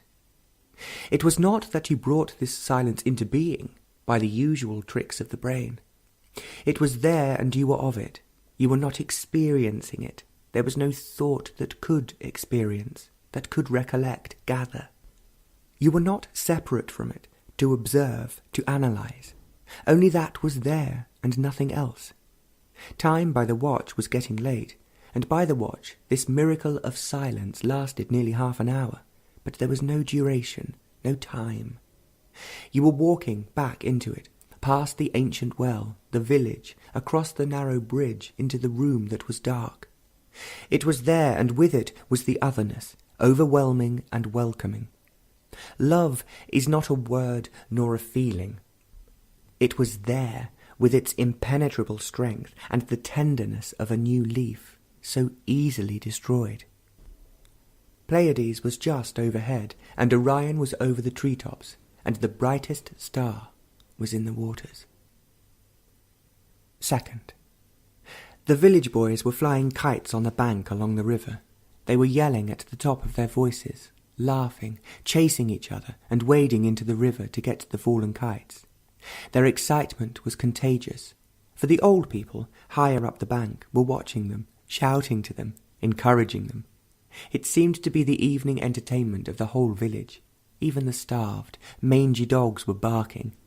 Everyone was taking part in the excitement. They were all half-starved. There wasn't a fat one among them, even among the old. The older they were, the thinner they were. Even the children were all so thin, but they seemed to have plenty of energy. All of them had torn, dirty rags on, patched with different cloths of many colours, and they were all cheerful, even the old and ailing ones. They seemed to be unaware of their own misery, of their physical weakness, for many of them carried heavy bundles. They had amazing patience, and they had to have it, for death was there, very close, and so also the agony of life. Everything was there at the same time: death, birth, sex, poverty, starvation, excitement, tears. They had a place under some trees higher up the bank, not far from a ruined old temple, to bury their dead. There were plenty of little babies who would know hunger, the smell of unwashed bodies, and the smell of death. But the river was there all the time, sometimes threatening the village, but now quiet, placid, with swallows flying low, almost touching the water, which was the colour of gentle fire. The river was everything. They occasionally bathed in it, they washed their clothes in it and their thin bodies, and they worshipped it, and put flowers, when they could get them, in it to show their respect. They fished in it and died beside it. The river was so indifferent to their joy and sorrow. It was so deep, there was such weight and power behind it. It was terribly alive and so dangerous. But now it was quiet, not a ripple on it, and every swallow had a shadow on it. They didn't fly very far. They would fly low for about 100 feet, go up a little, turn and come down again, and fly for another 100 feet or so, until darkness came. There were small water birds, their tails bobbing up and down, swift in their flight. There were larger ones, almost the colour of the damp earth, greyish-brown, wading up and down the water's edge. But the marvel of it all was the sky, so vast, boundless, without horizon. The late afternoon light was soft, clear, and very gentle. It left no shadow, and every bush, tree, and bird was alone. The flashing river by day was now the light of the sky, enchanted, dreaming, and lost in its beauty and love. In this light all things ceased to exist. The heart that was crying and the brain that was cunning.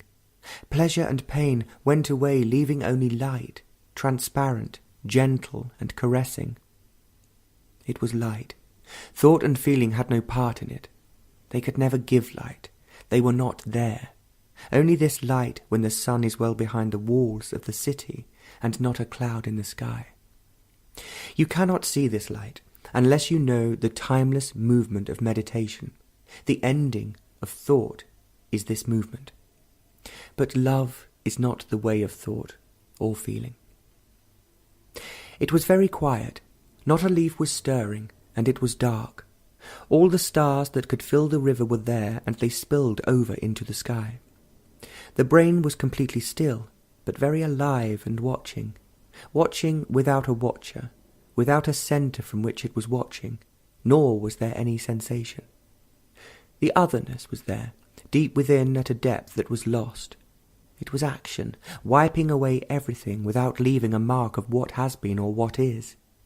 There was no space in which to have a border, nor time in which thought could shape itself. Third, there is something curiously pleasant to walk, alone, along a path, deep in the country, which has been used for several thousand years by pilgrims. There are very old trees along it, tamarind and mango, and it passes through several villages. It passes between green fields of wheat. It is soft underfoot, fine and dry powder. It must become heavy clay in the wet season. The soft, fine earth gets into your feet, into your nose and eyes, not too much. There are ancient wells and temples and withering gods. The land is flat, flat as the palm of the hand, stretching to the horizon, if there is a horizon. The path has so many turns. In a few minutes it faces in all the directions of a compass. The sky seems to follow that path, which is open and friendly. There are few paths like it in the world, though each has its own charm and beauty. There is one at Gstaad that goes through the valley, gently climbing between rich pasturage to be gathered for the winter to be given to the cows. That valley is white with snow, but then, when he was there, it was the end of summer, full of flowers, with snow mountains all around, and there was a noisy stream going through the valley. There was hardly anyone on that path, and you walked on it in silence. Then there is another path at Ojai, climbing steeply by the side of a dry, dusty, crumbling mountain. It was rocky, rough and slippery. There wasn't a tree anywhere near, not even a bush. A quail, with her small new brood, over a dozen of them, was there. And further up you came upon a deadly rattler, all curled up, ready to strike, but giving you a fair warning. But now, this path was not like any other. It was dusty, made foul by human beings here and there, and there were ruined old temples with their images. A large bull was having its fill among the growing grain, unmolested. There were monkeys too, and parrots, the light of the skies. It was the path of 1,000 humans for many 1,000 years. As you walked on it, you were lost.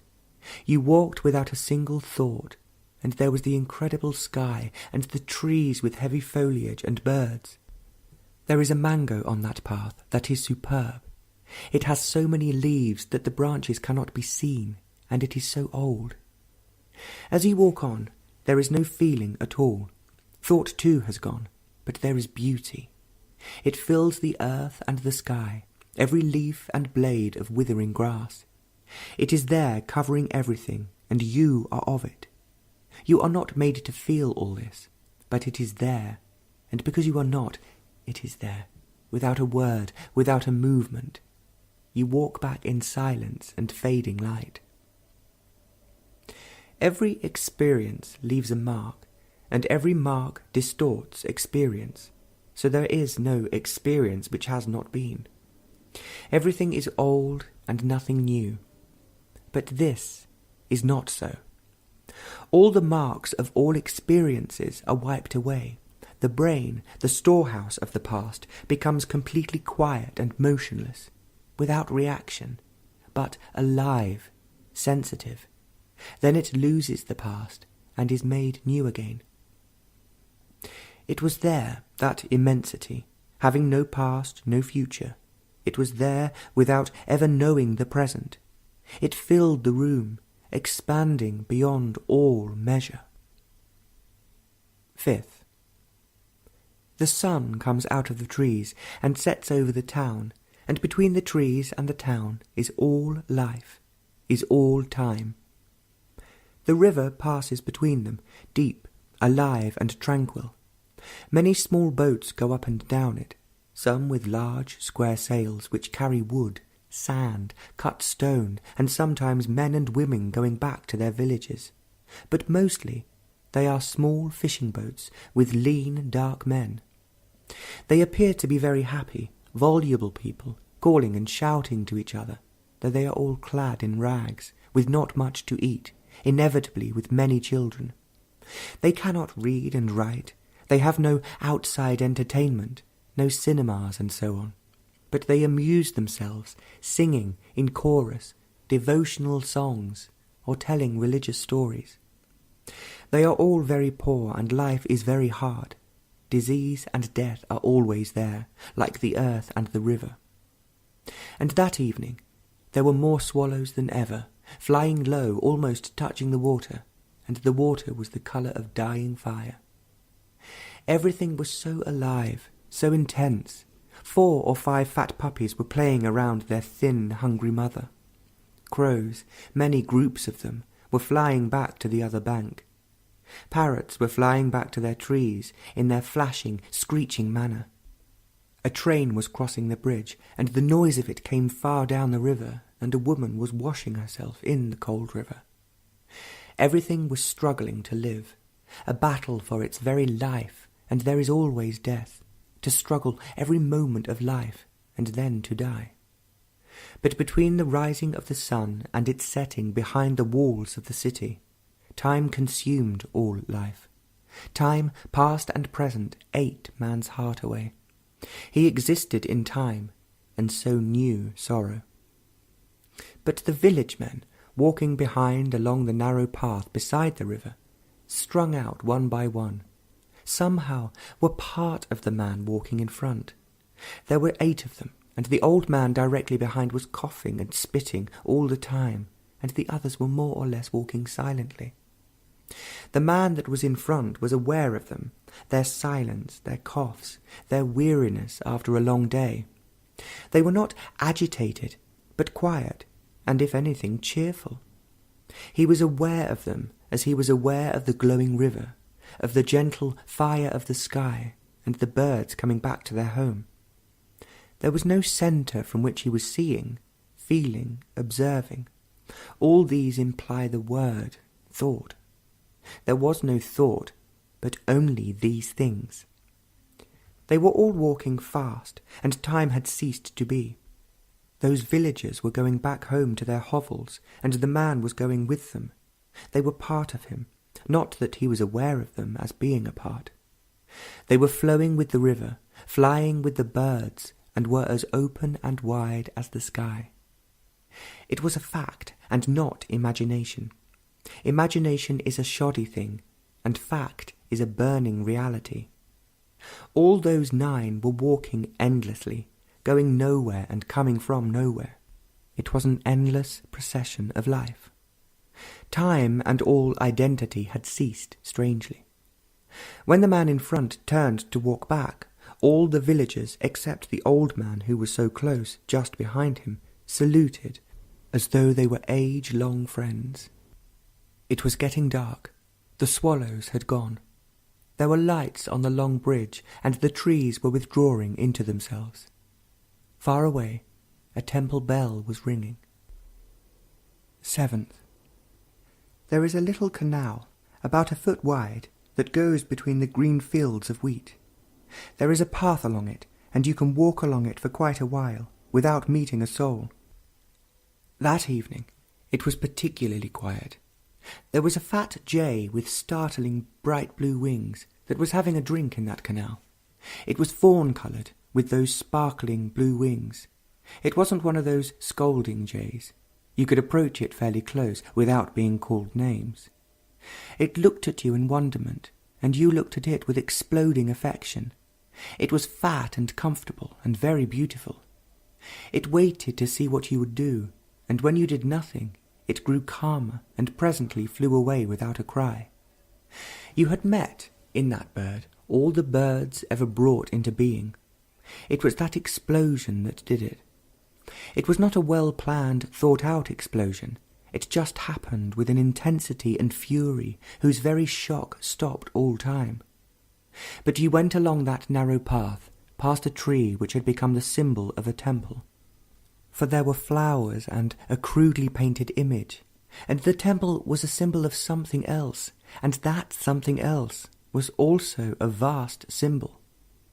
Words, symbols, have become like the flag, so frighteningly important. Symbols were ashes which fed the mind, and the mind was barren, and thought was born out of this waste. It was clever, inventive, as all things are which come out of arid nothingness. But the tree was splendid, full of leaves, sheltering many birds. The earth around was swept and kept clean. They had built a mud platform around the tree, and on it was the image, leaning against the thick trunk. The leaf was perishable, and the stone image was not. It would endure, destroying minds. 8th. The early morning sun was on the water, shimmering, almost blinding the eyes. A fisherman's boat was crossing that brilliant path, and there was a slight fog among the trees on the opposite bank. The river is never still. There is always a movement, a dance of countless steps, and this morning it was very alive, making the trees, the bushes, heavy and dull, except the birds which were calling, singing, and the parrots as they screeched by. These parrots lived in the tamarind tree beside the house, and they would be coming and going all day, restless in their flight. Their light green bodies shone in the sun, and their red curving beaks were brighter as they flashed by. Their flight was fast and sharp, and you could see them among the green leaves if you looked carefully. And once there, they became clumsy and not so noisy as on their flight. It was early, but all the birds had been out long before the sun was on the water. Even at that hour, the river was awake with the light of the heavens, and meditation was a sharpening of the immensity of the mind. The mind is never asleep, never completely unaware. Patches of it were here and there, sharpened by conflict and pain, made dull by habit and passing satisfaction, and every pleasure left a mark of longing. But all these darkened passages left no space for the totality of the mind.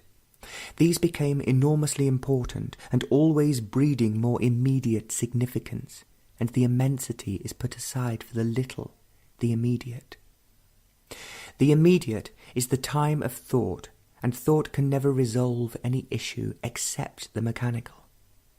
But meditation is not the way of the machine. It can never be put together to get somewhere. It is not the boat to cross to the other side. There is no shore, no arriving, and, like love, it has no motive. It is endless movement whose action is in time but not of time. All action of the immediate of time is the ground of sorrow. Nothing can grow on it except conflict and pain. But meditation is the awareness of this ground, and choicelessly never letting a seed take root, however pleasant and however painful. Meditation is the passing away of experience, and then only is there clarity whose freedom is in seeing. Meditation is a strange delight, not to be bought on the market. No guru or disciple can ever be of it. All following and leading have to cease as easily and naturally as a leaf drops to the ground. The immeasurable was there, filling the little space and all space. It came as gently as the breeze comes over the water, but thought could not hold it, and the past, time, was not capable of measuring it. 9th. Across the river, smoke was going up in a straight column. It was a simple movement, bursting into the sky. There wasn't a breath of air, there wasn't a ripple on the river, and every leaf was still. The parrots were the only noisy movement as they flashed by. Even the little fisherman's boat did not disturb the water. Everything seemed to have frozen in stillness, except the smoke. Even though it was going straight up in the sky, there was a certain gaiety in it, and freedom of total action. And beyond the village and the smoke was the glowing sky of the evening. It had been a cool day, and the sky had been open, and there was the light of 1,000 winters. It was short, penetrating, and expansive. It went with you everywhere. It wouldn't leave you. Like perfume, it was in the most unexpected places. It seemed to have entered into the most secret corners of one's being. It was a light that left no shadow, and every shadow lost its depth because of it. All substance lost its density. It was as though you looked through everything, through the trees on the other side of the wall, through your own self. Your self was as opaque as the sky and as open. It was intense, and to be with it was to be passionate, not the passion of feeling or desire, but a passion that would never wither or die. It was a strange light. It exposed everything and made vulnerable, and what had no protection was love. You couldn't be what you were burnt out, without leaving any ashes, and unexpectedly there was not a thing but that light. 12th. There was a little girl of 10 or 12 leaning against a post in the garden. She was dirty. Her hair had not been washed for many weeks. It was dusty and uncombed. Her clothes were torn and unwashed too, like herself. She had a long rag around her neck, and she was looking at some people who were having tea on the veranda. She looked with complete indifference, without any feeling, without any thought of what was going on. Her eyes were on the group downstairs, and every parrot that screeched by made no impression on her, nor those soft, earth-coloured doves that were so close to her. She was not hungry.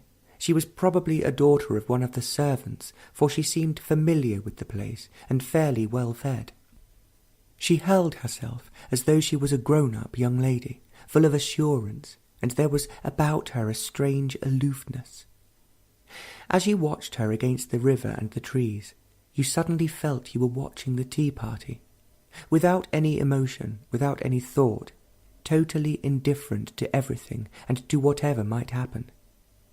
And when she walked away to that tree overlooking the river, it was you that was walking away. It was you that sat on the ground, dusty and rough. It was you who picked up the piece of stick and threw it over the bank, alone, unsmiling, and never cared for.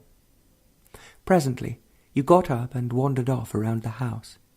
And strangely, you were the doves, the squirrel that raced up the tree, and that unwashed, dirty chauffeur, and the river that went by so quietly. Love is not sorrow, nor is it made up of jealousy, but it is dangerous, for it destroys. It destroys everything that man has built around himself except bricks. It cannot build temples nor reform the rotting society. It can do nothing, but without it nothing can be done. Do what you will. Every computer and automation can alter the shape of things and give man leisure, which will become another problem when there are already so many problems. Love has no problem, and that is why it is so destructive and dangerous. Man lives by problems, those unresolved and continuous things. Without them, he wouldn't know what to do. He would be lost, and in the losing gain nothing. So problems multiply endlessly. In the resolving of the one there is another, but death, of course, is destruction. It is not love.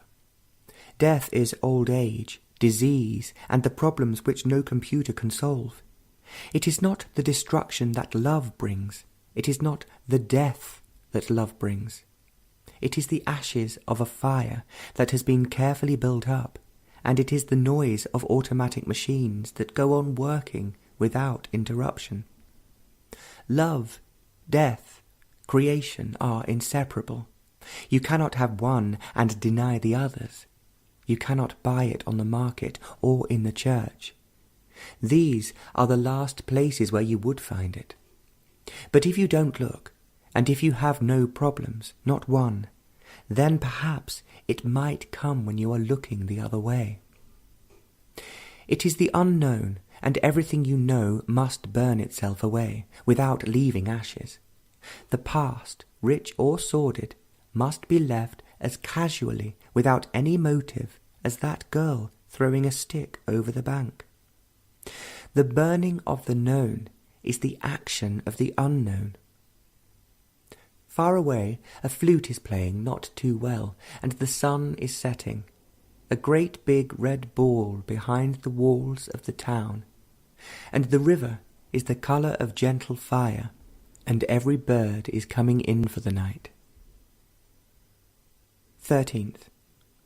Dawn was just coming, and already every bird seemed to be awake, calling, singing, endlessly repeating one or two notes.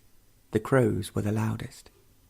There were so many of them, cawing to each other, and you had to listen with care to catch the notes of other birds. The parrots were already screeching in their flight, flashing by, and in that pale light their lovely green was already splendid. Not a leaf was stirring, and the river was running silver, wide, expansive, deep with the night. The night had done something to it. It had become richer, deep with the earth, and inseparable. It was alive with an intensity that was destructive in its purity. The other bank was still asleep. The trees and the wide green stretches of wheat were still mysterious and quiet, and far away a temple bell was ringing without music. Everything was beginning to wake up now, shouting with the coming sun. Every caw was more loud, and every screech, and the colour of every leaf and flower, and strong was the smell of the earth. The sun came over the leaves of trees, and made a golden path across the river. It was a beautiful morning, and its beauty would remain, not in memory. Memory is shoddy. It is a dead thing, and memory can never hold beauty or love. It destroys them. It is mechanical, having its use, but beauty is not of memory. Beauty is always new, but the new has no relationship with the old, which is of time. 14th. The moon was quite young, yet it gave enough light for shadows.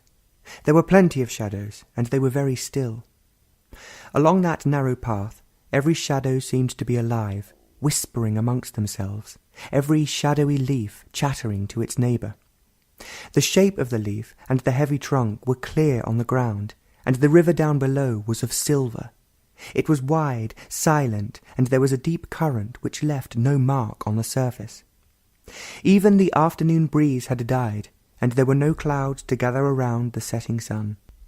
Higher up in the sky, there was a solitary rose-coloured whisper of a cloud that remained motionless till it disappeared into the night. Every tamarind and mango was withdrawing for the night, and all the birds were silent, taking shelter, deep among the leaves. A little owl was sitting on the telegraph wire, and just when you were below it, it flew off on those extraordinary silent wings. After delivering milk, the cycles were coming back, the empty tins rattling.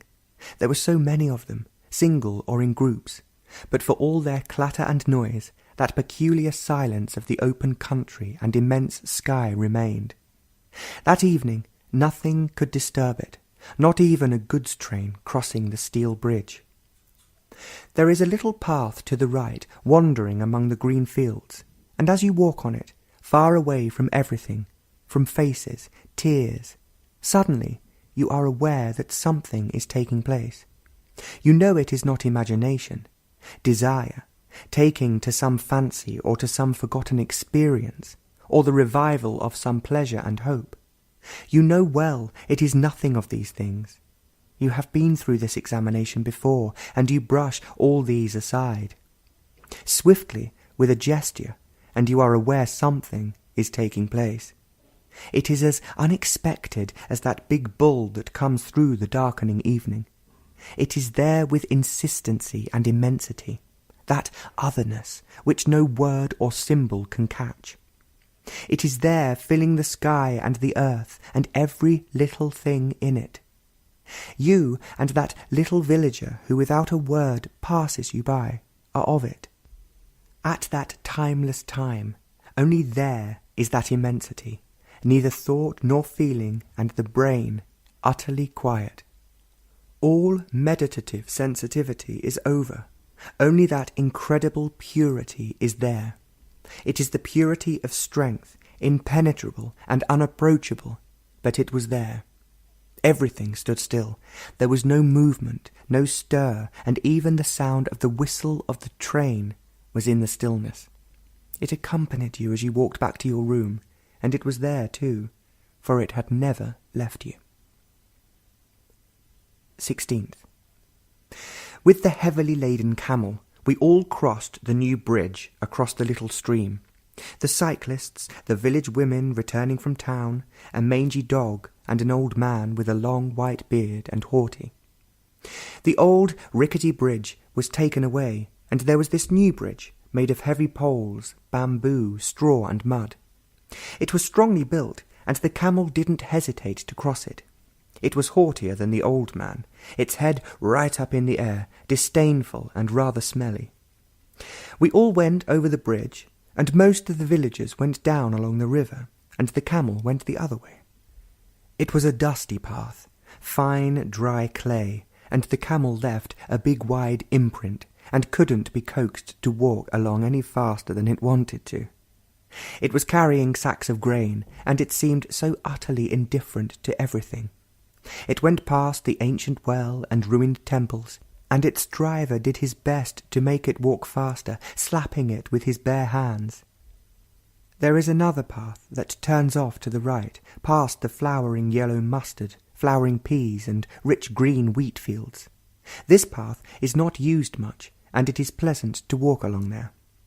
The mustard had a slight smell, but the pea was a little stronger, and the wheat, which was beginning to form its ear, had its own smell too, and the combination of the three filled the evening air with a fragrance that was not too strong, pleasant but unobtrusive. It was a beautiful evening, with the setting sun behind the trees. On that path you were far away from anywhere, though there were scattered villages all around, but you were far away, and nothing could come near you. It was not in space, time, or distance. You were far away, and there was no measure. The depth was not in fathoms. There was a depth that had no height, no circumference. An occasional villager passed you by, carrying the few meagre things that he had bought in town, and as he went by, almost touching you, he had not come near you. You were far away, in some unknown world that had no dimension. Even if you wanted to know, you couldn't know it. It was too far away from the known. It had no relationship with the known. It wasn't a thing you experience. There was nothing to be experienced. And besides, all experiencing is always in the field of the known, recognized by that which has been.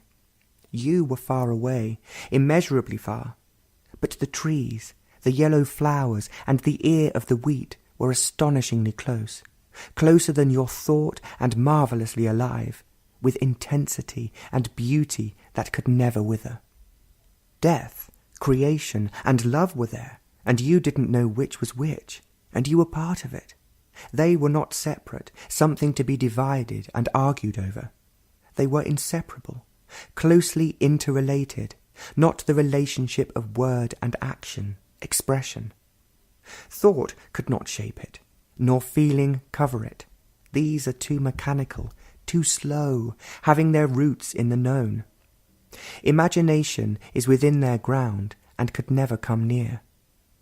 Love, death, creation was a fact, an actual reality.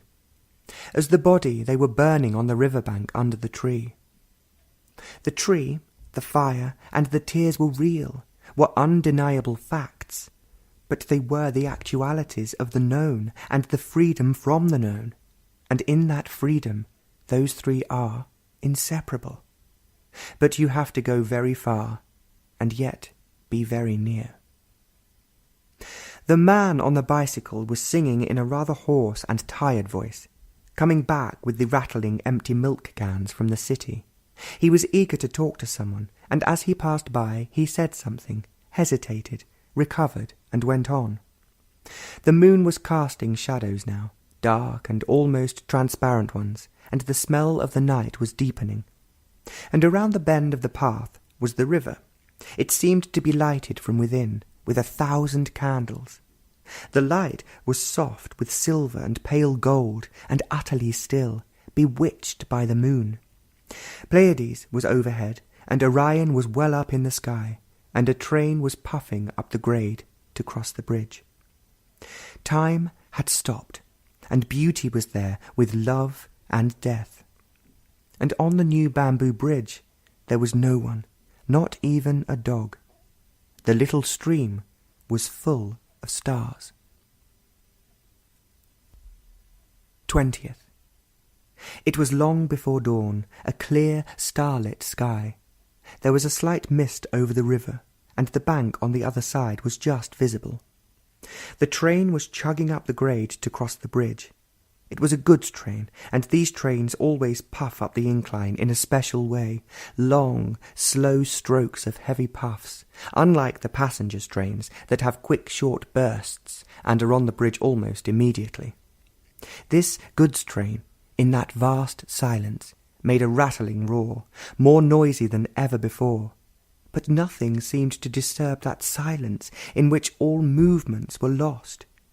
It was an impenetrable silence, clear, strong, penetrating. There was an urgency which no time could gather. The pole star was clear, and the trees were dark in their sleep. Meditation was the awareness of all these things, and the going beyond all these, and time. The movement in time is thought, and thought cannot go beyond its own bondage to time, and is never free. Dawn was coming over the trees and the river. A pale sign as yet, but the stars were losing their brilliancy, and already there was a call of the morning, a bird in a tree quite close by. But that immense silence still persisted, and it would always be there, though the birds and the noise of man would continue. New Delhi, January 21st. The cold had been too severe. It had been below freezing. The hedge had been burned down. The brown leaves had fallen off.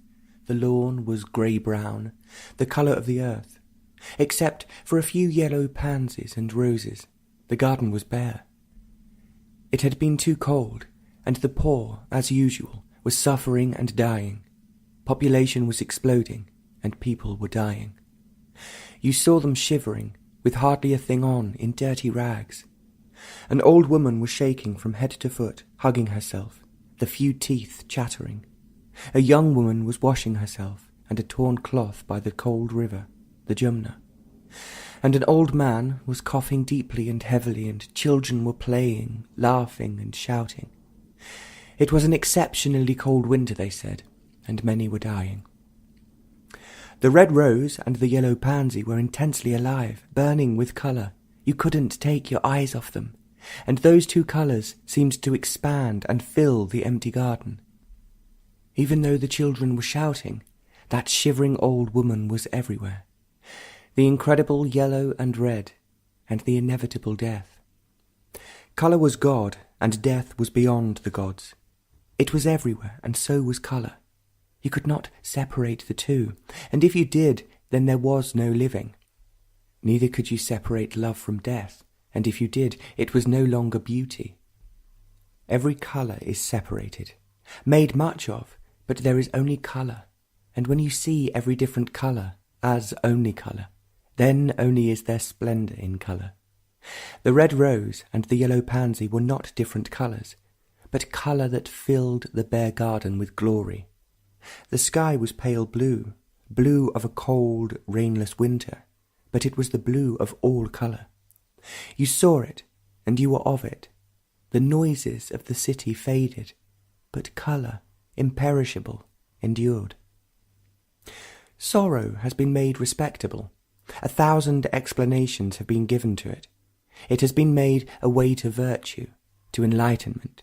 It has been enshrined in churches, and in every house it is made much of and given sanctity. Everywhere there is sympathy for it, with tears and blessing. And so sorrow continues. Every heart knows it, abiding with it or escaping from it, which only gives to it greater strength to flourish and darken the heart. But sorrow is the way of self-pity, with its immeasurable memories. Sorrow has its roots in memory, in the dead things of yesterday. But yesterday is always very important. It is the machinery that gives significance to life. It is the richness of the known, the things possessed. The source of thought is in the yesterday, the yesterdays that give meaning to a life of sorrow. It is yesterday that is sorrow, and without cleansing the mind of yesterday, there will always be sorrow. You cannot clean it by thought, for thought is the continuation of yesterday, and so are also the many ideas and ideals.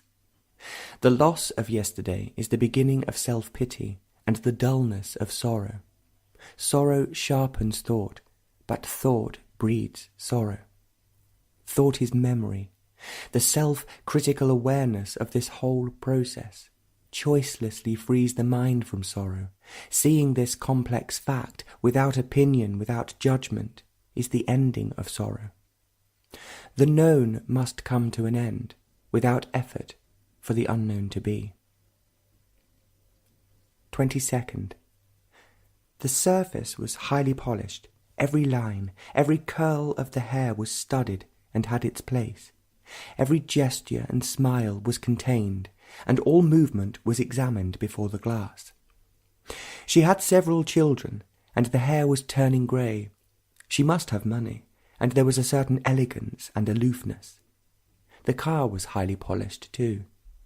The chromium was bright and sparkling in the morning sun. The white-walled tyres were clean, without any mark, and the seats spotless. It was a good car and could go fast, taking the corners very well. This intense and expanding progress was bringing security and superficiality, and sorrow and love could so easily be explained and contained, and there are always different tranquilizers and different gods and new myths replacing the old. It was a bright, cold morning. The slight fog was gone with the rising sun, and the air was still. The fat birds with yellowish legs and beak were out on the little lawn, very pleased, inclined to be talkative. They had black and white wings, with dark fawn-coloured bodies. They were extraordinarily cheerful, hopping about, chasing each other.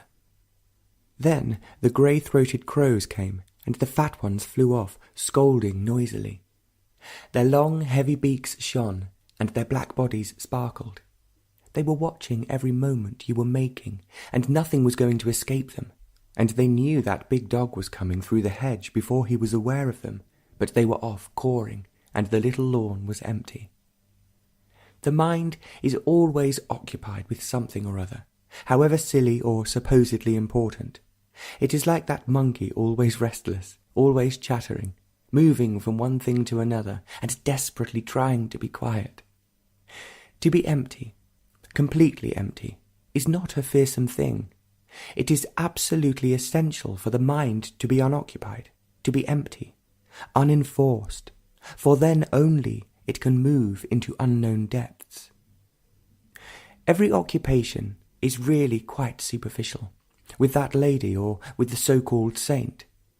An occupied mind can never penetrate into its own depth, into its own untrodden spaces. It is this emptiness that gives space to the mind, and into this space time cannot enter. Out of this emptiness there is creation, whose love is death. 23rd. The trees were bare. Every leaf had fallen off. Even the thin, delicate stems were breaking off. The cold had been too much for them. There were other trees which kept their leaves, but they were not too green. Some of them were turning brown. It was an exceptionally cold winter. There was heavy snow all along the lower ranges of the Himalayas, several feet thick, and in the plains a few 100 miles away it was quite cold. There was heavy frost on the ground, and flowers were not blooming. The lawns were burnt. There were a few roses whose colour filled the little garden, and the yellow pansies. But on the roads and public places you saw the poor, wrapped up in torn, filthy rags, bare-legged, their heads covered up, their dark faces hardly showing. The women had every kind of coloured cloth on them, dirty with silver bangles or some ornament around their ankles and around their wrists. They walked freely, easily, and with a certain grace. They held themselves very well.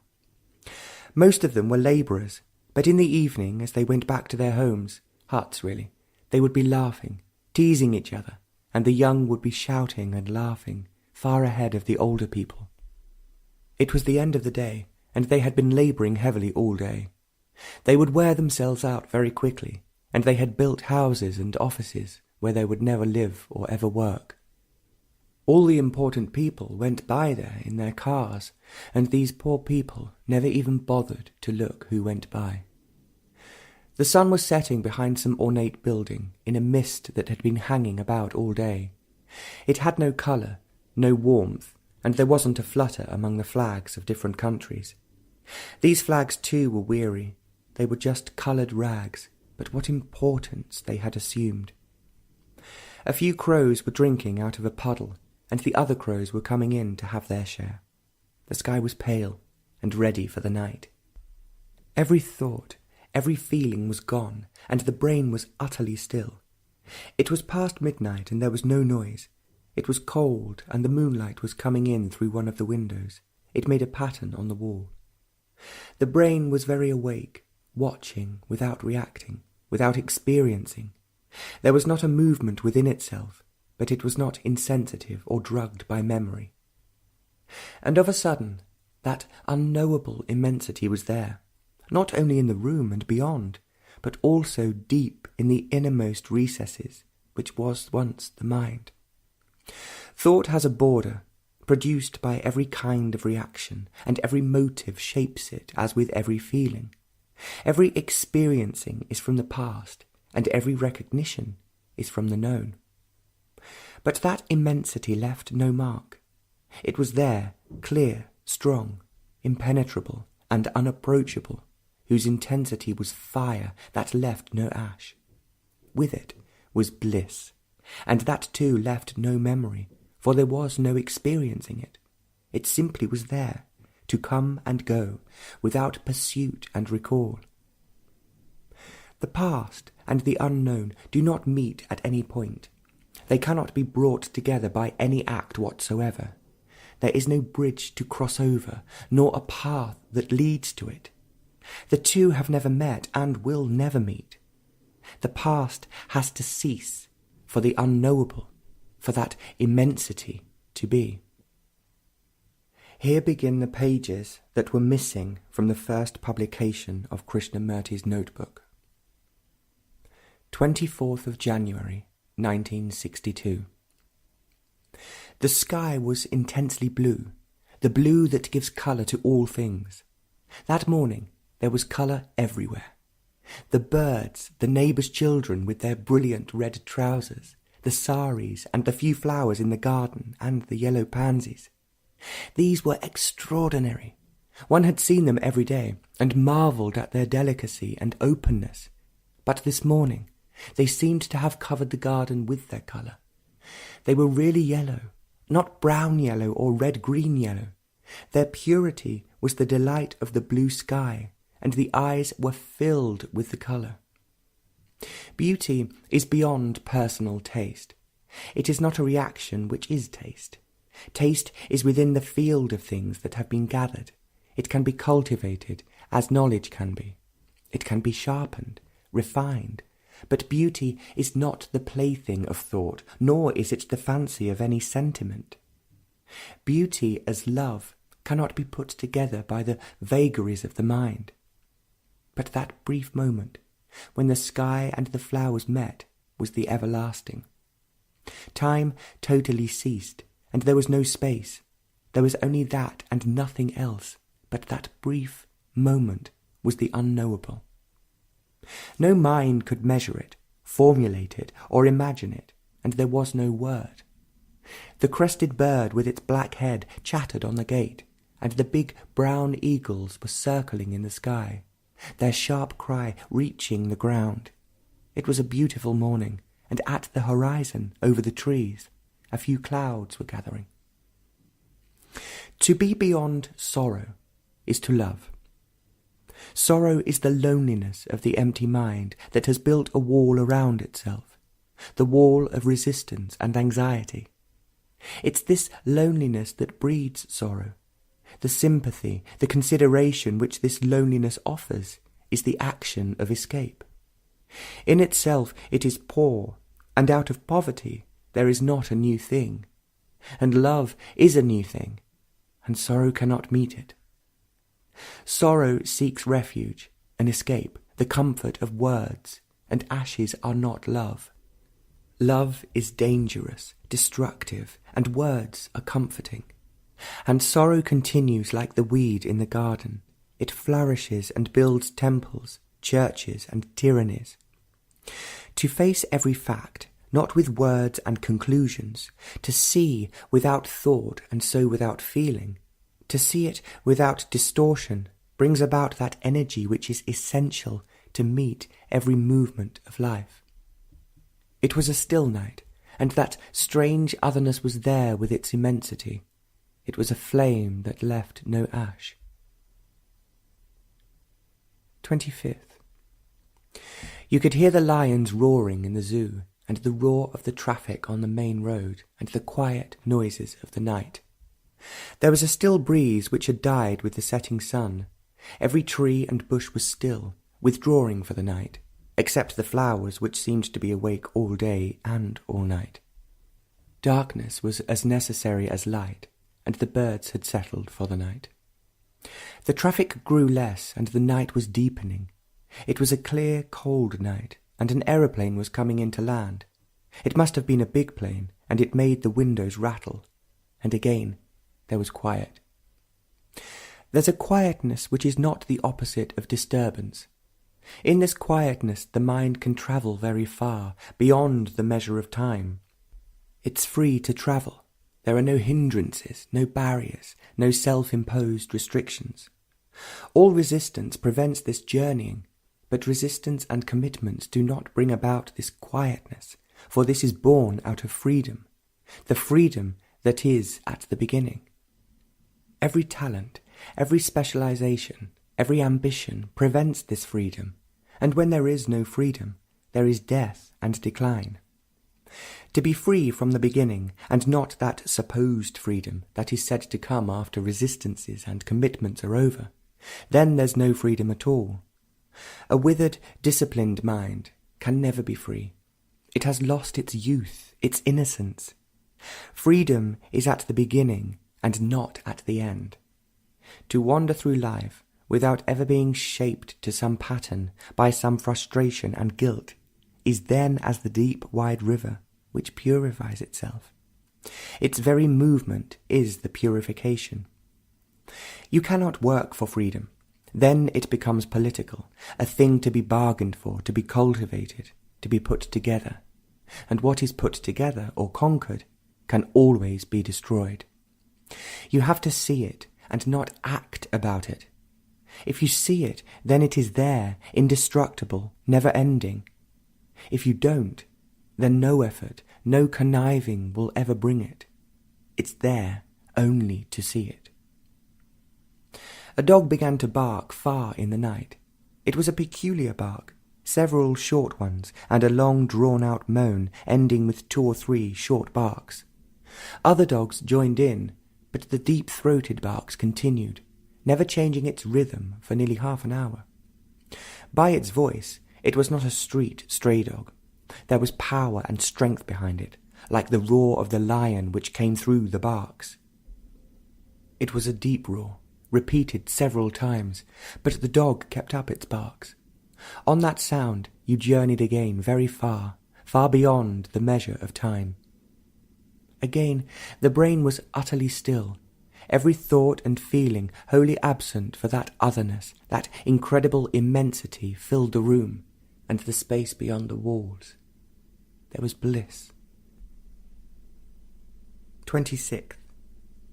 The clouds began to gather in the morning, light, fleecy ones. They were gathering from different directions, mostly from southwest. The sun raced between them, and shadows covered the land. Towards the evening, the sky was dark and rain was in the air. The road by the house is not an important thoroughfare. It connects 2 main streets. There were a great many children on it that evening, all dirty, all in rags, all in torn shoes or barefoot.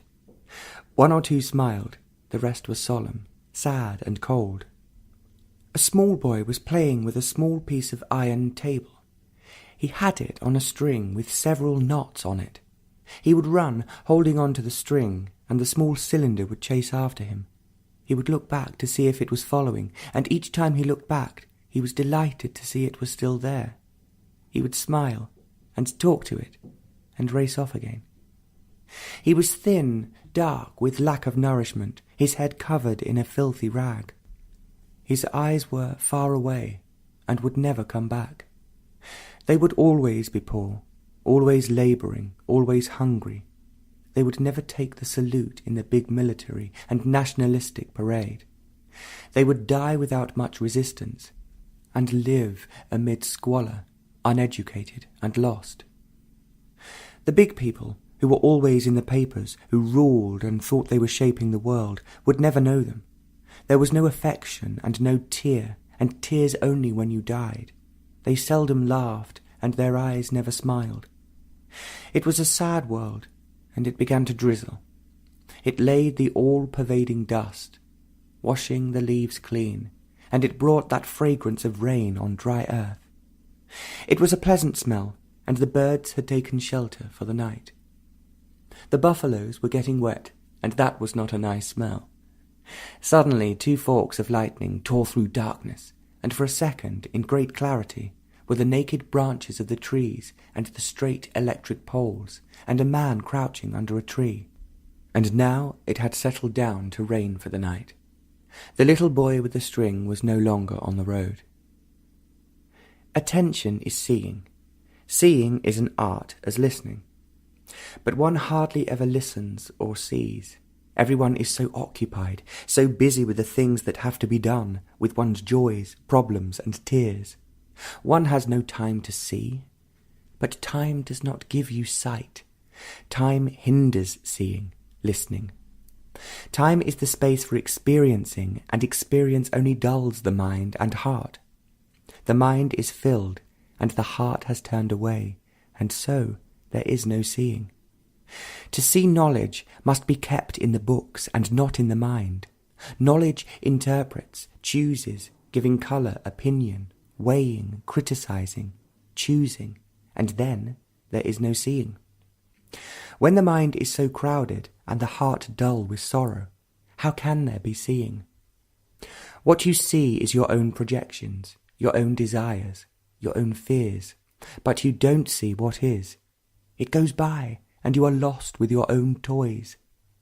But when you do see, do listen, then that act is the miracle that performs, that has emptied the mind and the heart of the past.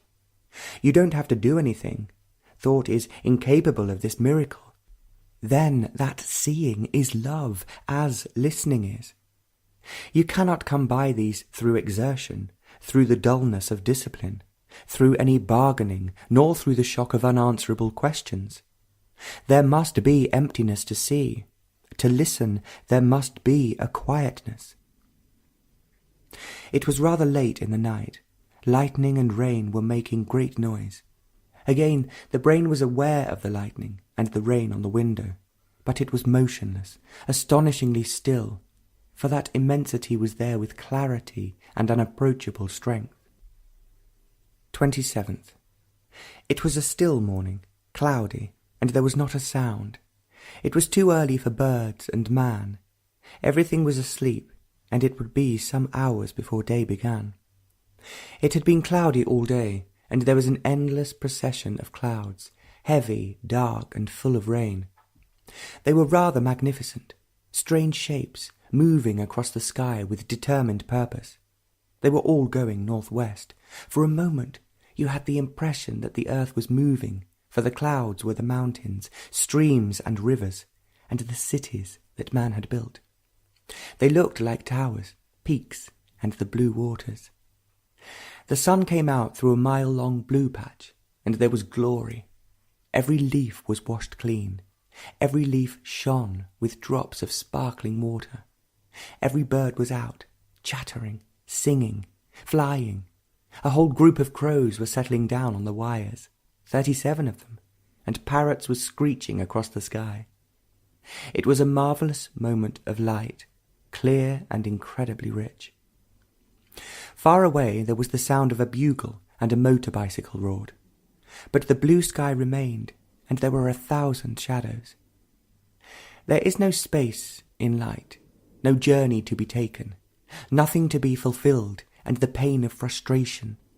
There was no death in that clear light, nor time to gain. It was a marvellous moment, and it is always there, not a thing to be remembered, to be pursued. It is there, but you have to turn the corner, just beyond your property, your family, your work and responsibility. You have to be alone without loneliness. Meditation is not a means to an end. There is no end to be gained.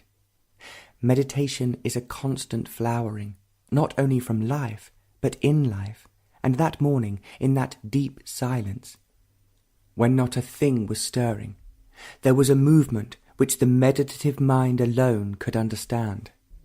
It was not a movement in time, and thought could not follow it. Thought can only trace its own patterns moulded in the past.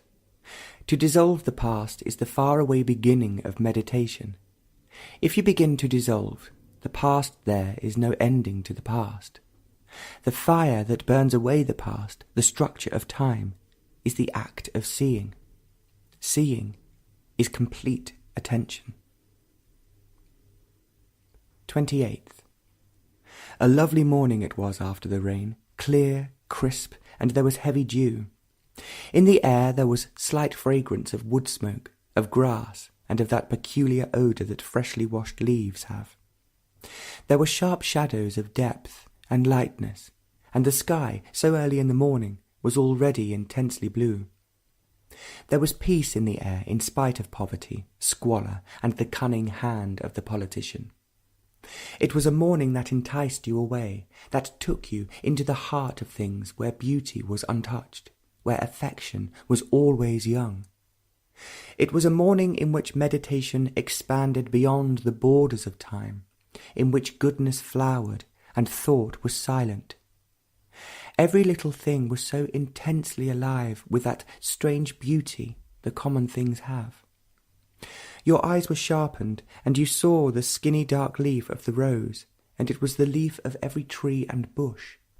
You listened to the birds, and it was the voice of the earth, and meditation was not some fanciful flight into some illusory vision, but the seeing of the fact, and going beyond it into regions of death and love, for these two are inseparable. Death is destruction, final and absolute, and so is love. Love isn't the tame domesticated thing of man, made respectable by thought, seasoned in tradition. It is new, dangerous, and not the thing of thought. It is a flame that leaves no ashes of memory, of self-pity. As you cannot argue with death, you cannot entice it into the dark corners of the mind. They are always together, waiting, watching, welcoming. You will know them when meditation opens the door of time. With the burden of time you cannot come to it. You must destroy it. The past must be wiped away. It is wiped away when you see without the screen of tradition, without knowledge. The eyes must be young and far away to see, and then the inseparable are there. And then there is something beyond and above them that includes them both. But on a morning like this, the yellow bamboo leaves and the dark leaves of a tall tree intimate the beauty that is besides them. The parrots were screeching across the sky. They never flew straight, but from side to side, and they were flying fast, streaks of green light. Then a couple of crows came to settle on the little lawn, still heavy with dew. They seemed to be cleaning their claws and beaks in it, and their black bodies were spilling light. There is a little pool of rainwater on the path beside the lawn. It was full of light and mischief, and as you saw it, it was the sky and the earth, the measurable and the immeasurable, and the two never came together. The brain is sharpened and made highly sensitive when it is utterly still. You cannot make it still. If you do, you will make it dull and shape it to the pattern of knowledge. It is only in freedom that it can be still to flower. But resistance and desire can only breed conflict, which wears it away, giving it age and weight. When the brain is utterly still, then attention, in which alone goodness can flower, is that explosive energy that carries the mind to that which is beyond all measure. 29th. A little boy in red trousers and in a red coat was playing by himself under a large spreading tree. There was no one near him. He was by himself, lost in his own world. He must have been 5 or 6, with a happy round face. His eyes were almost closed, and he was going round and round the tree in a widening circle, talking to himself with an occasional gesture. He stopped all of a sudden, looked up the tree, came back to the large round trunk, and touched it softly, almost caressing it, and started running back to his house. He stopped, looked back at the tree, waved his hand, and disappeared behind a gate. The tree and the little boy must have been great friends. He was completely at home with it, completely happy.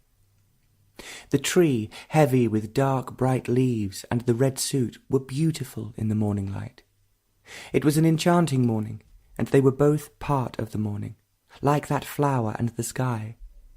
The sky was very blue, rain-washed, clear, without a cloud. A military jet came out, screaming, and disappeared.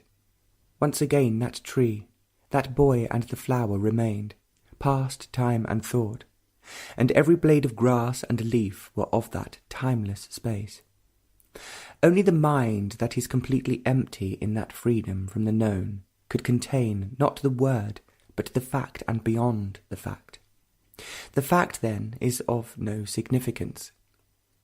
Meditation is the emptying the mind of the known, of knowledge and the fact.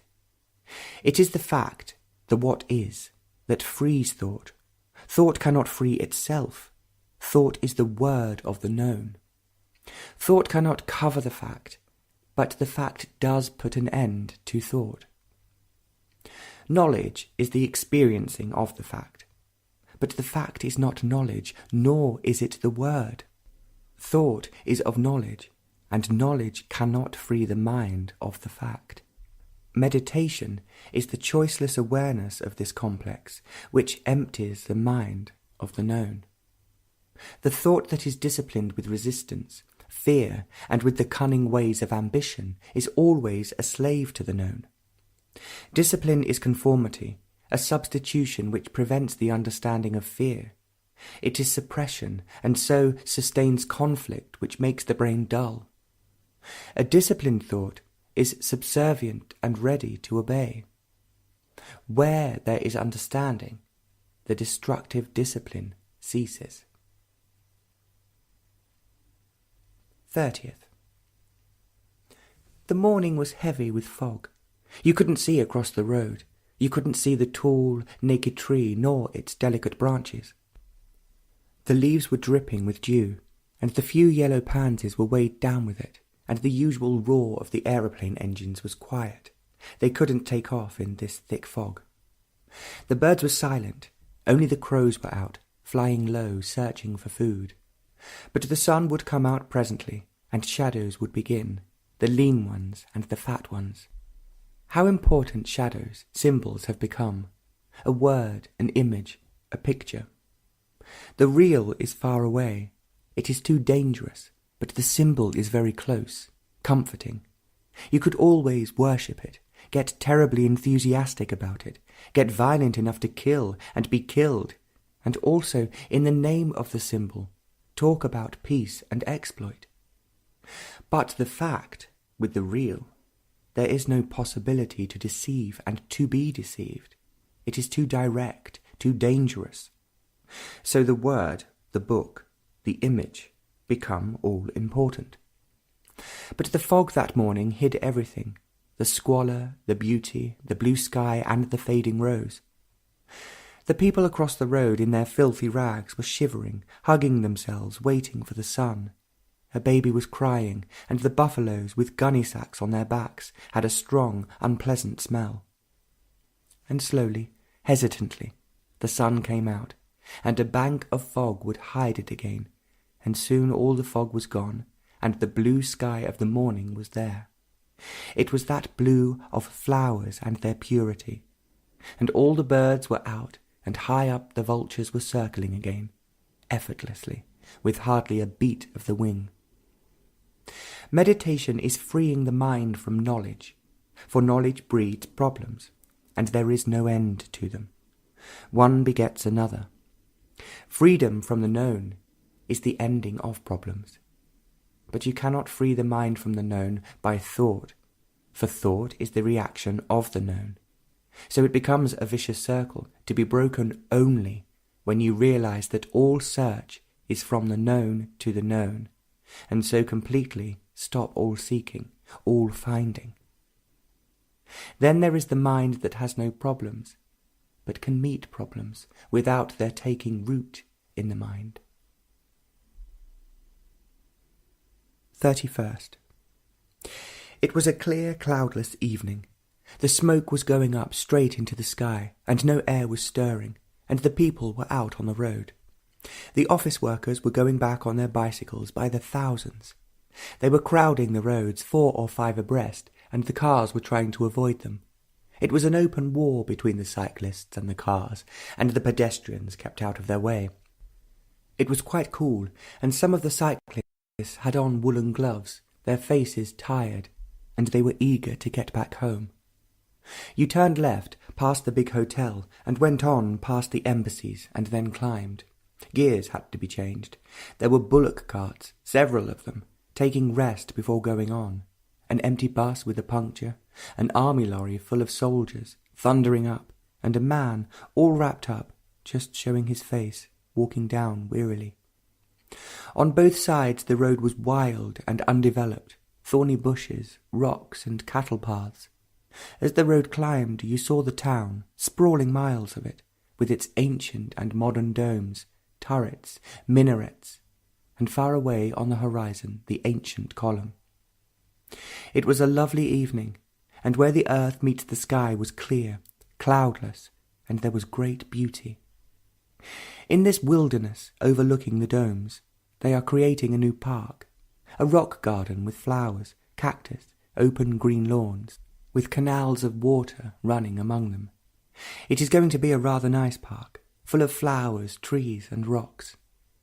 Crowds of school children were sighing, shouting, stepping out like soldiers. They were not happy groups, but boisterous. And the sun was going down, a great big orange balloon, in great splendour, and alone.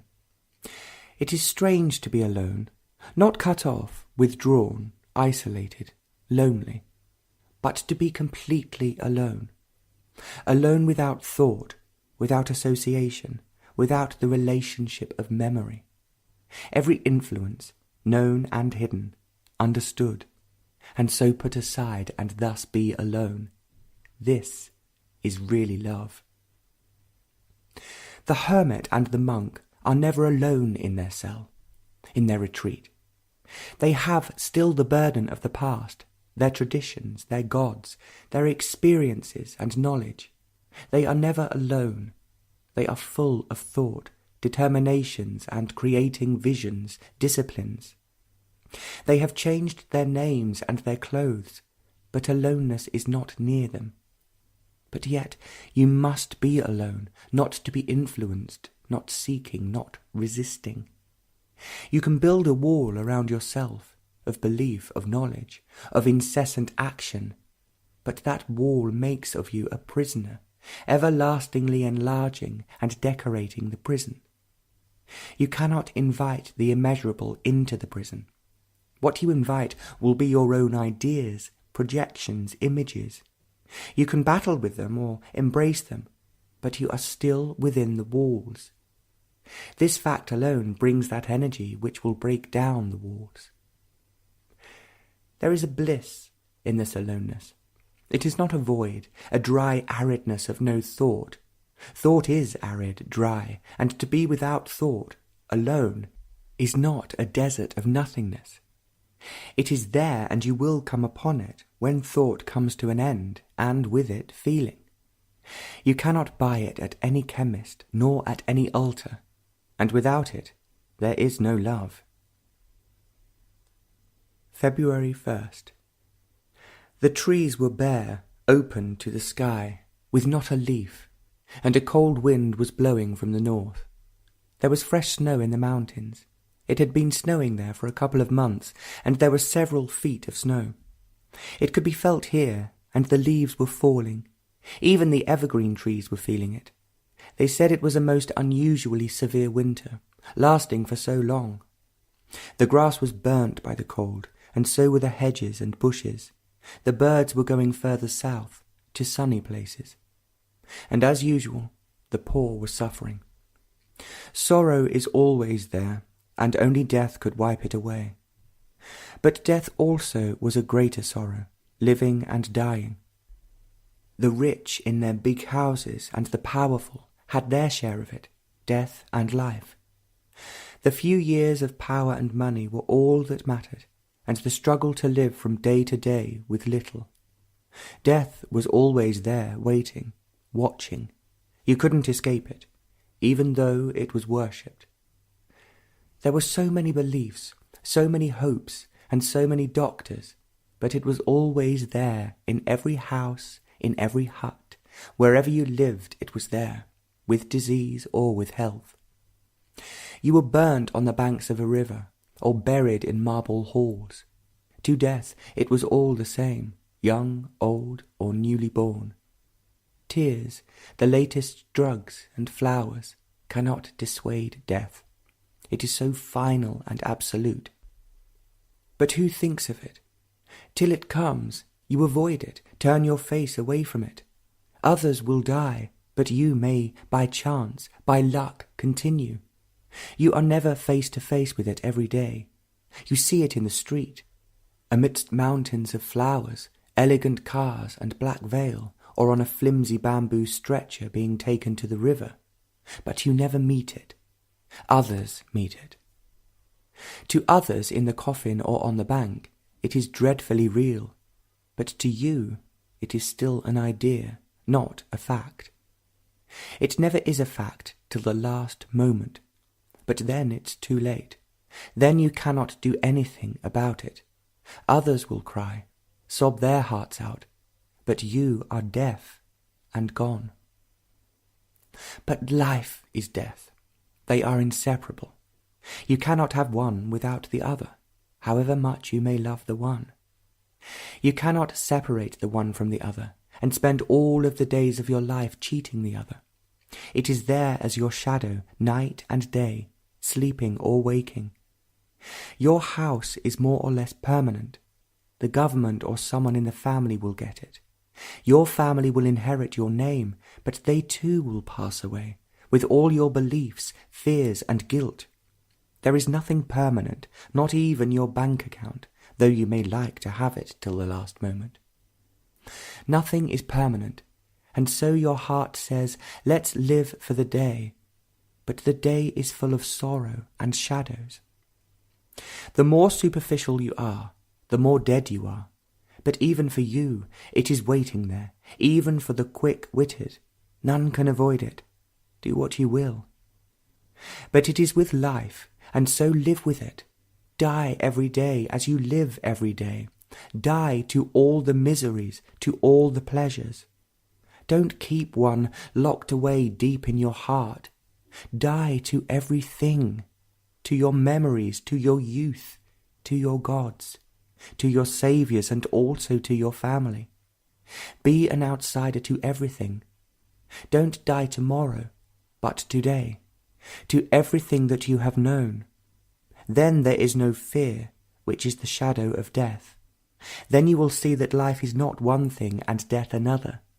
The ending is the beginning. Then the mind is beyond time.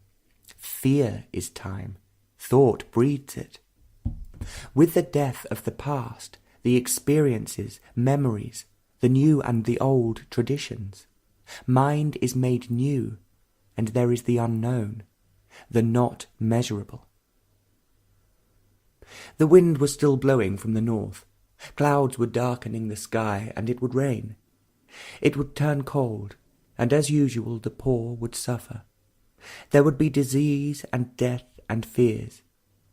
An aeroplane, one of those new jets, was crossing the sky, ready to land. The screech and the roar were far behind. It was a beautiful thing to see. Second, it had been a splendid day, full of light and deep shadows. It was a light that entered into deep corners, into concealed places, even in the open. It had that penetrating quality that revealed the other side of the leaf, and almost the dark side of the trunk.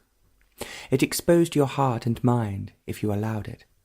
Even if you were indifferent, careless, it lighted the fringes of thought and gave a passing delight.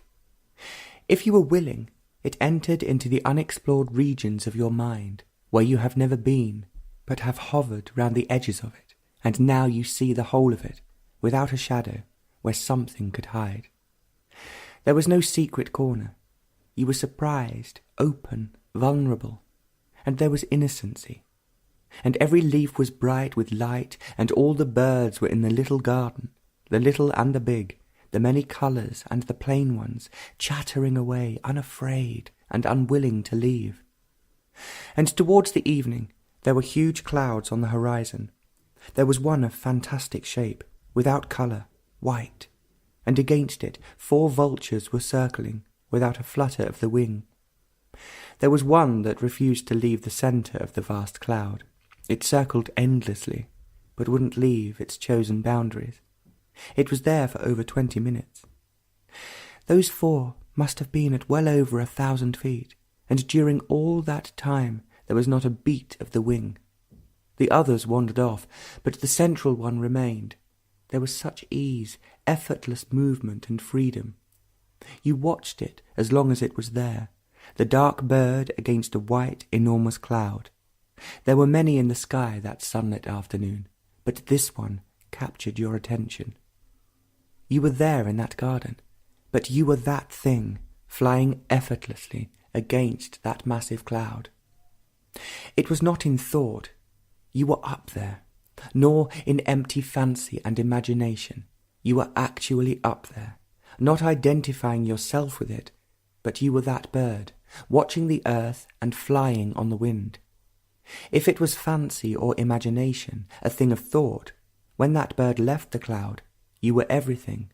That man in rags on the road, that black and white bird with its bobbing tail, and the man who was talking to you about his difficulties.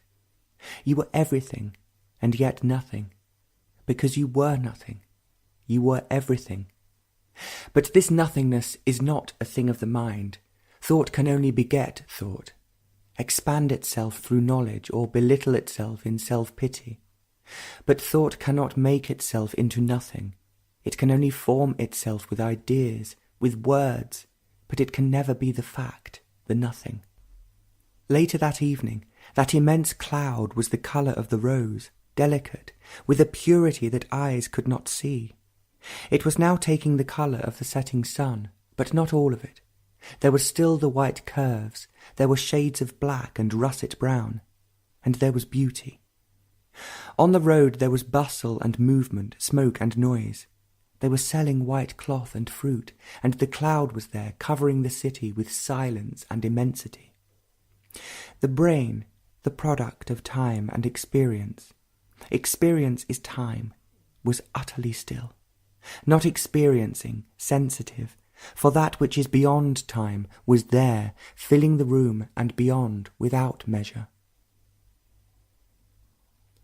Third, she was a woman on the road, poor, dirty, unwashed for days, dark burnt by the sun and ill-nourished, with bangles around her ankles, and completely oblivious of what was going on around her.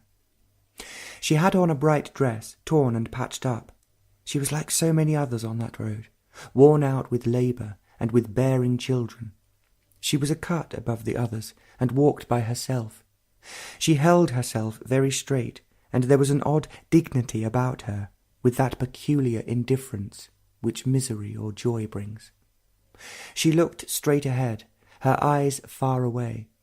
She must have lost everything, not recently, but ages ago, and now she was lost in it. Nothing would ever bring her out of it, employment or another man.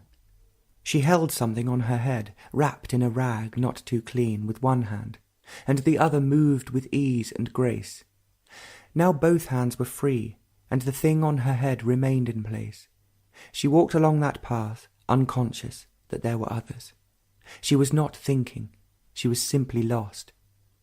When there is some thought, there is some kind of animation in the face.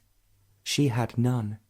She had on layers of skirts, a filthy blouse, and a coloured cloth on the top of it. She had on many colours. They were bright but dirty, unwashed, with sweat and dust. She had good, regular features, but all life had gone out of them. The colours, the walk and the face and the dignity were all of one piece. They were not put together at different times, one after another, and nothing could ever break it up, except death. And she had no fear of that either. Living and dying were the same. Both had lost their meaning, and nothing could ever give meaning to them again. She didn't want pity, comfort, nor a word. She was by herself, and would remain so. There was a flower hanging over the wall along that path, full of colour and beauty. The wall was white, recently whitewashed, and the flower in the evening light was the reality of life, perishable, vulnerable, and fragrant. The woman never noticed it, went by without a glance, but the flower remained, alone and destructible. The sky had cleared, and the sun was setting in a cloudless sky, brick red, big and unnoticed. The trees were bare, and hundreds of birds were there, taking rest before going to their shelter for the night. They were noisy, but not as noisy as they would be among the leaves, settled down before darkness came. Love is not pity, nor is it the acceptance of relationship with its jealousies, anxieties, and guilt. It is not the nurturing kindliness of rich experience, nor is it the help that you give to another. It is none of these things. If you knew it, it would not be love. All the cars were going to the big hotel. There was some kind of function there. All the important and rich were going there, but not that flower, nor that woman. Experience only strengthens the past, conditioning the experiences that come. Experience with its knowledge is never the way of wisdom. That immensity came without any yesterday, pure, impenetrable, alone. Fourth, it was an old tomb in the middle of a wide enclosure with thick brick walls, well proportioned, high, and there were towers at the four corners. There were green lawns, trees, flowers, and in the old days fountains and water channels. It is rather beautiful, and it must have been much more when the tomb was respected. There must be many acres within those walls, and there were people everywhere. Picnics, parties, students, and young girls and boys playing. It was a pleasant afternoon with sun on the trees. The dome was of marble, onion-shaped, and though there were people, there was the quiet solitude of a garden that was not used much. If you went there on weekdays, there was hardly anyone, except a few tourists with their cameras, but you would be surprised by the solitude that was there. The late afternoon made long shadows, and the sky was blue, the blue of northern skies. There were parrots about, green with sharp red curving beaks. They had nests in the walls around the marble tomb. They were coming in from the surrounding country, screeching, zigzagging in their flight. Perched on the walls, they were motionless, light. Their long tails were the green of early spring, and their wings were late spring, and their red beaks shone, made more red by the evening sun. High up there, they were startlingly beautiful and frail. Clouds were gathering around the sun, and there was solitude. It was not a thing that you ran after, but it was there, in splendour. It surrounded you, it held you. It maintained its purity, even though you were in it. Nothing could soil it. The noises, the laughing children, and the passing tourists. You stayed in it, separate. You had come upon it unexpectedly, just as, turning round a corner, you met an old friend. You were still separate from it, isolated in your own world, but soon you were of it, without a barrier, without a thought. The whole of your consciousness, every little movement of feeling was taken over by it. It didn't absorb you like a toy does a child. It would never leave you again. You couldn't lose it. It was not yours to keep, to lose. All the yesterdays were gone, and it was not an experience. There is experience only when the dead revives, only to die again. Experience is changing recognition, and recognition is part of the known. Continuity of the known brings sorrow and the ache of time. But here there was no experience, something to be gained, added on to the past. It was there, and every leaf, every bird, and the blade of grass were not something different from it. Love is that solitude. It is always alone.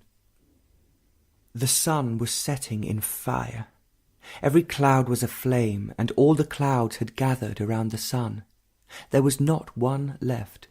All were there burning. All light was there, and the birds were silent for the night. Again that incredible immensity was there, filling the heavens and the earth. Fifth. It was a cloudy morning, cold, without a leaf stirring.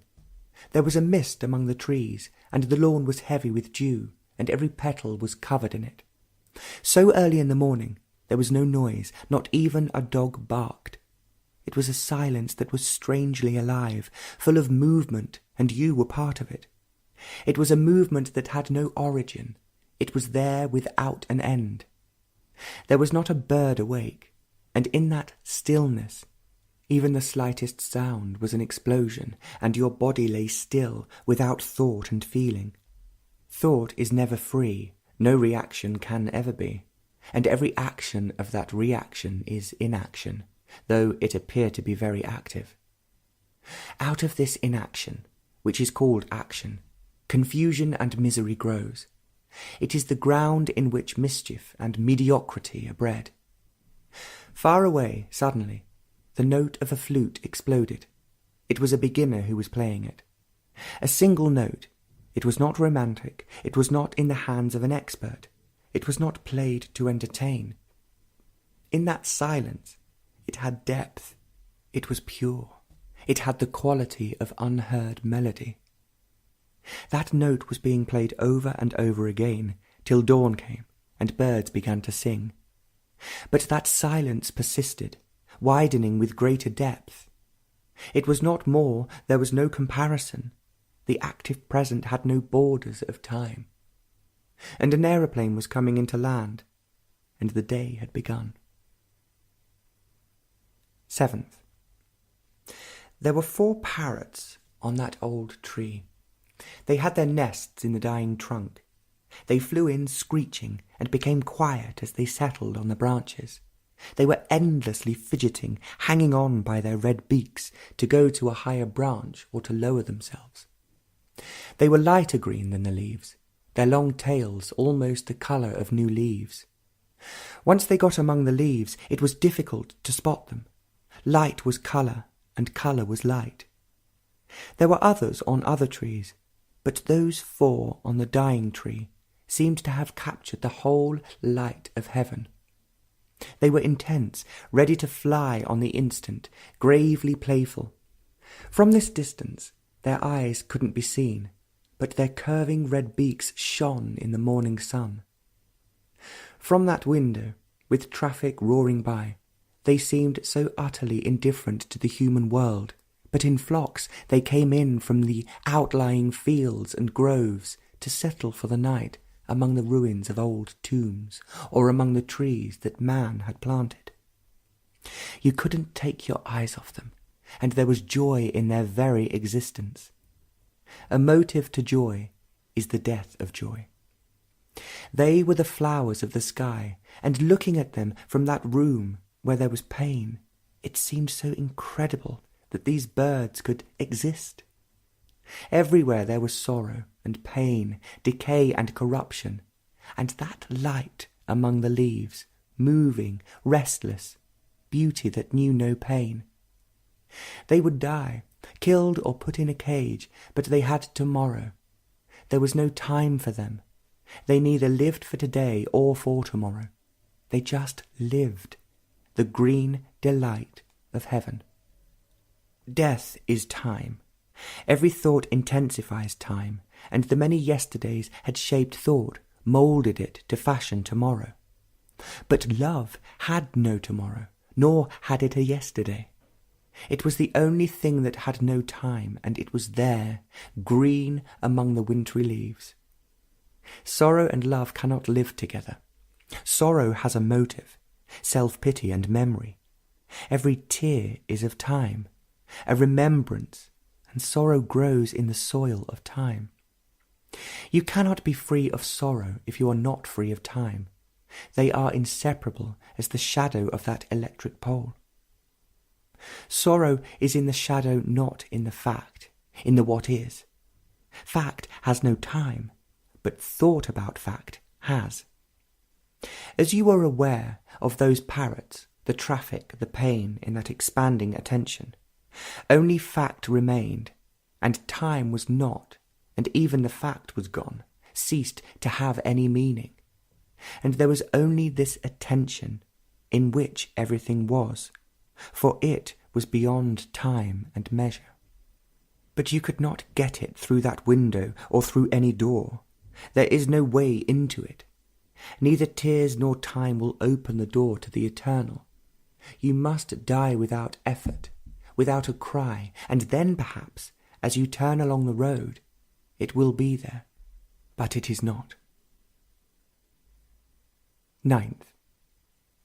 It is a lovely morning, clear and full of perfume. The sky has been very blue, and this morning it is bluer still, and it is so close to the earth, so close to the little garden with its few flowers and the dew-soaked lawn. Every flower was open to the sky, to the sun that was just coming over the trees. There were hardly any shadows, and the flowers were waiting for the sun to touch them. A jet was streaking across the sky with a roar, and the blue sky contained all the beauty and the mischief of man. The earth was swallowed up in that blue, in that immensity. A stray dog walked in. It was brushed clean, fur shining, tail wagging. It was very friendly, and it looked straight at you, and you were the dog, the flowers and the heavens. 2 miners were strutting on the lawn, and a vendor passed, calling out his goods.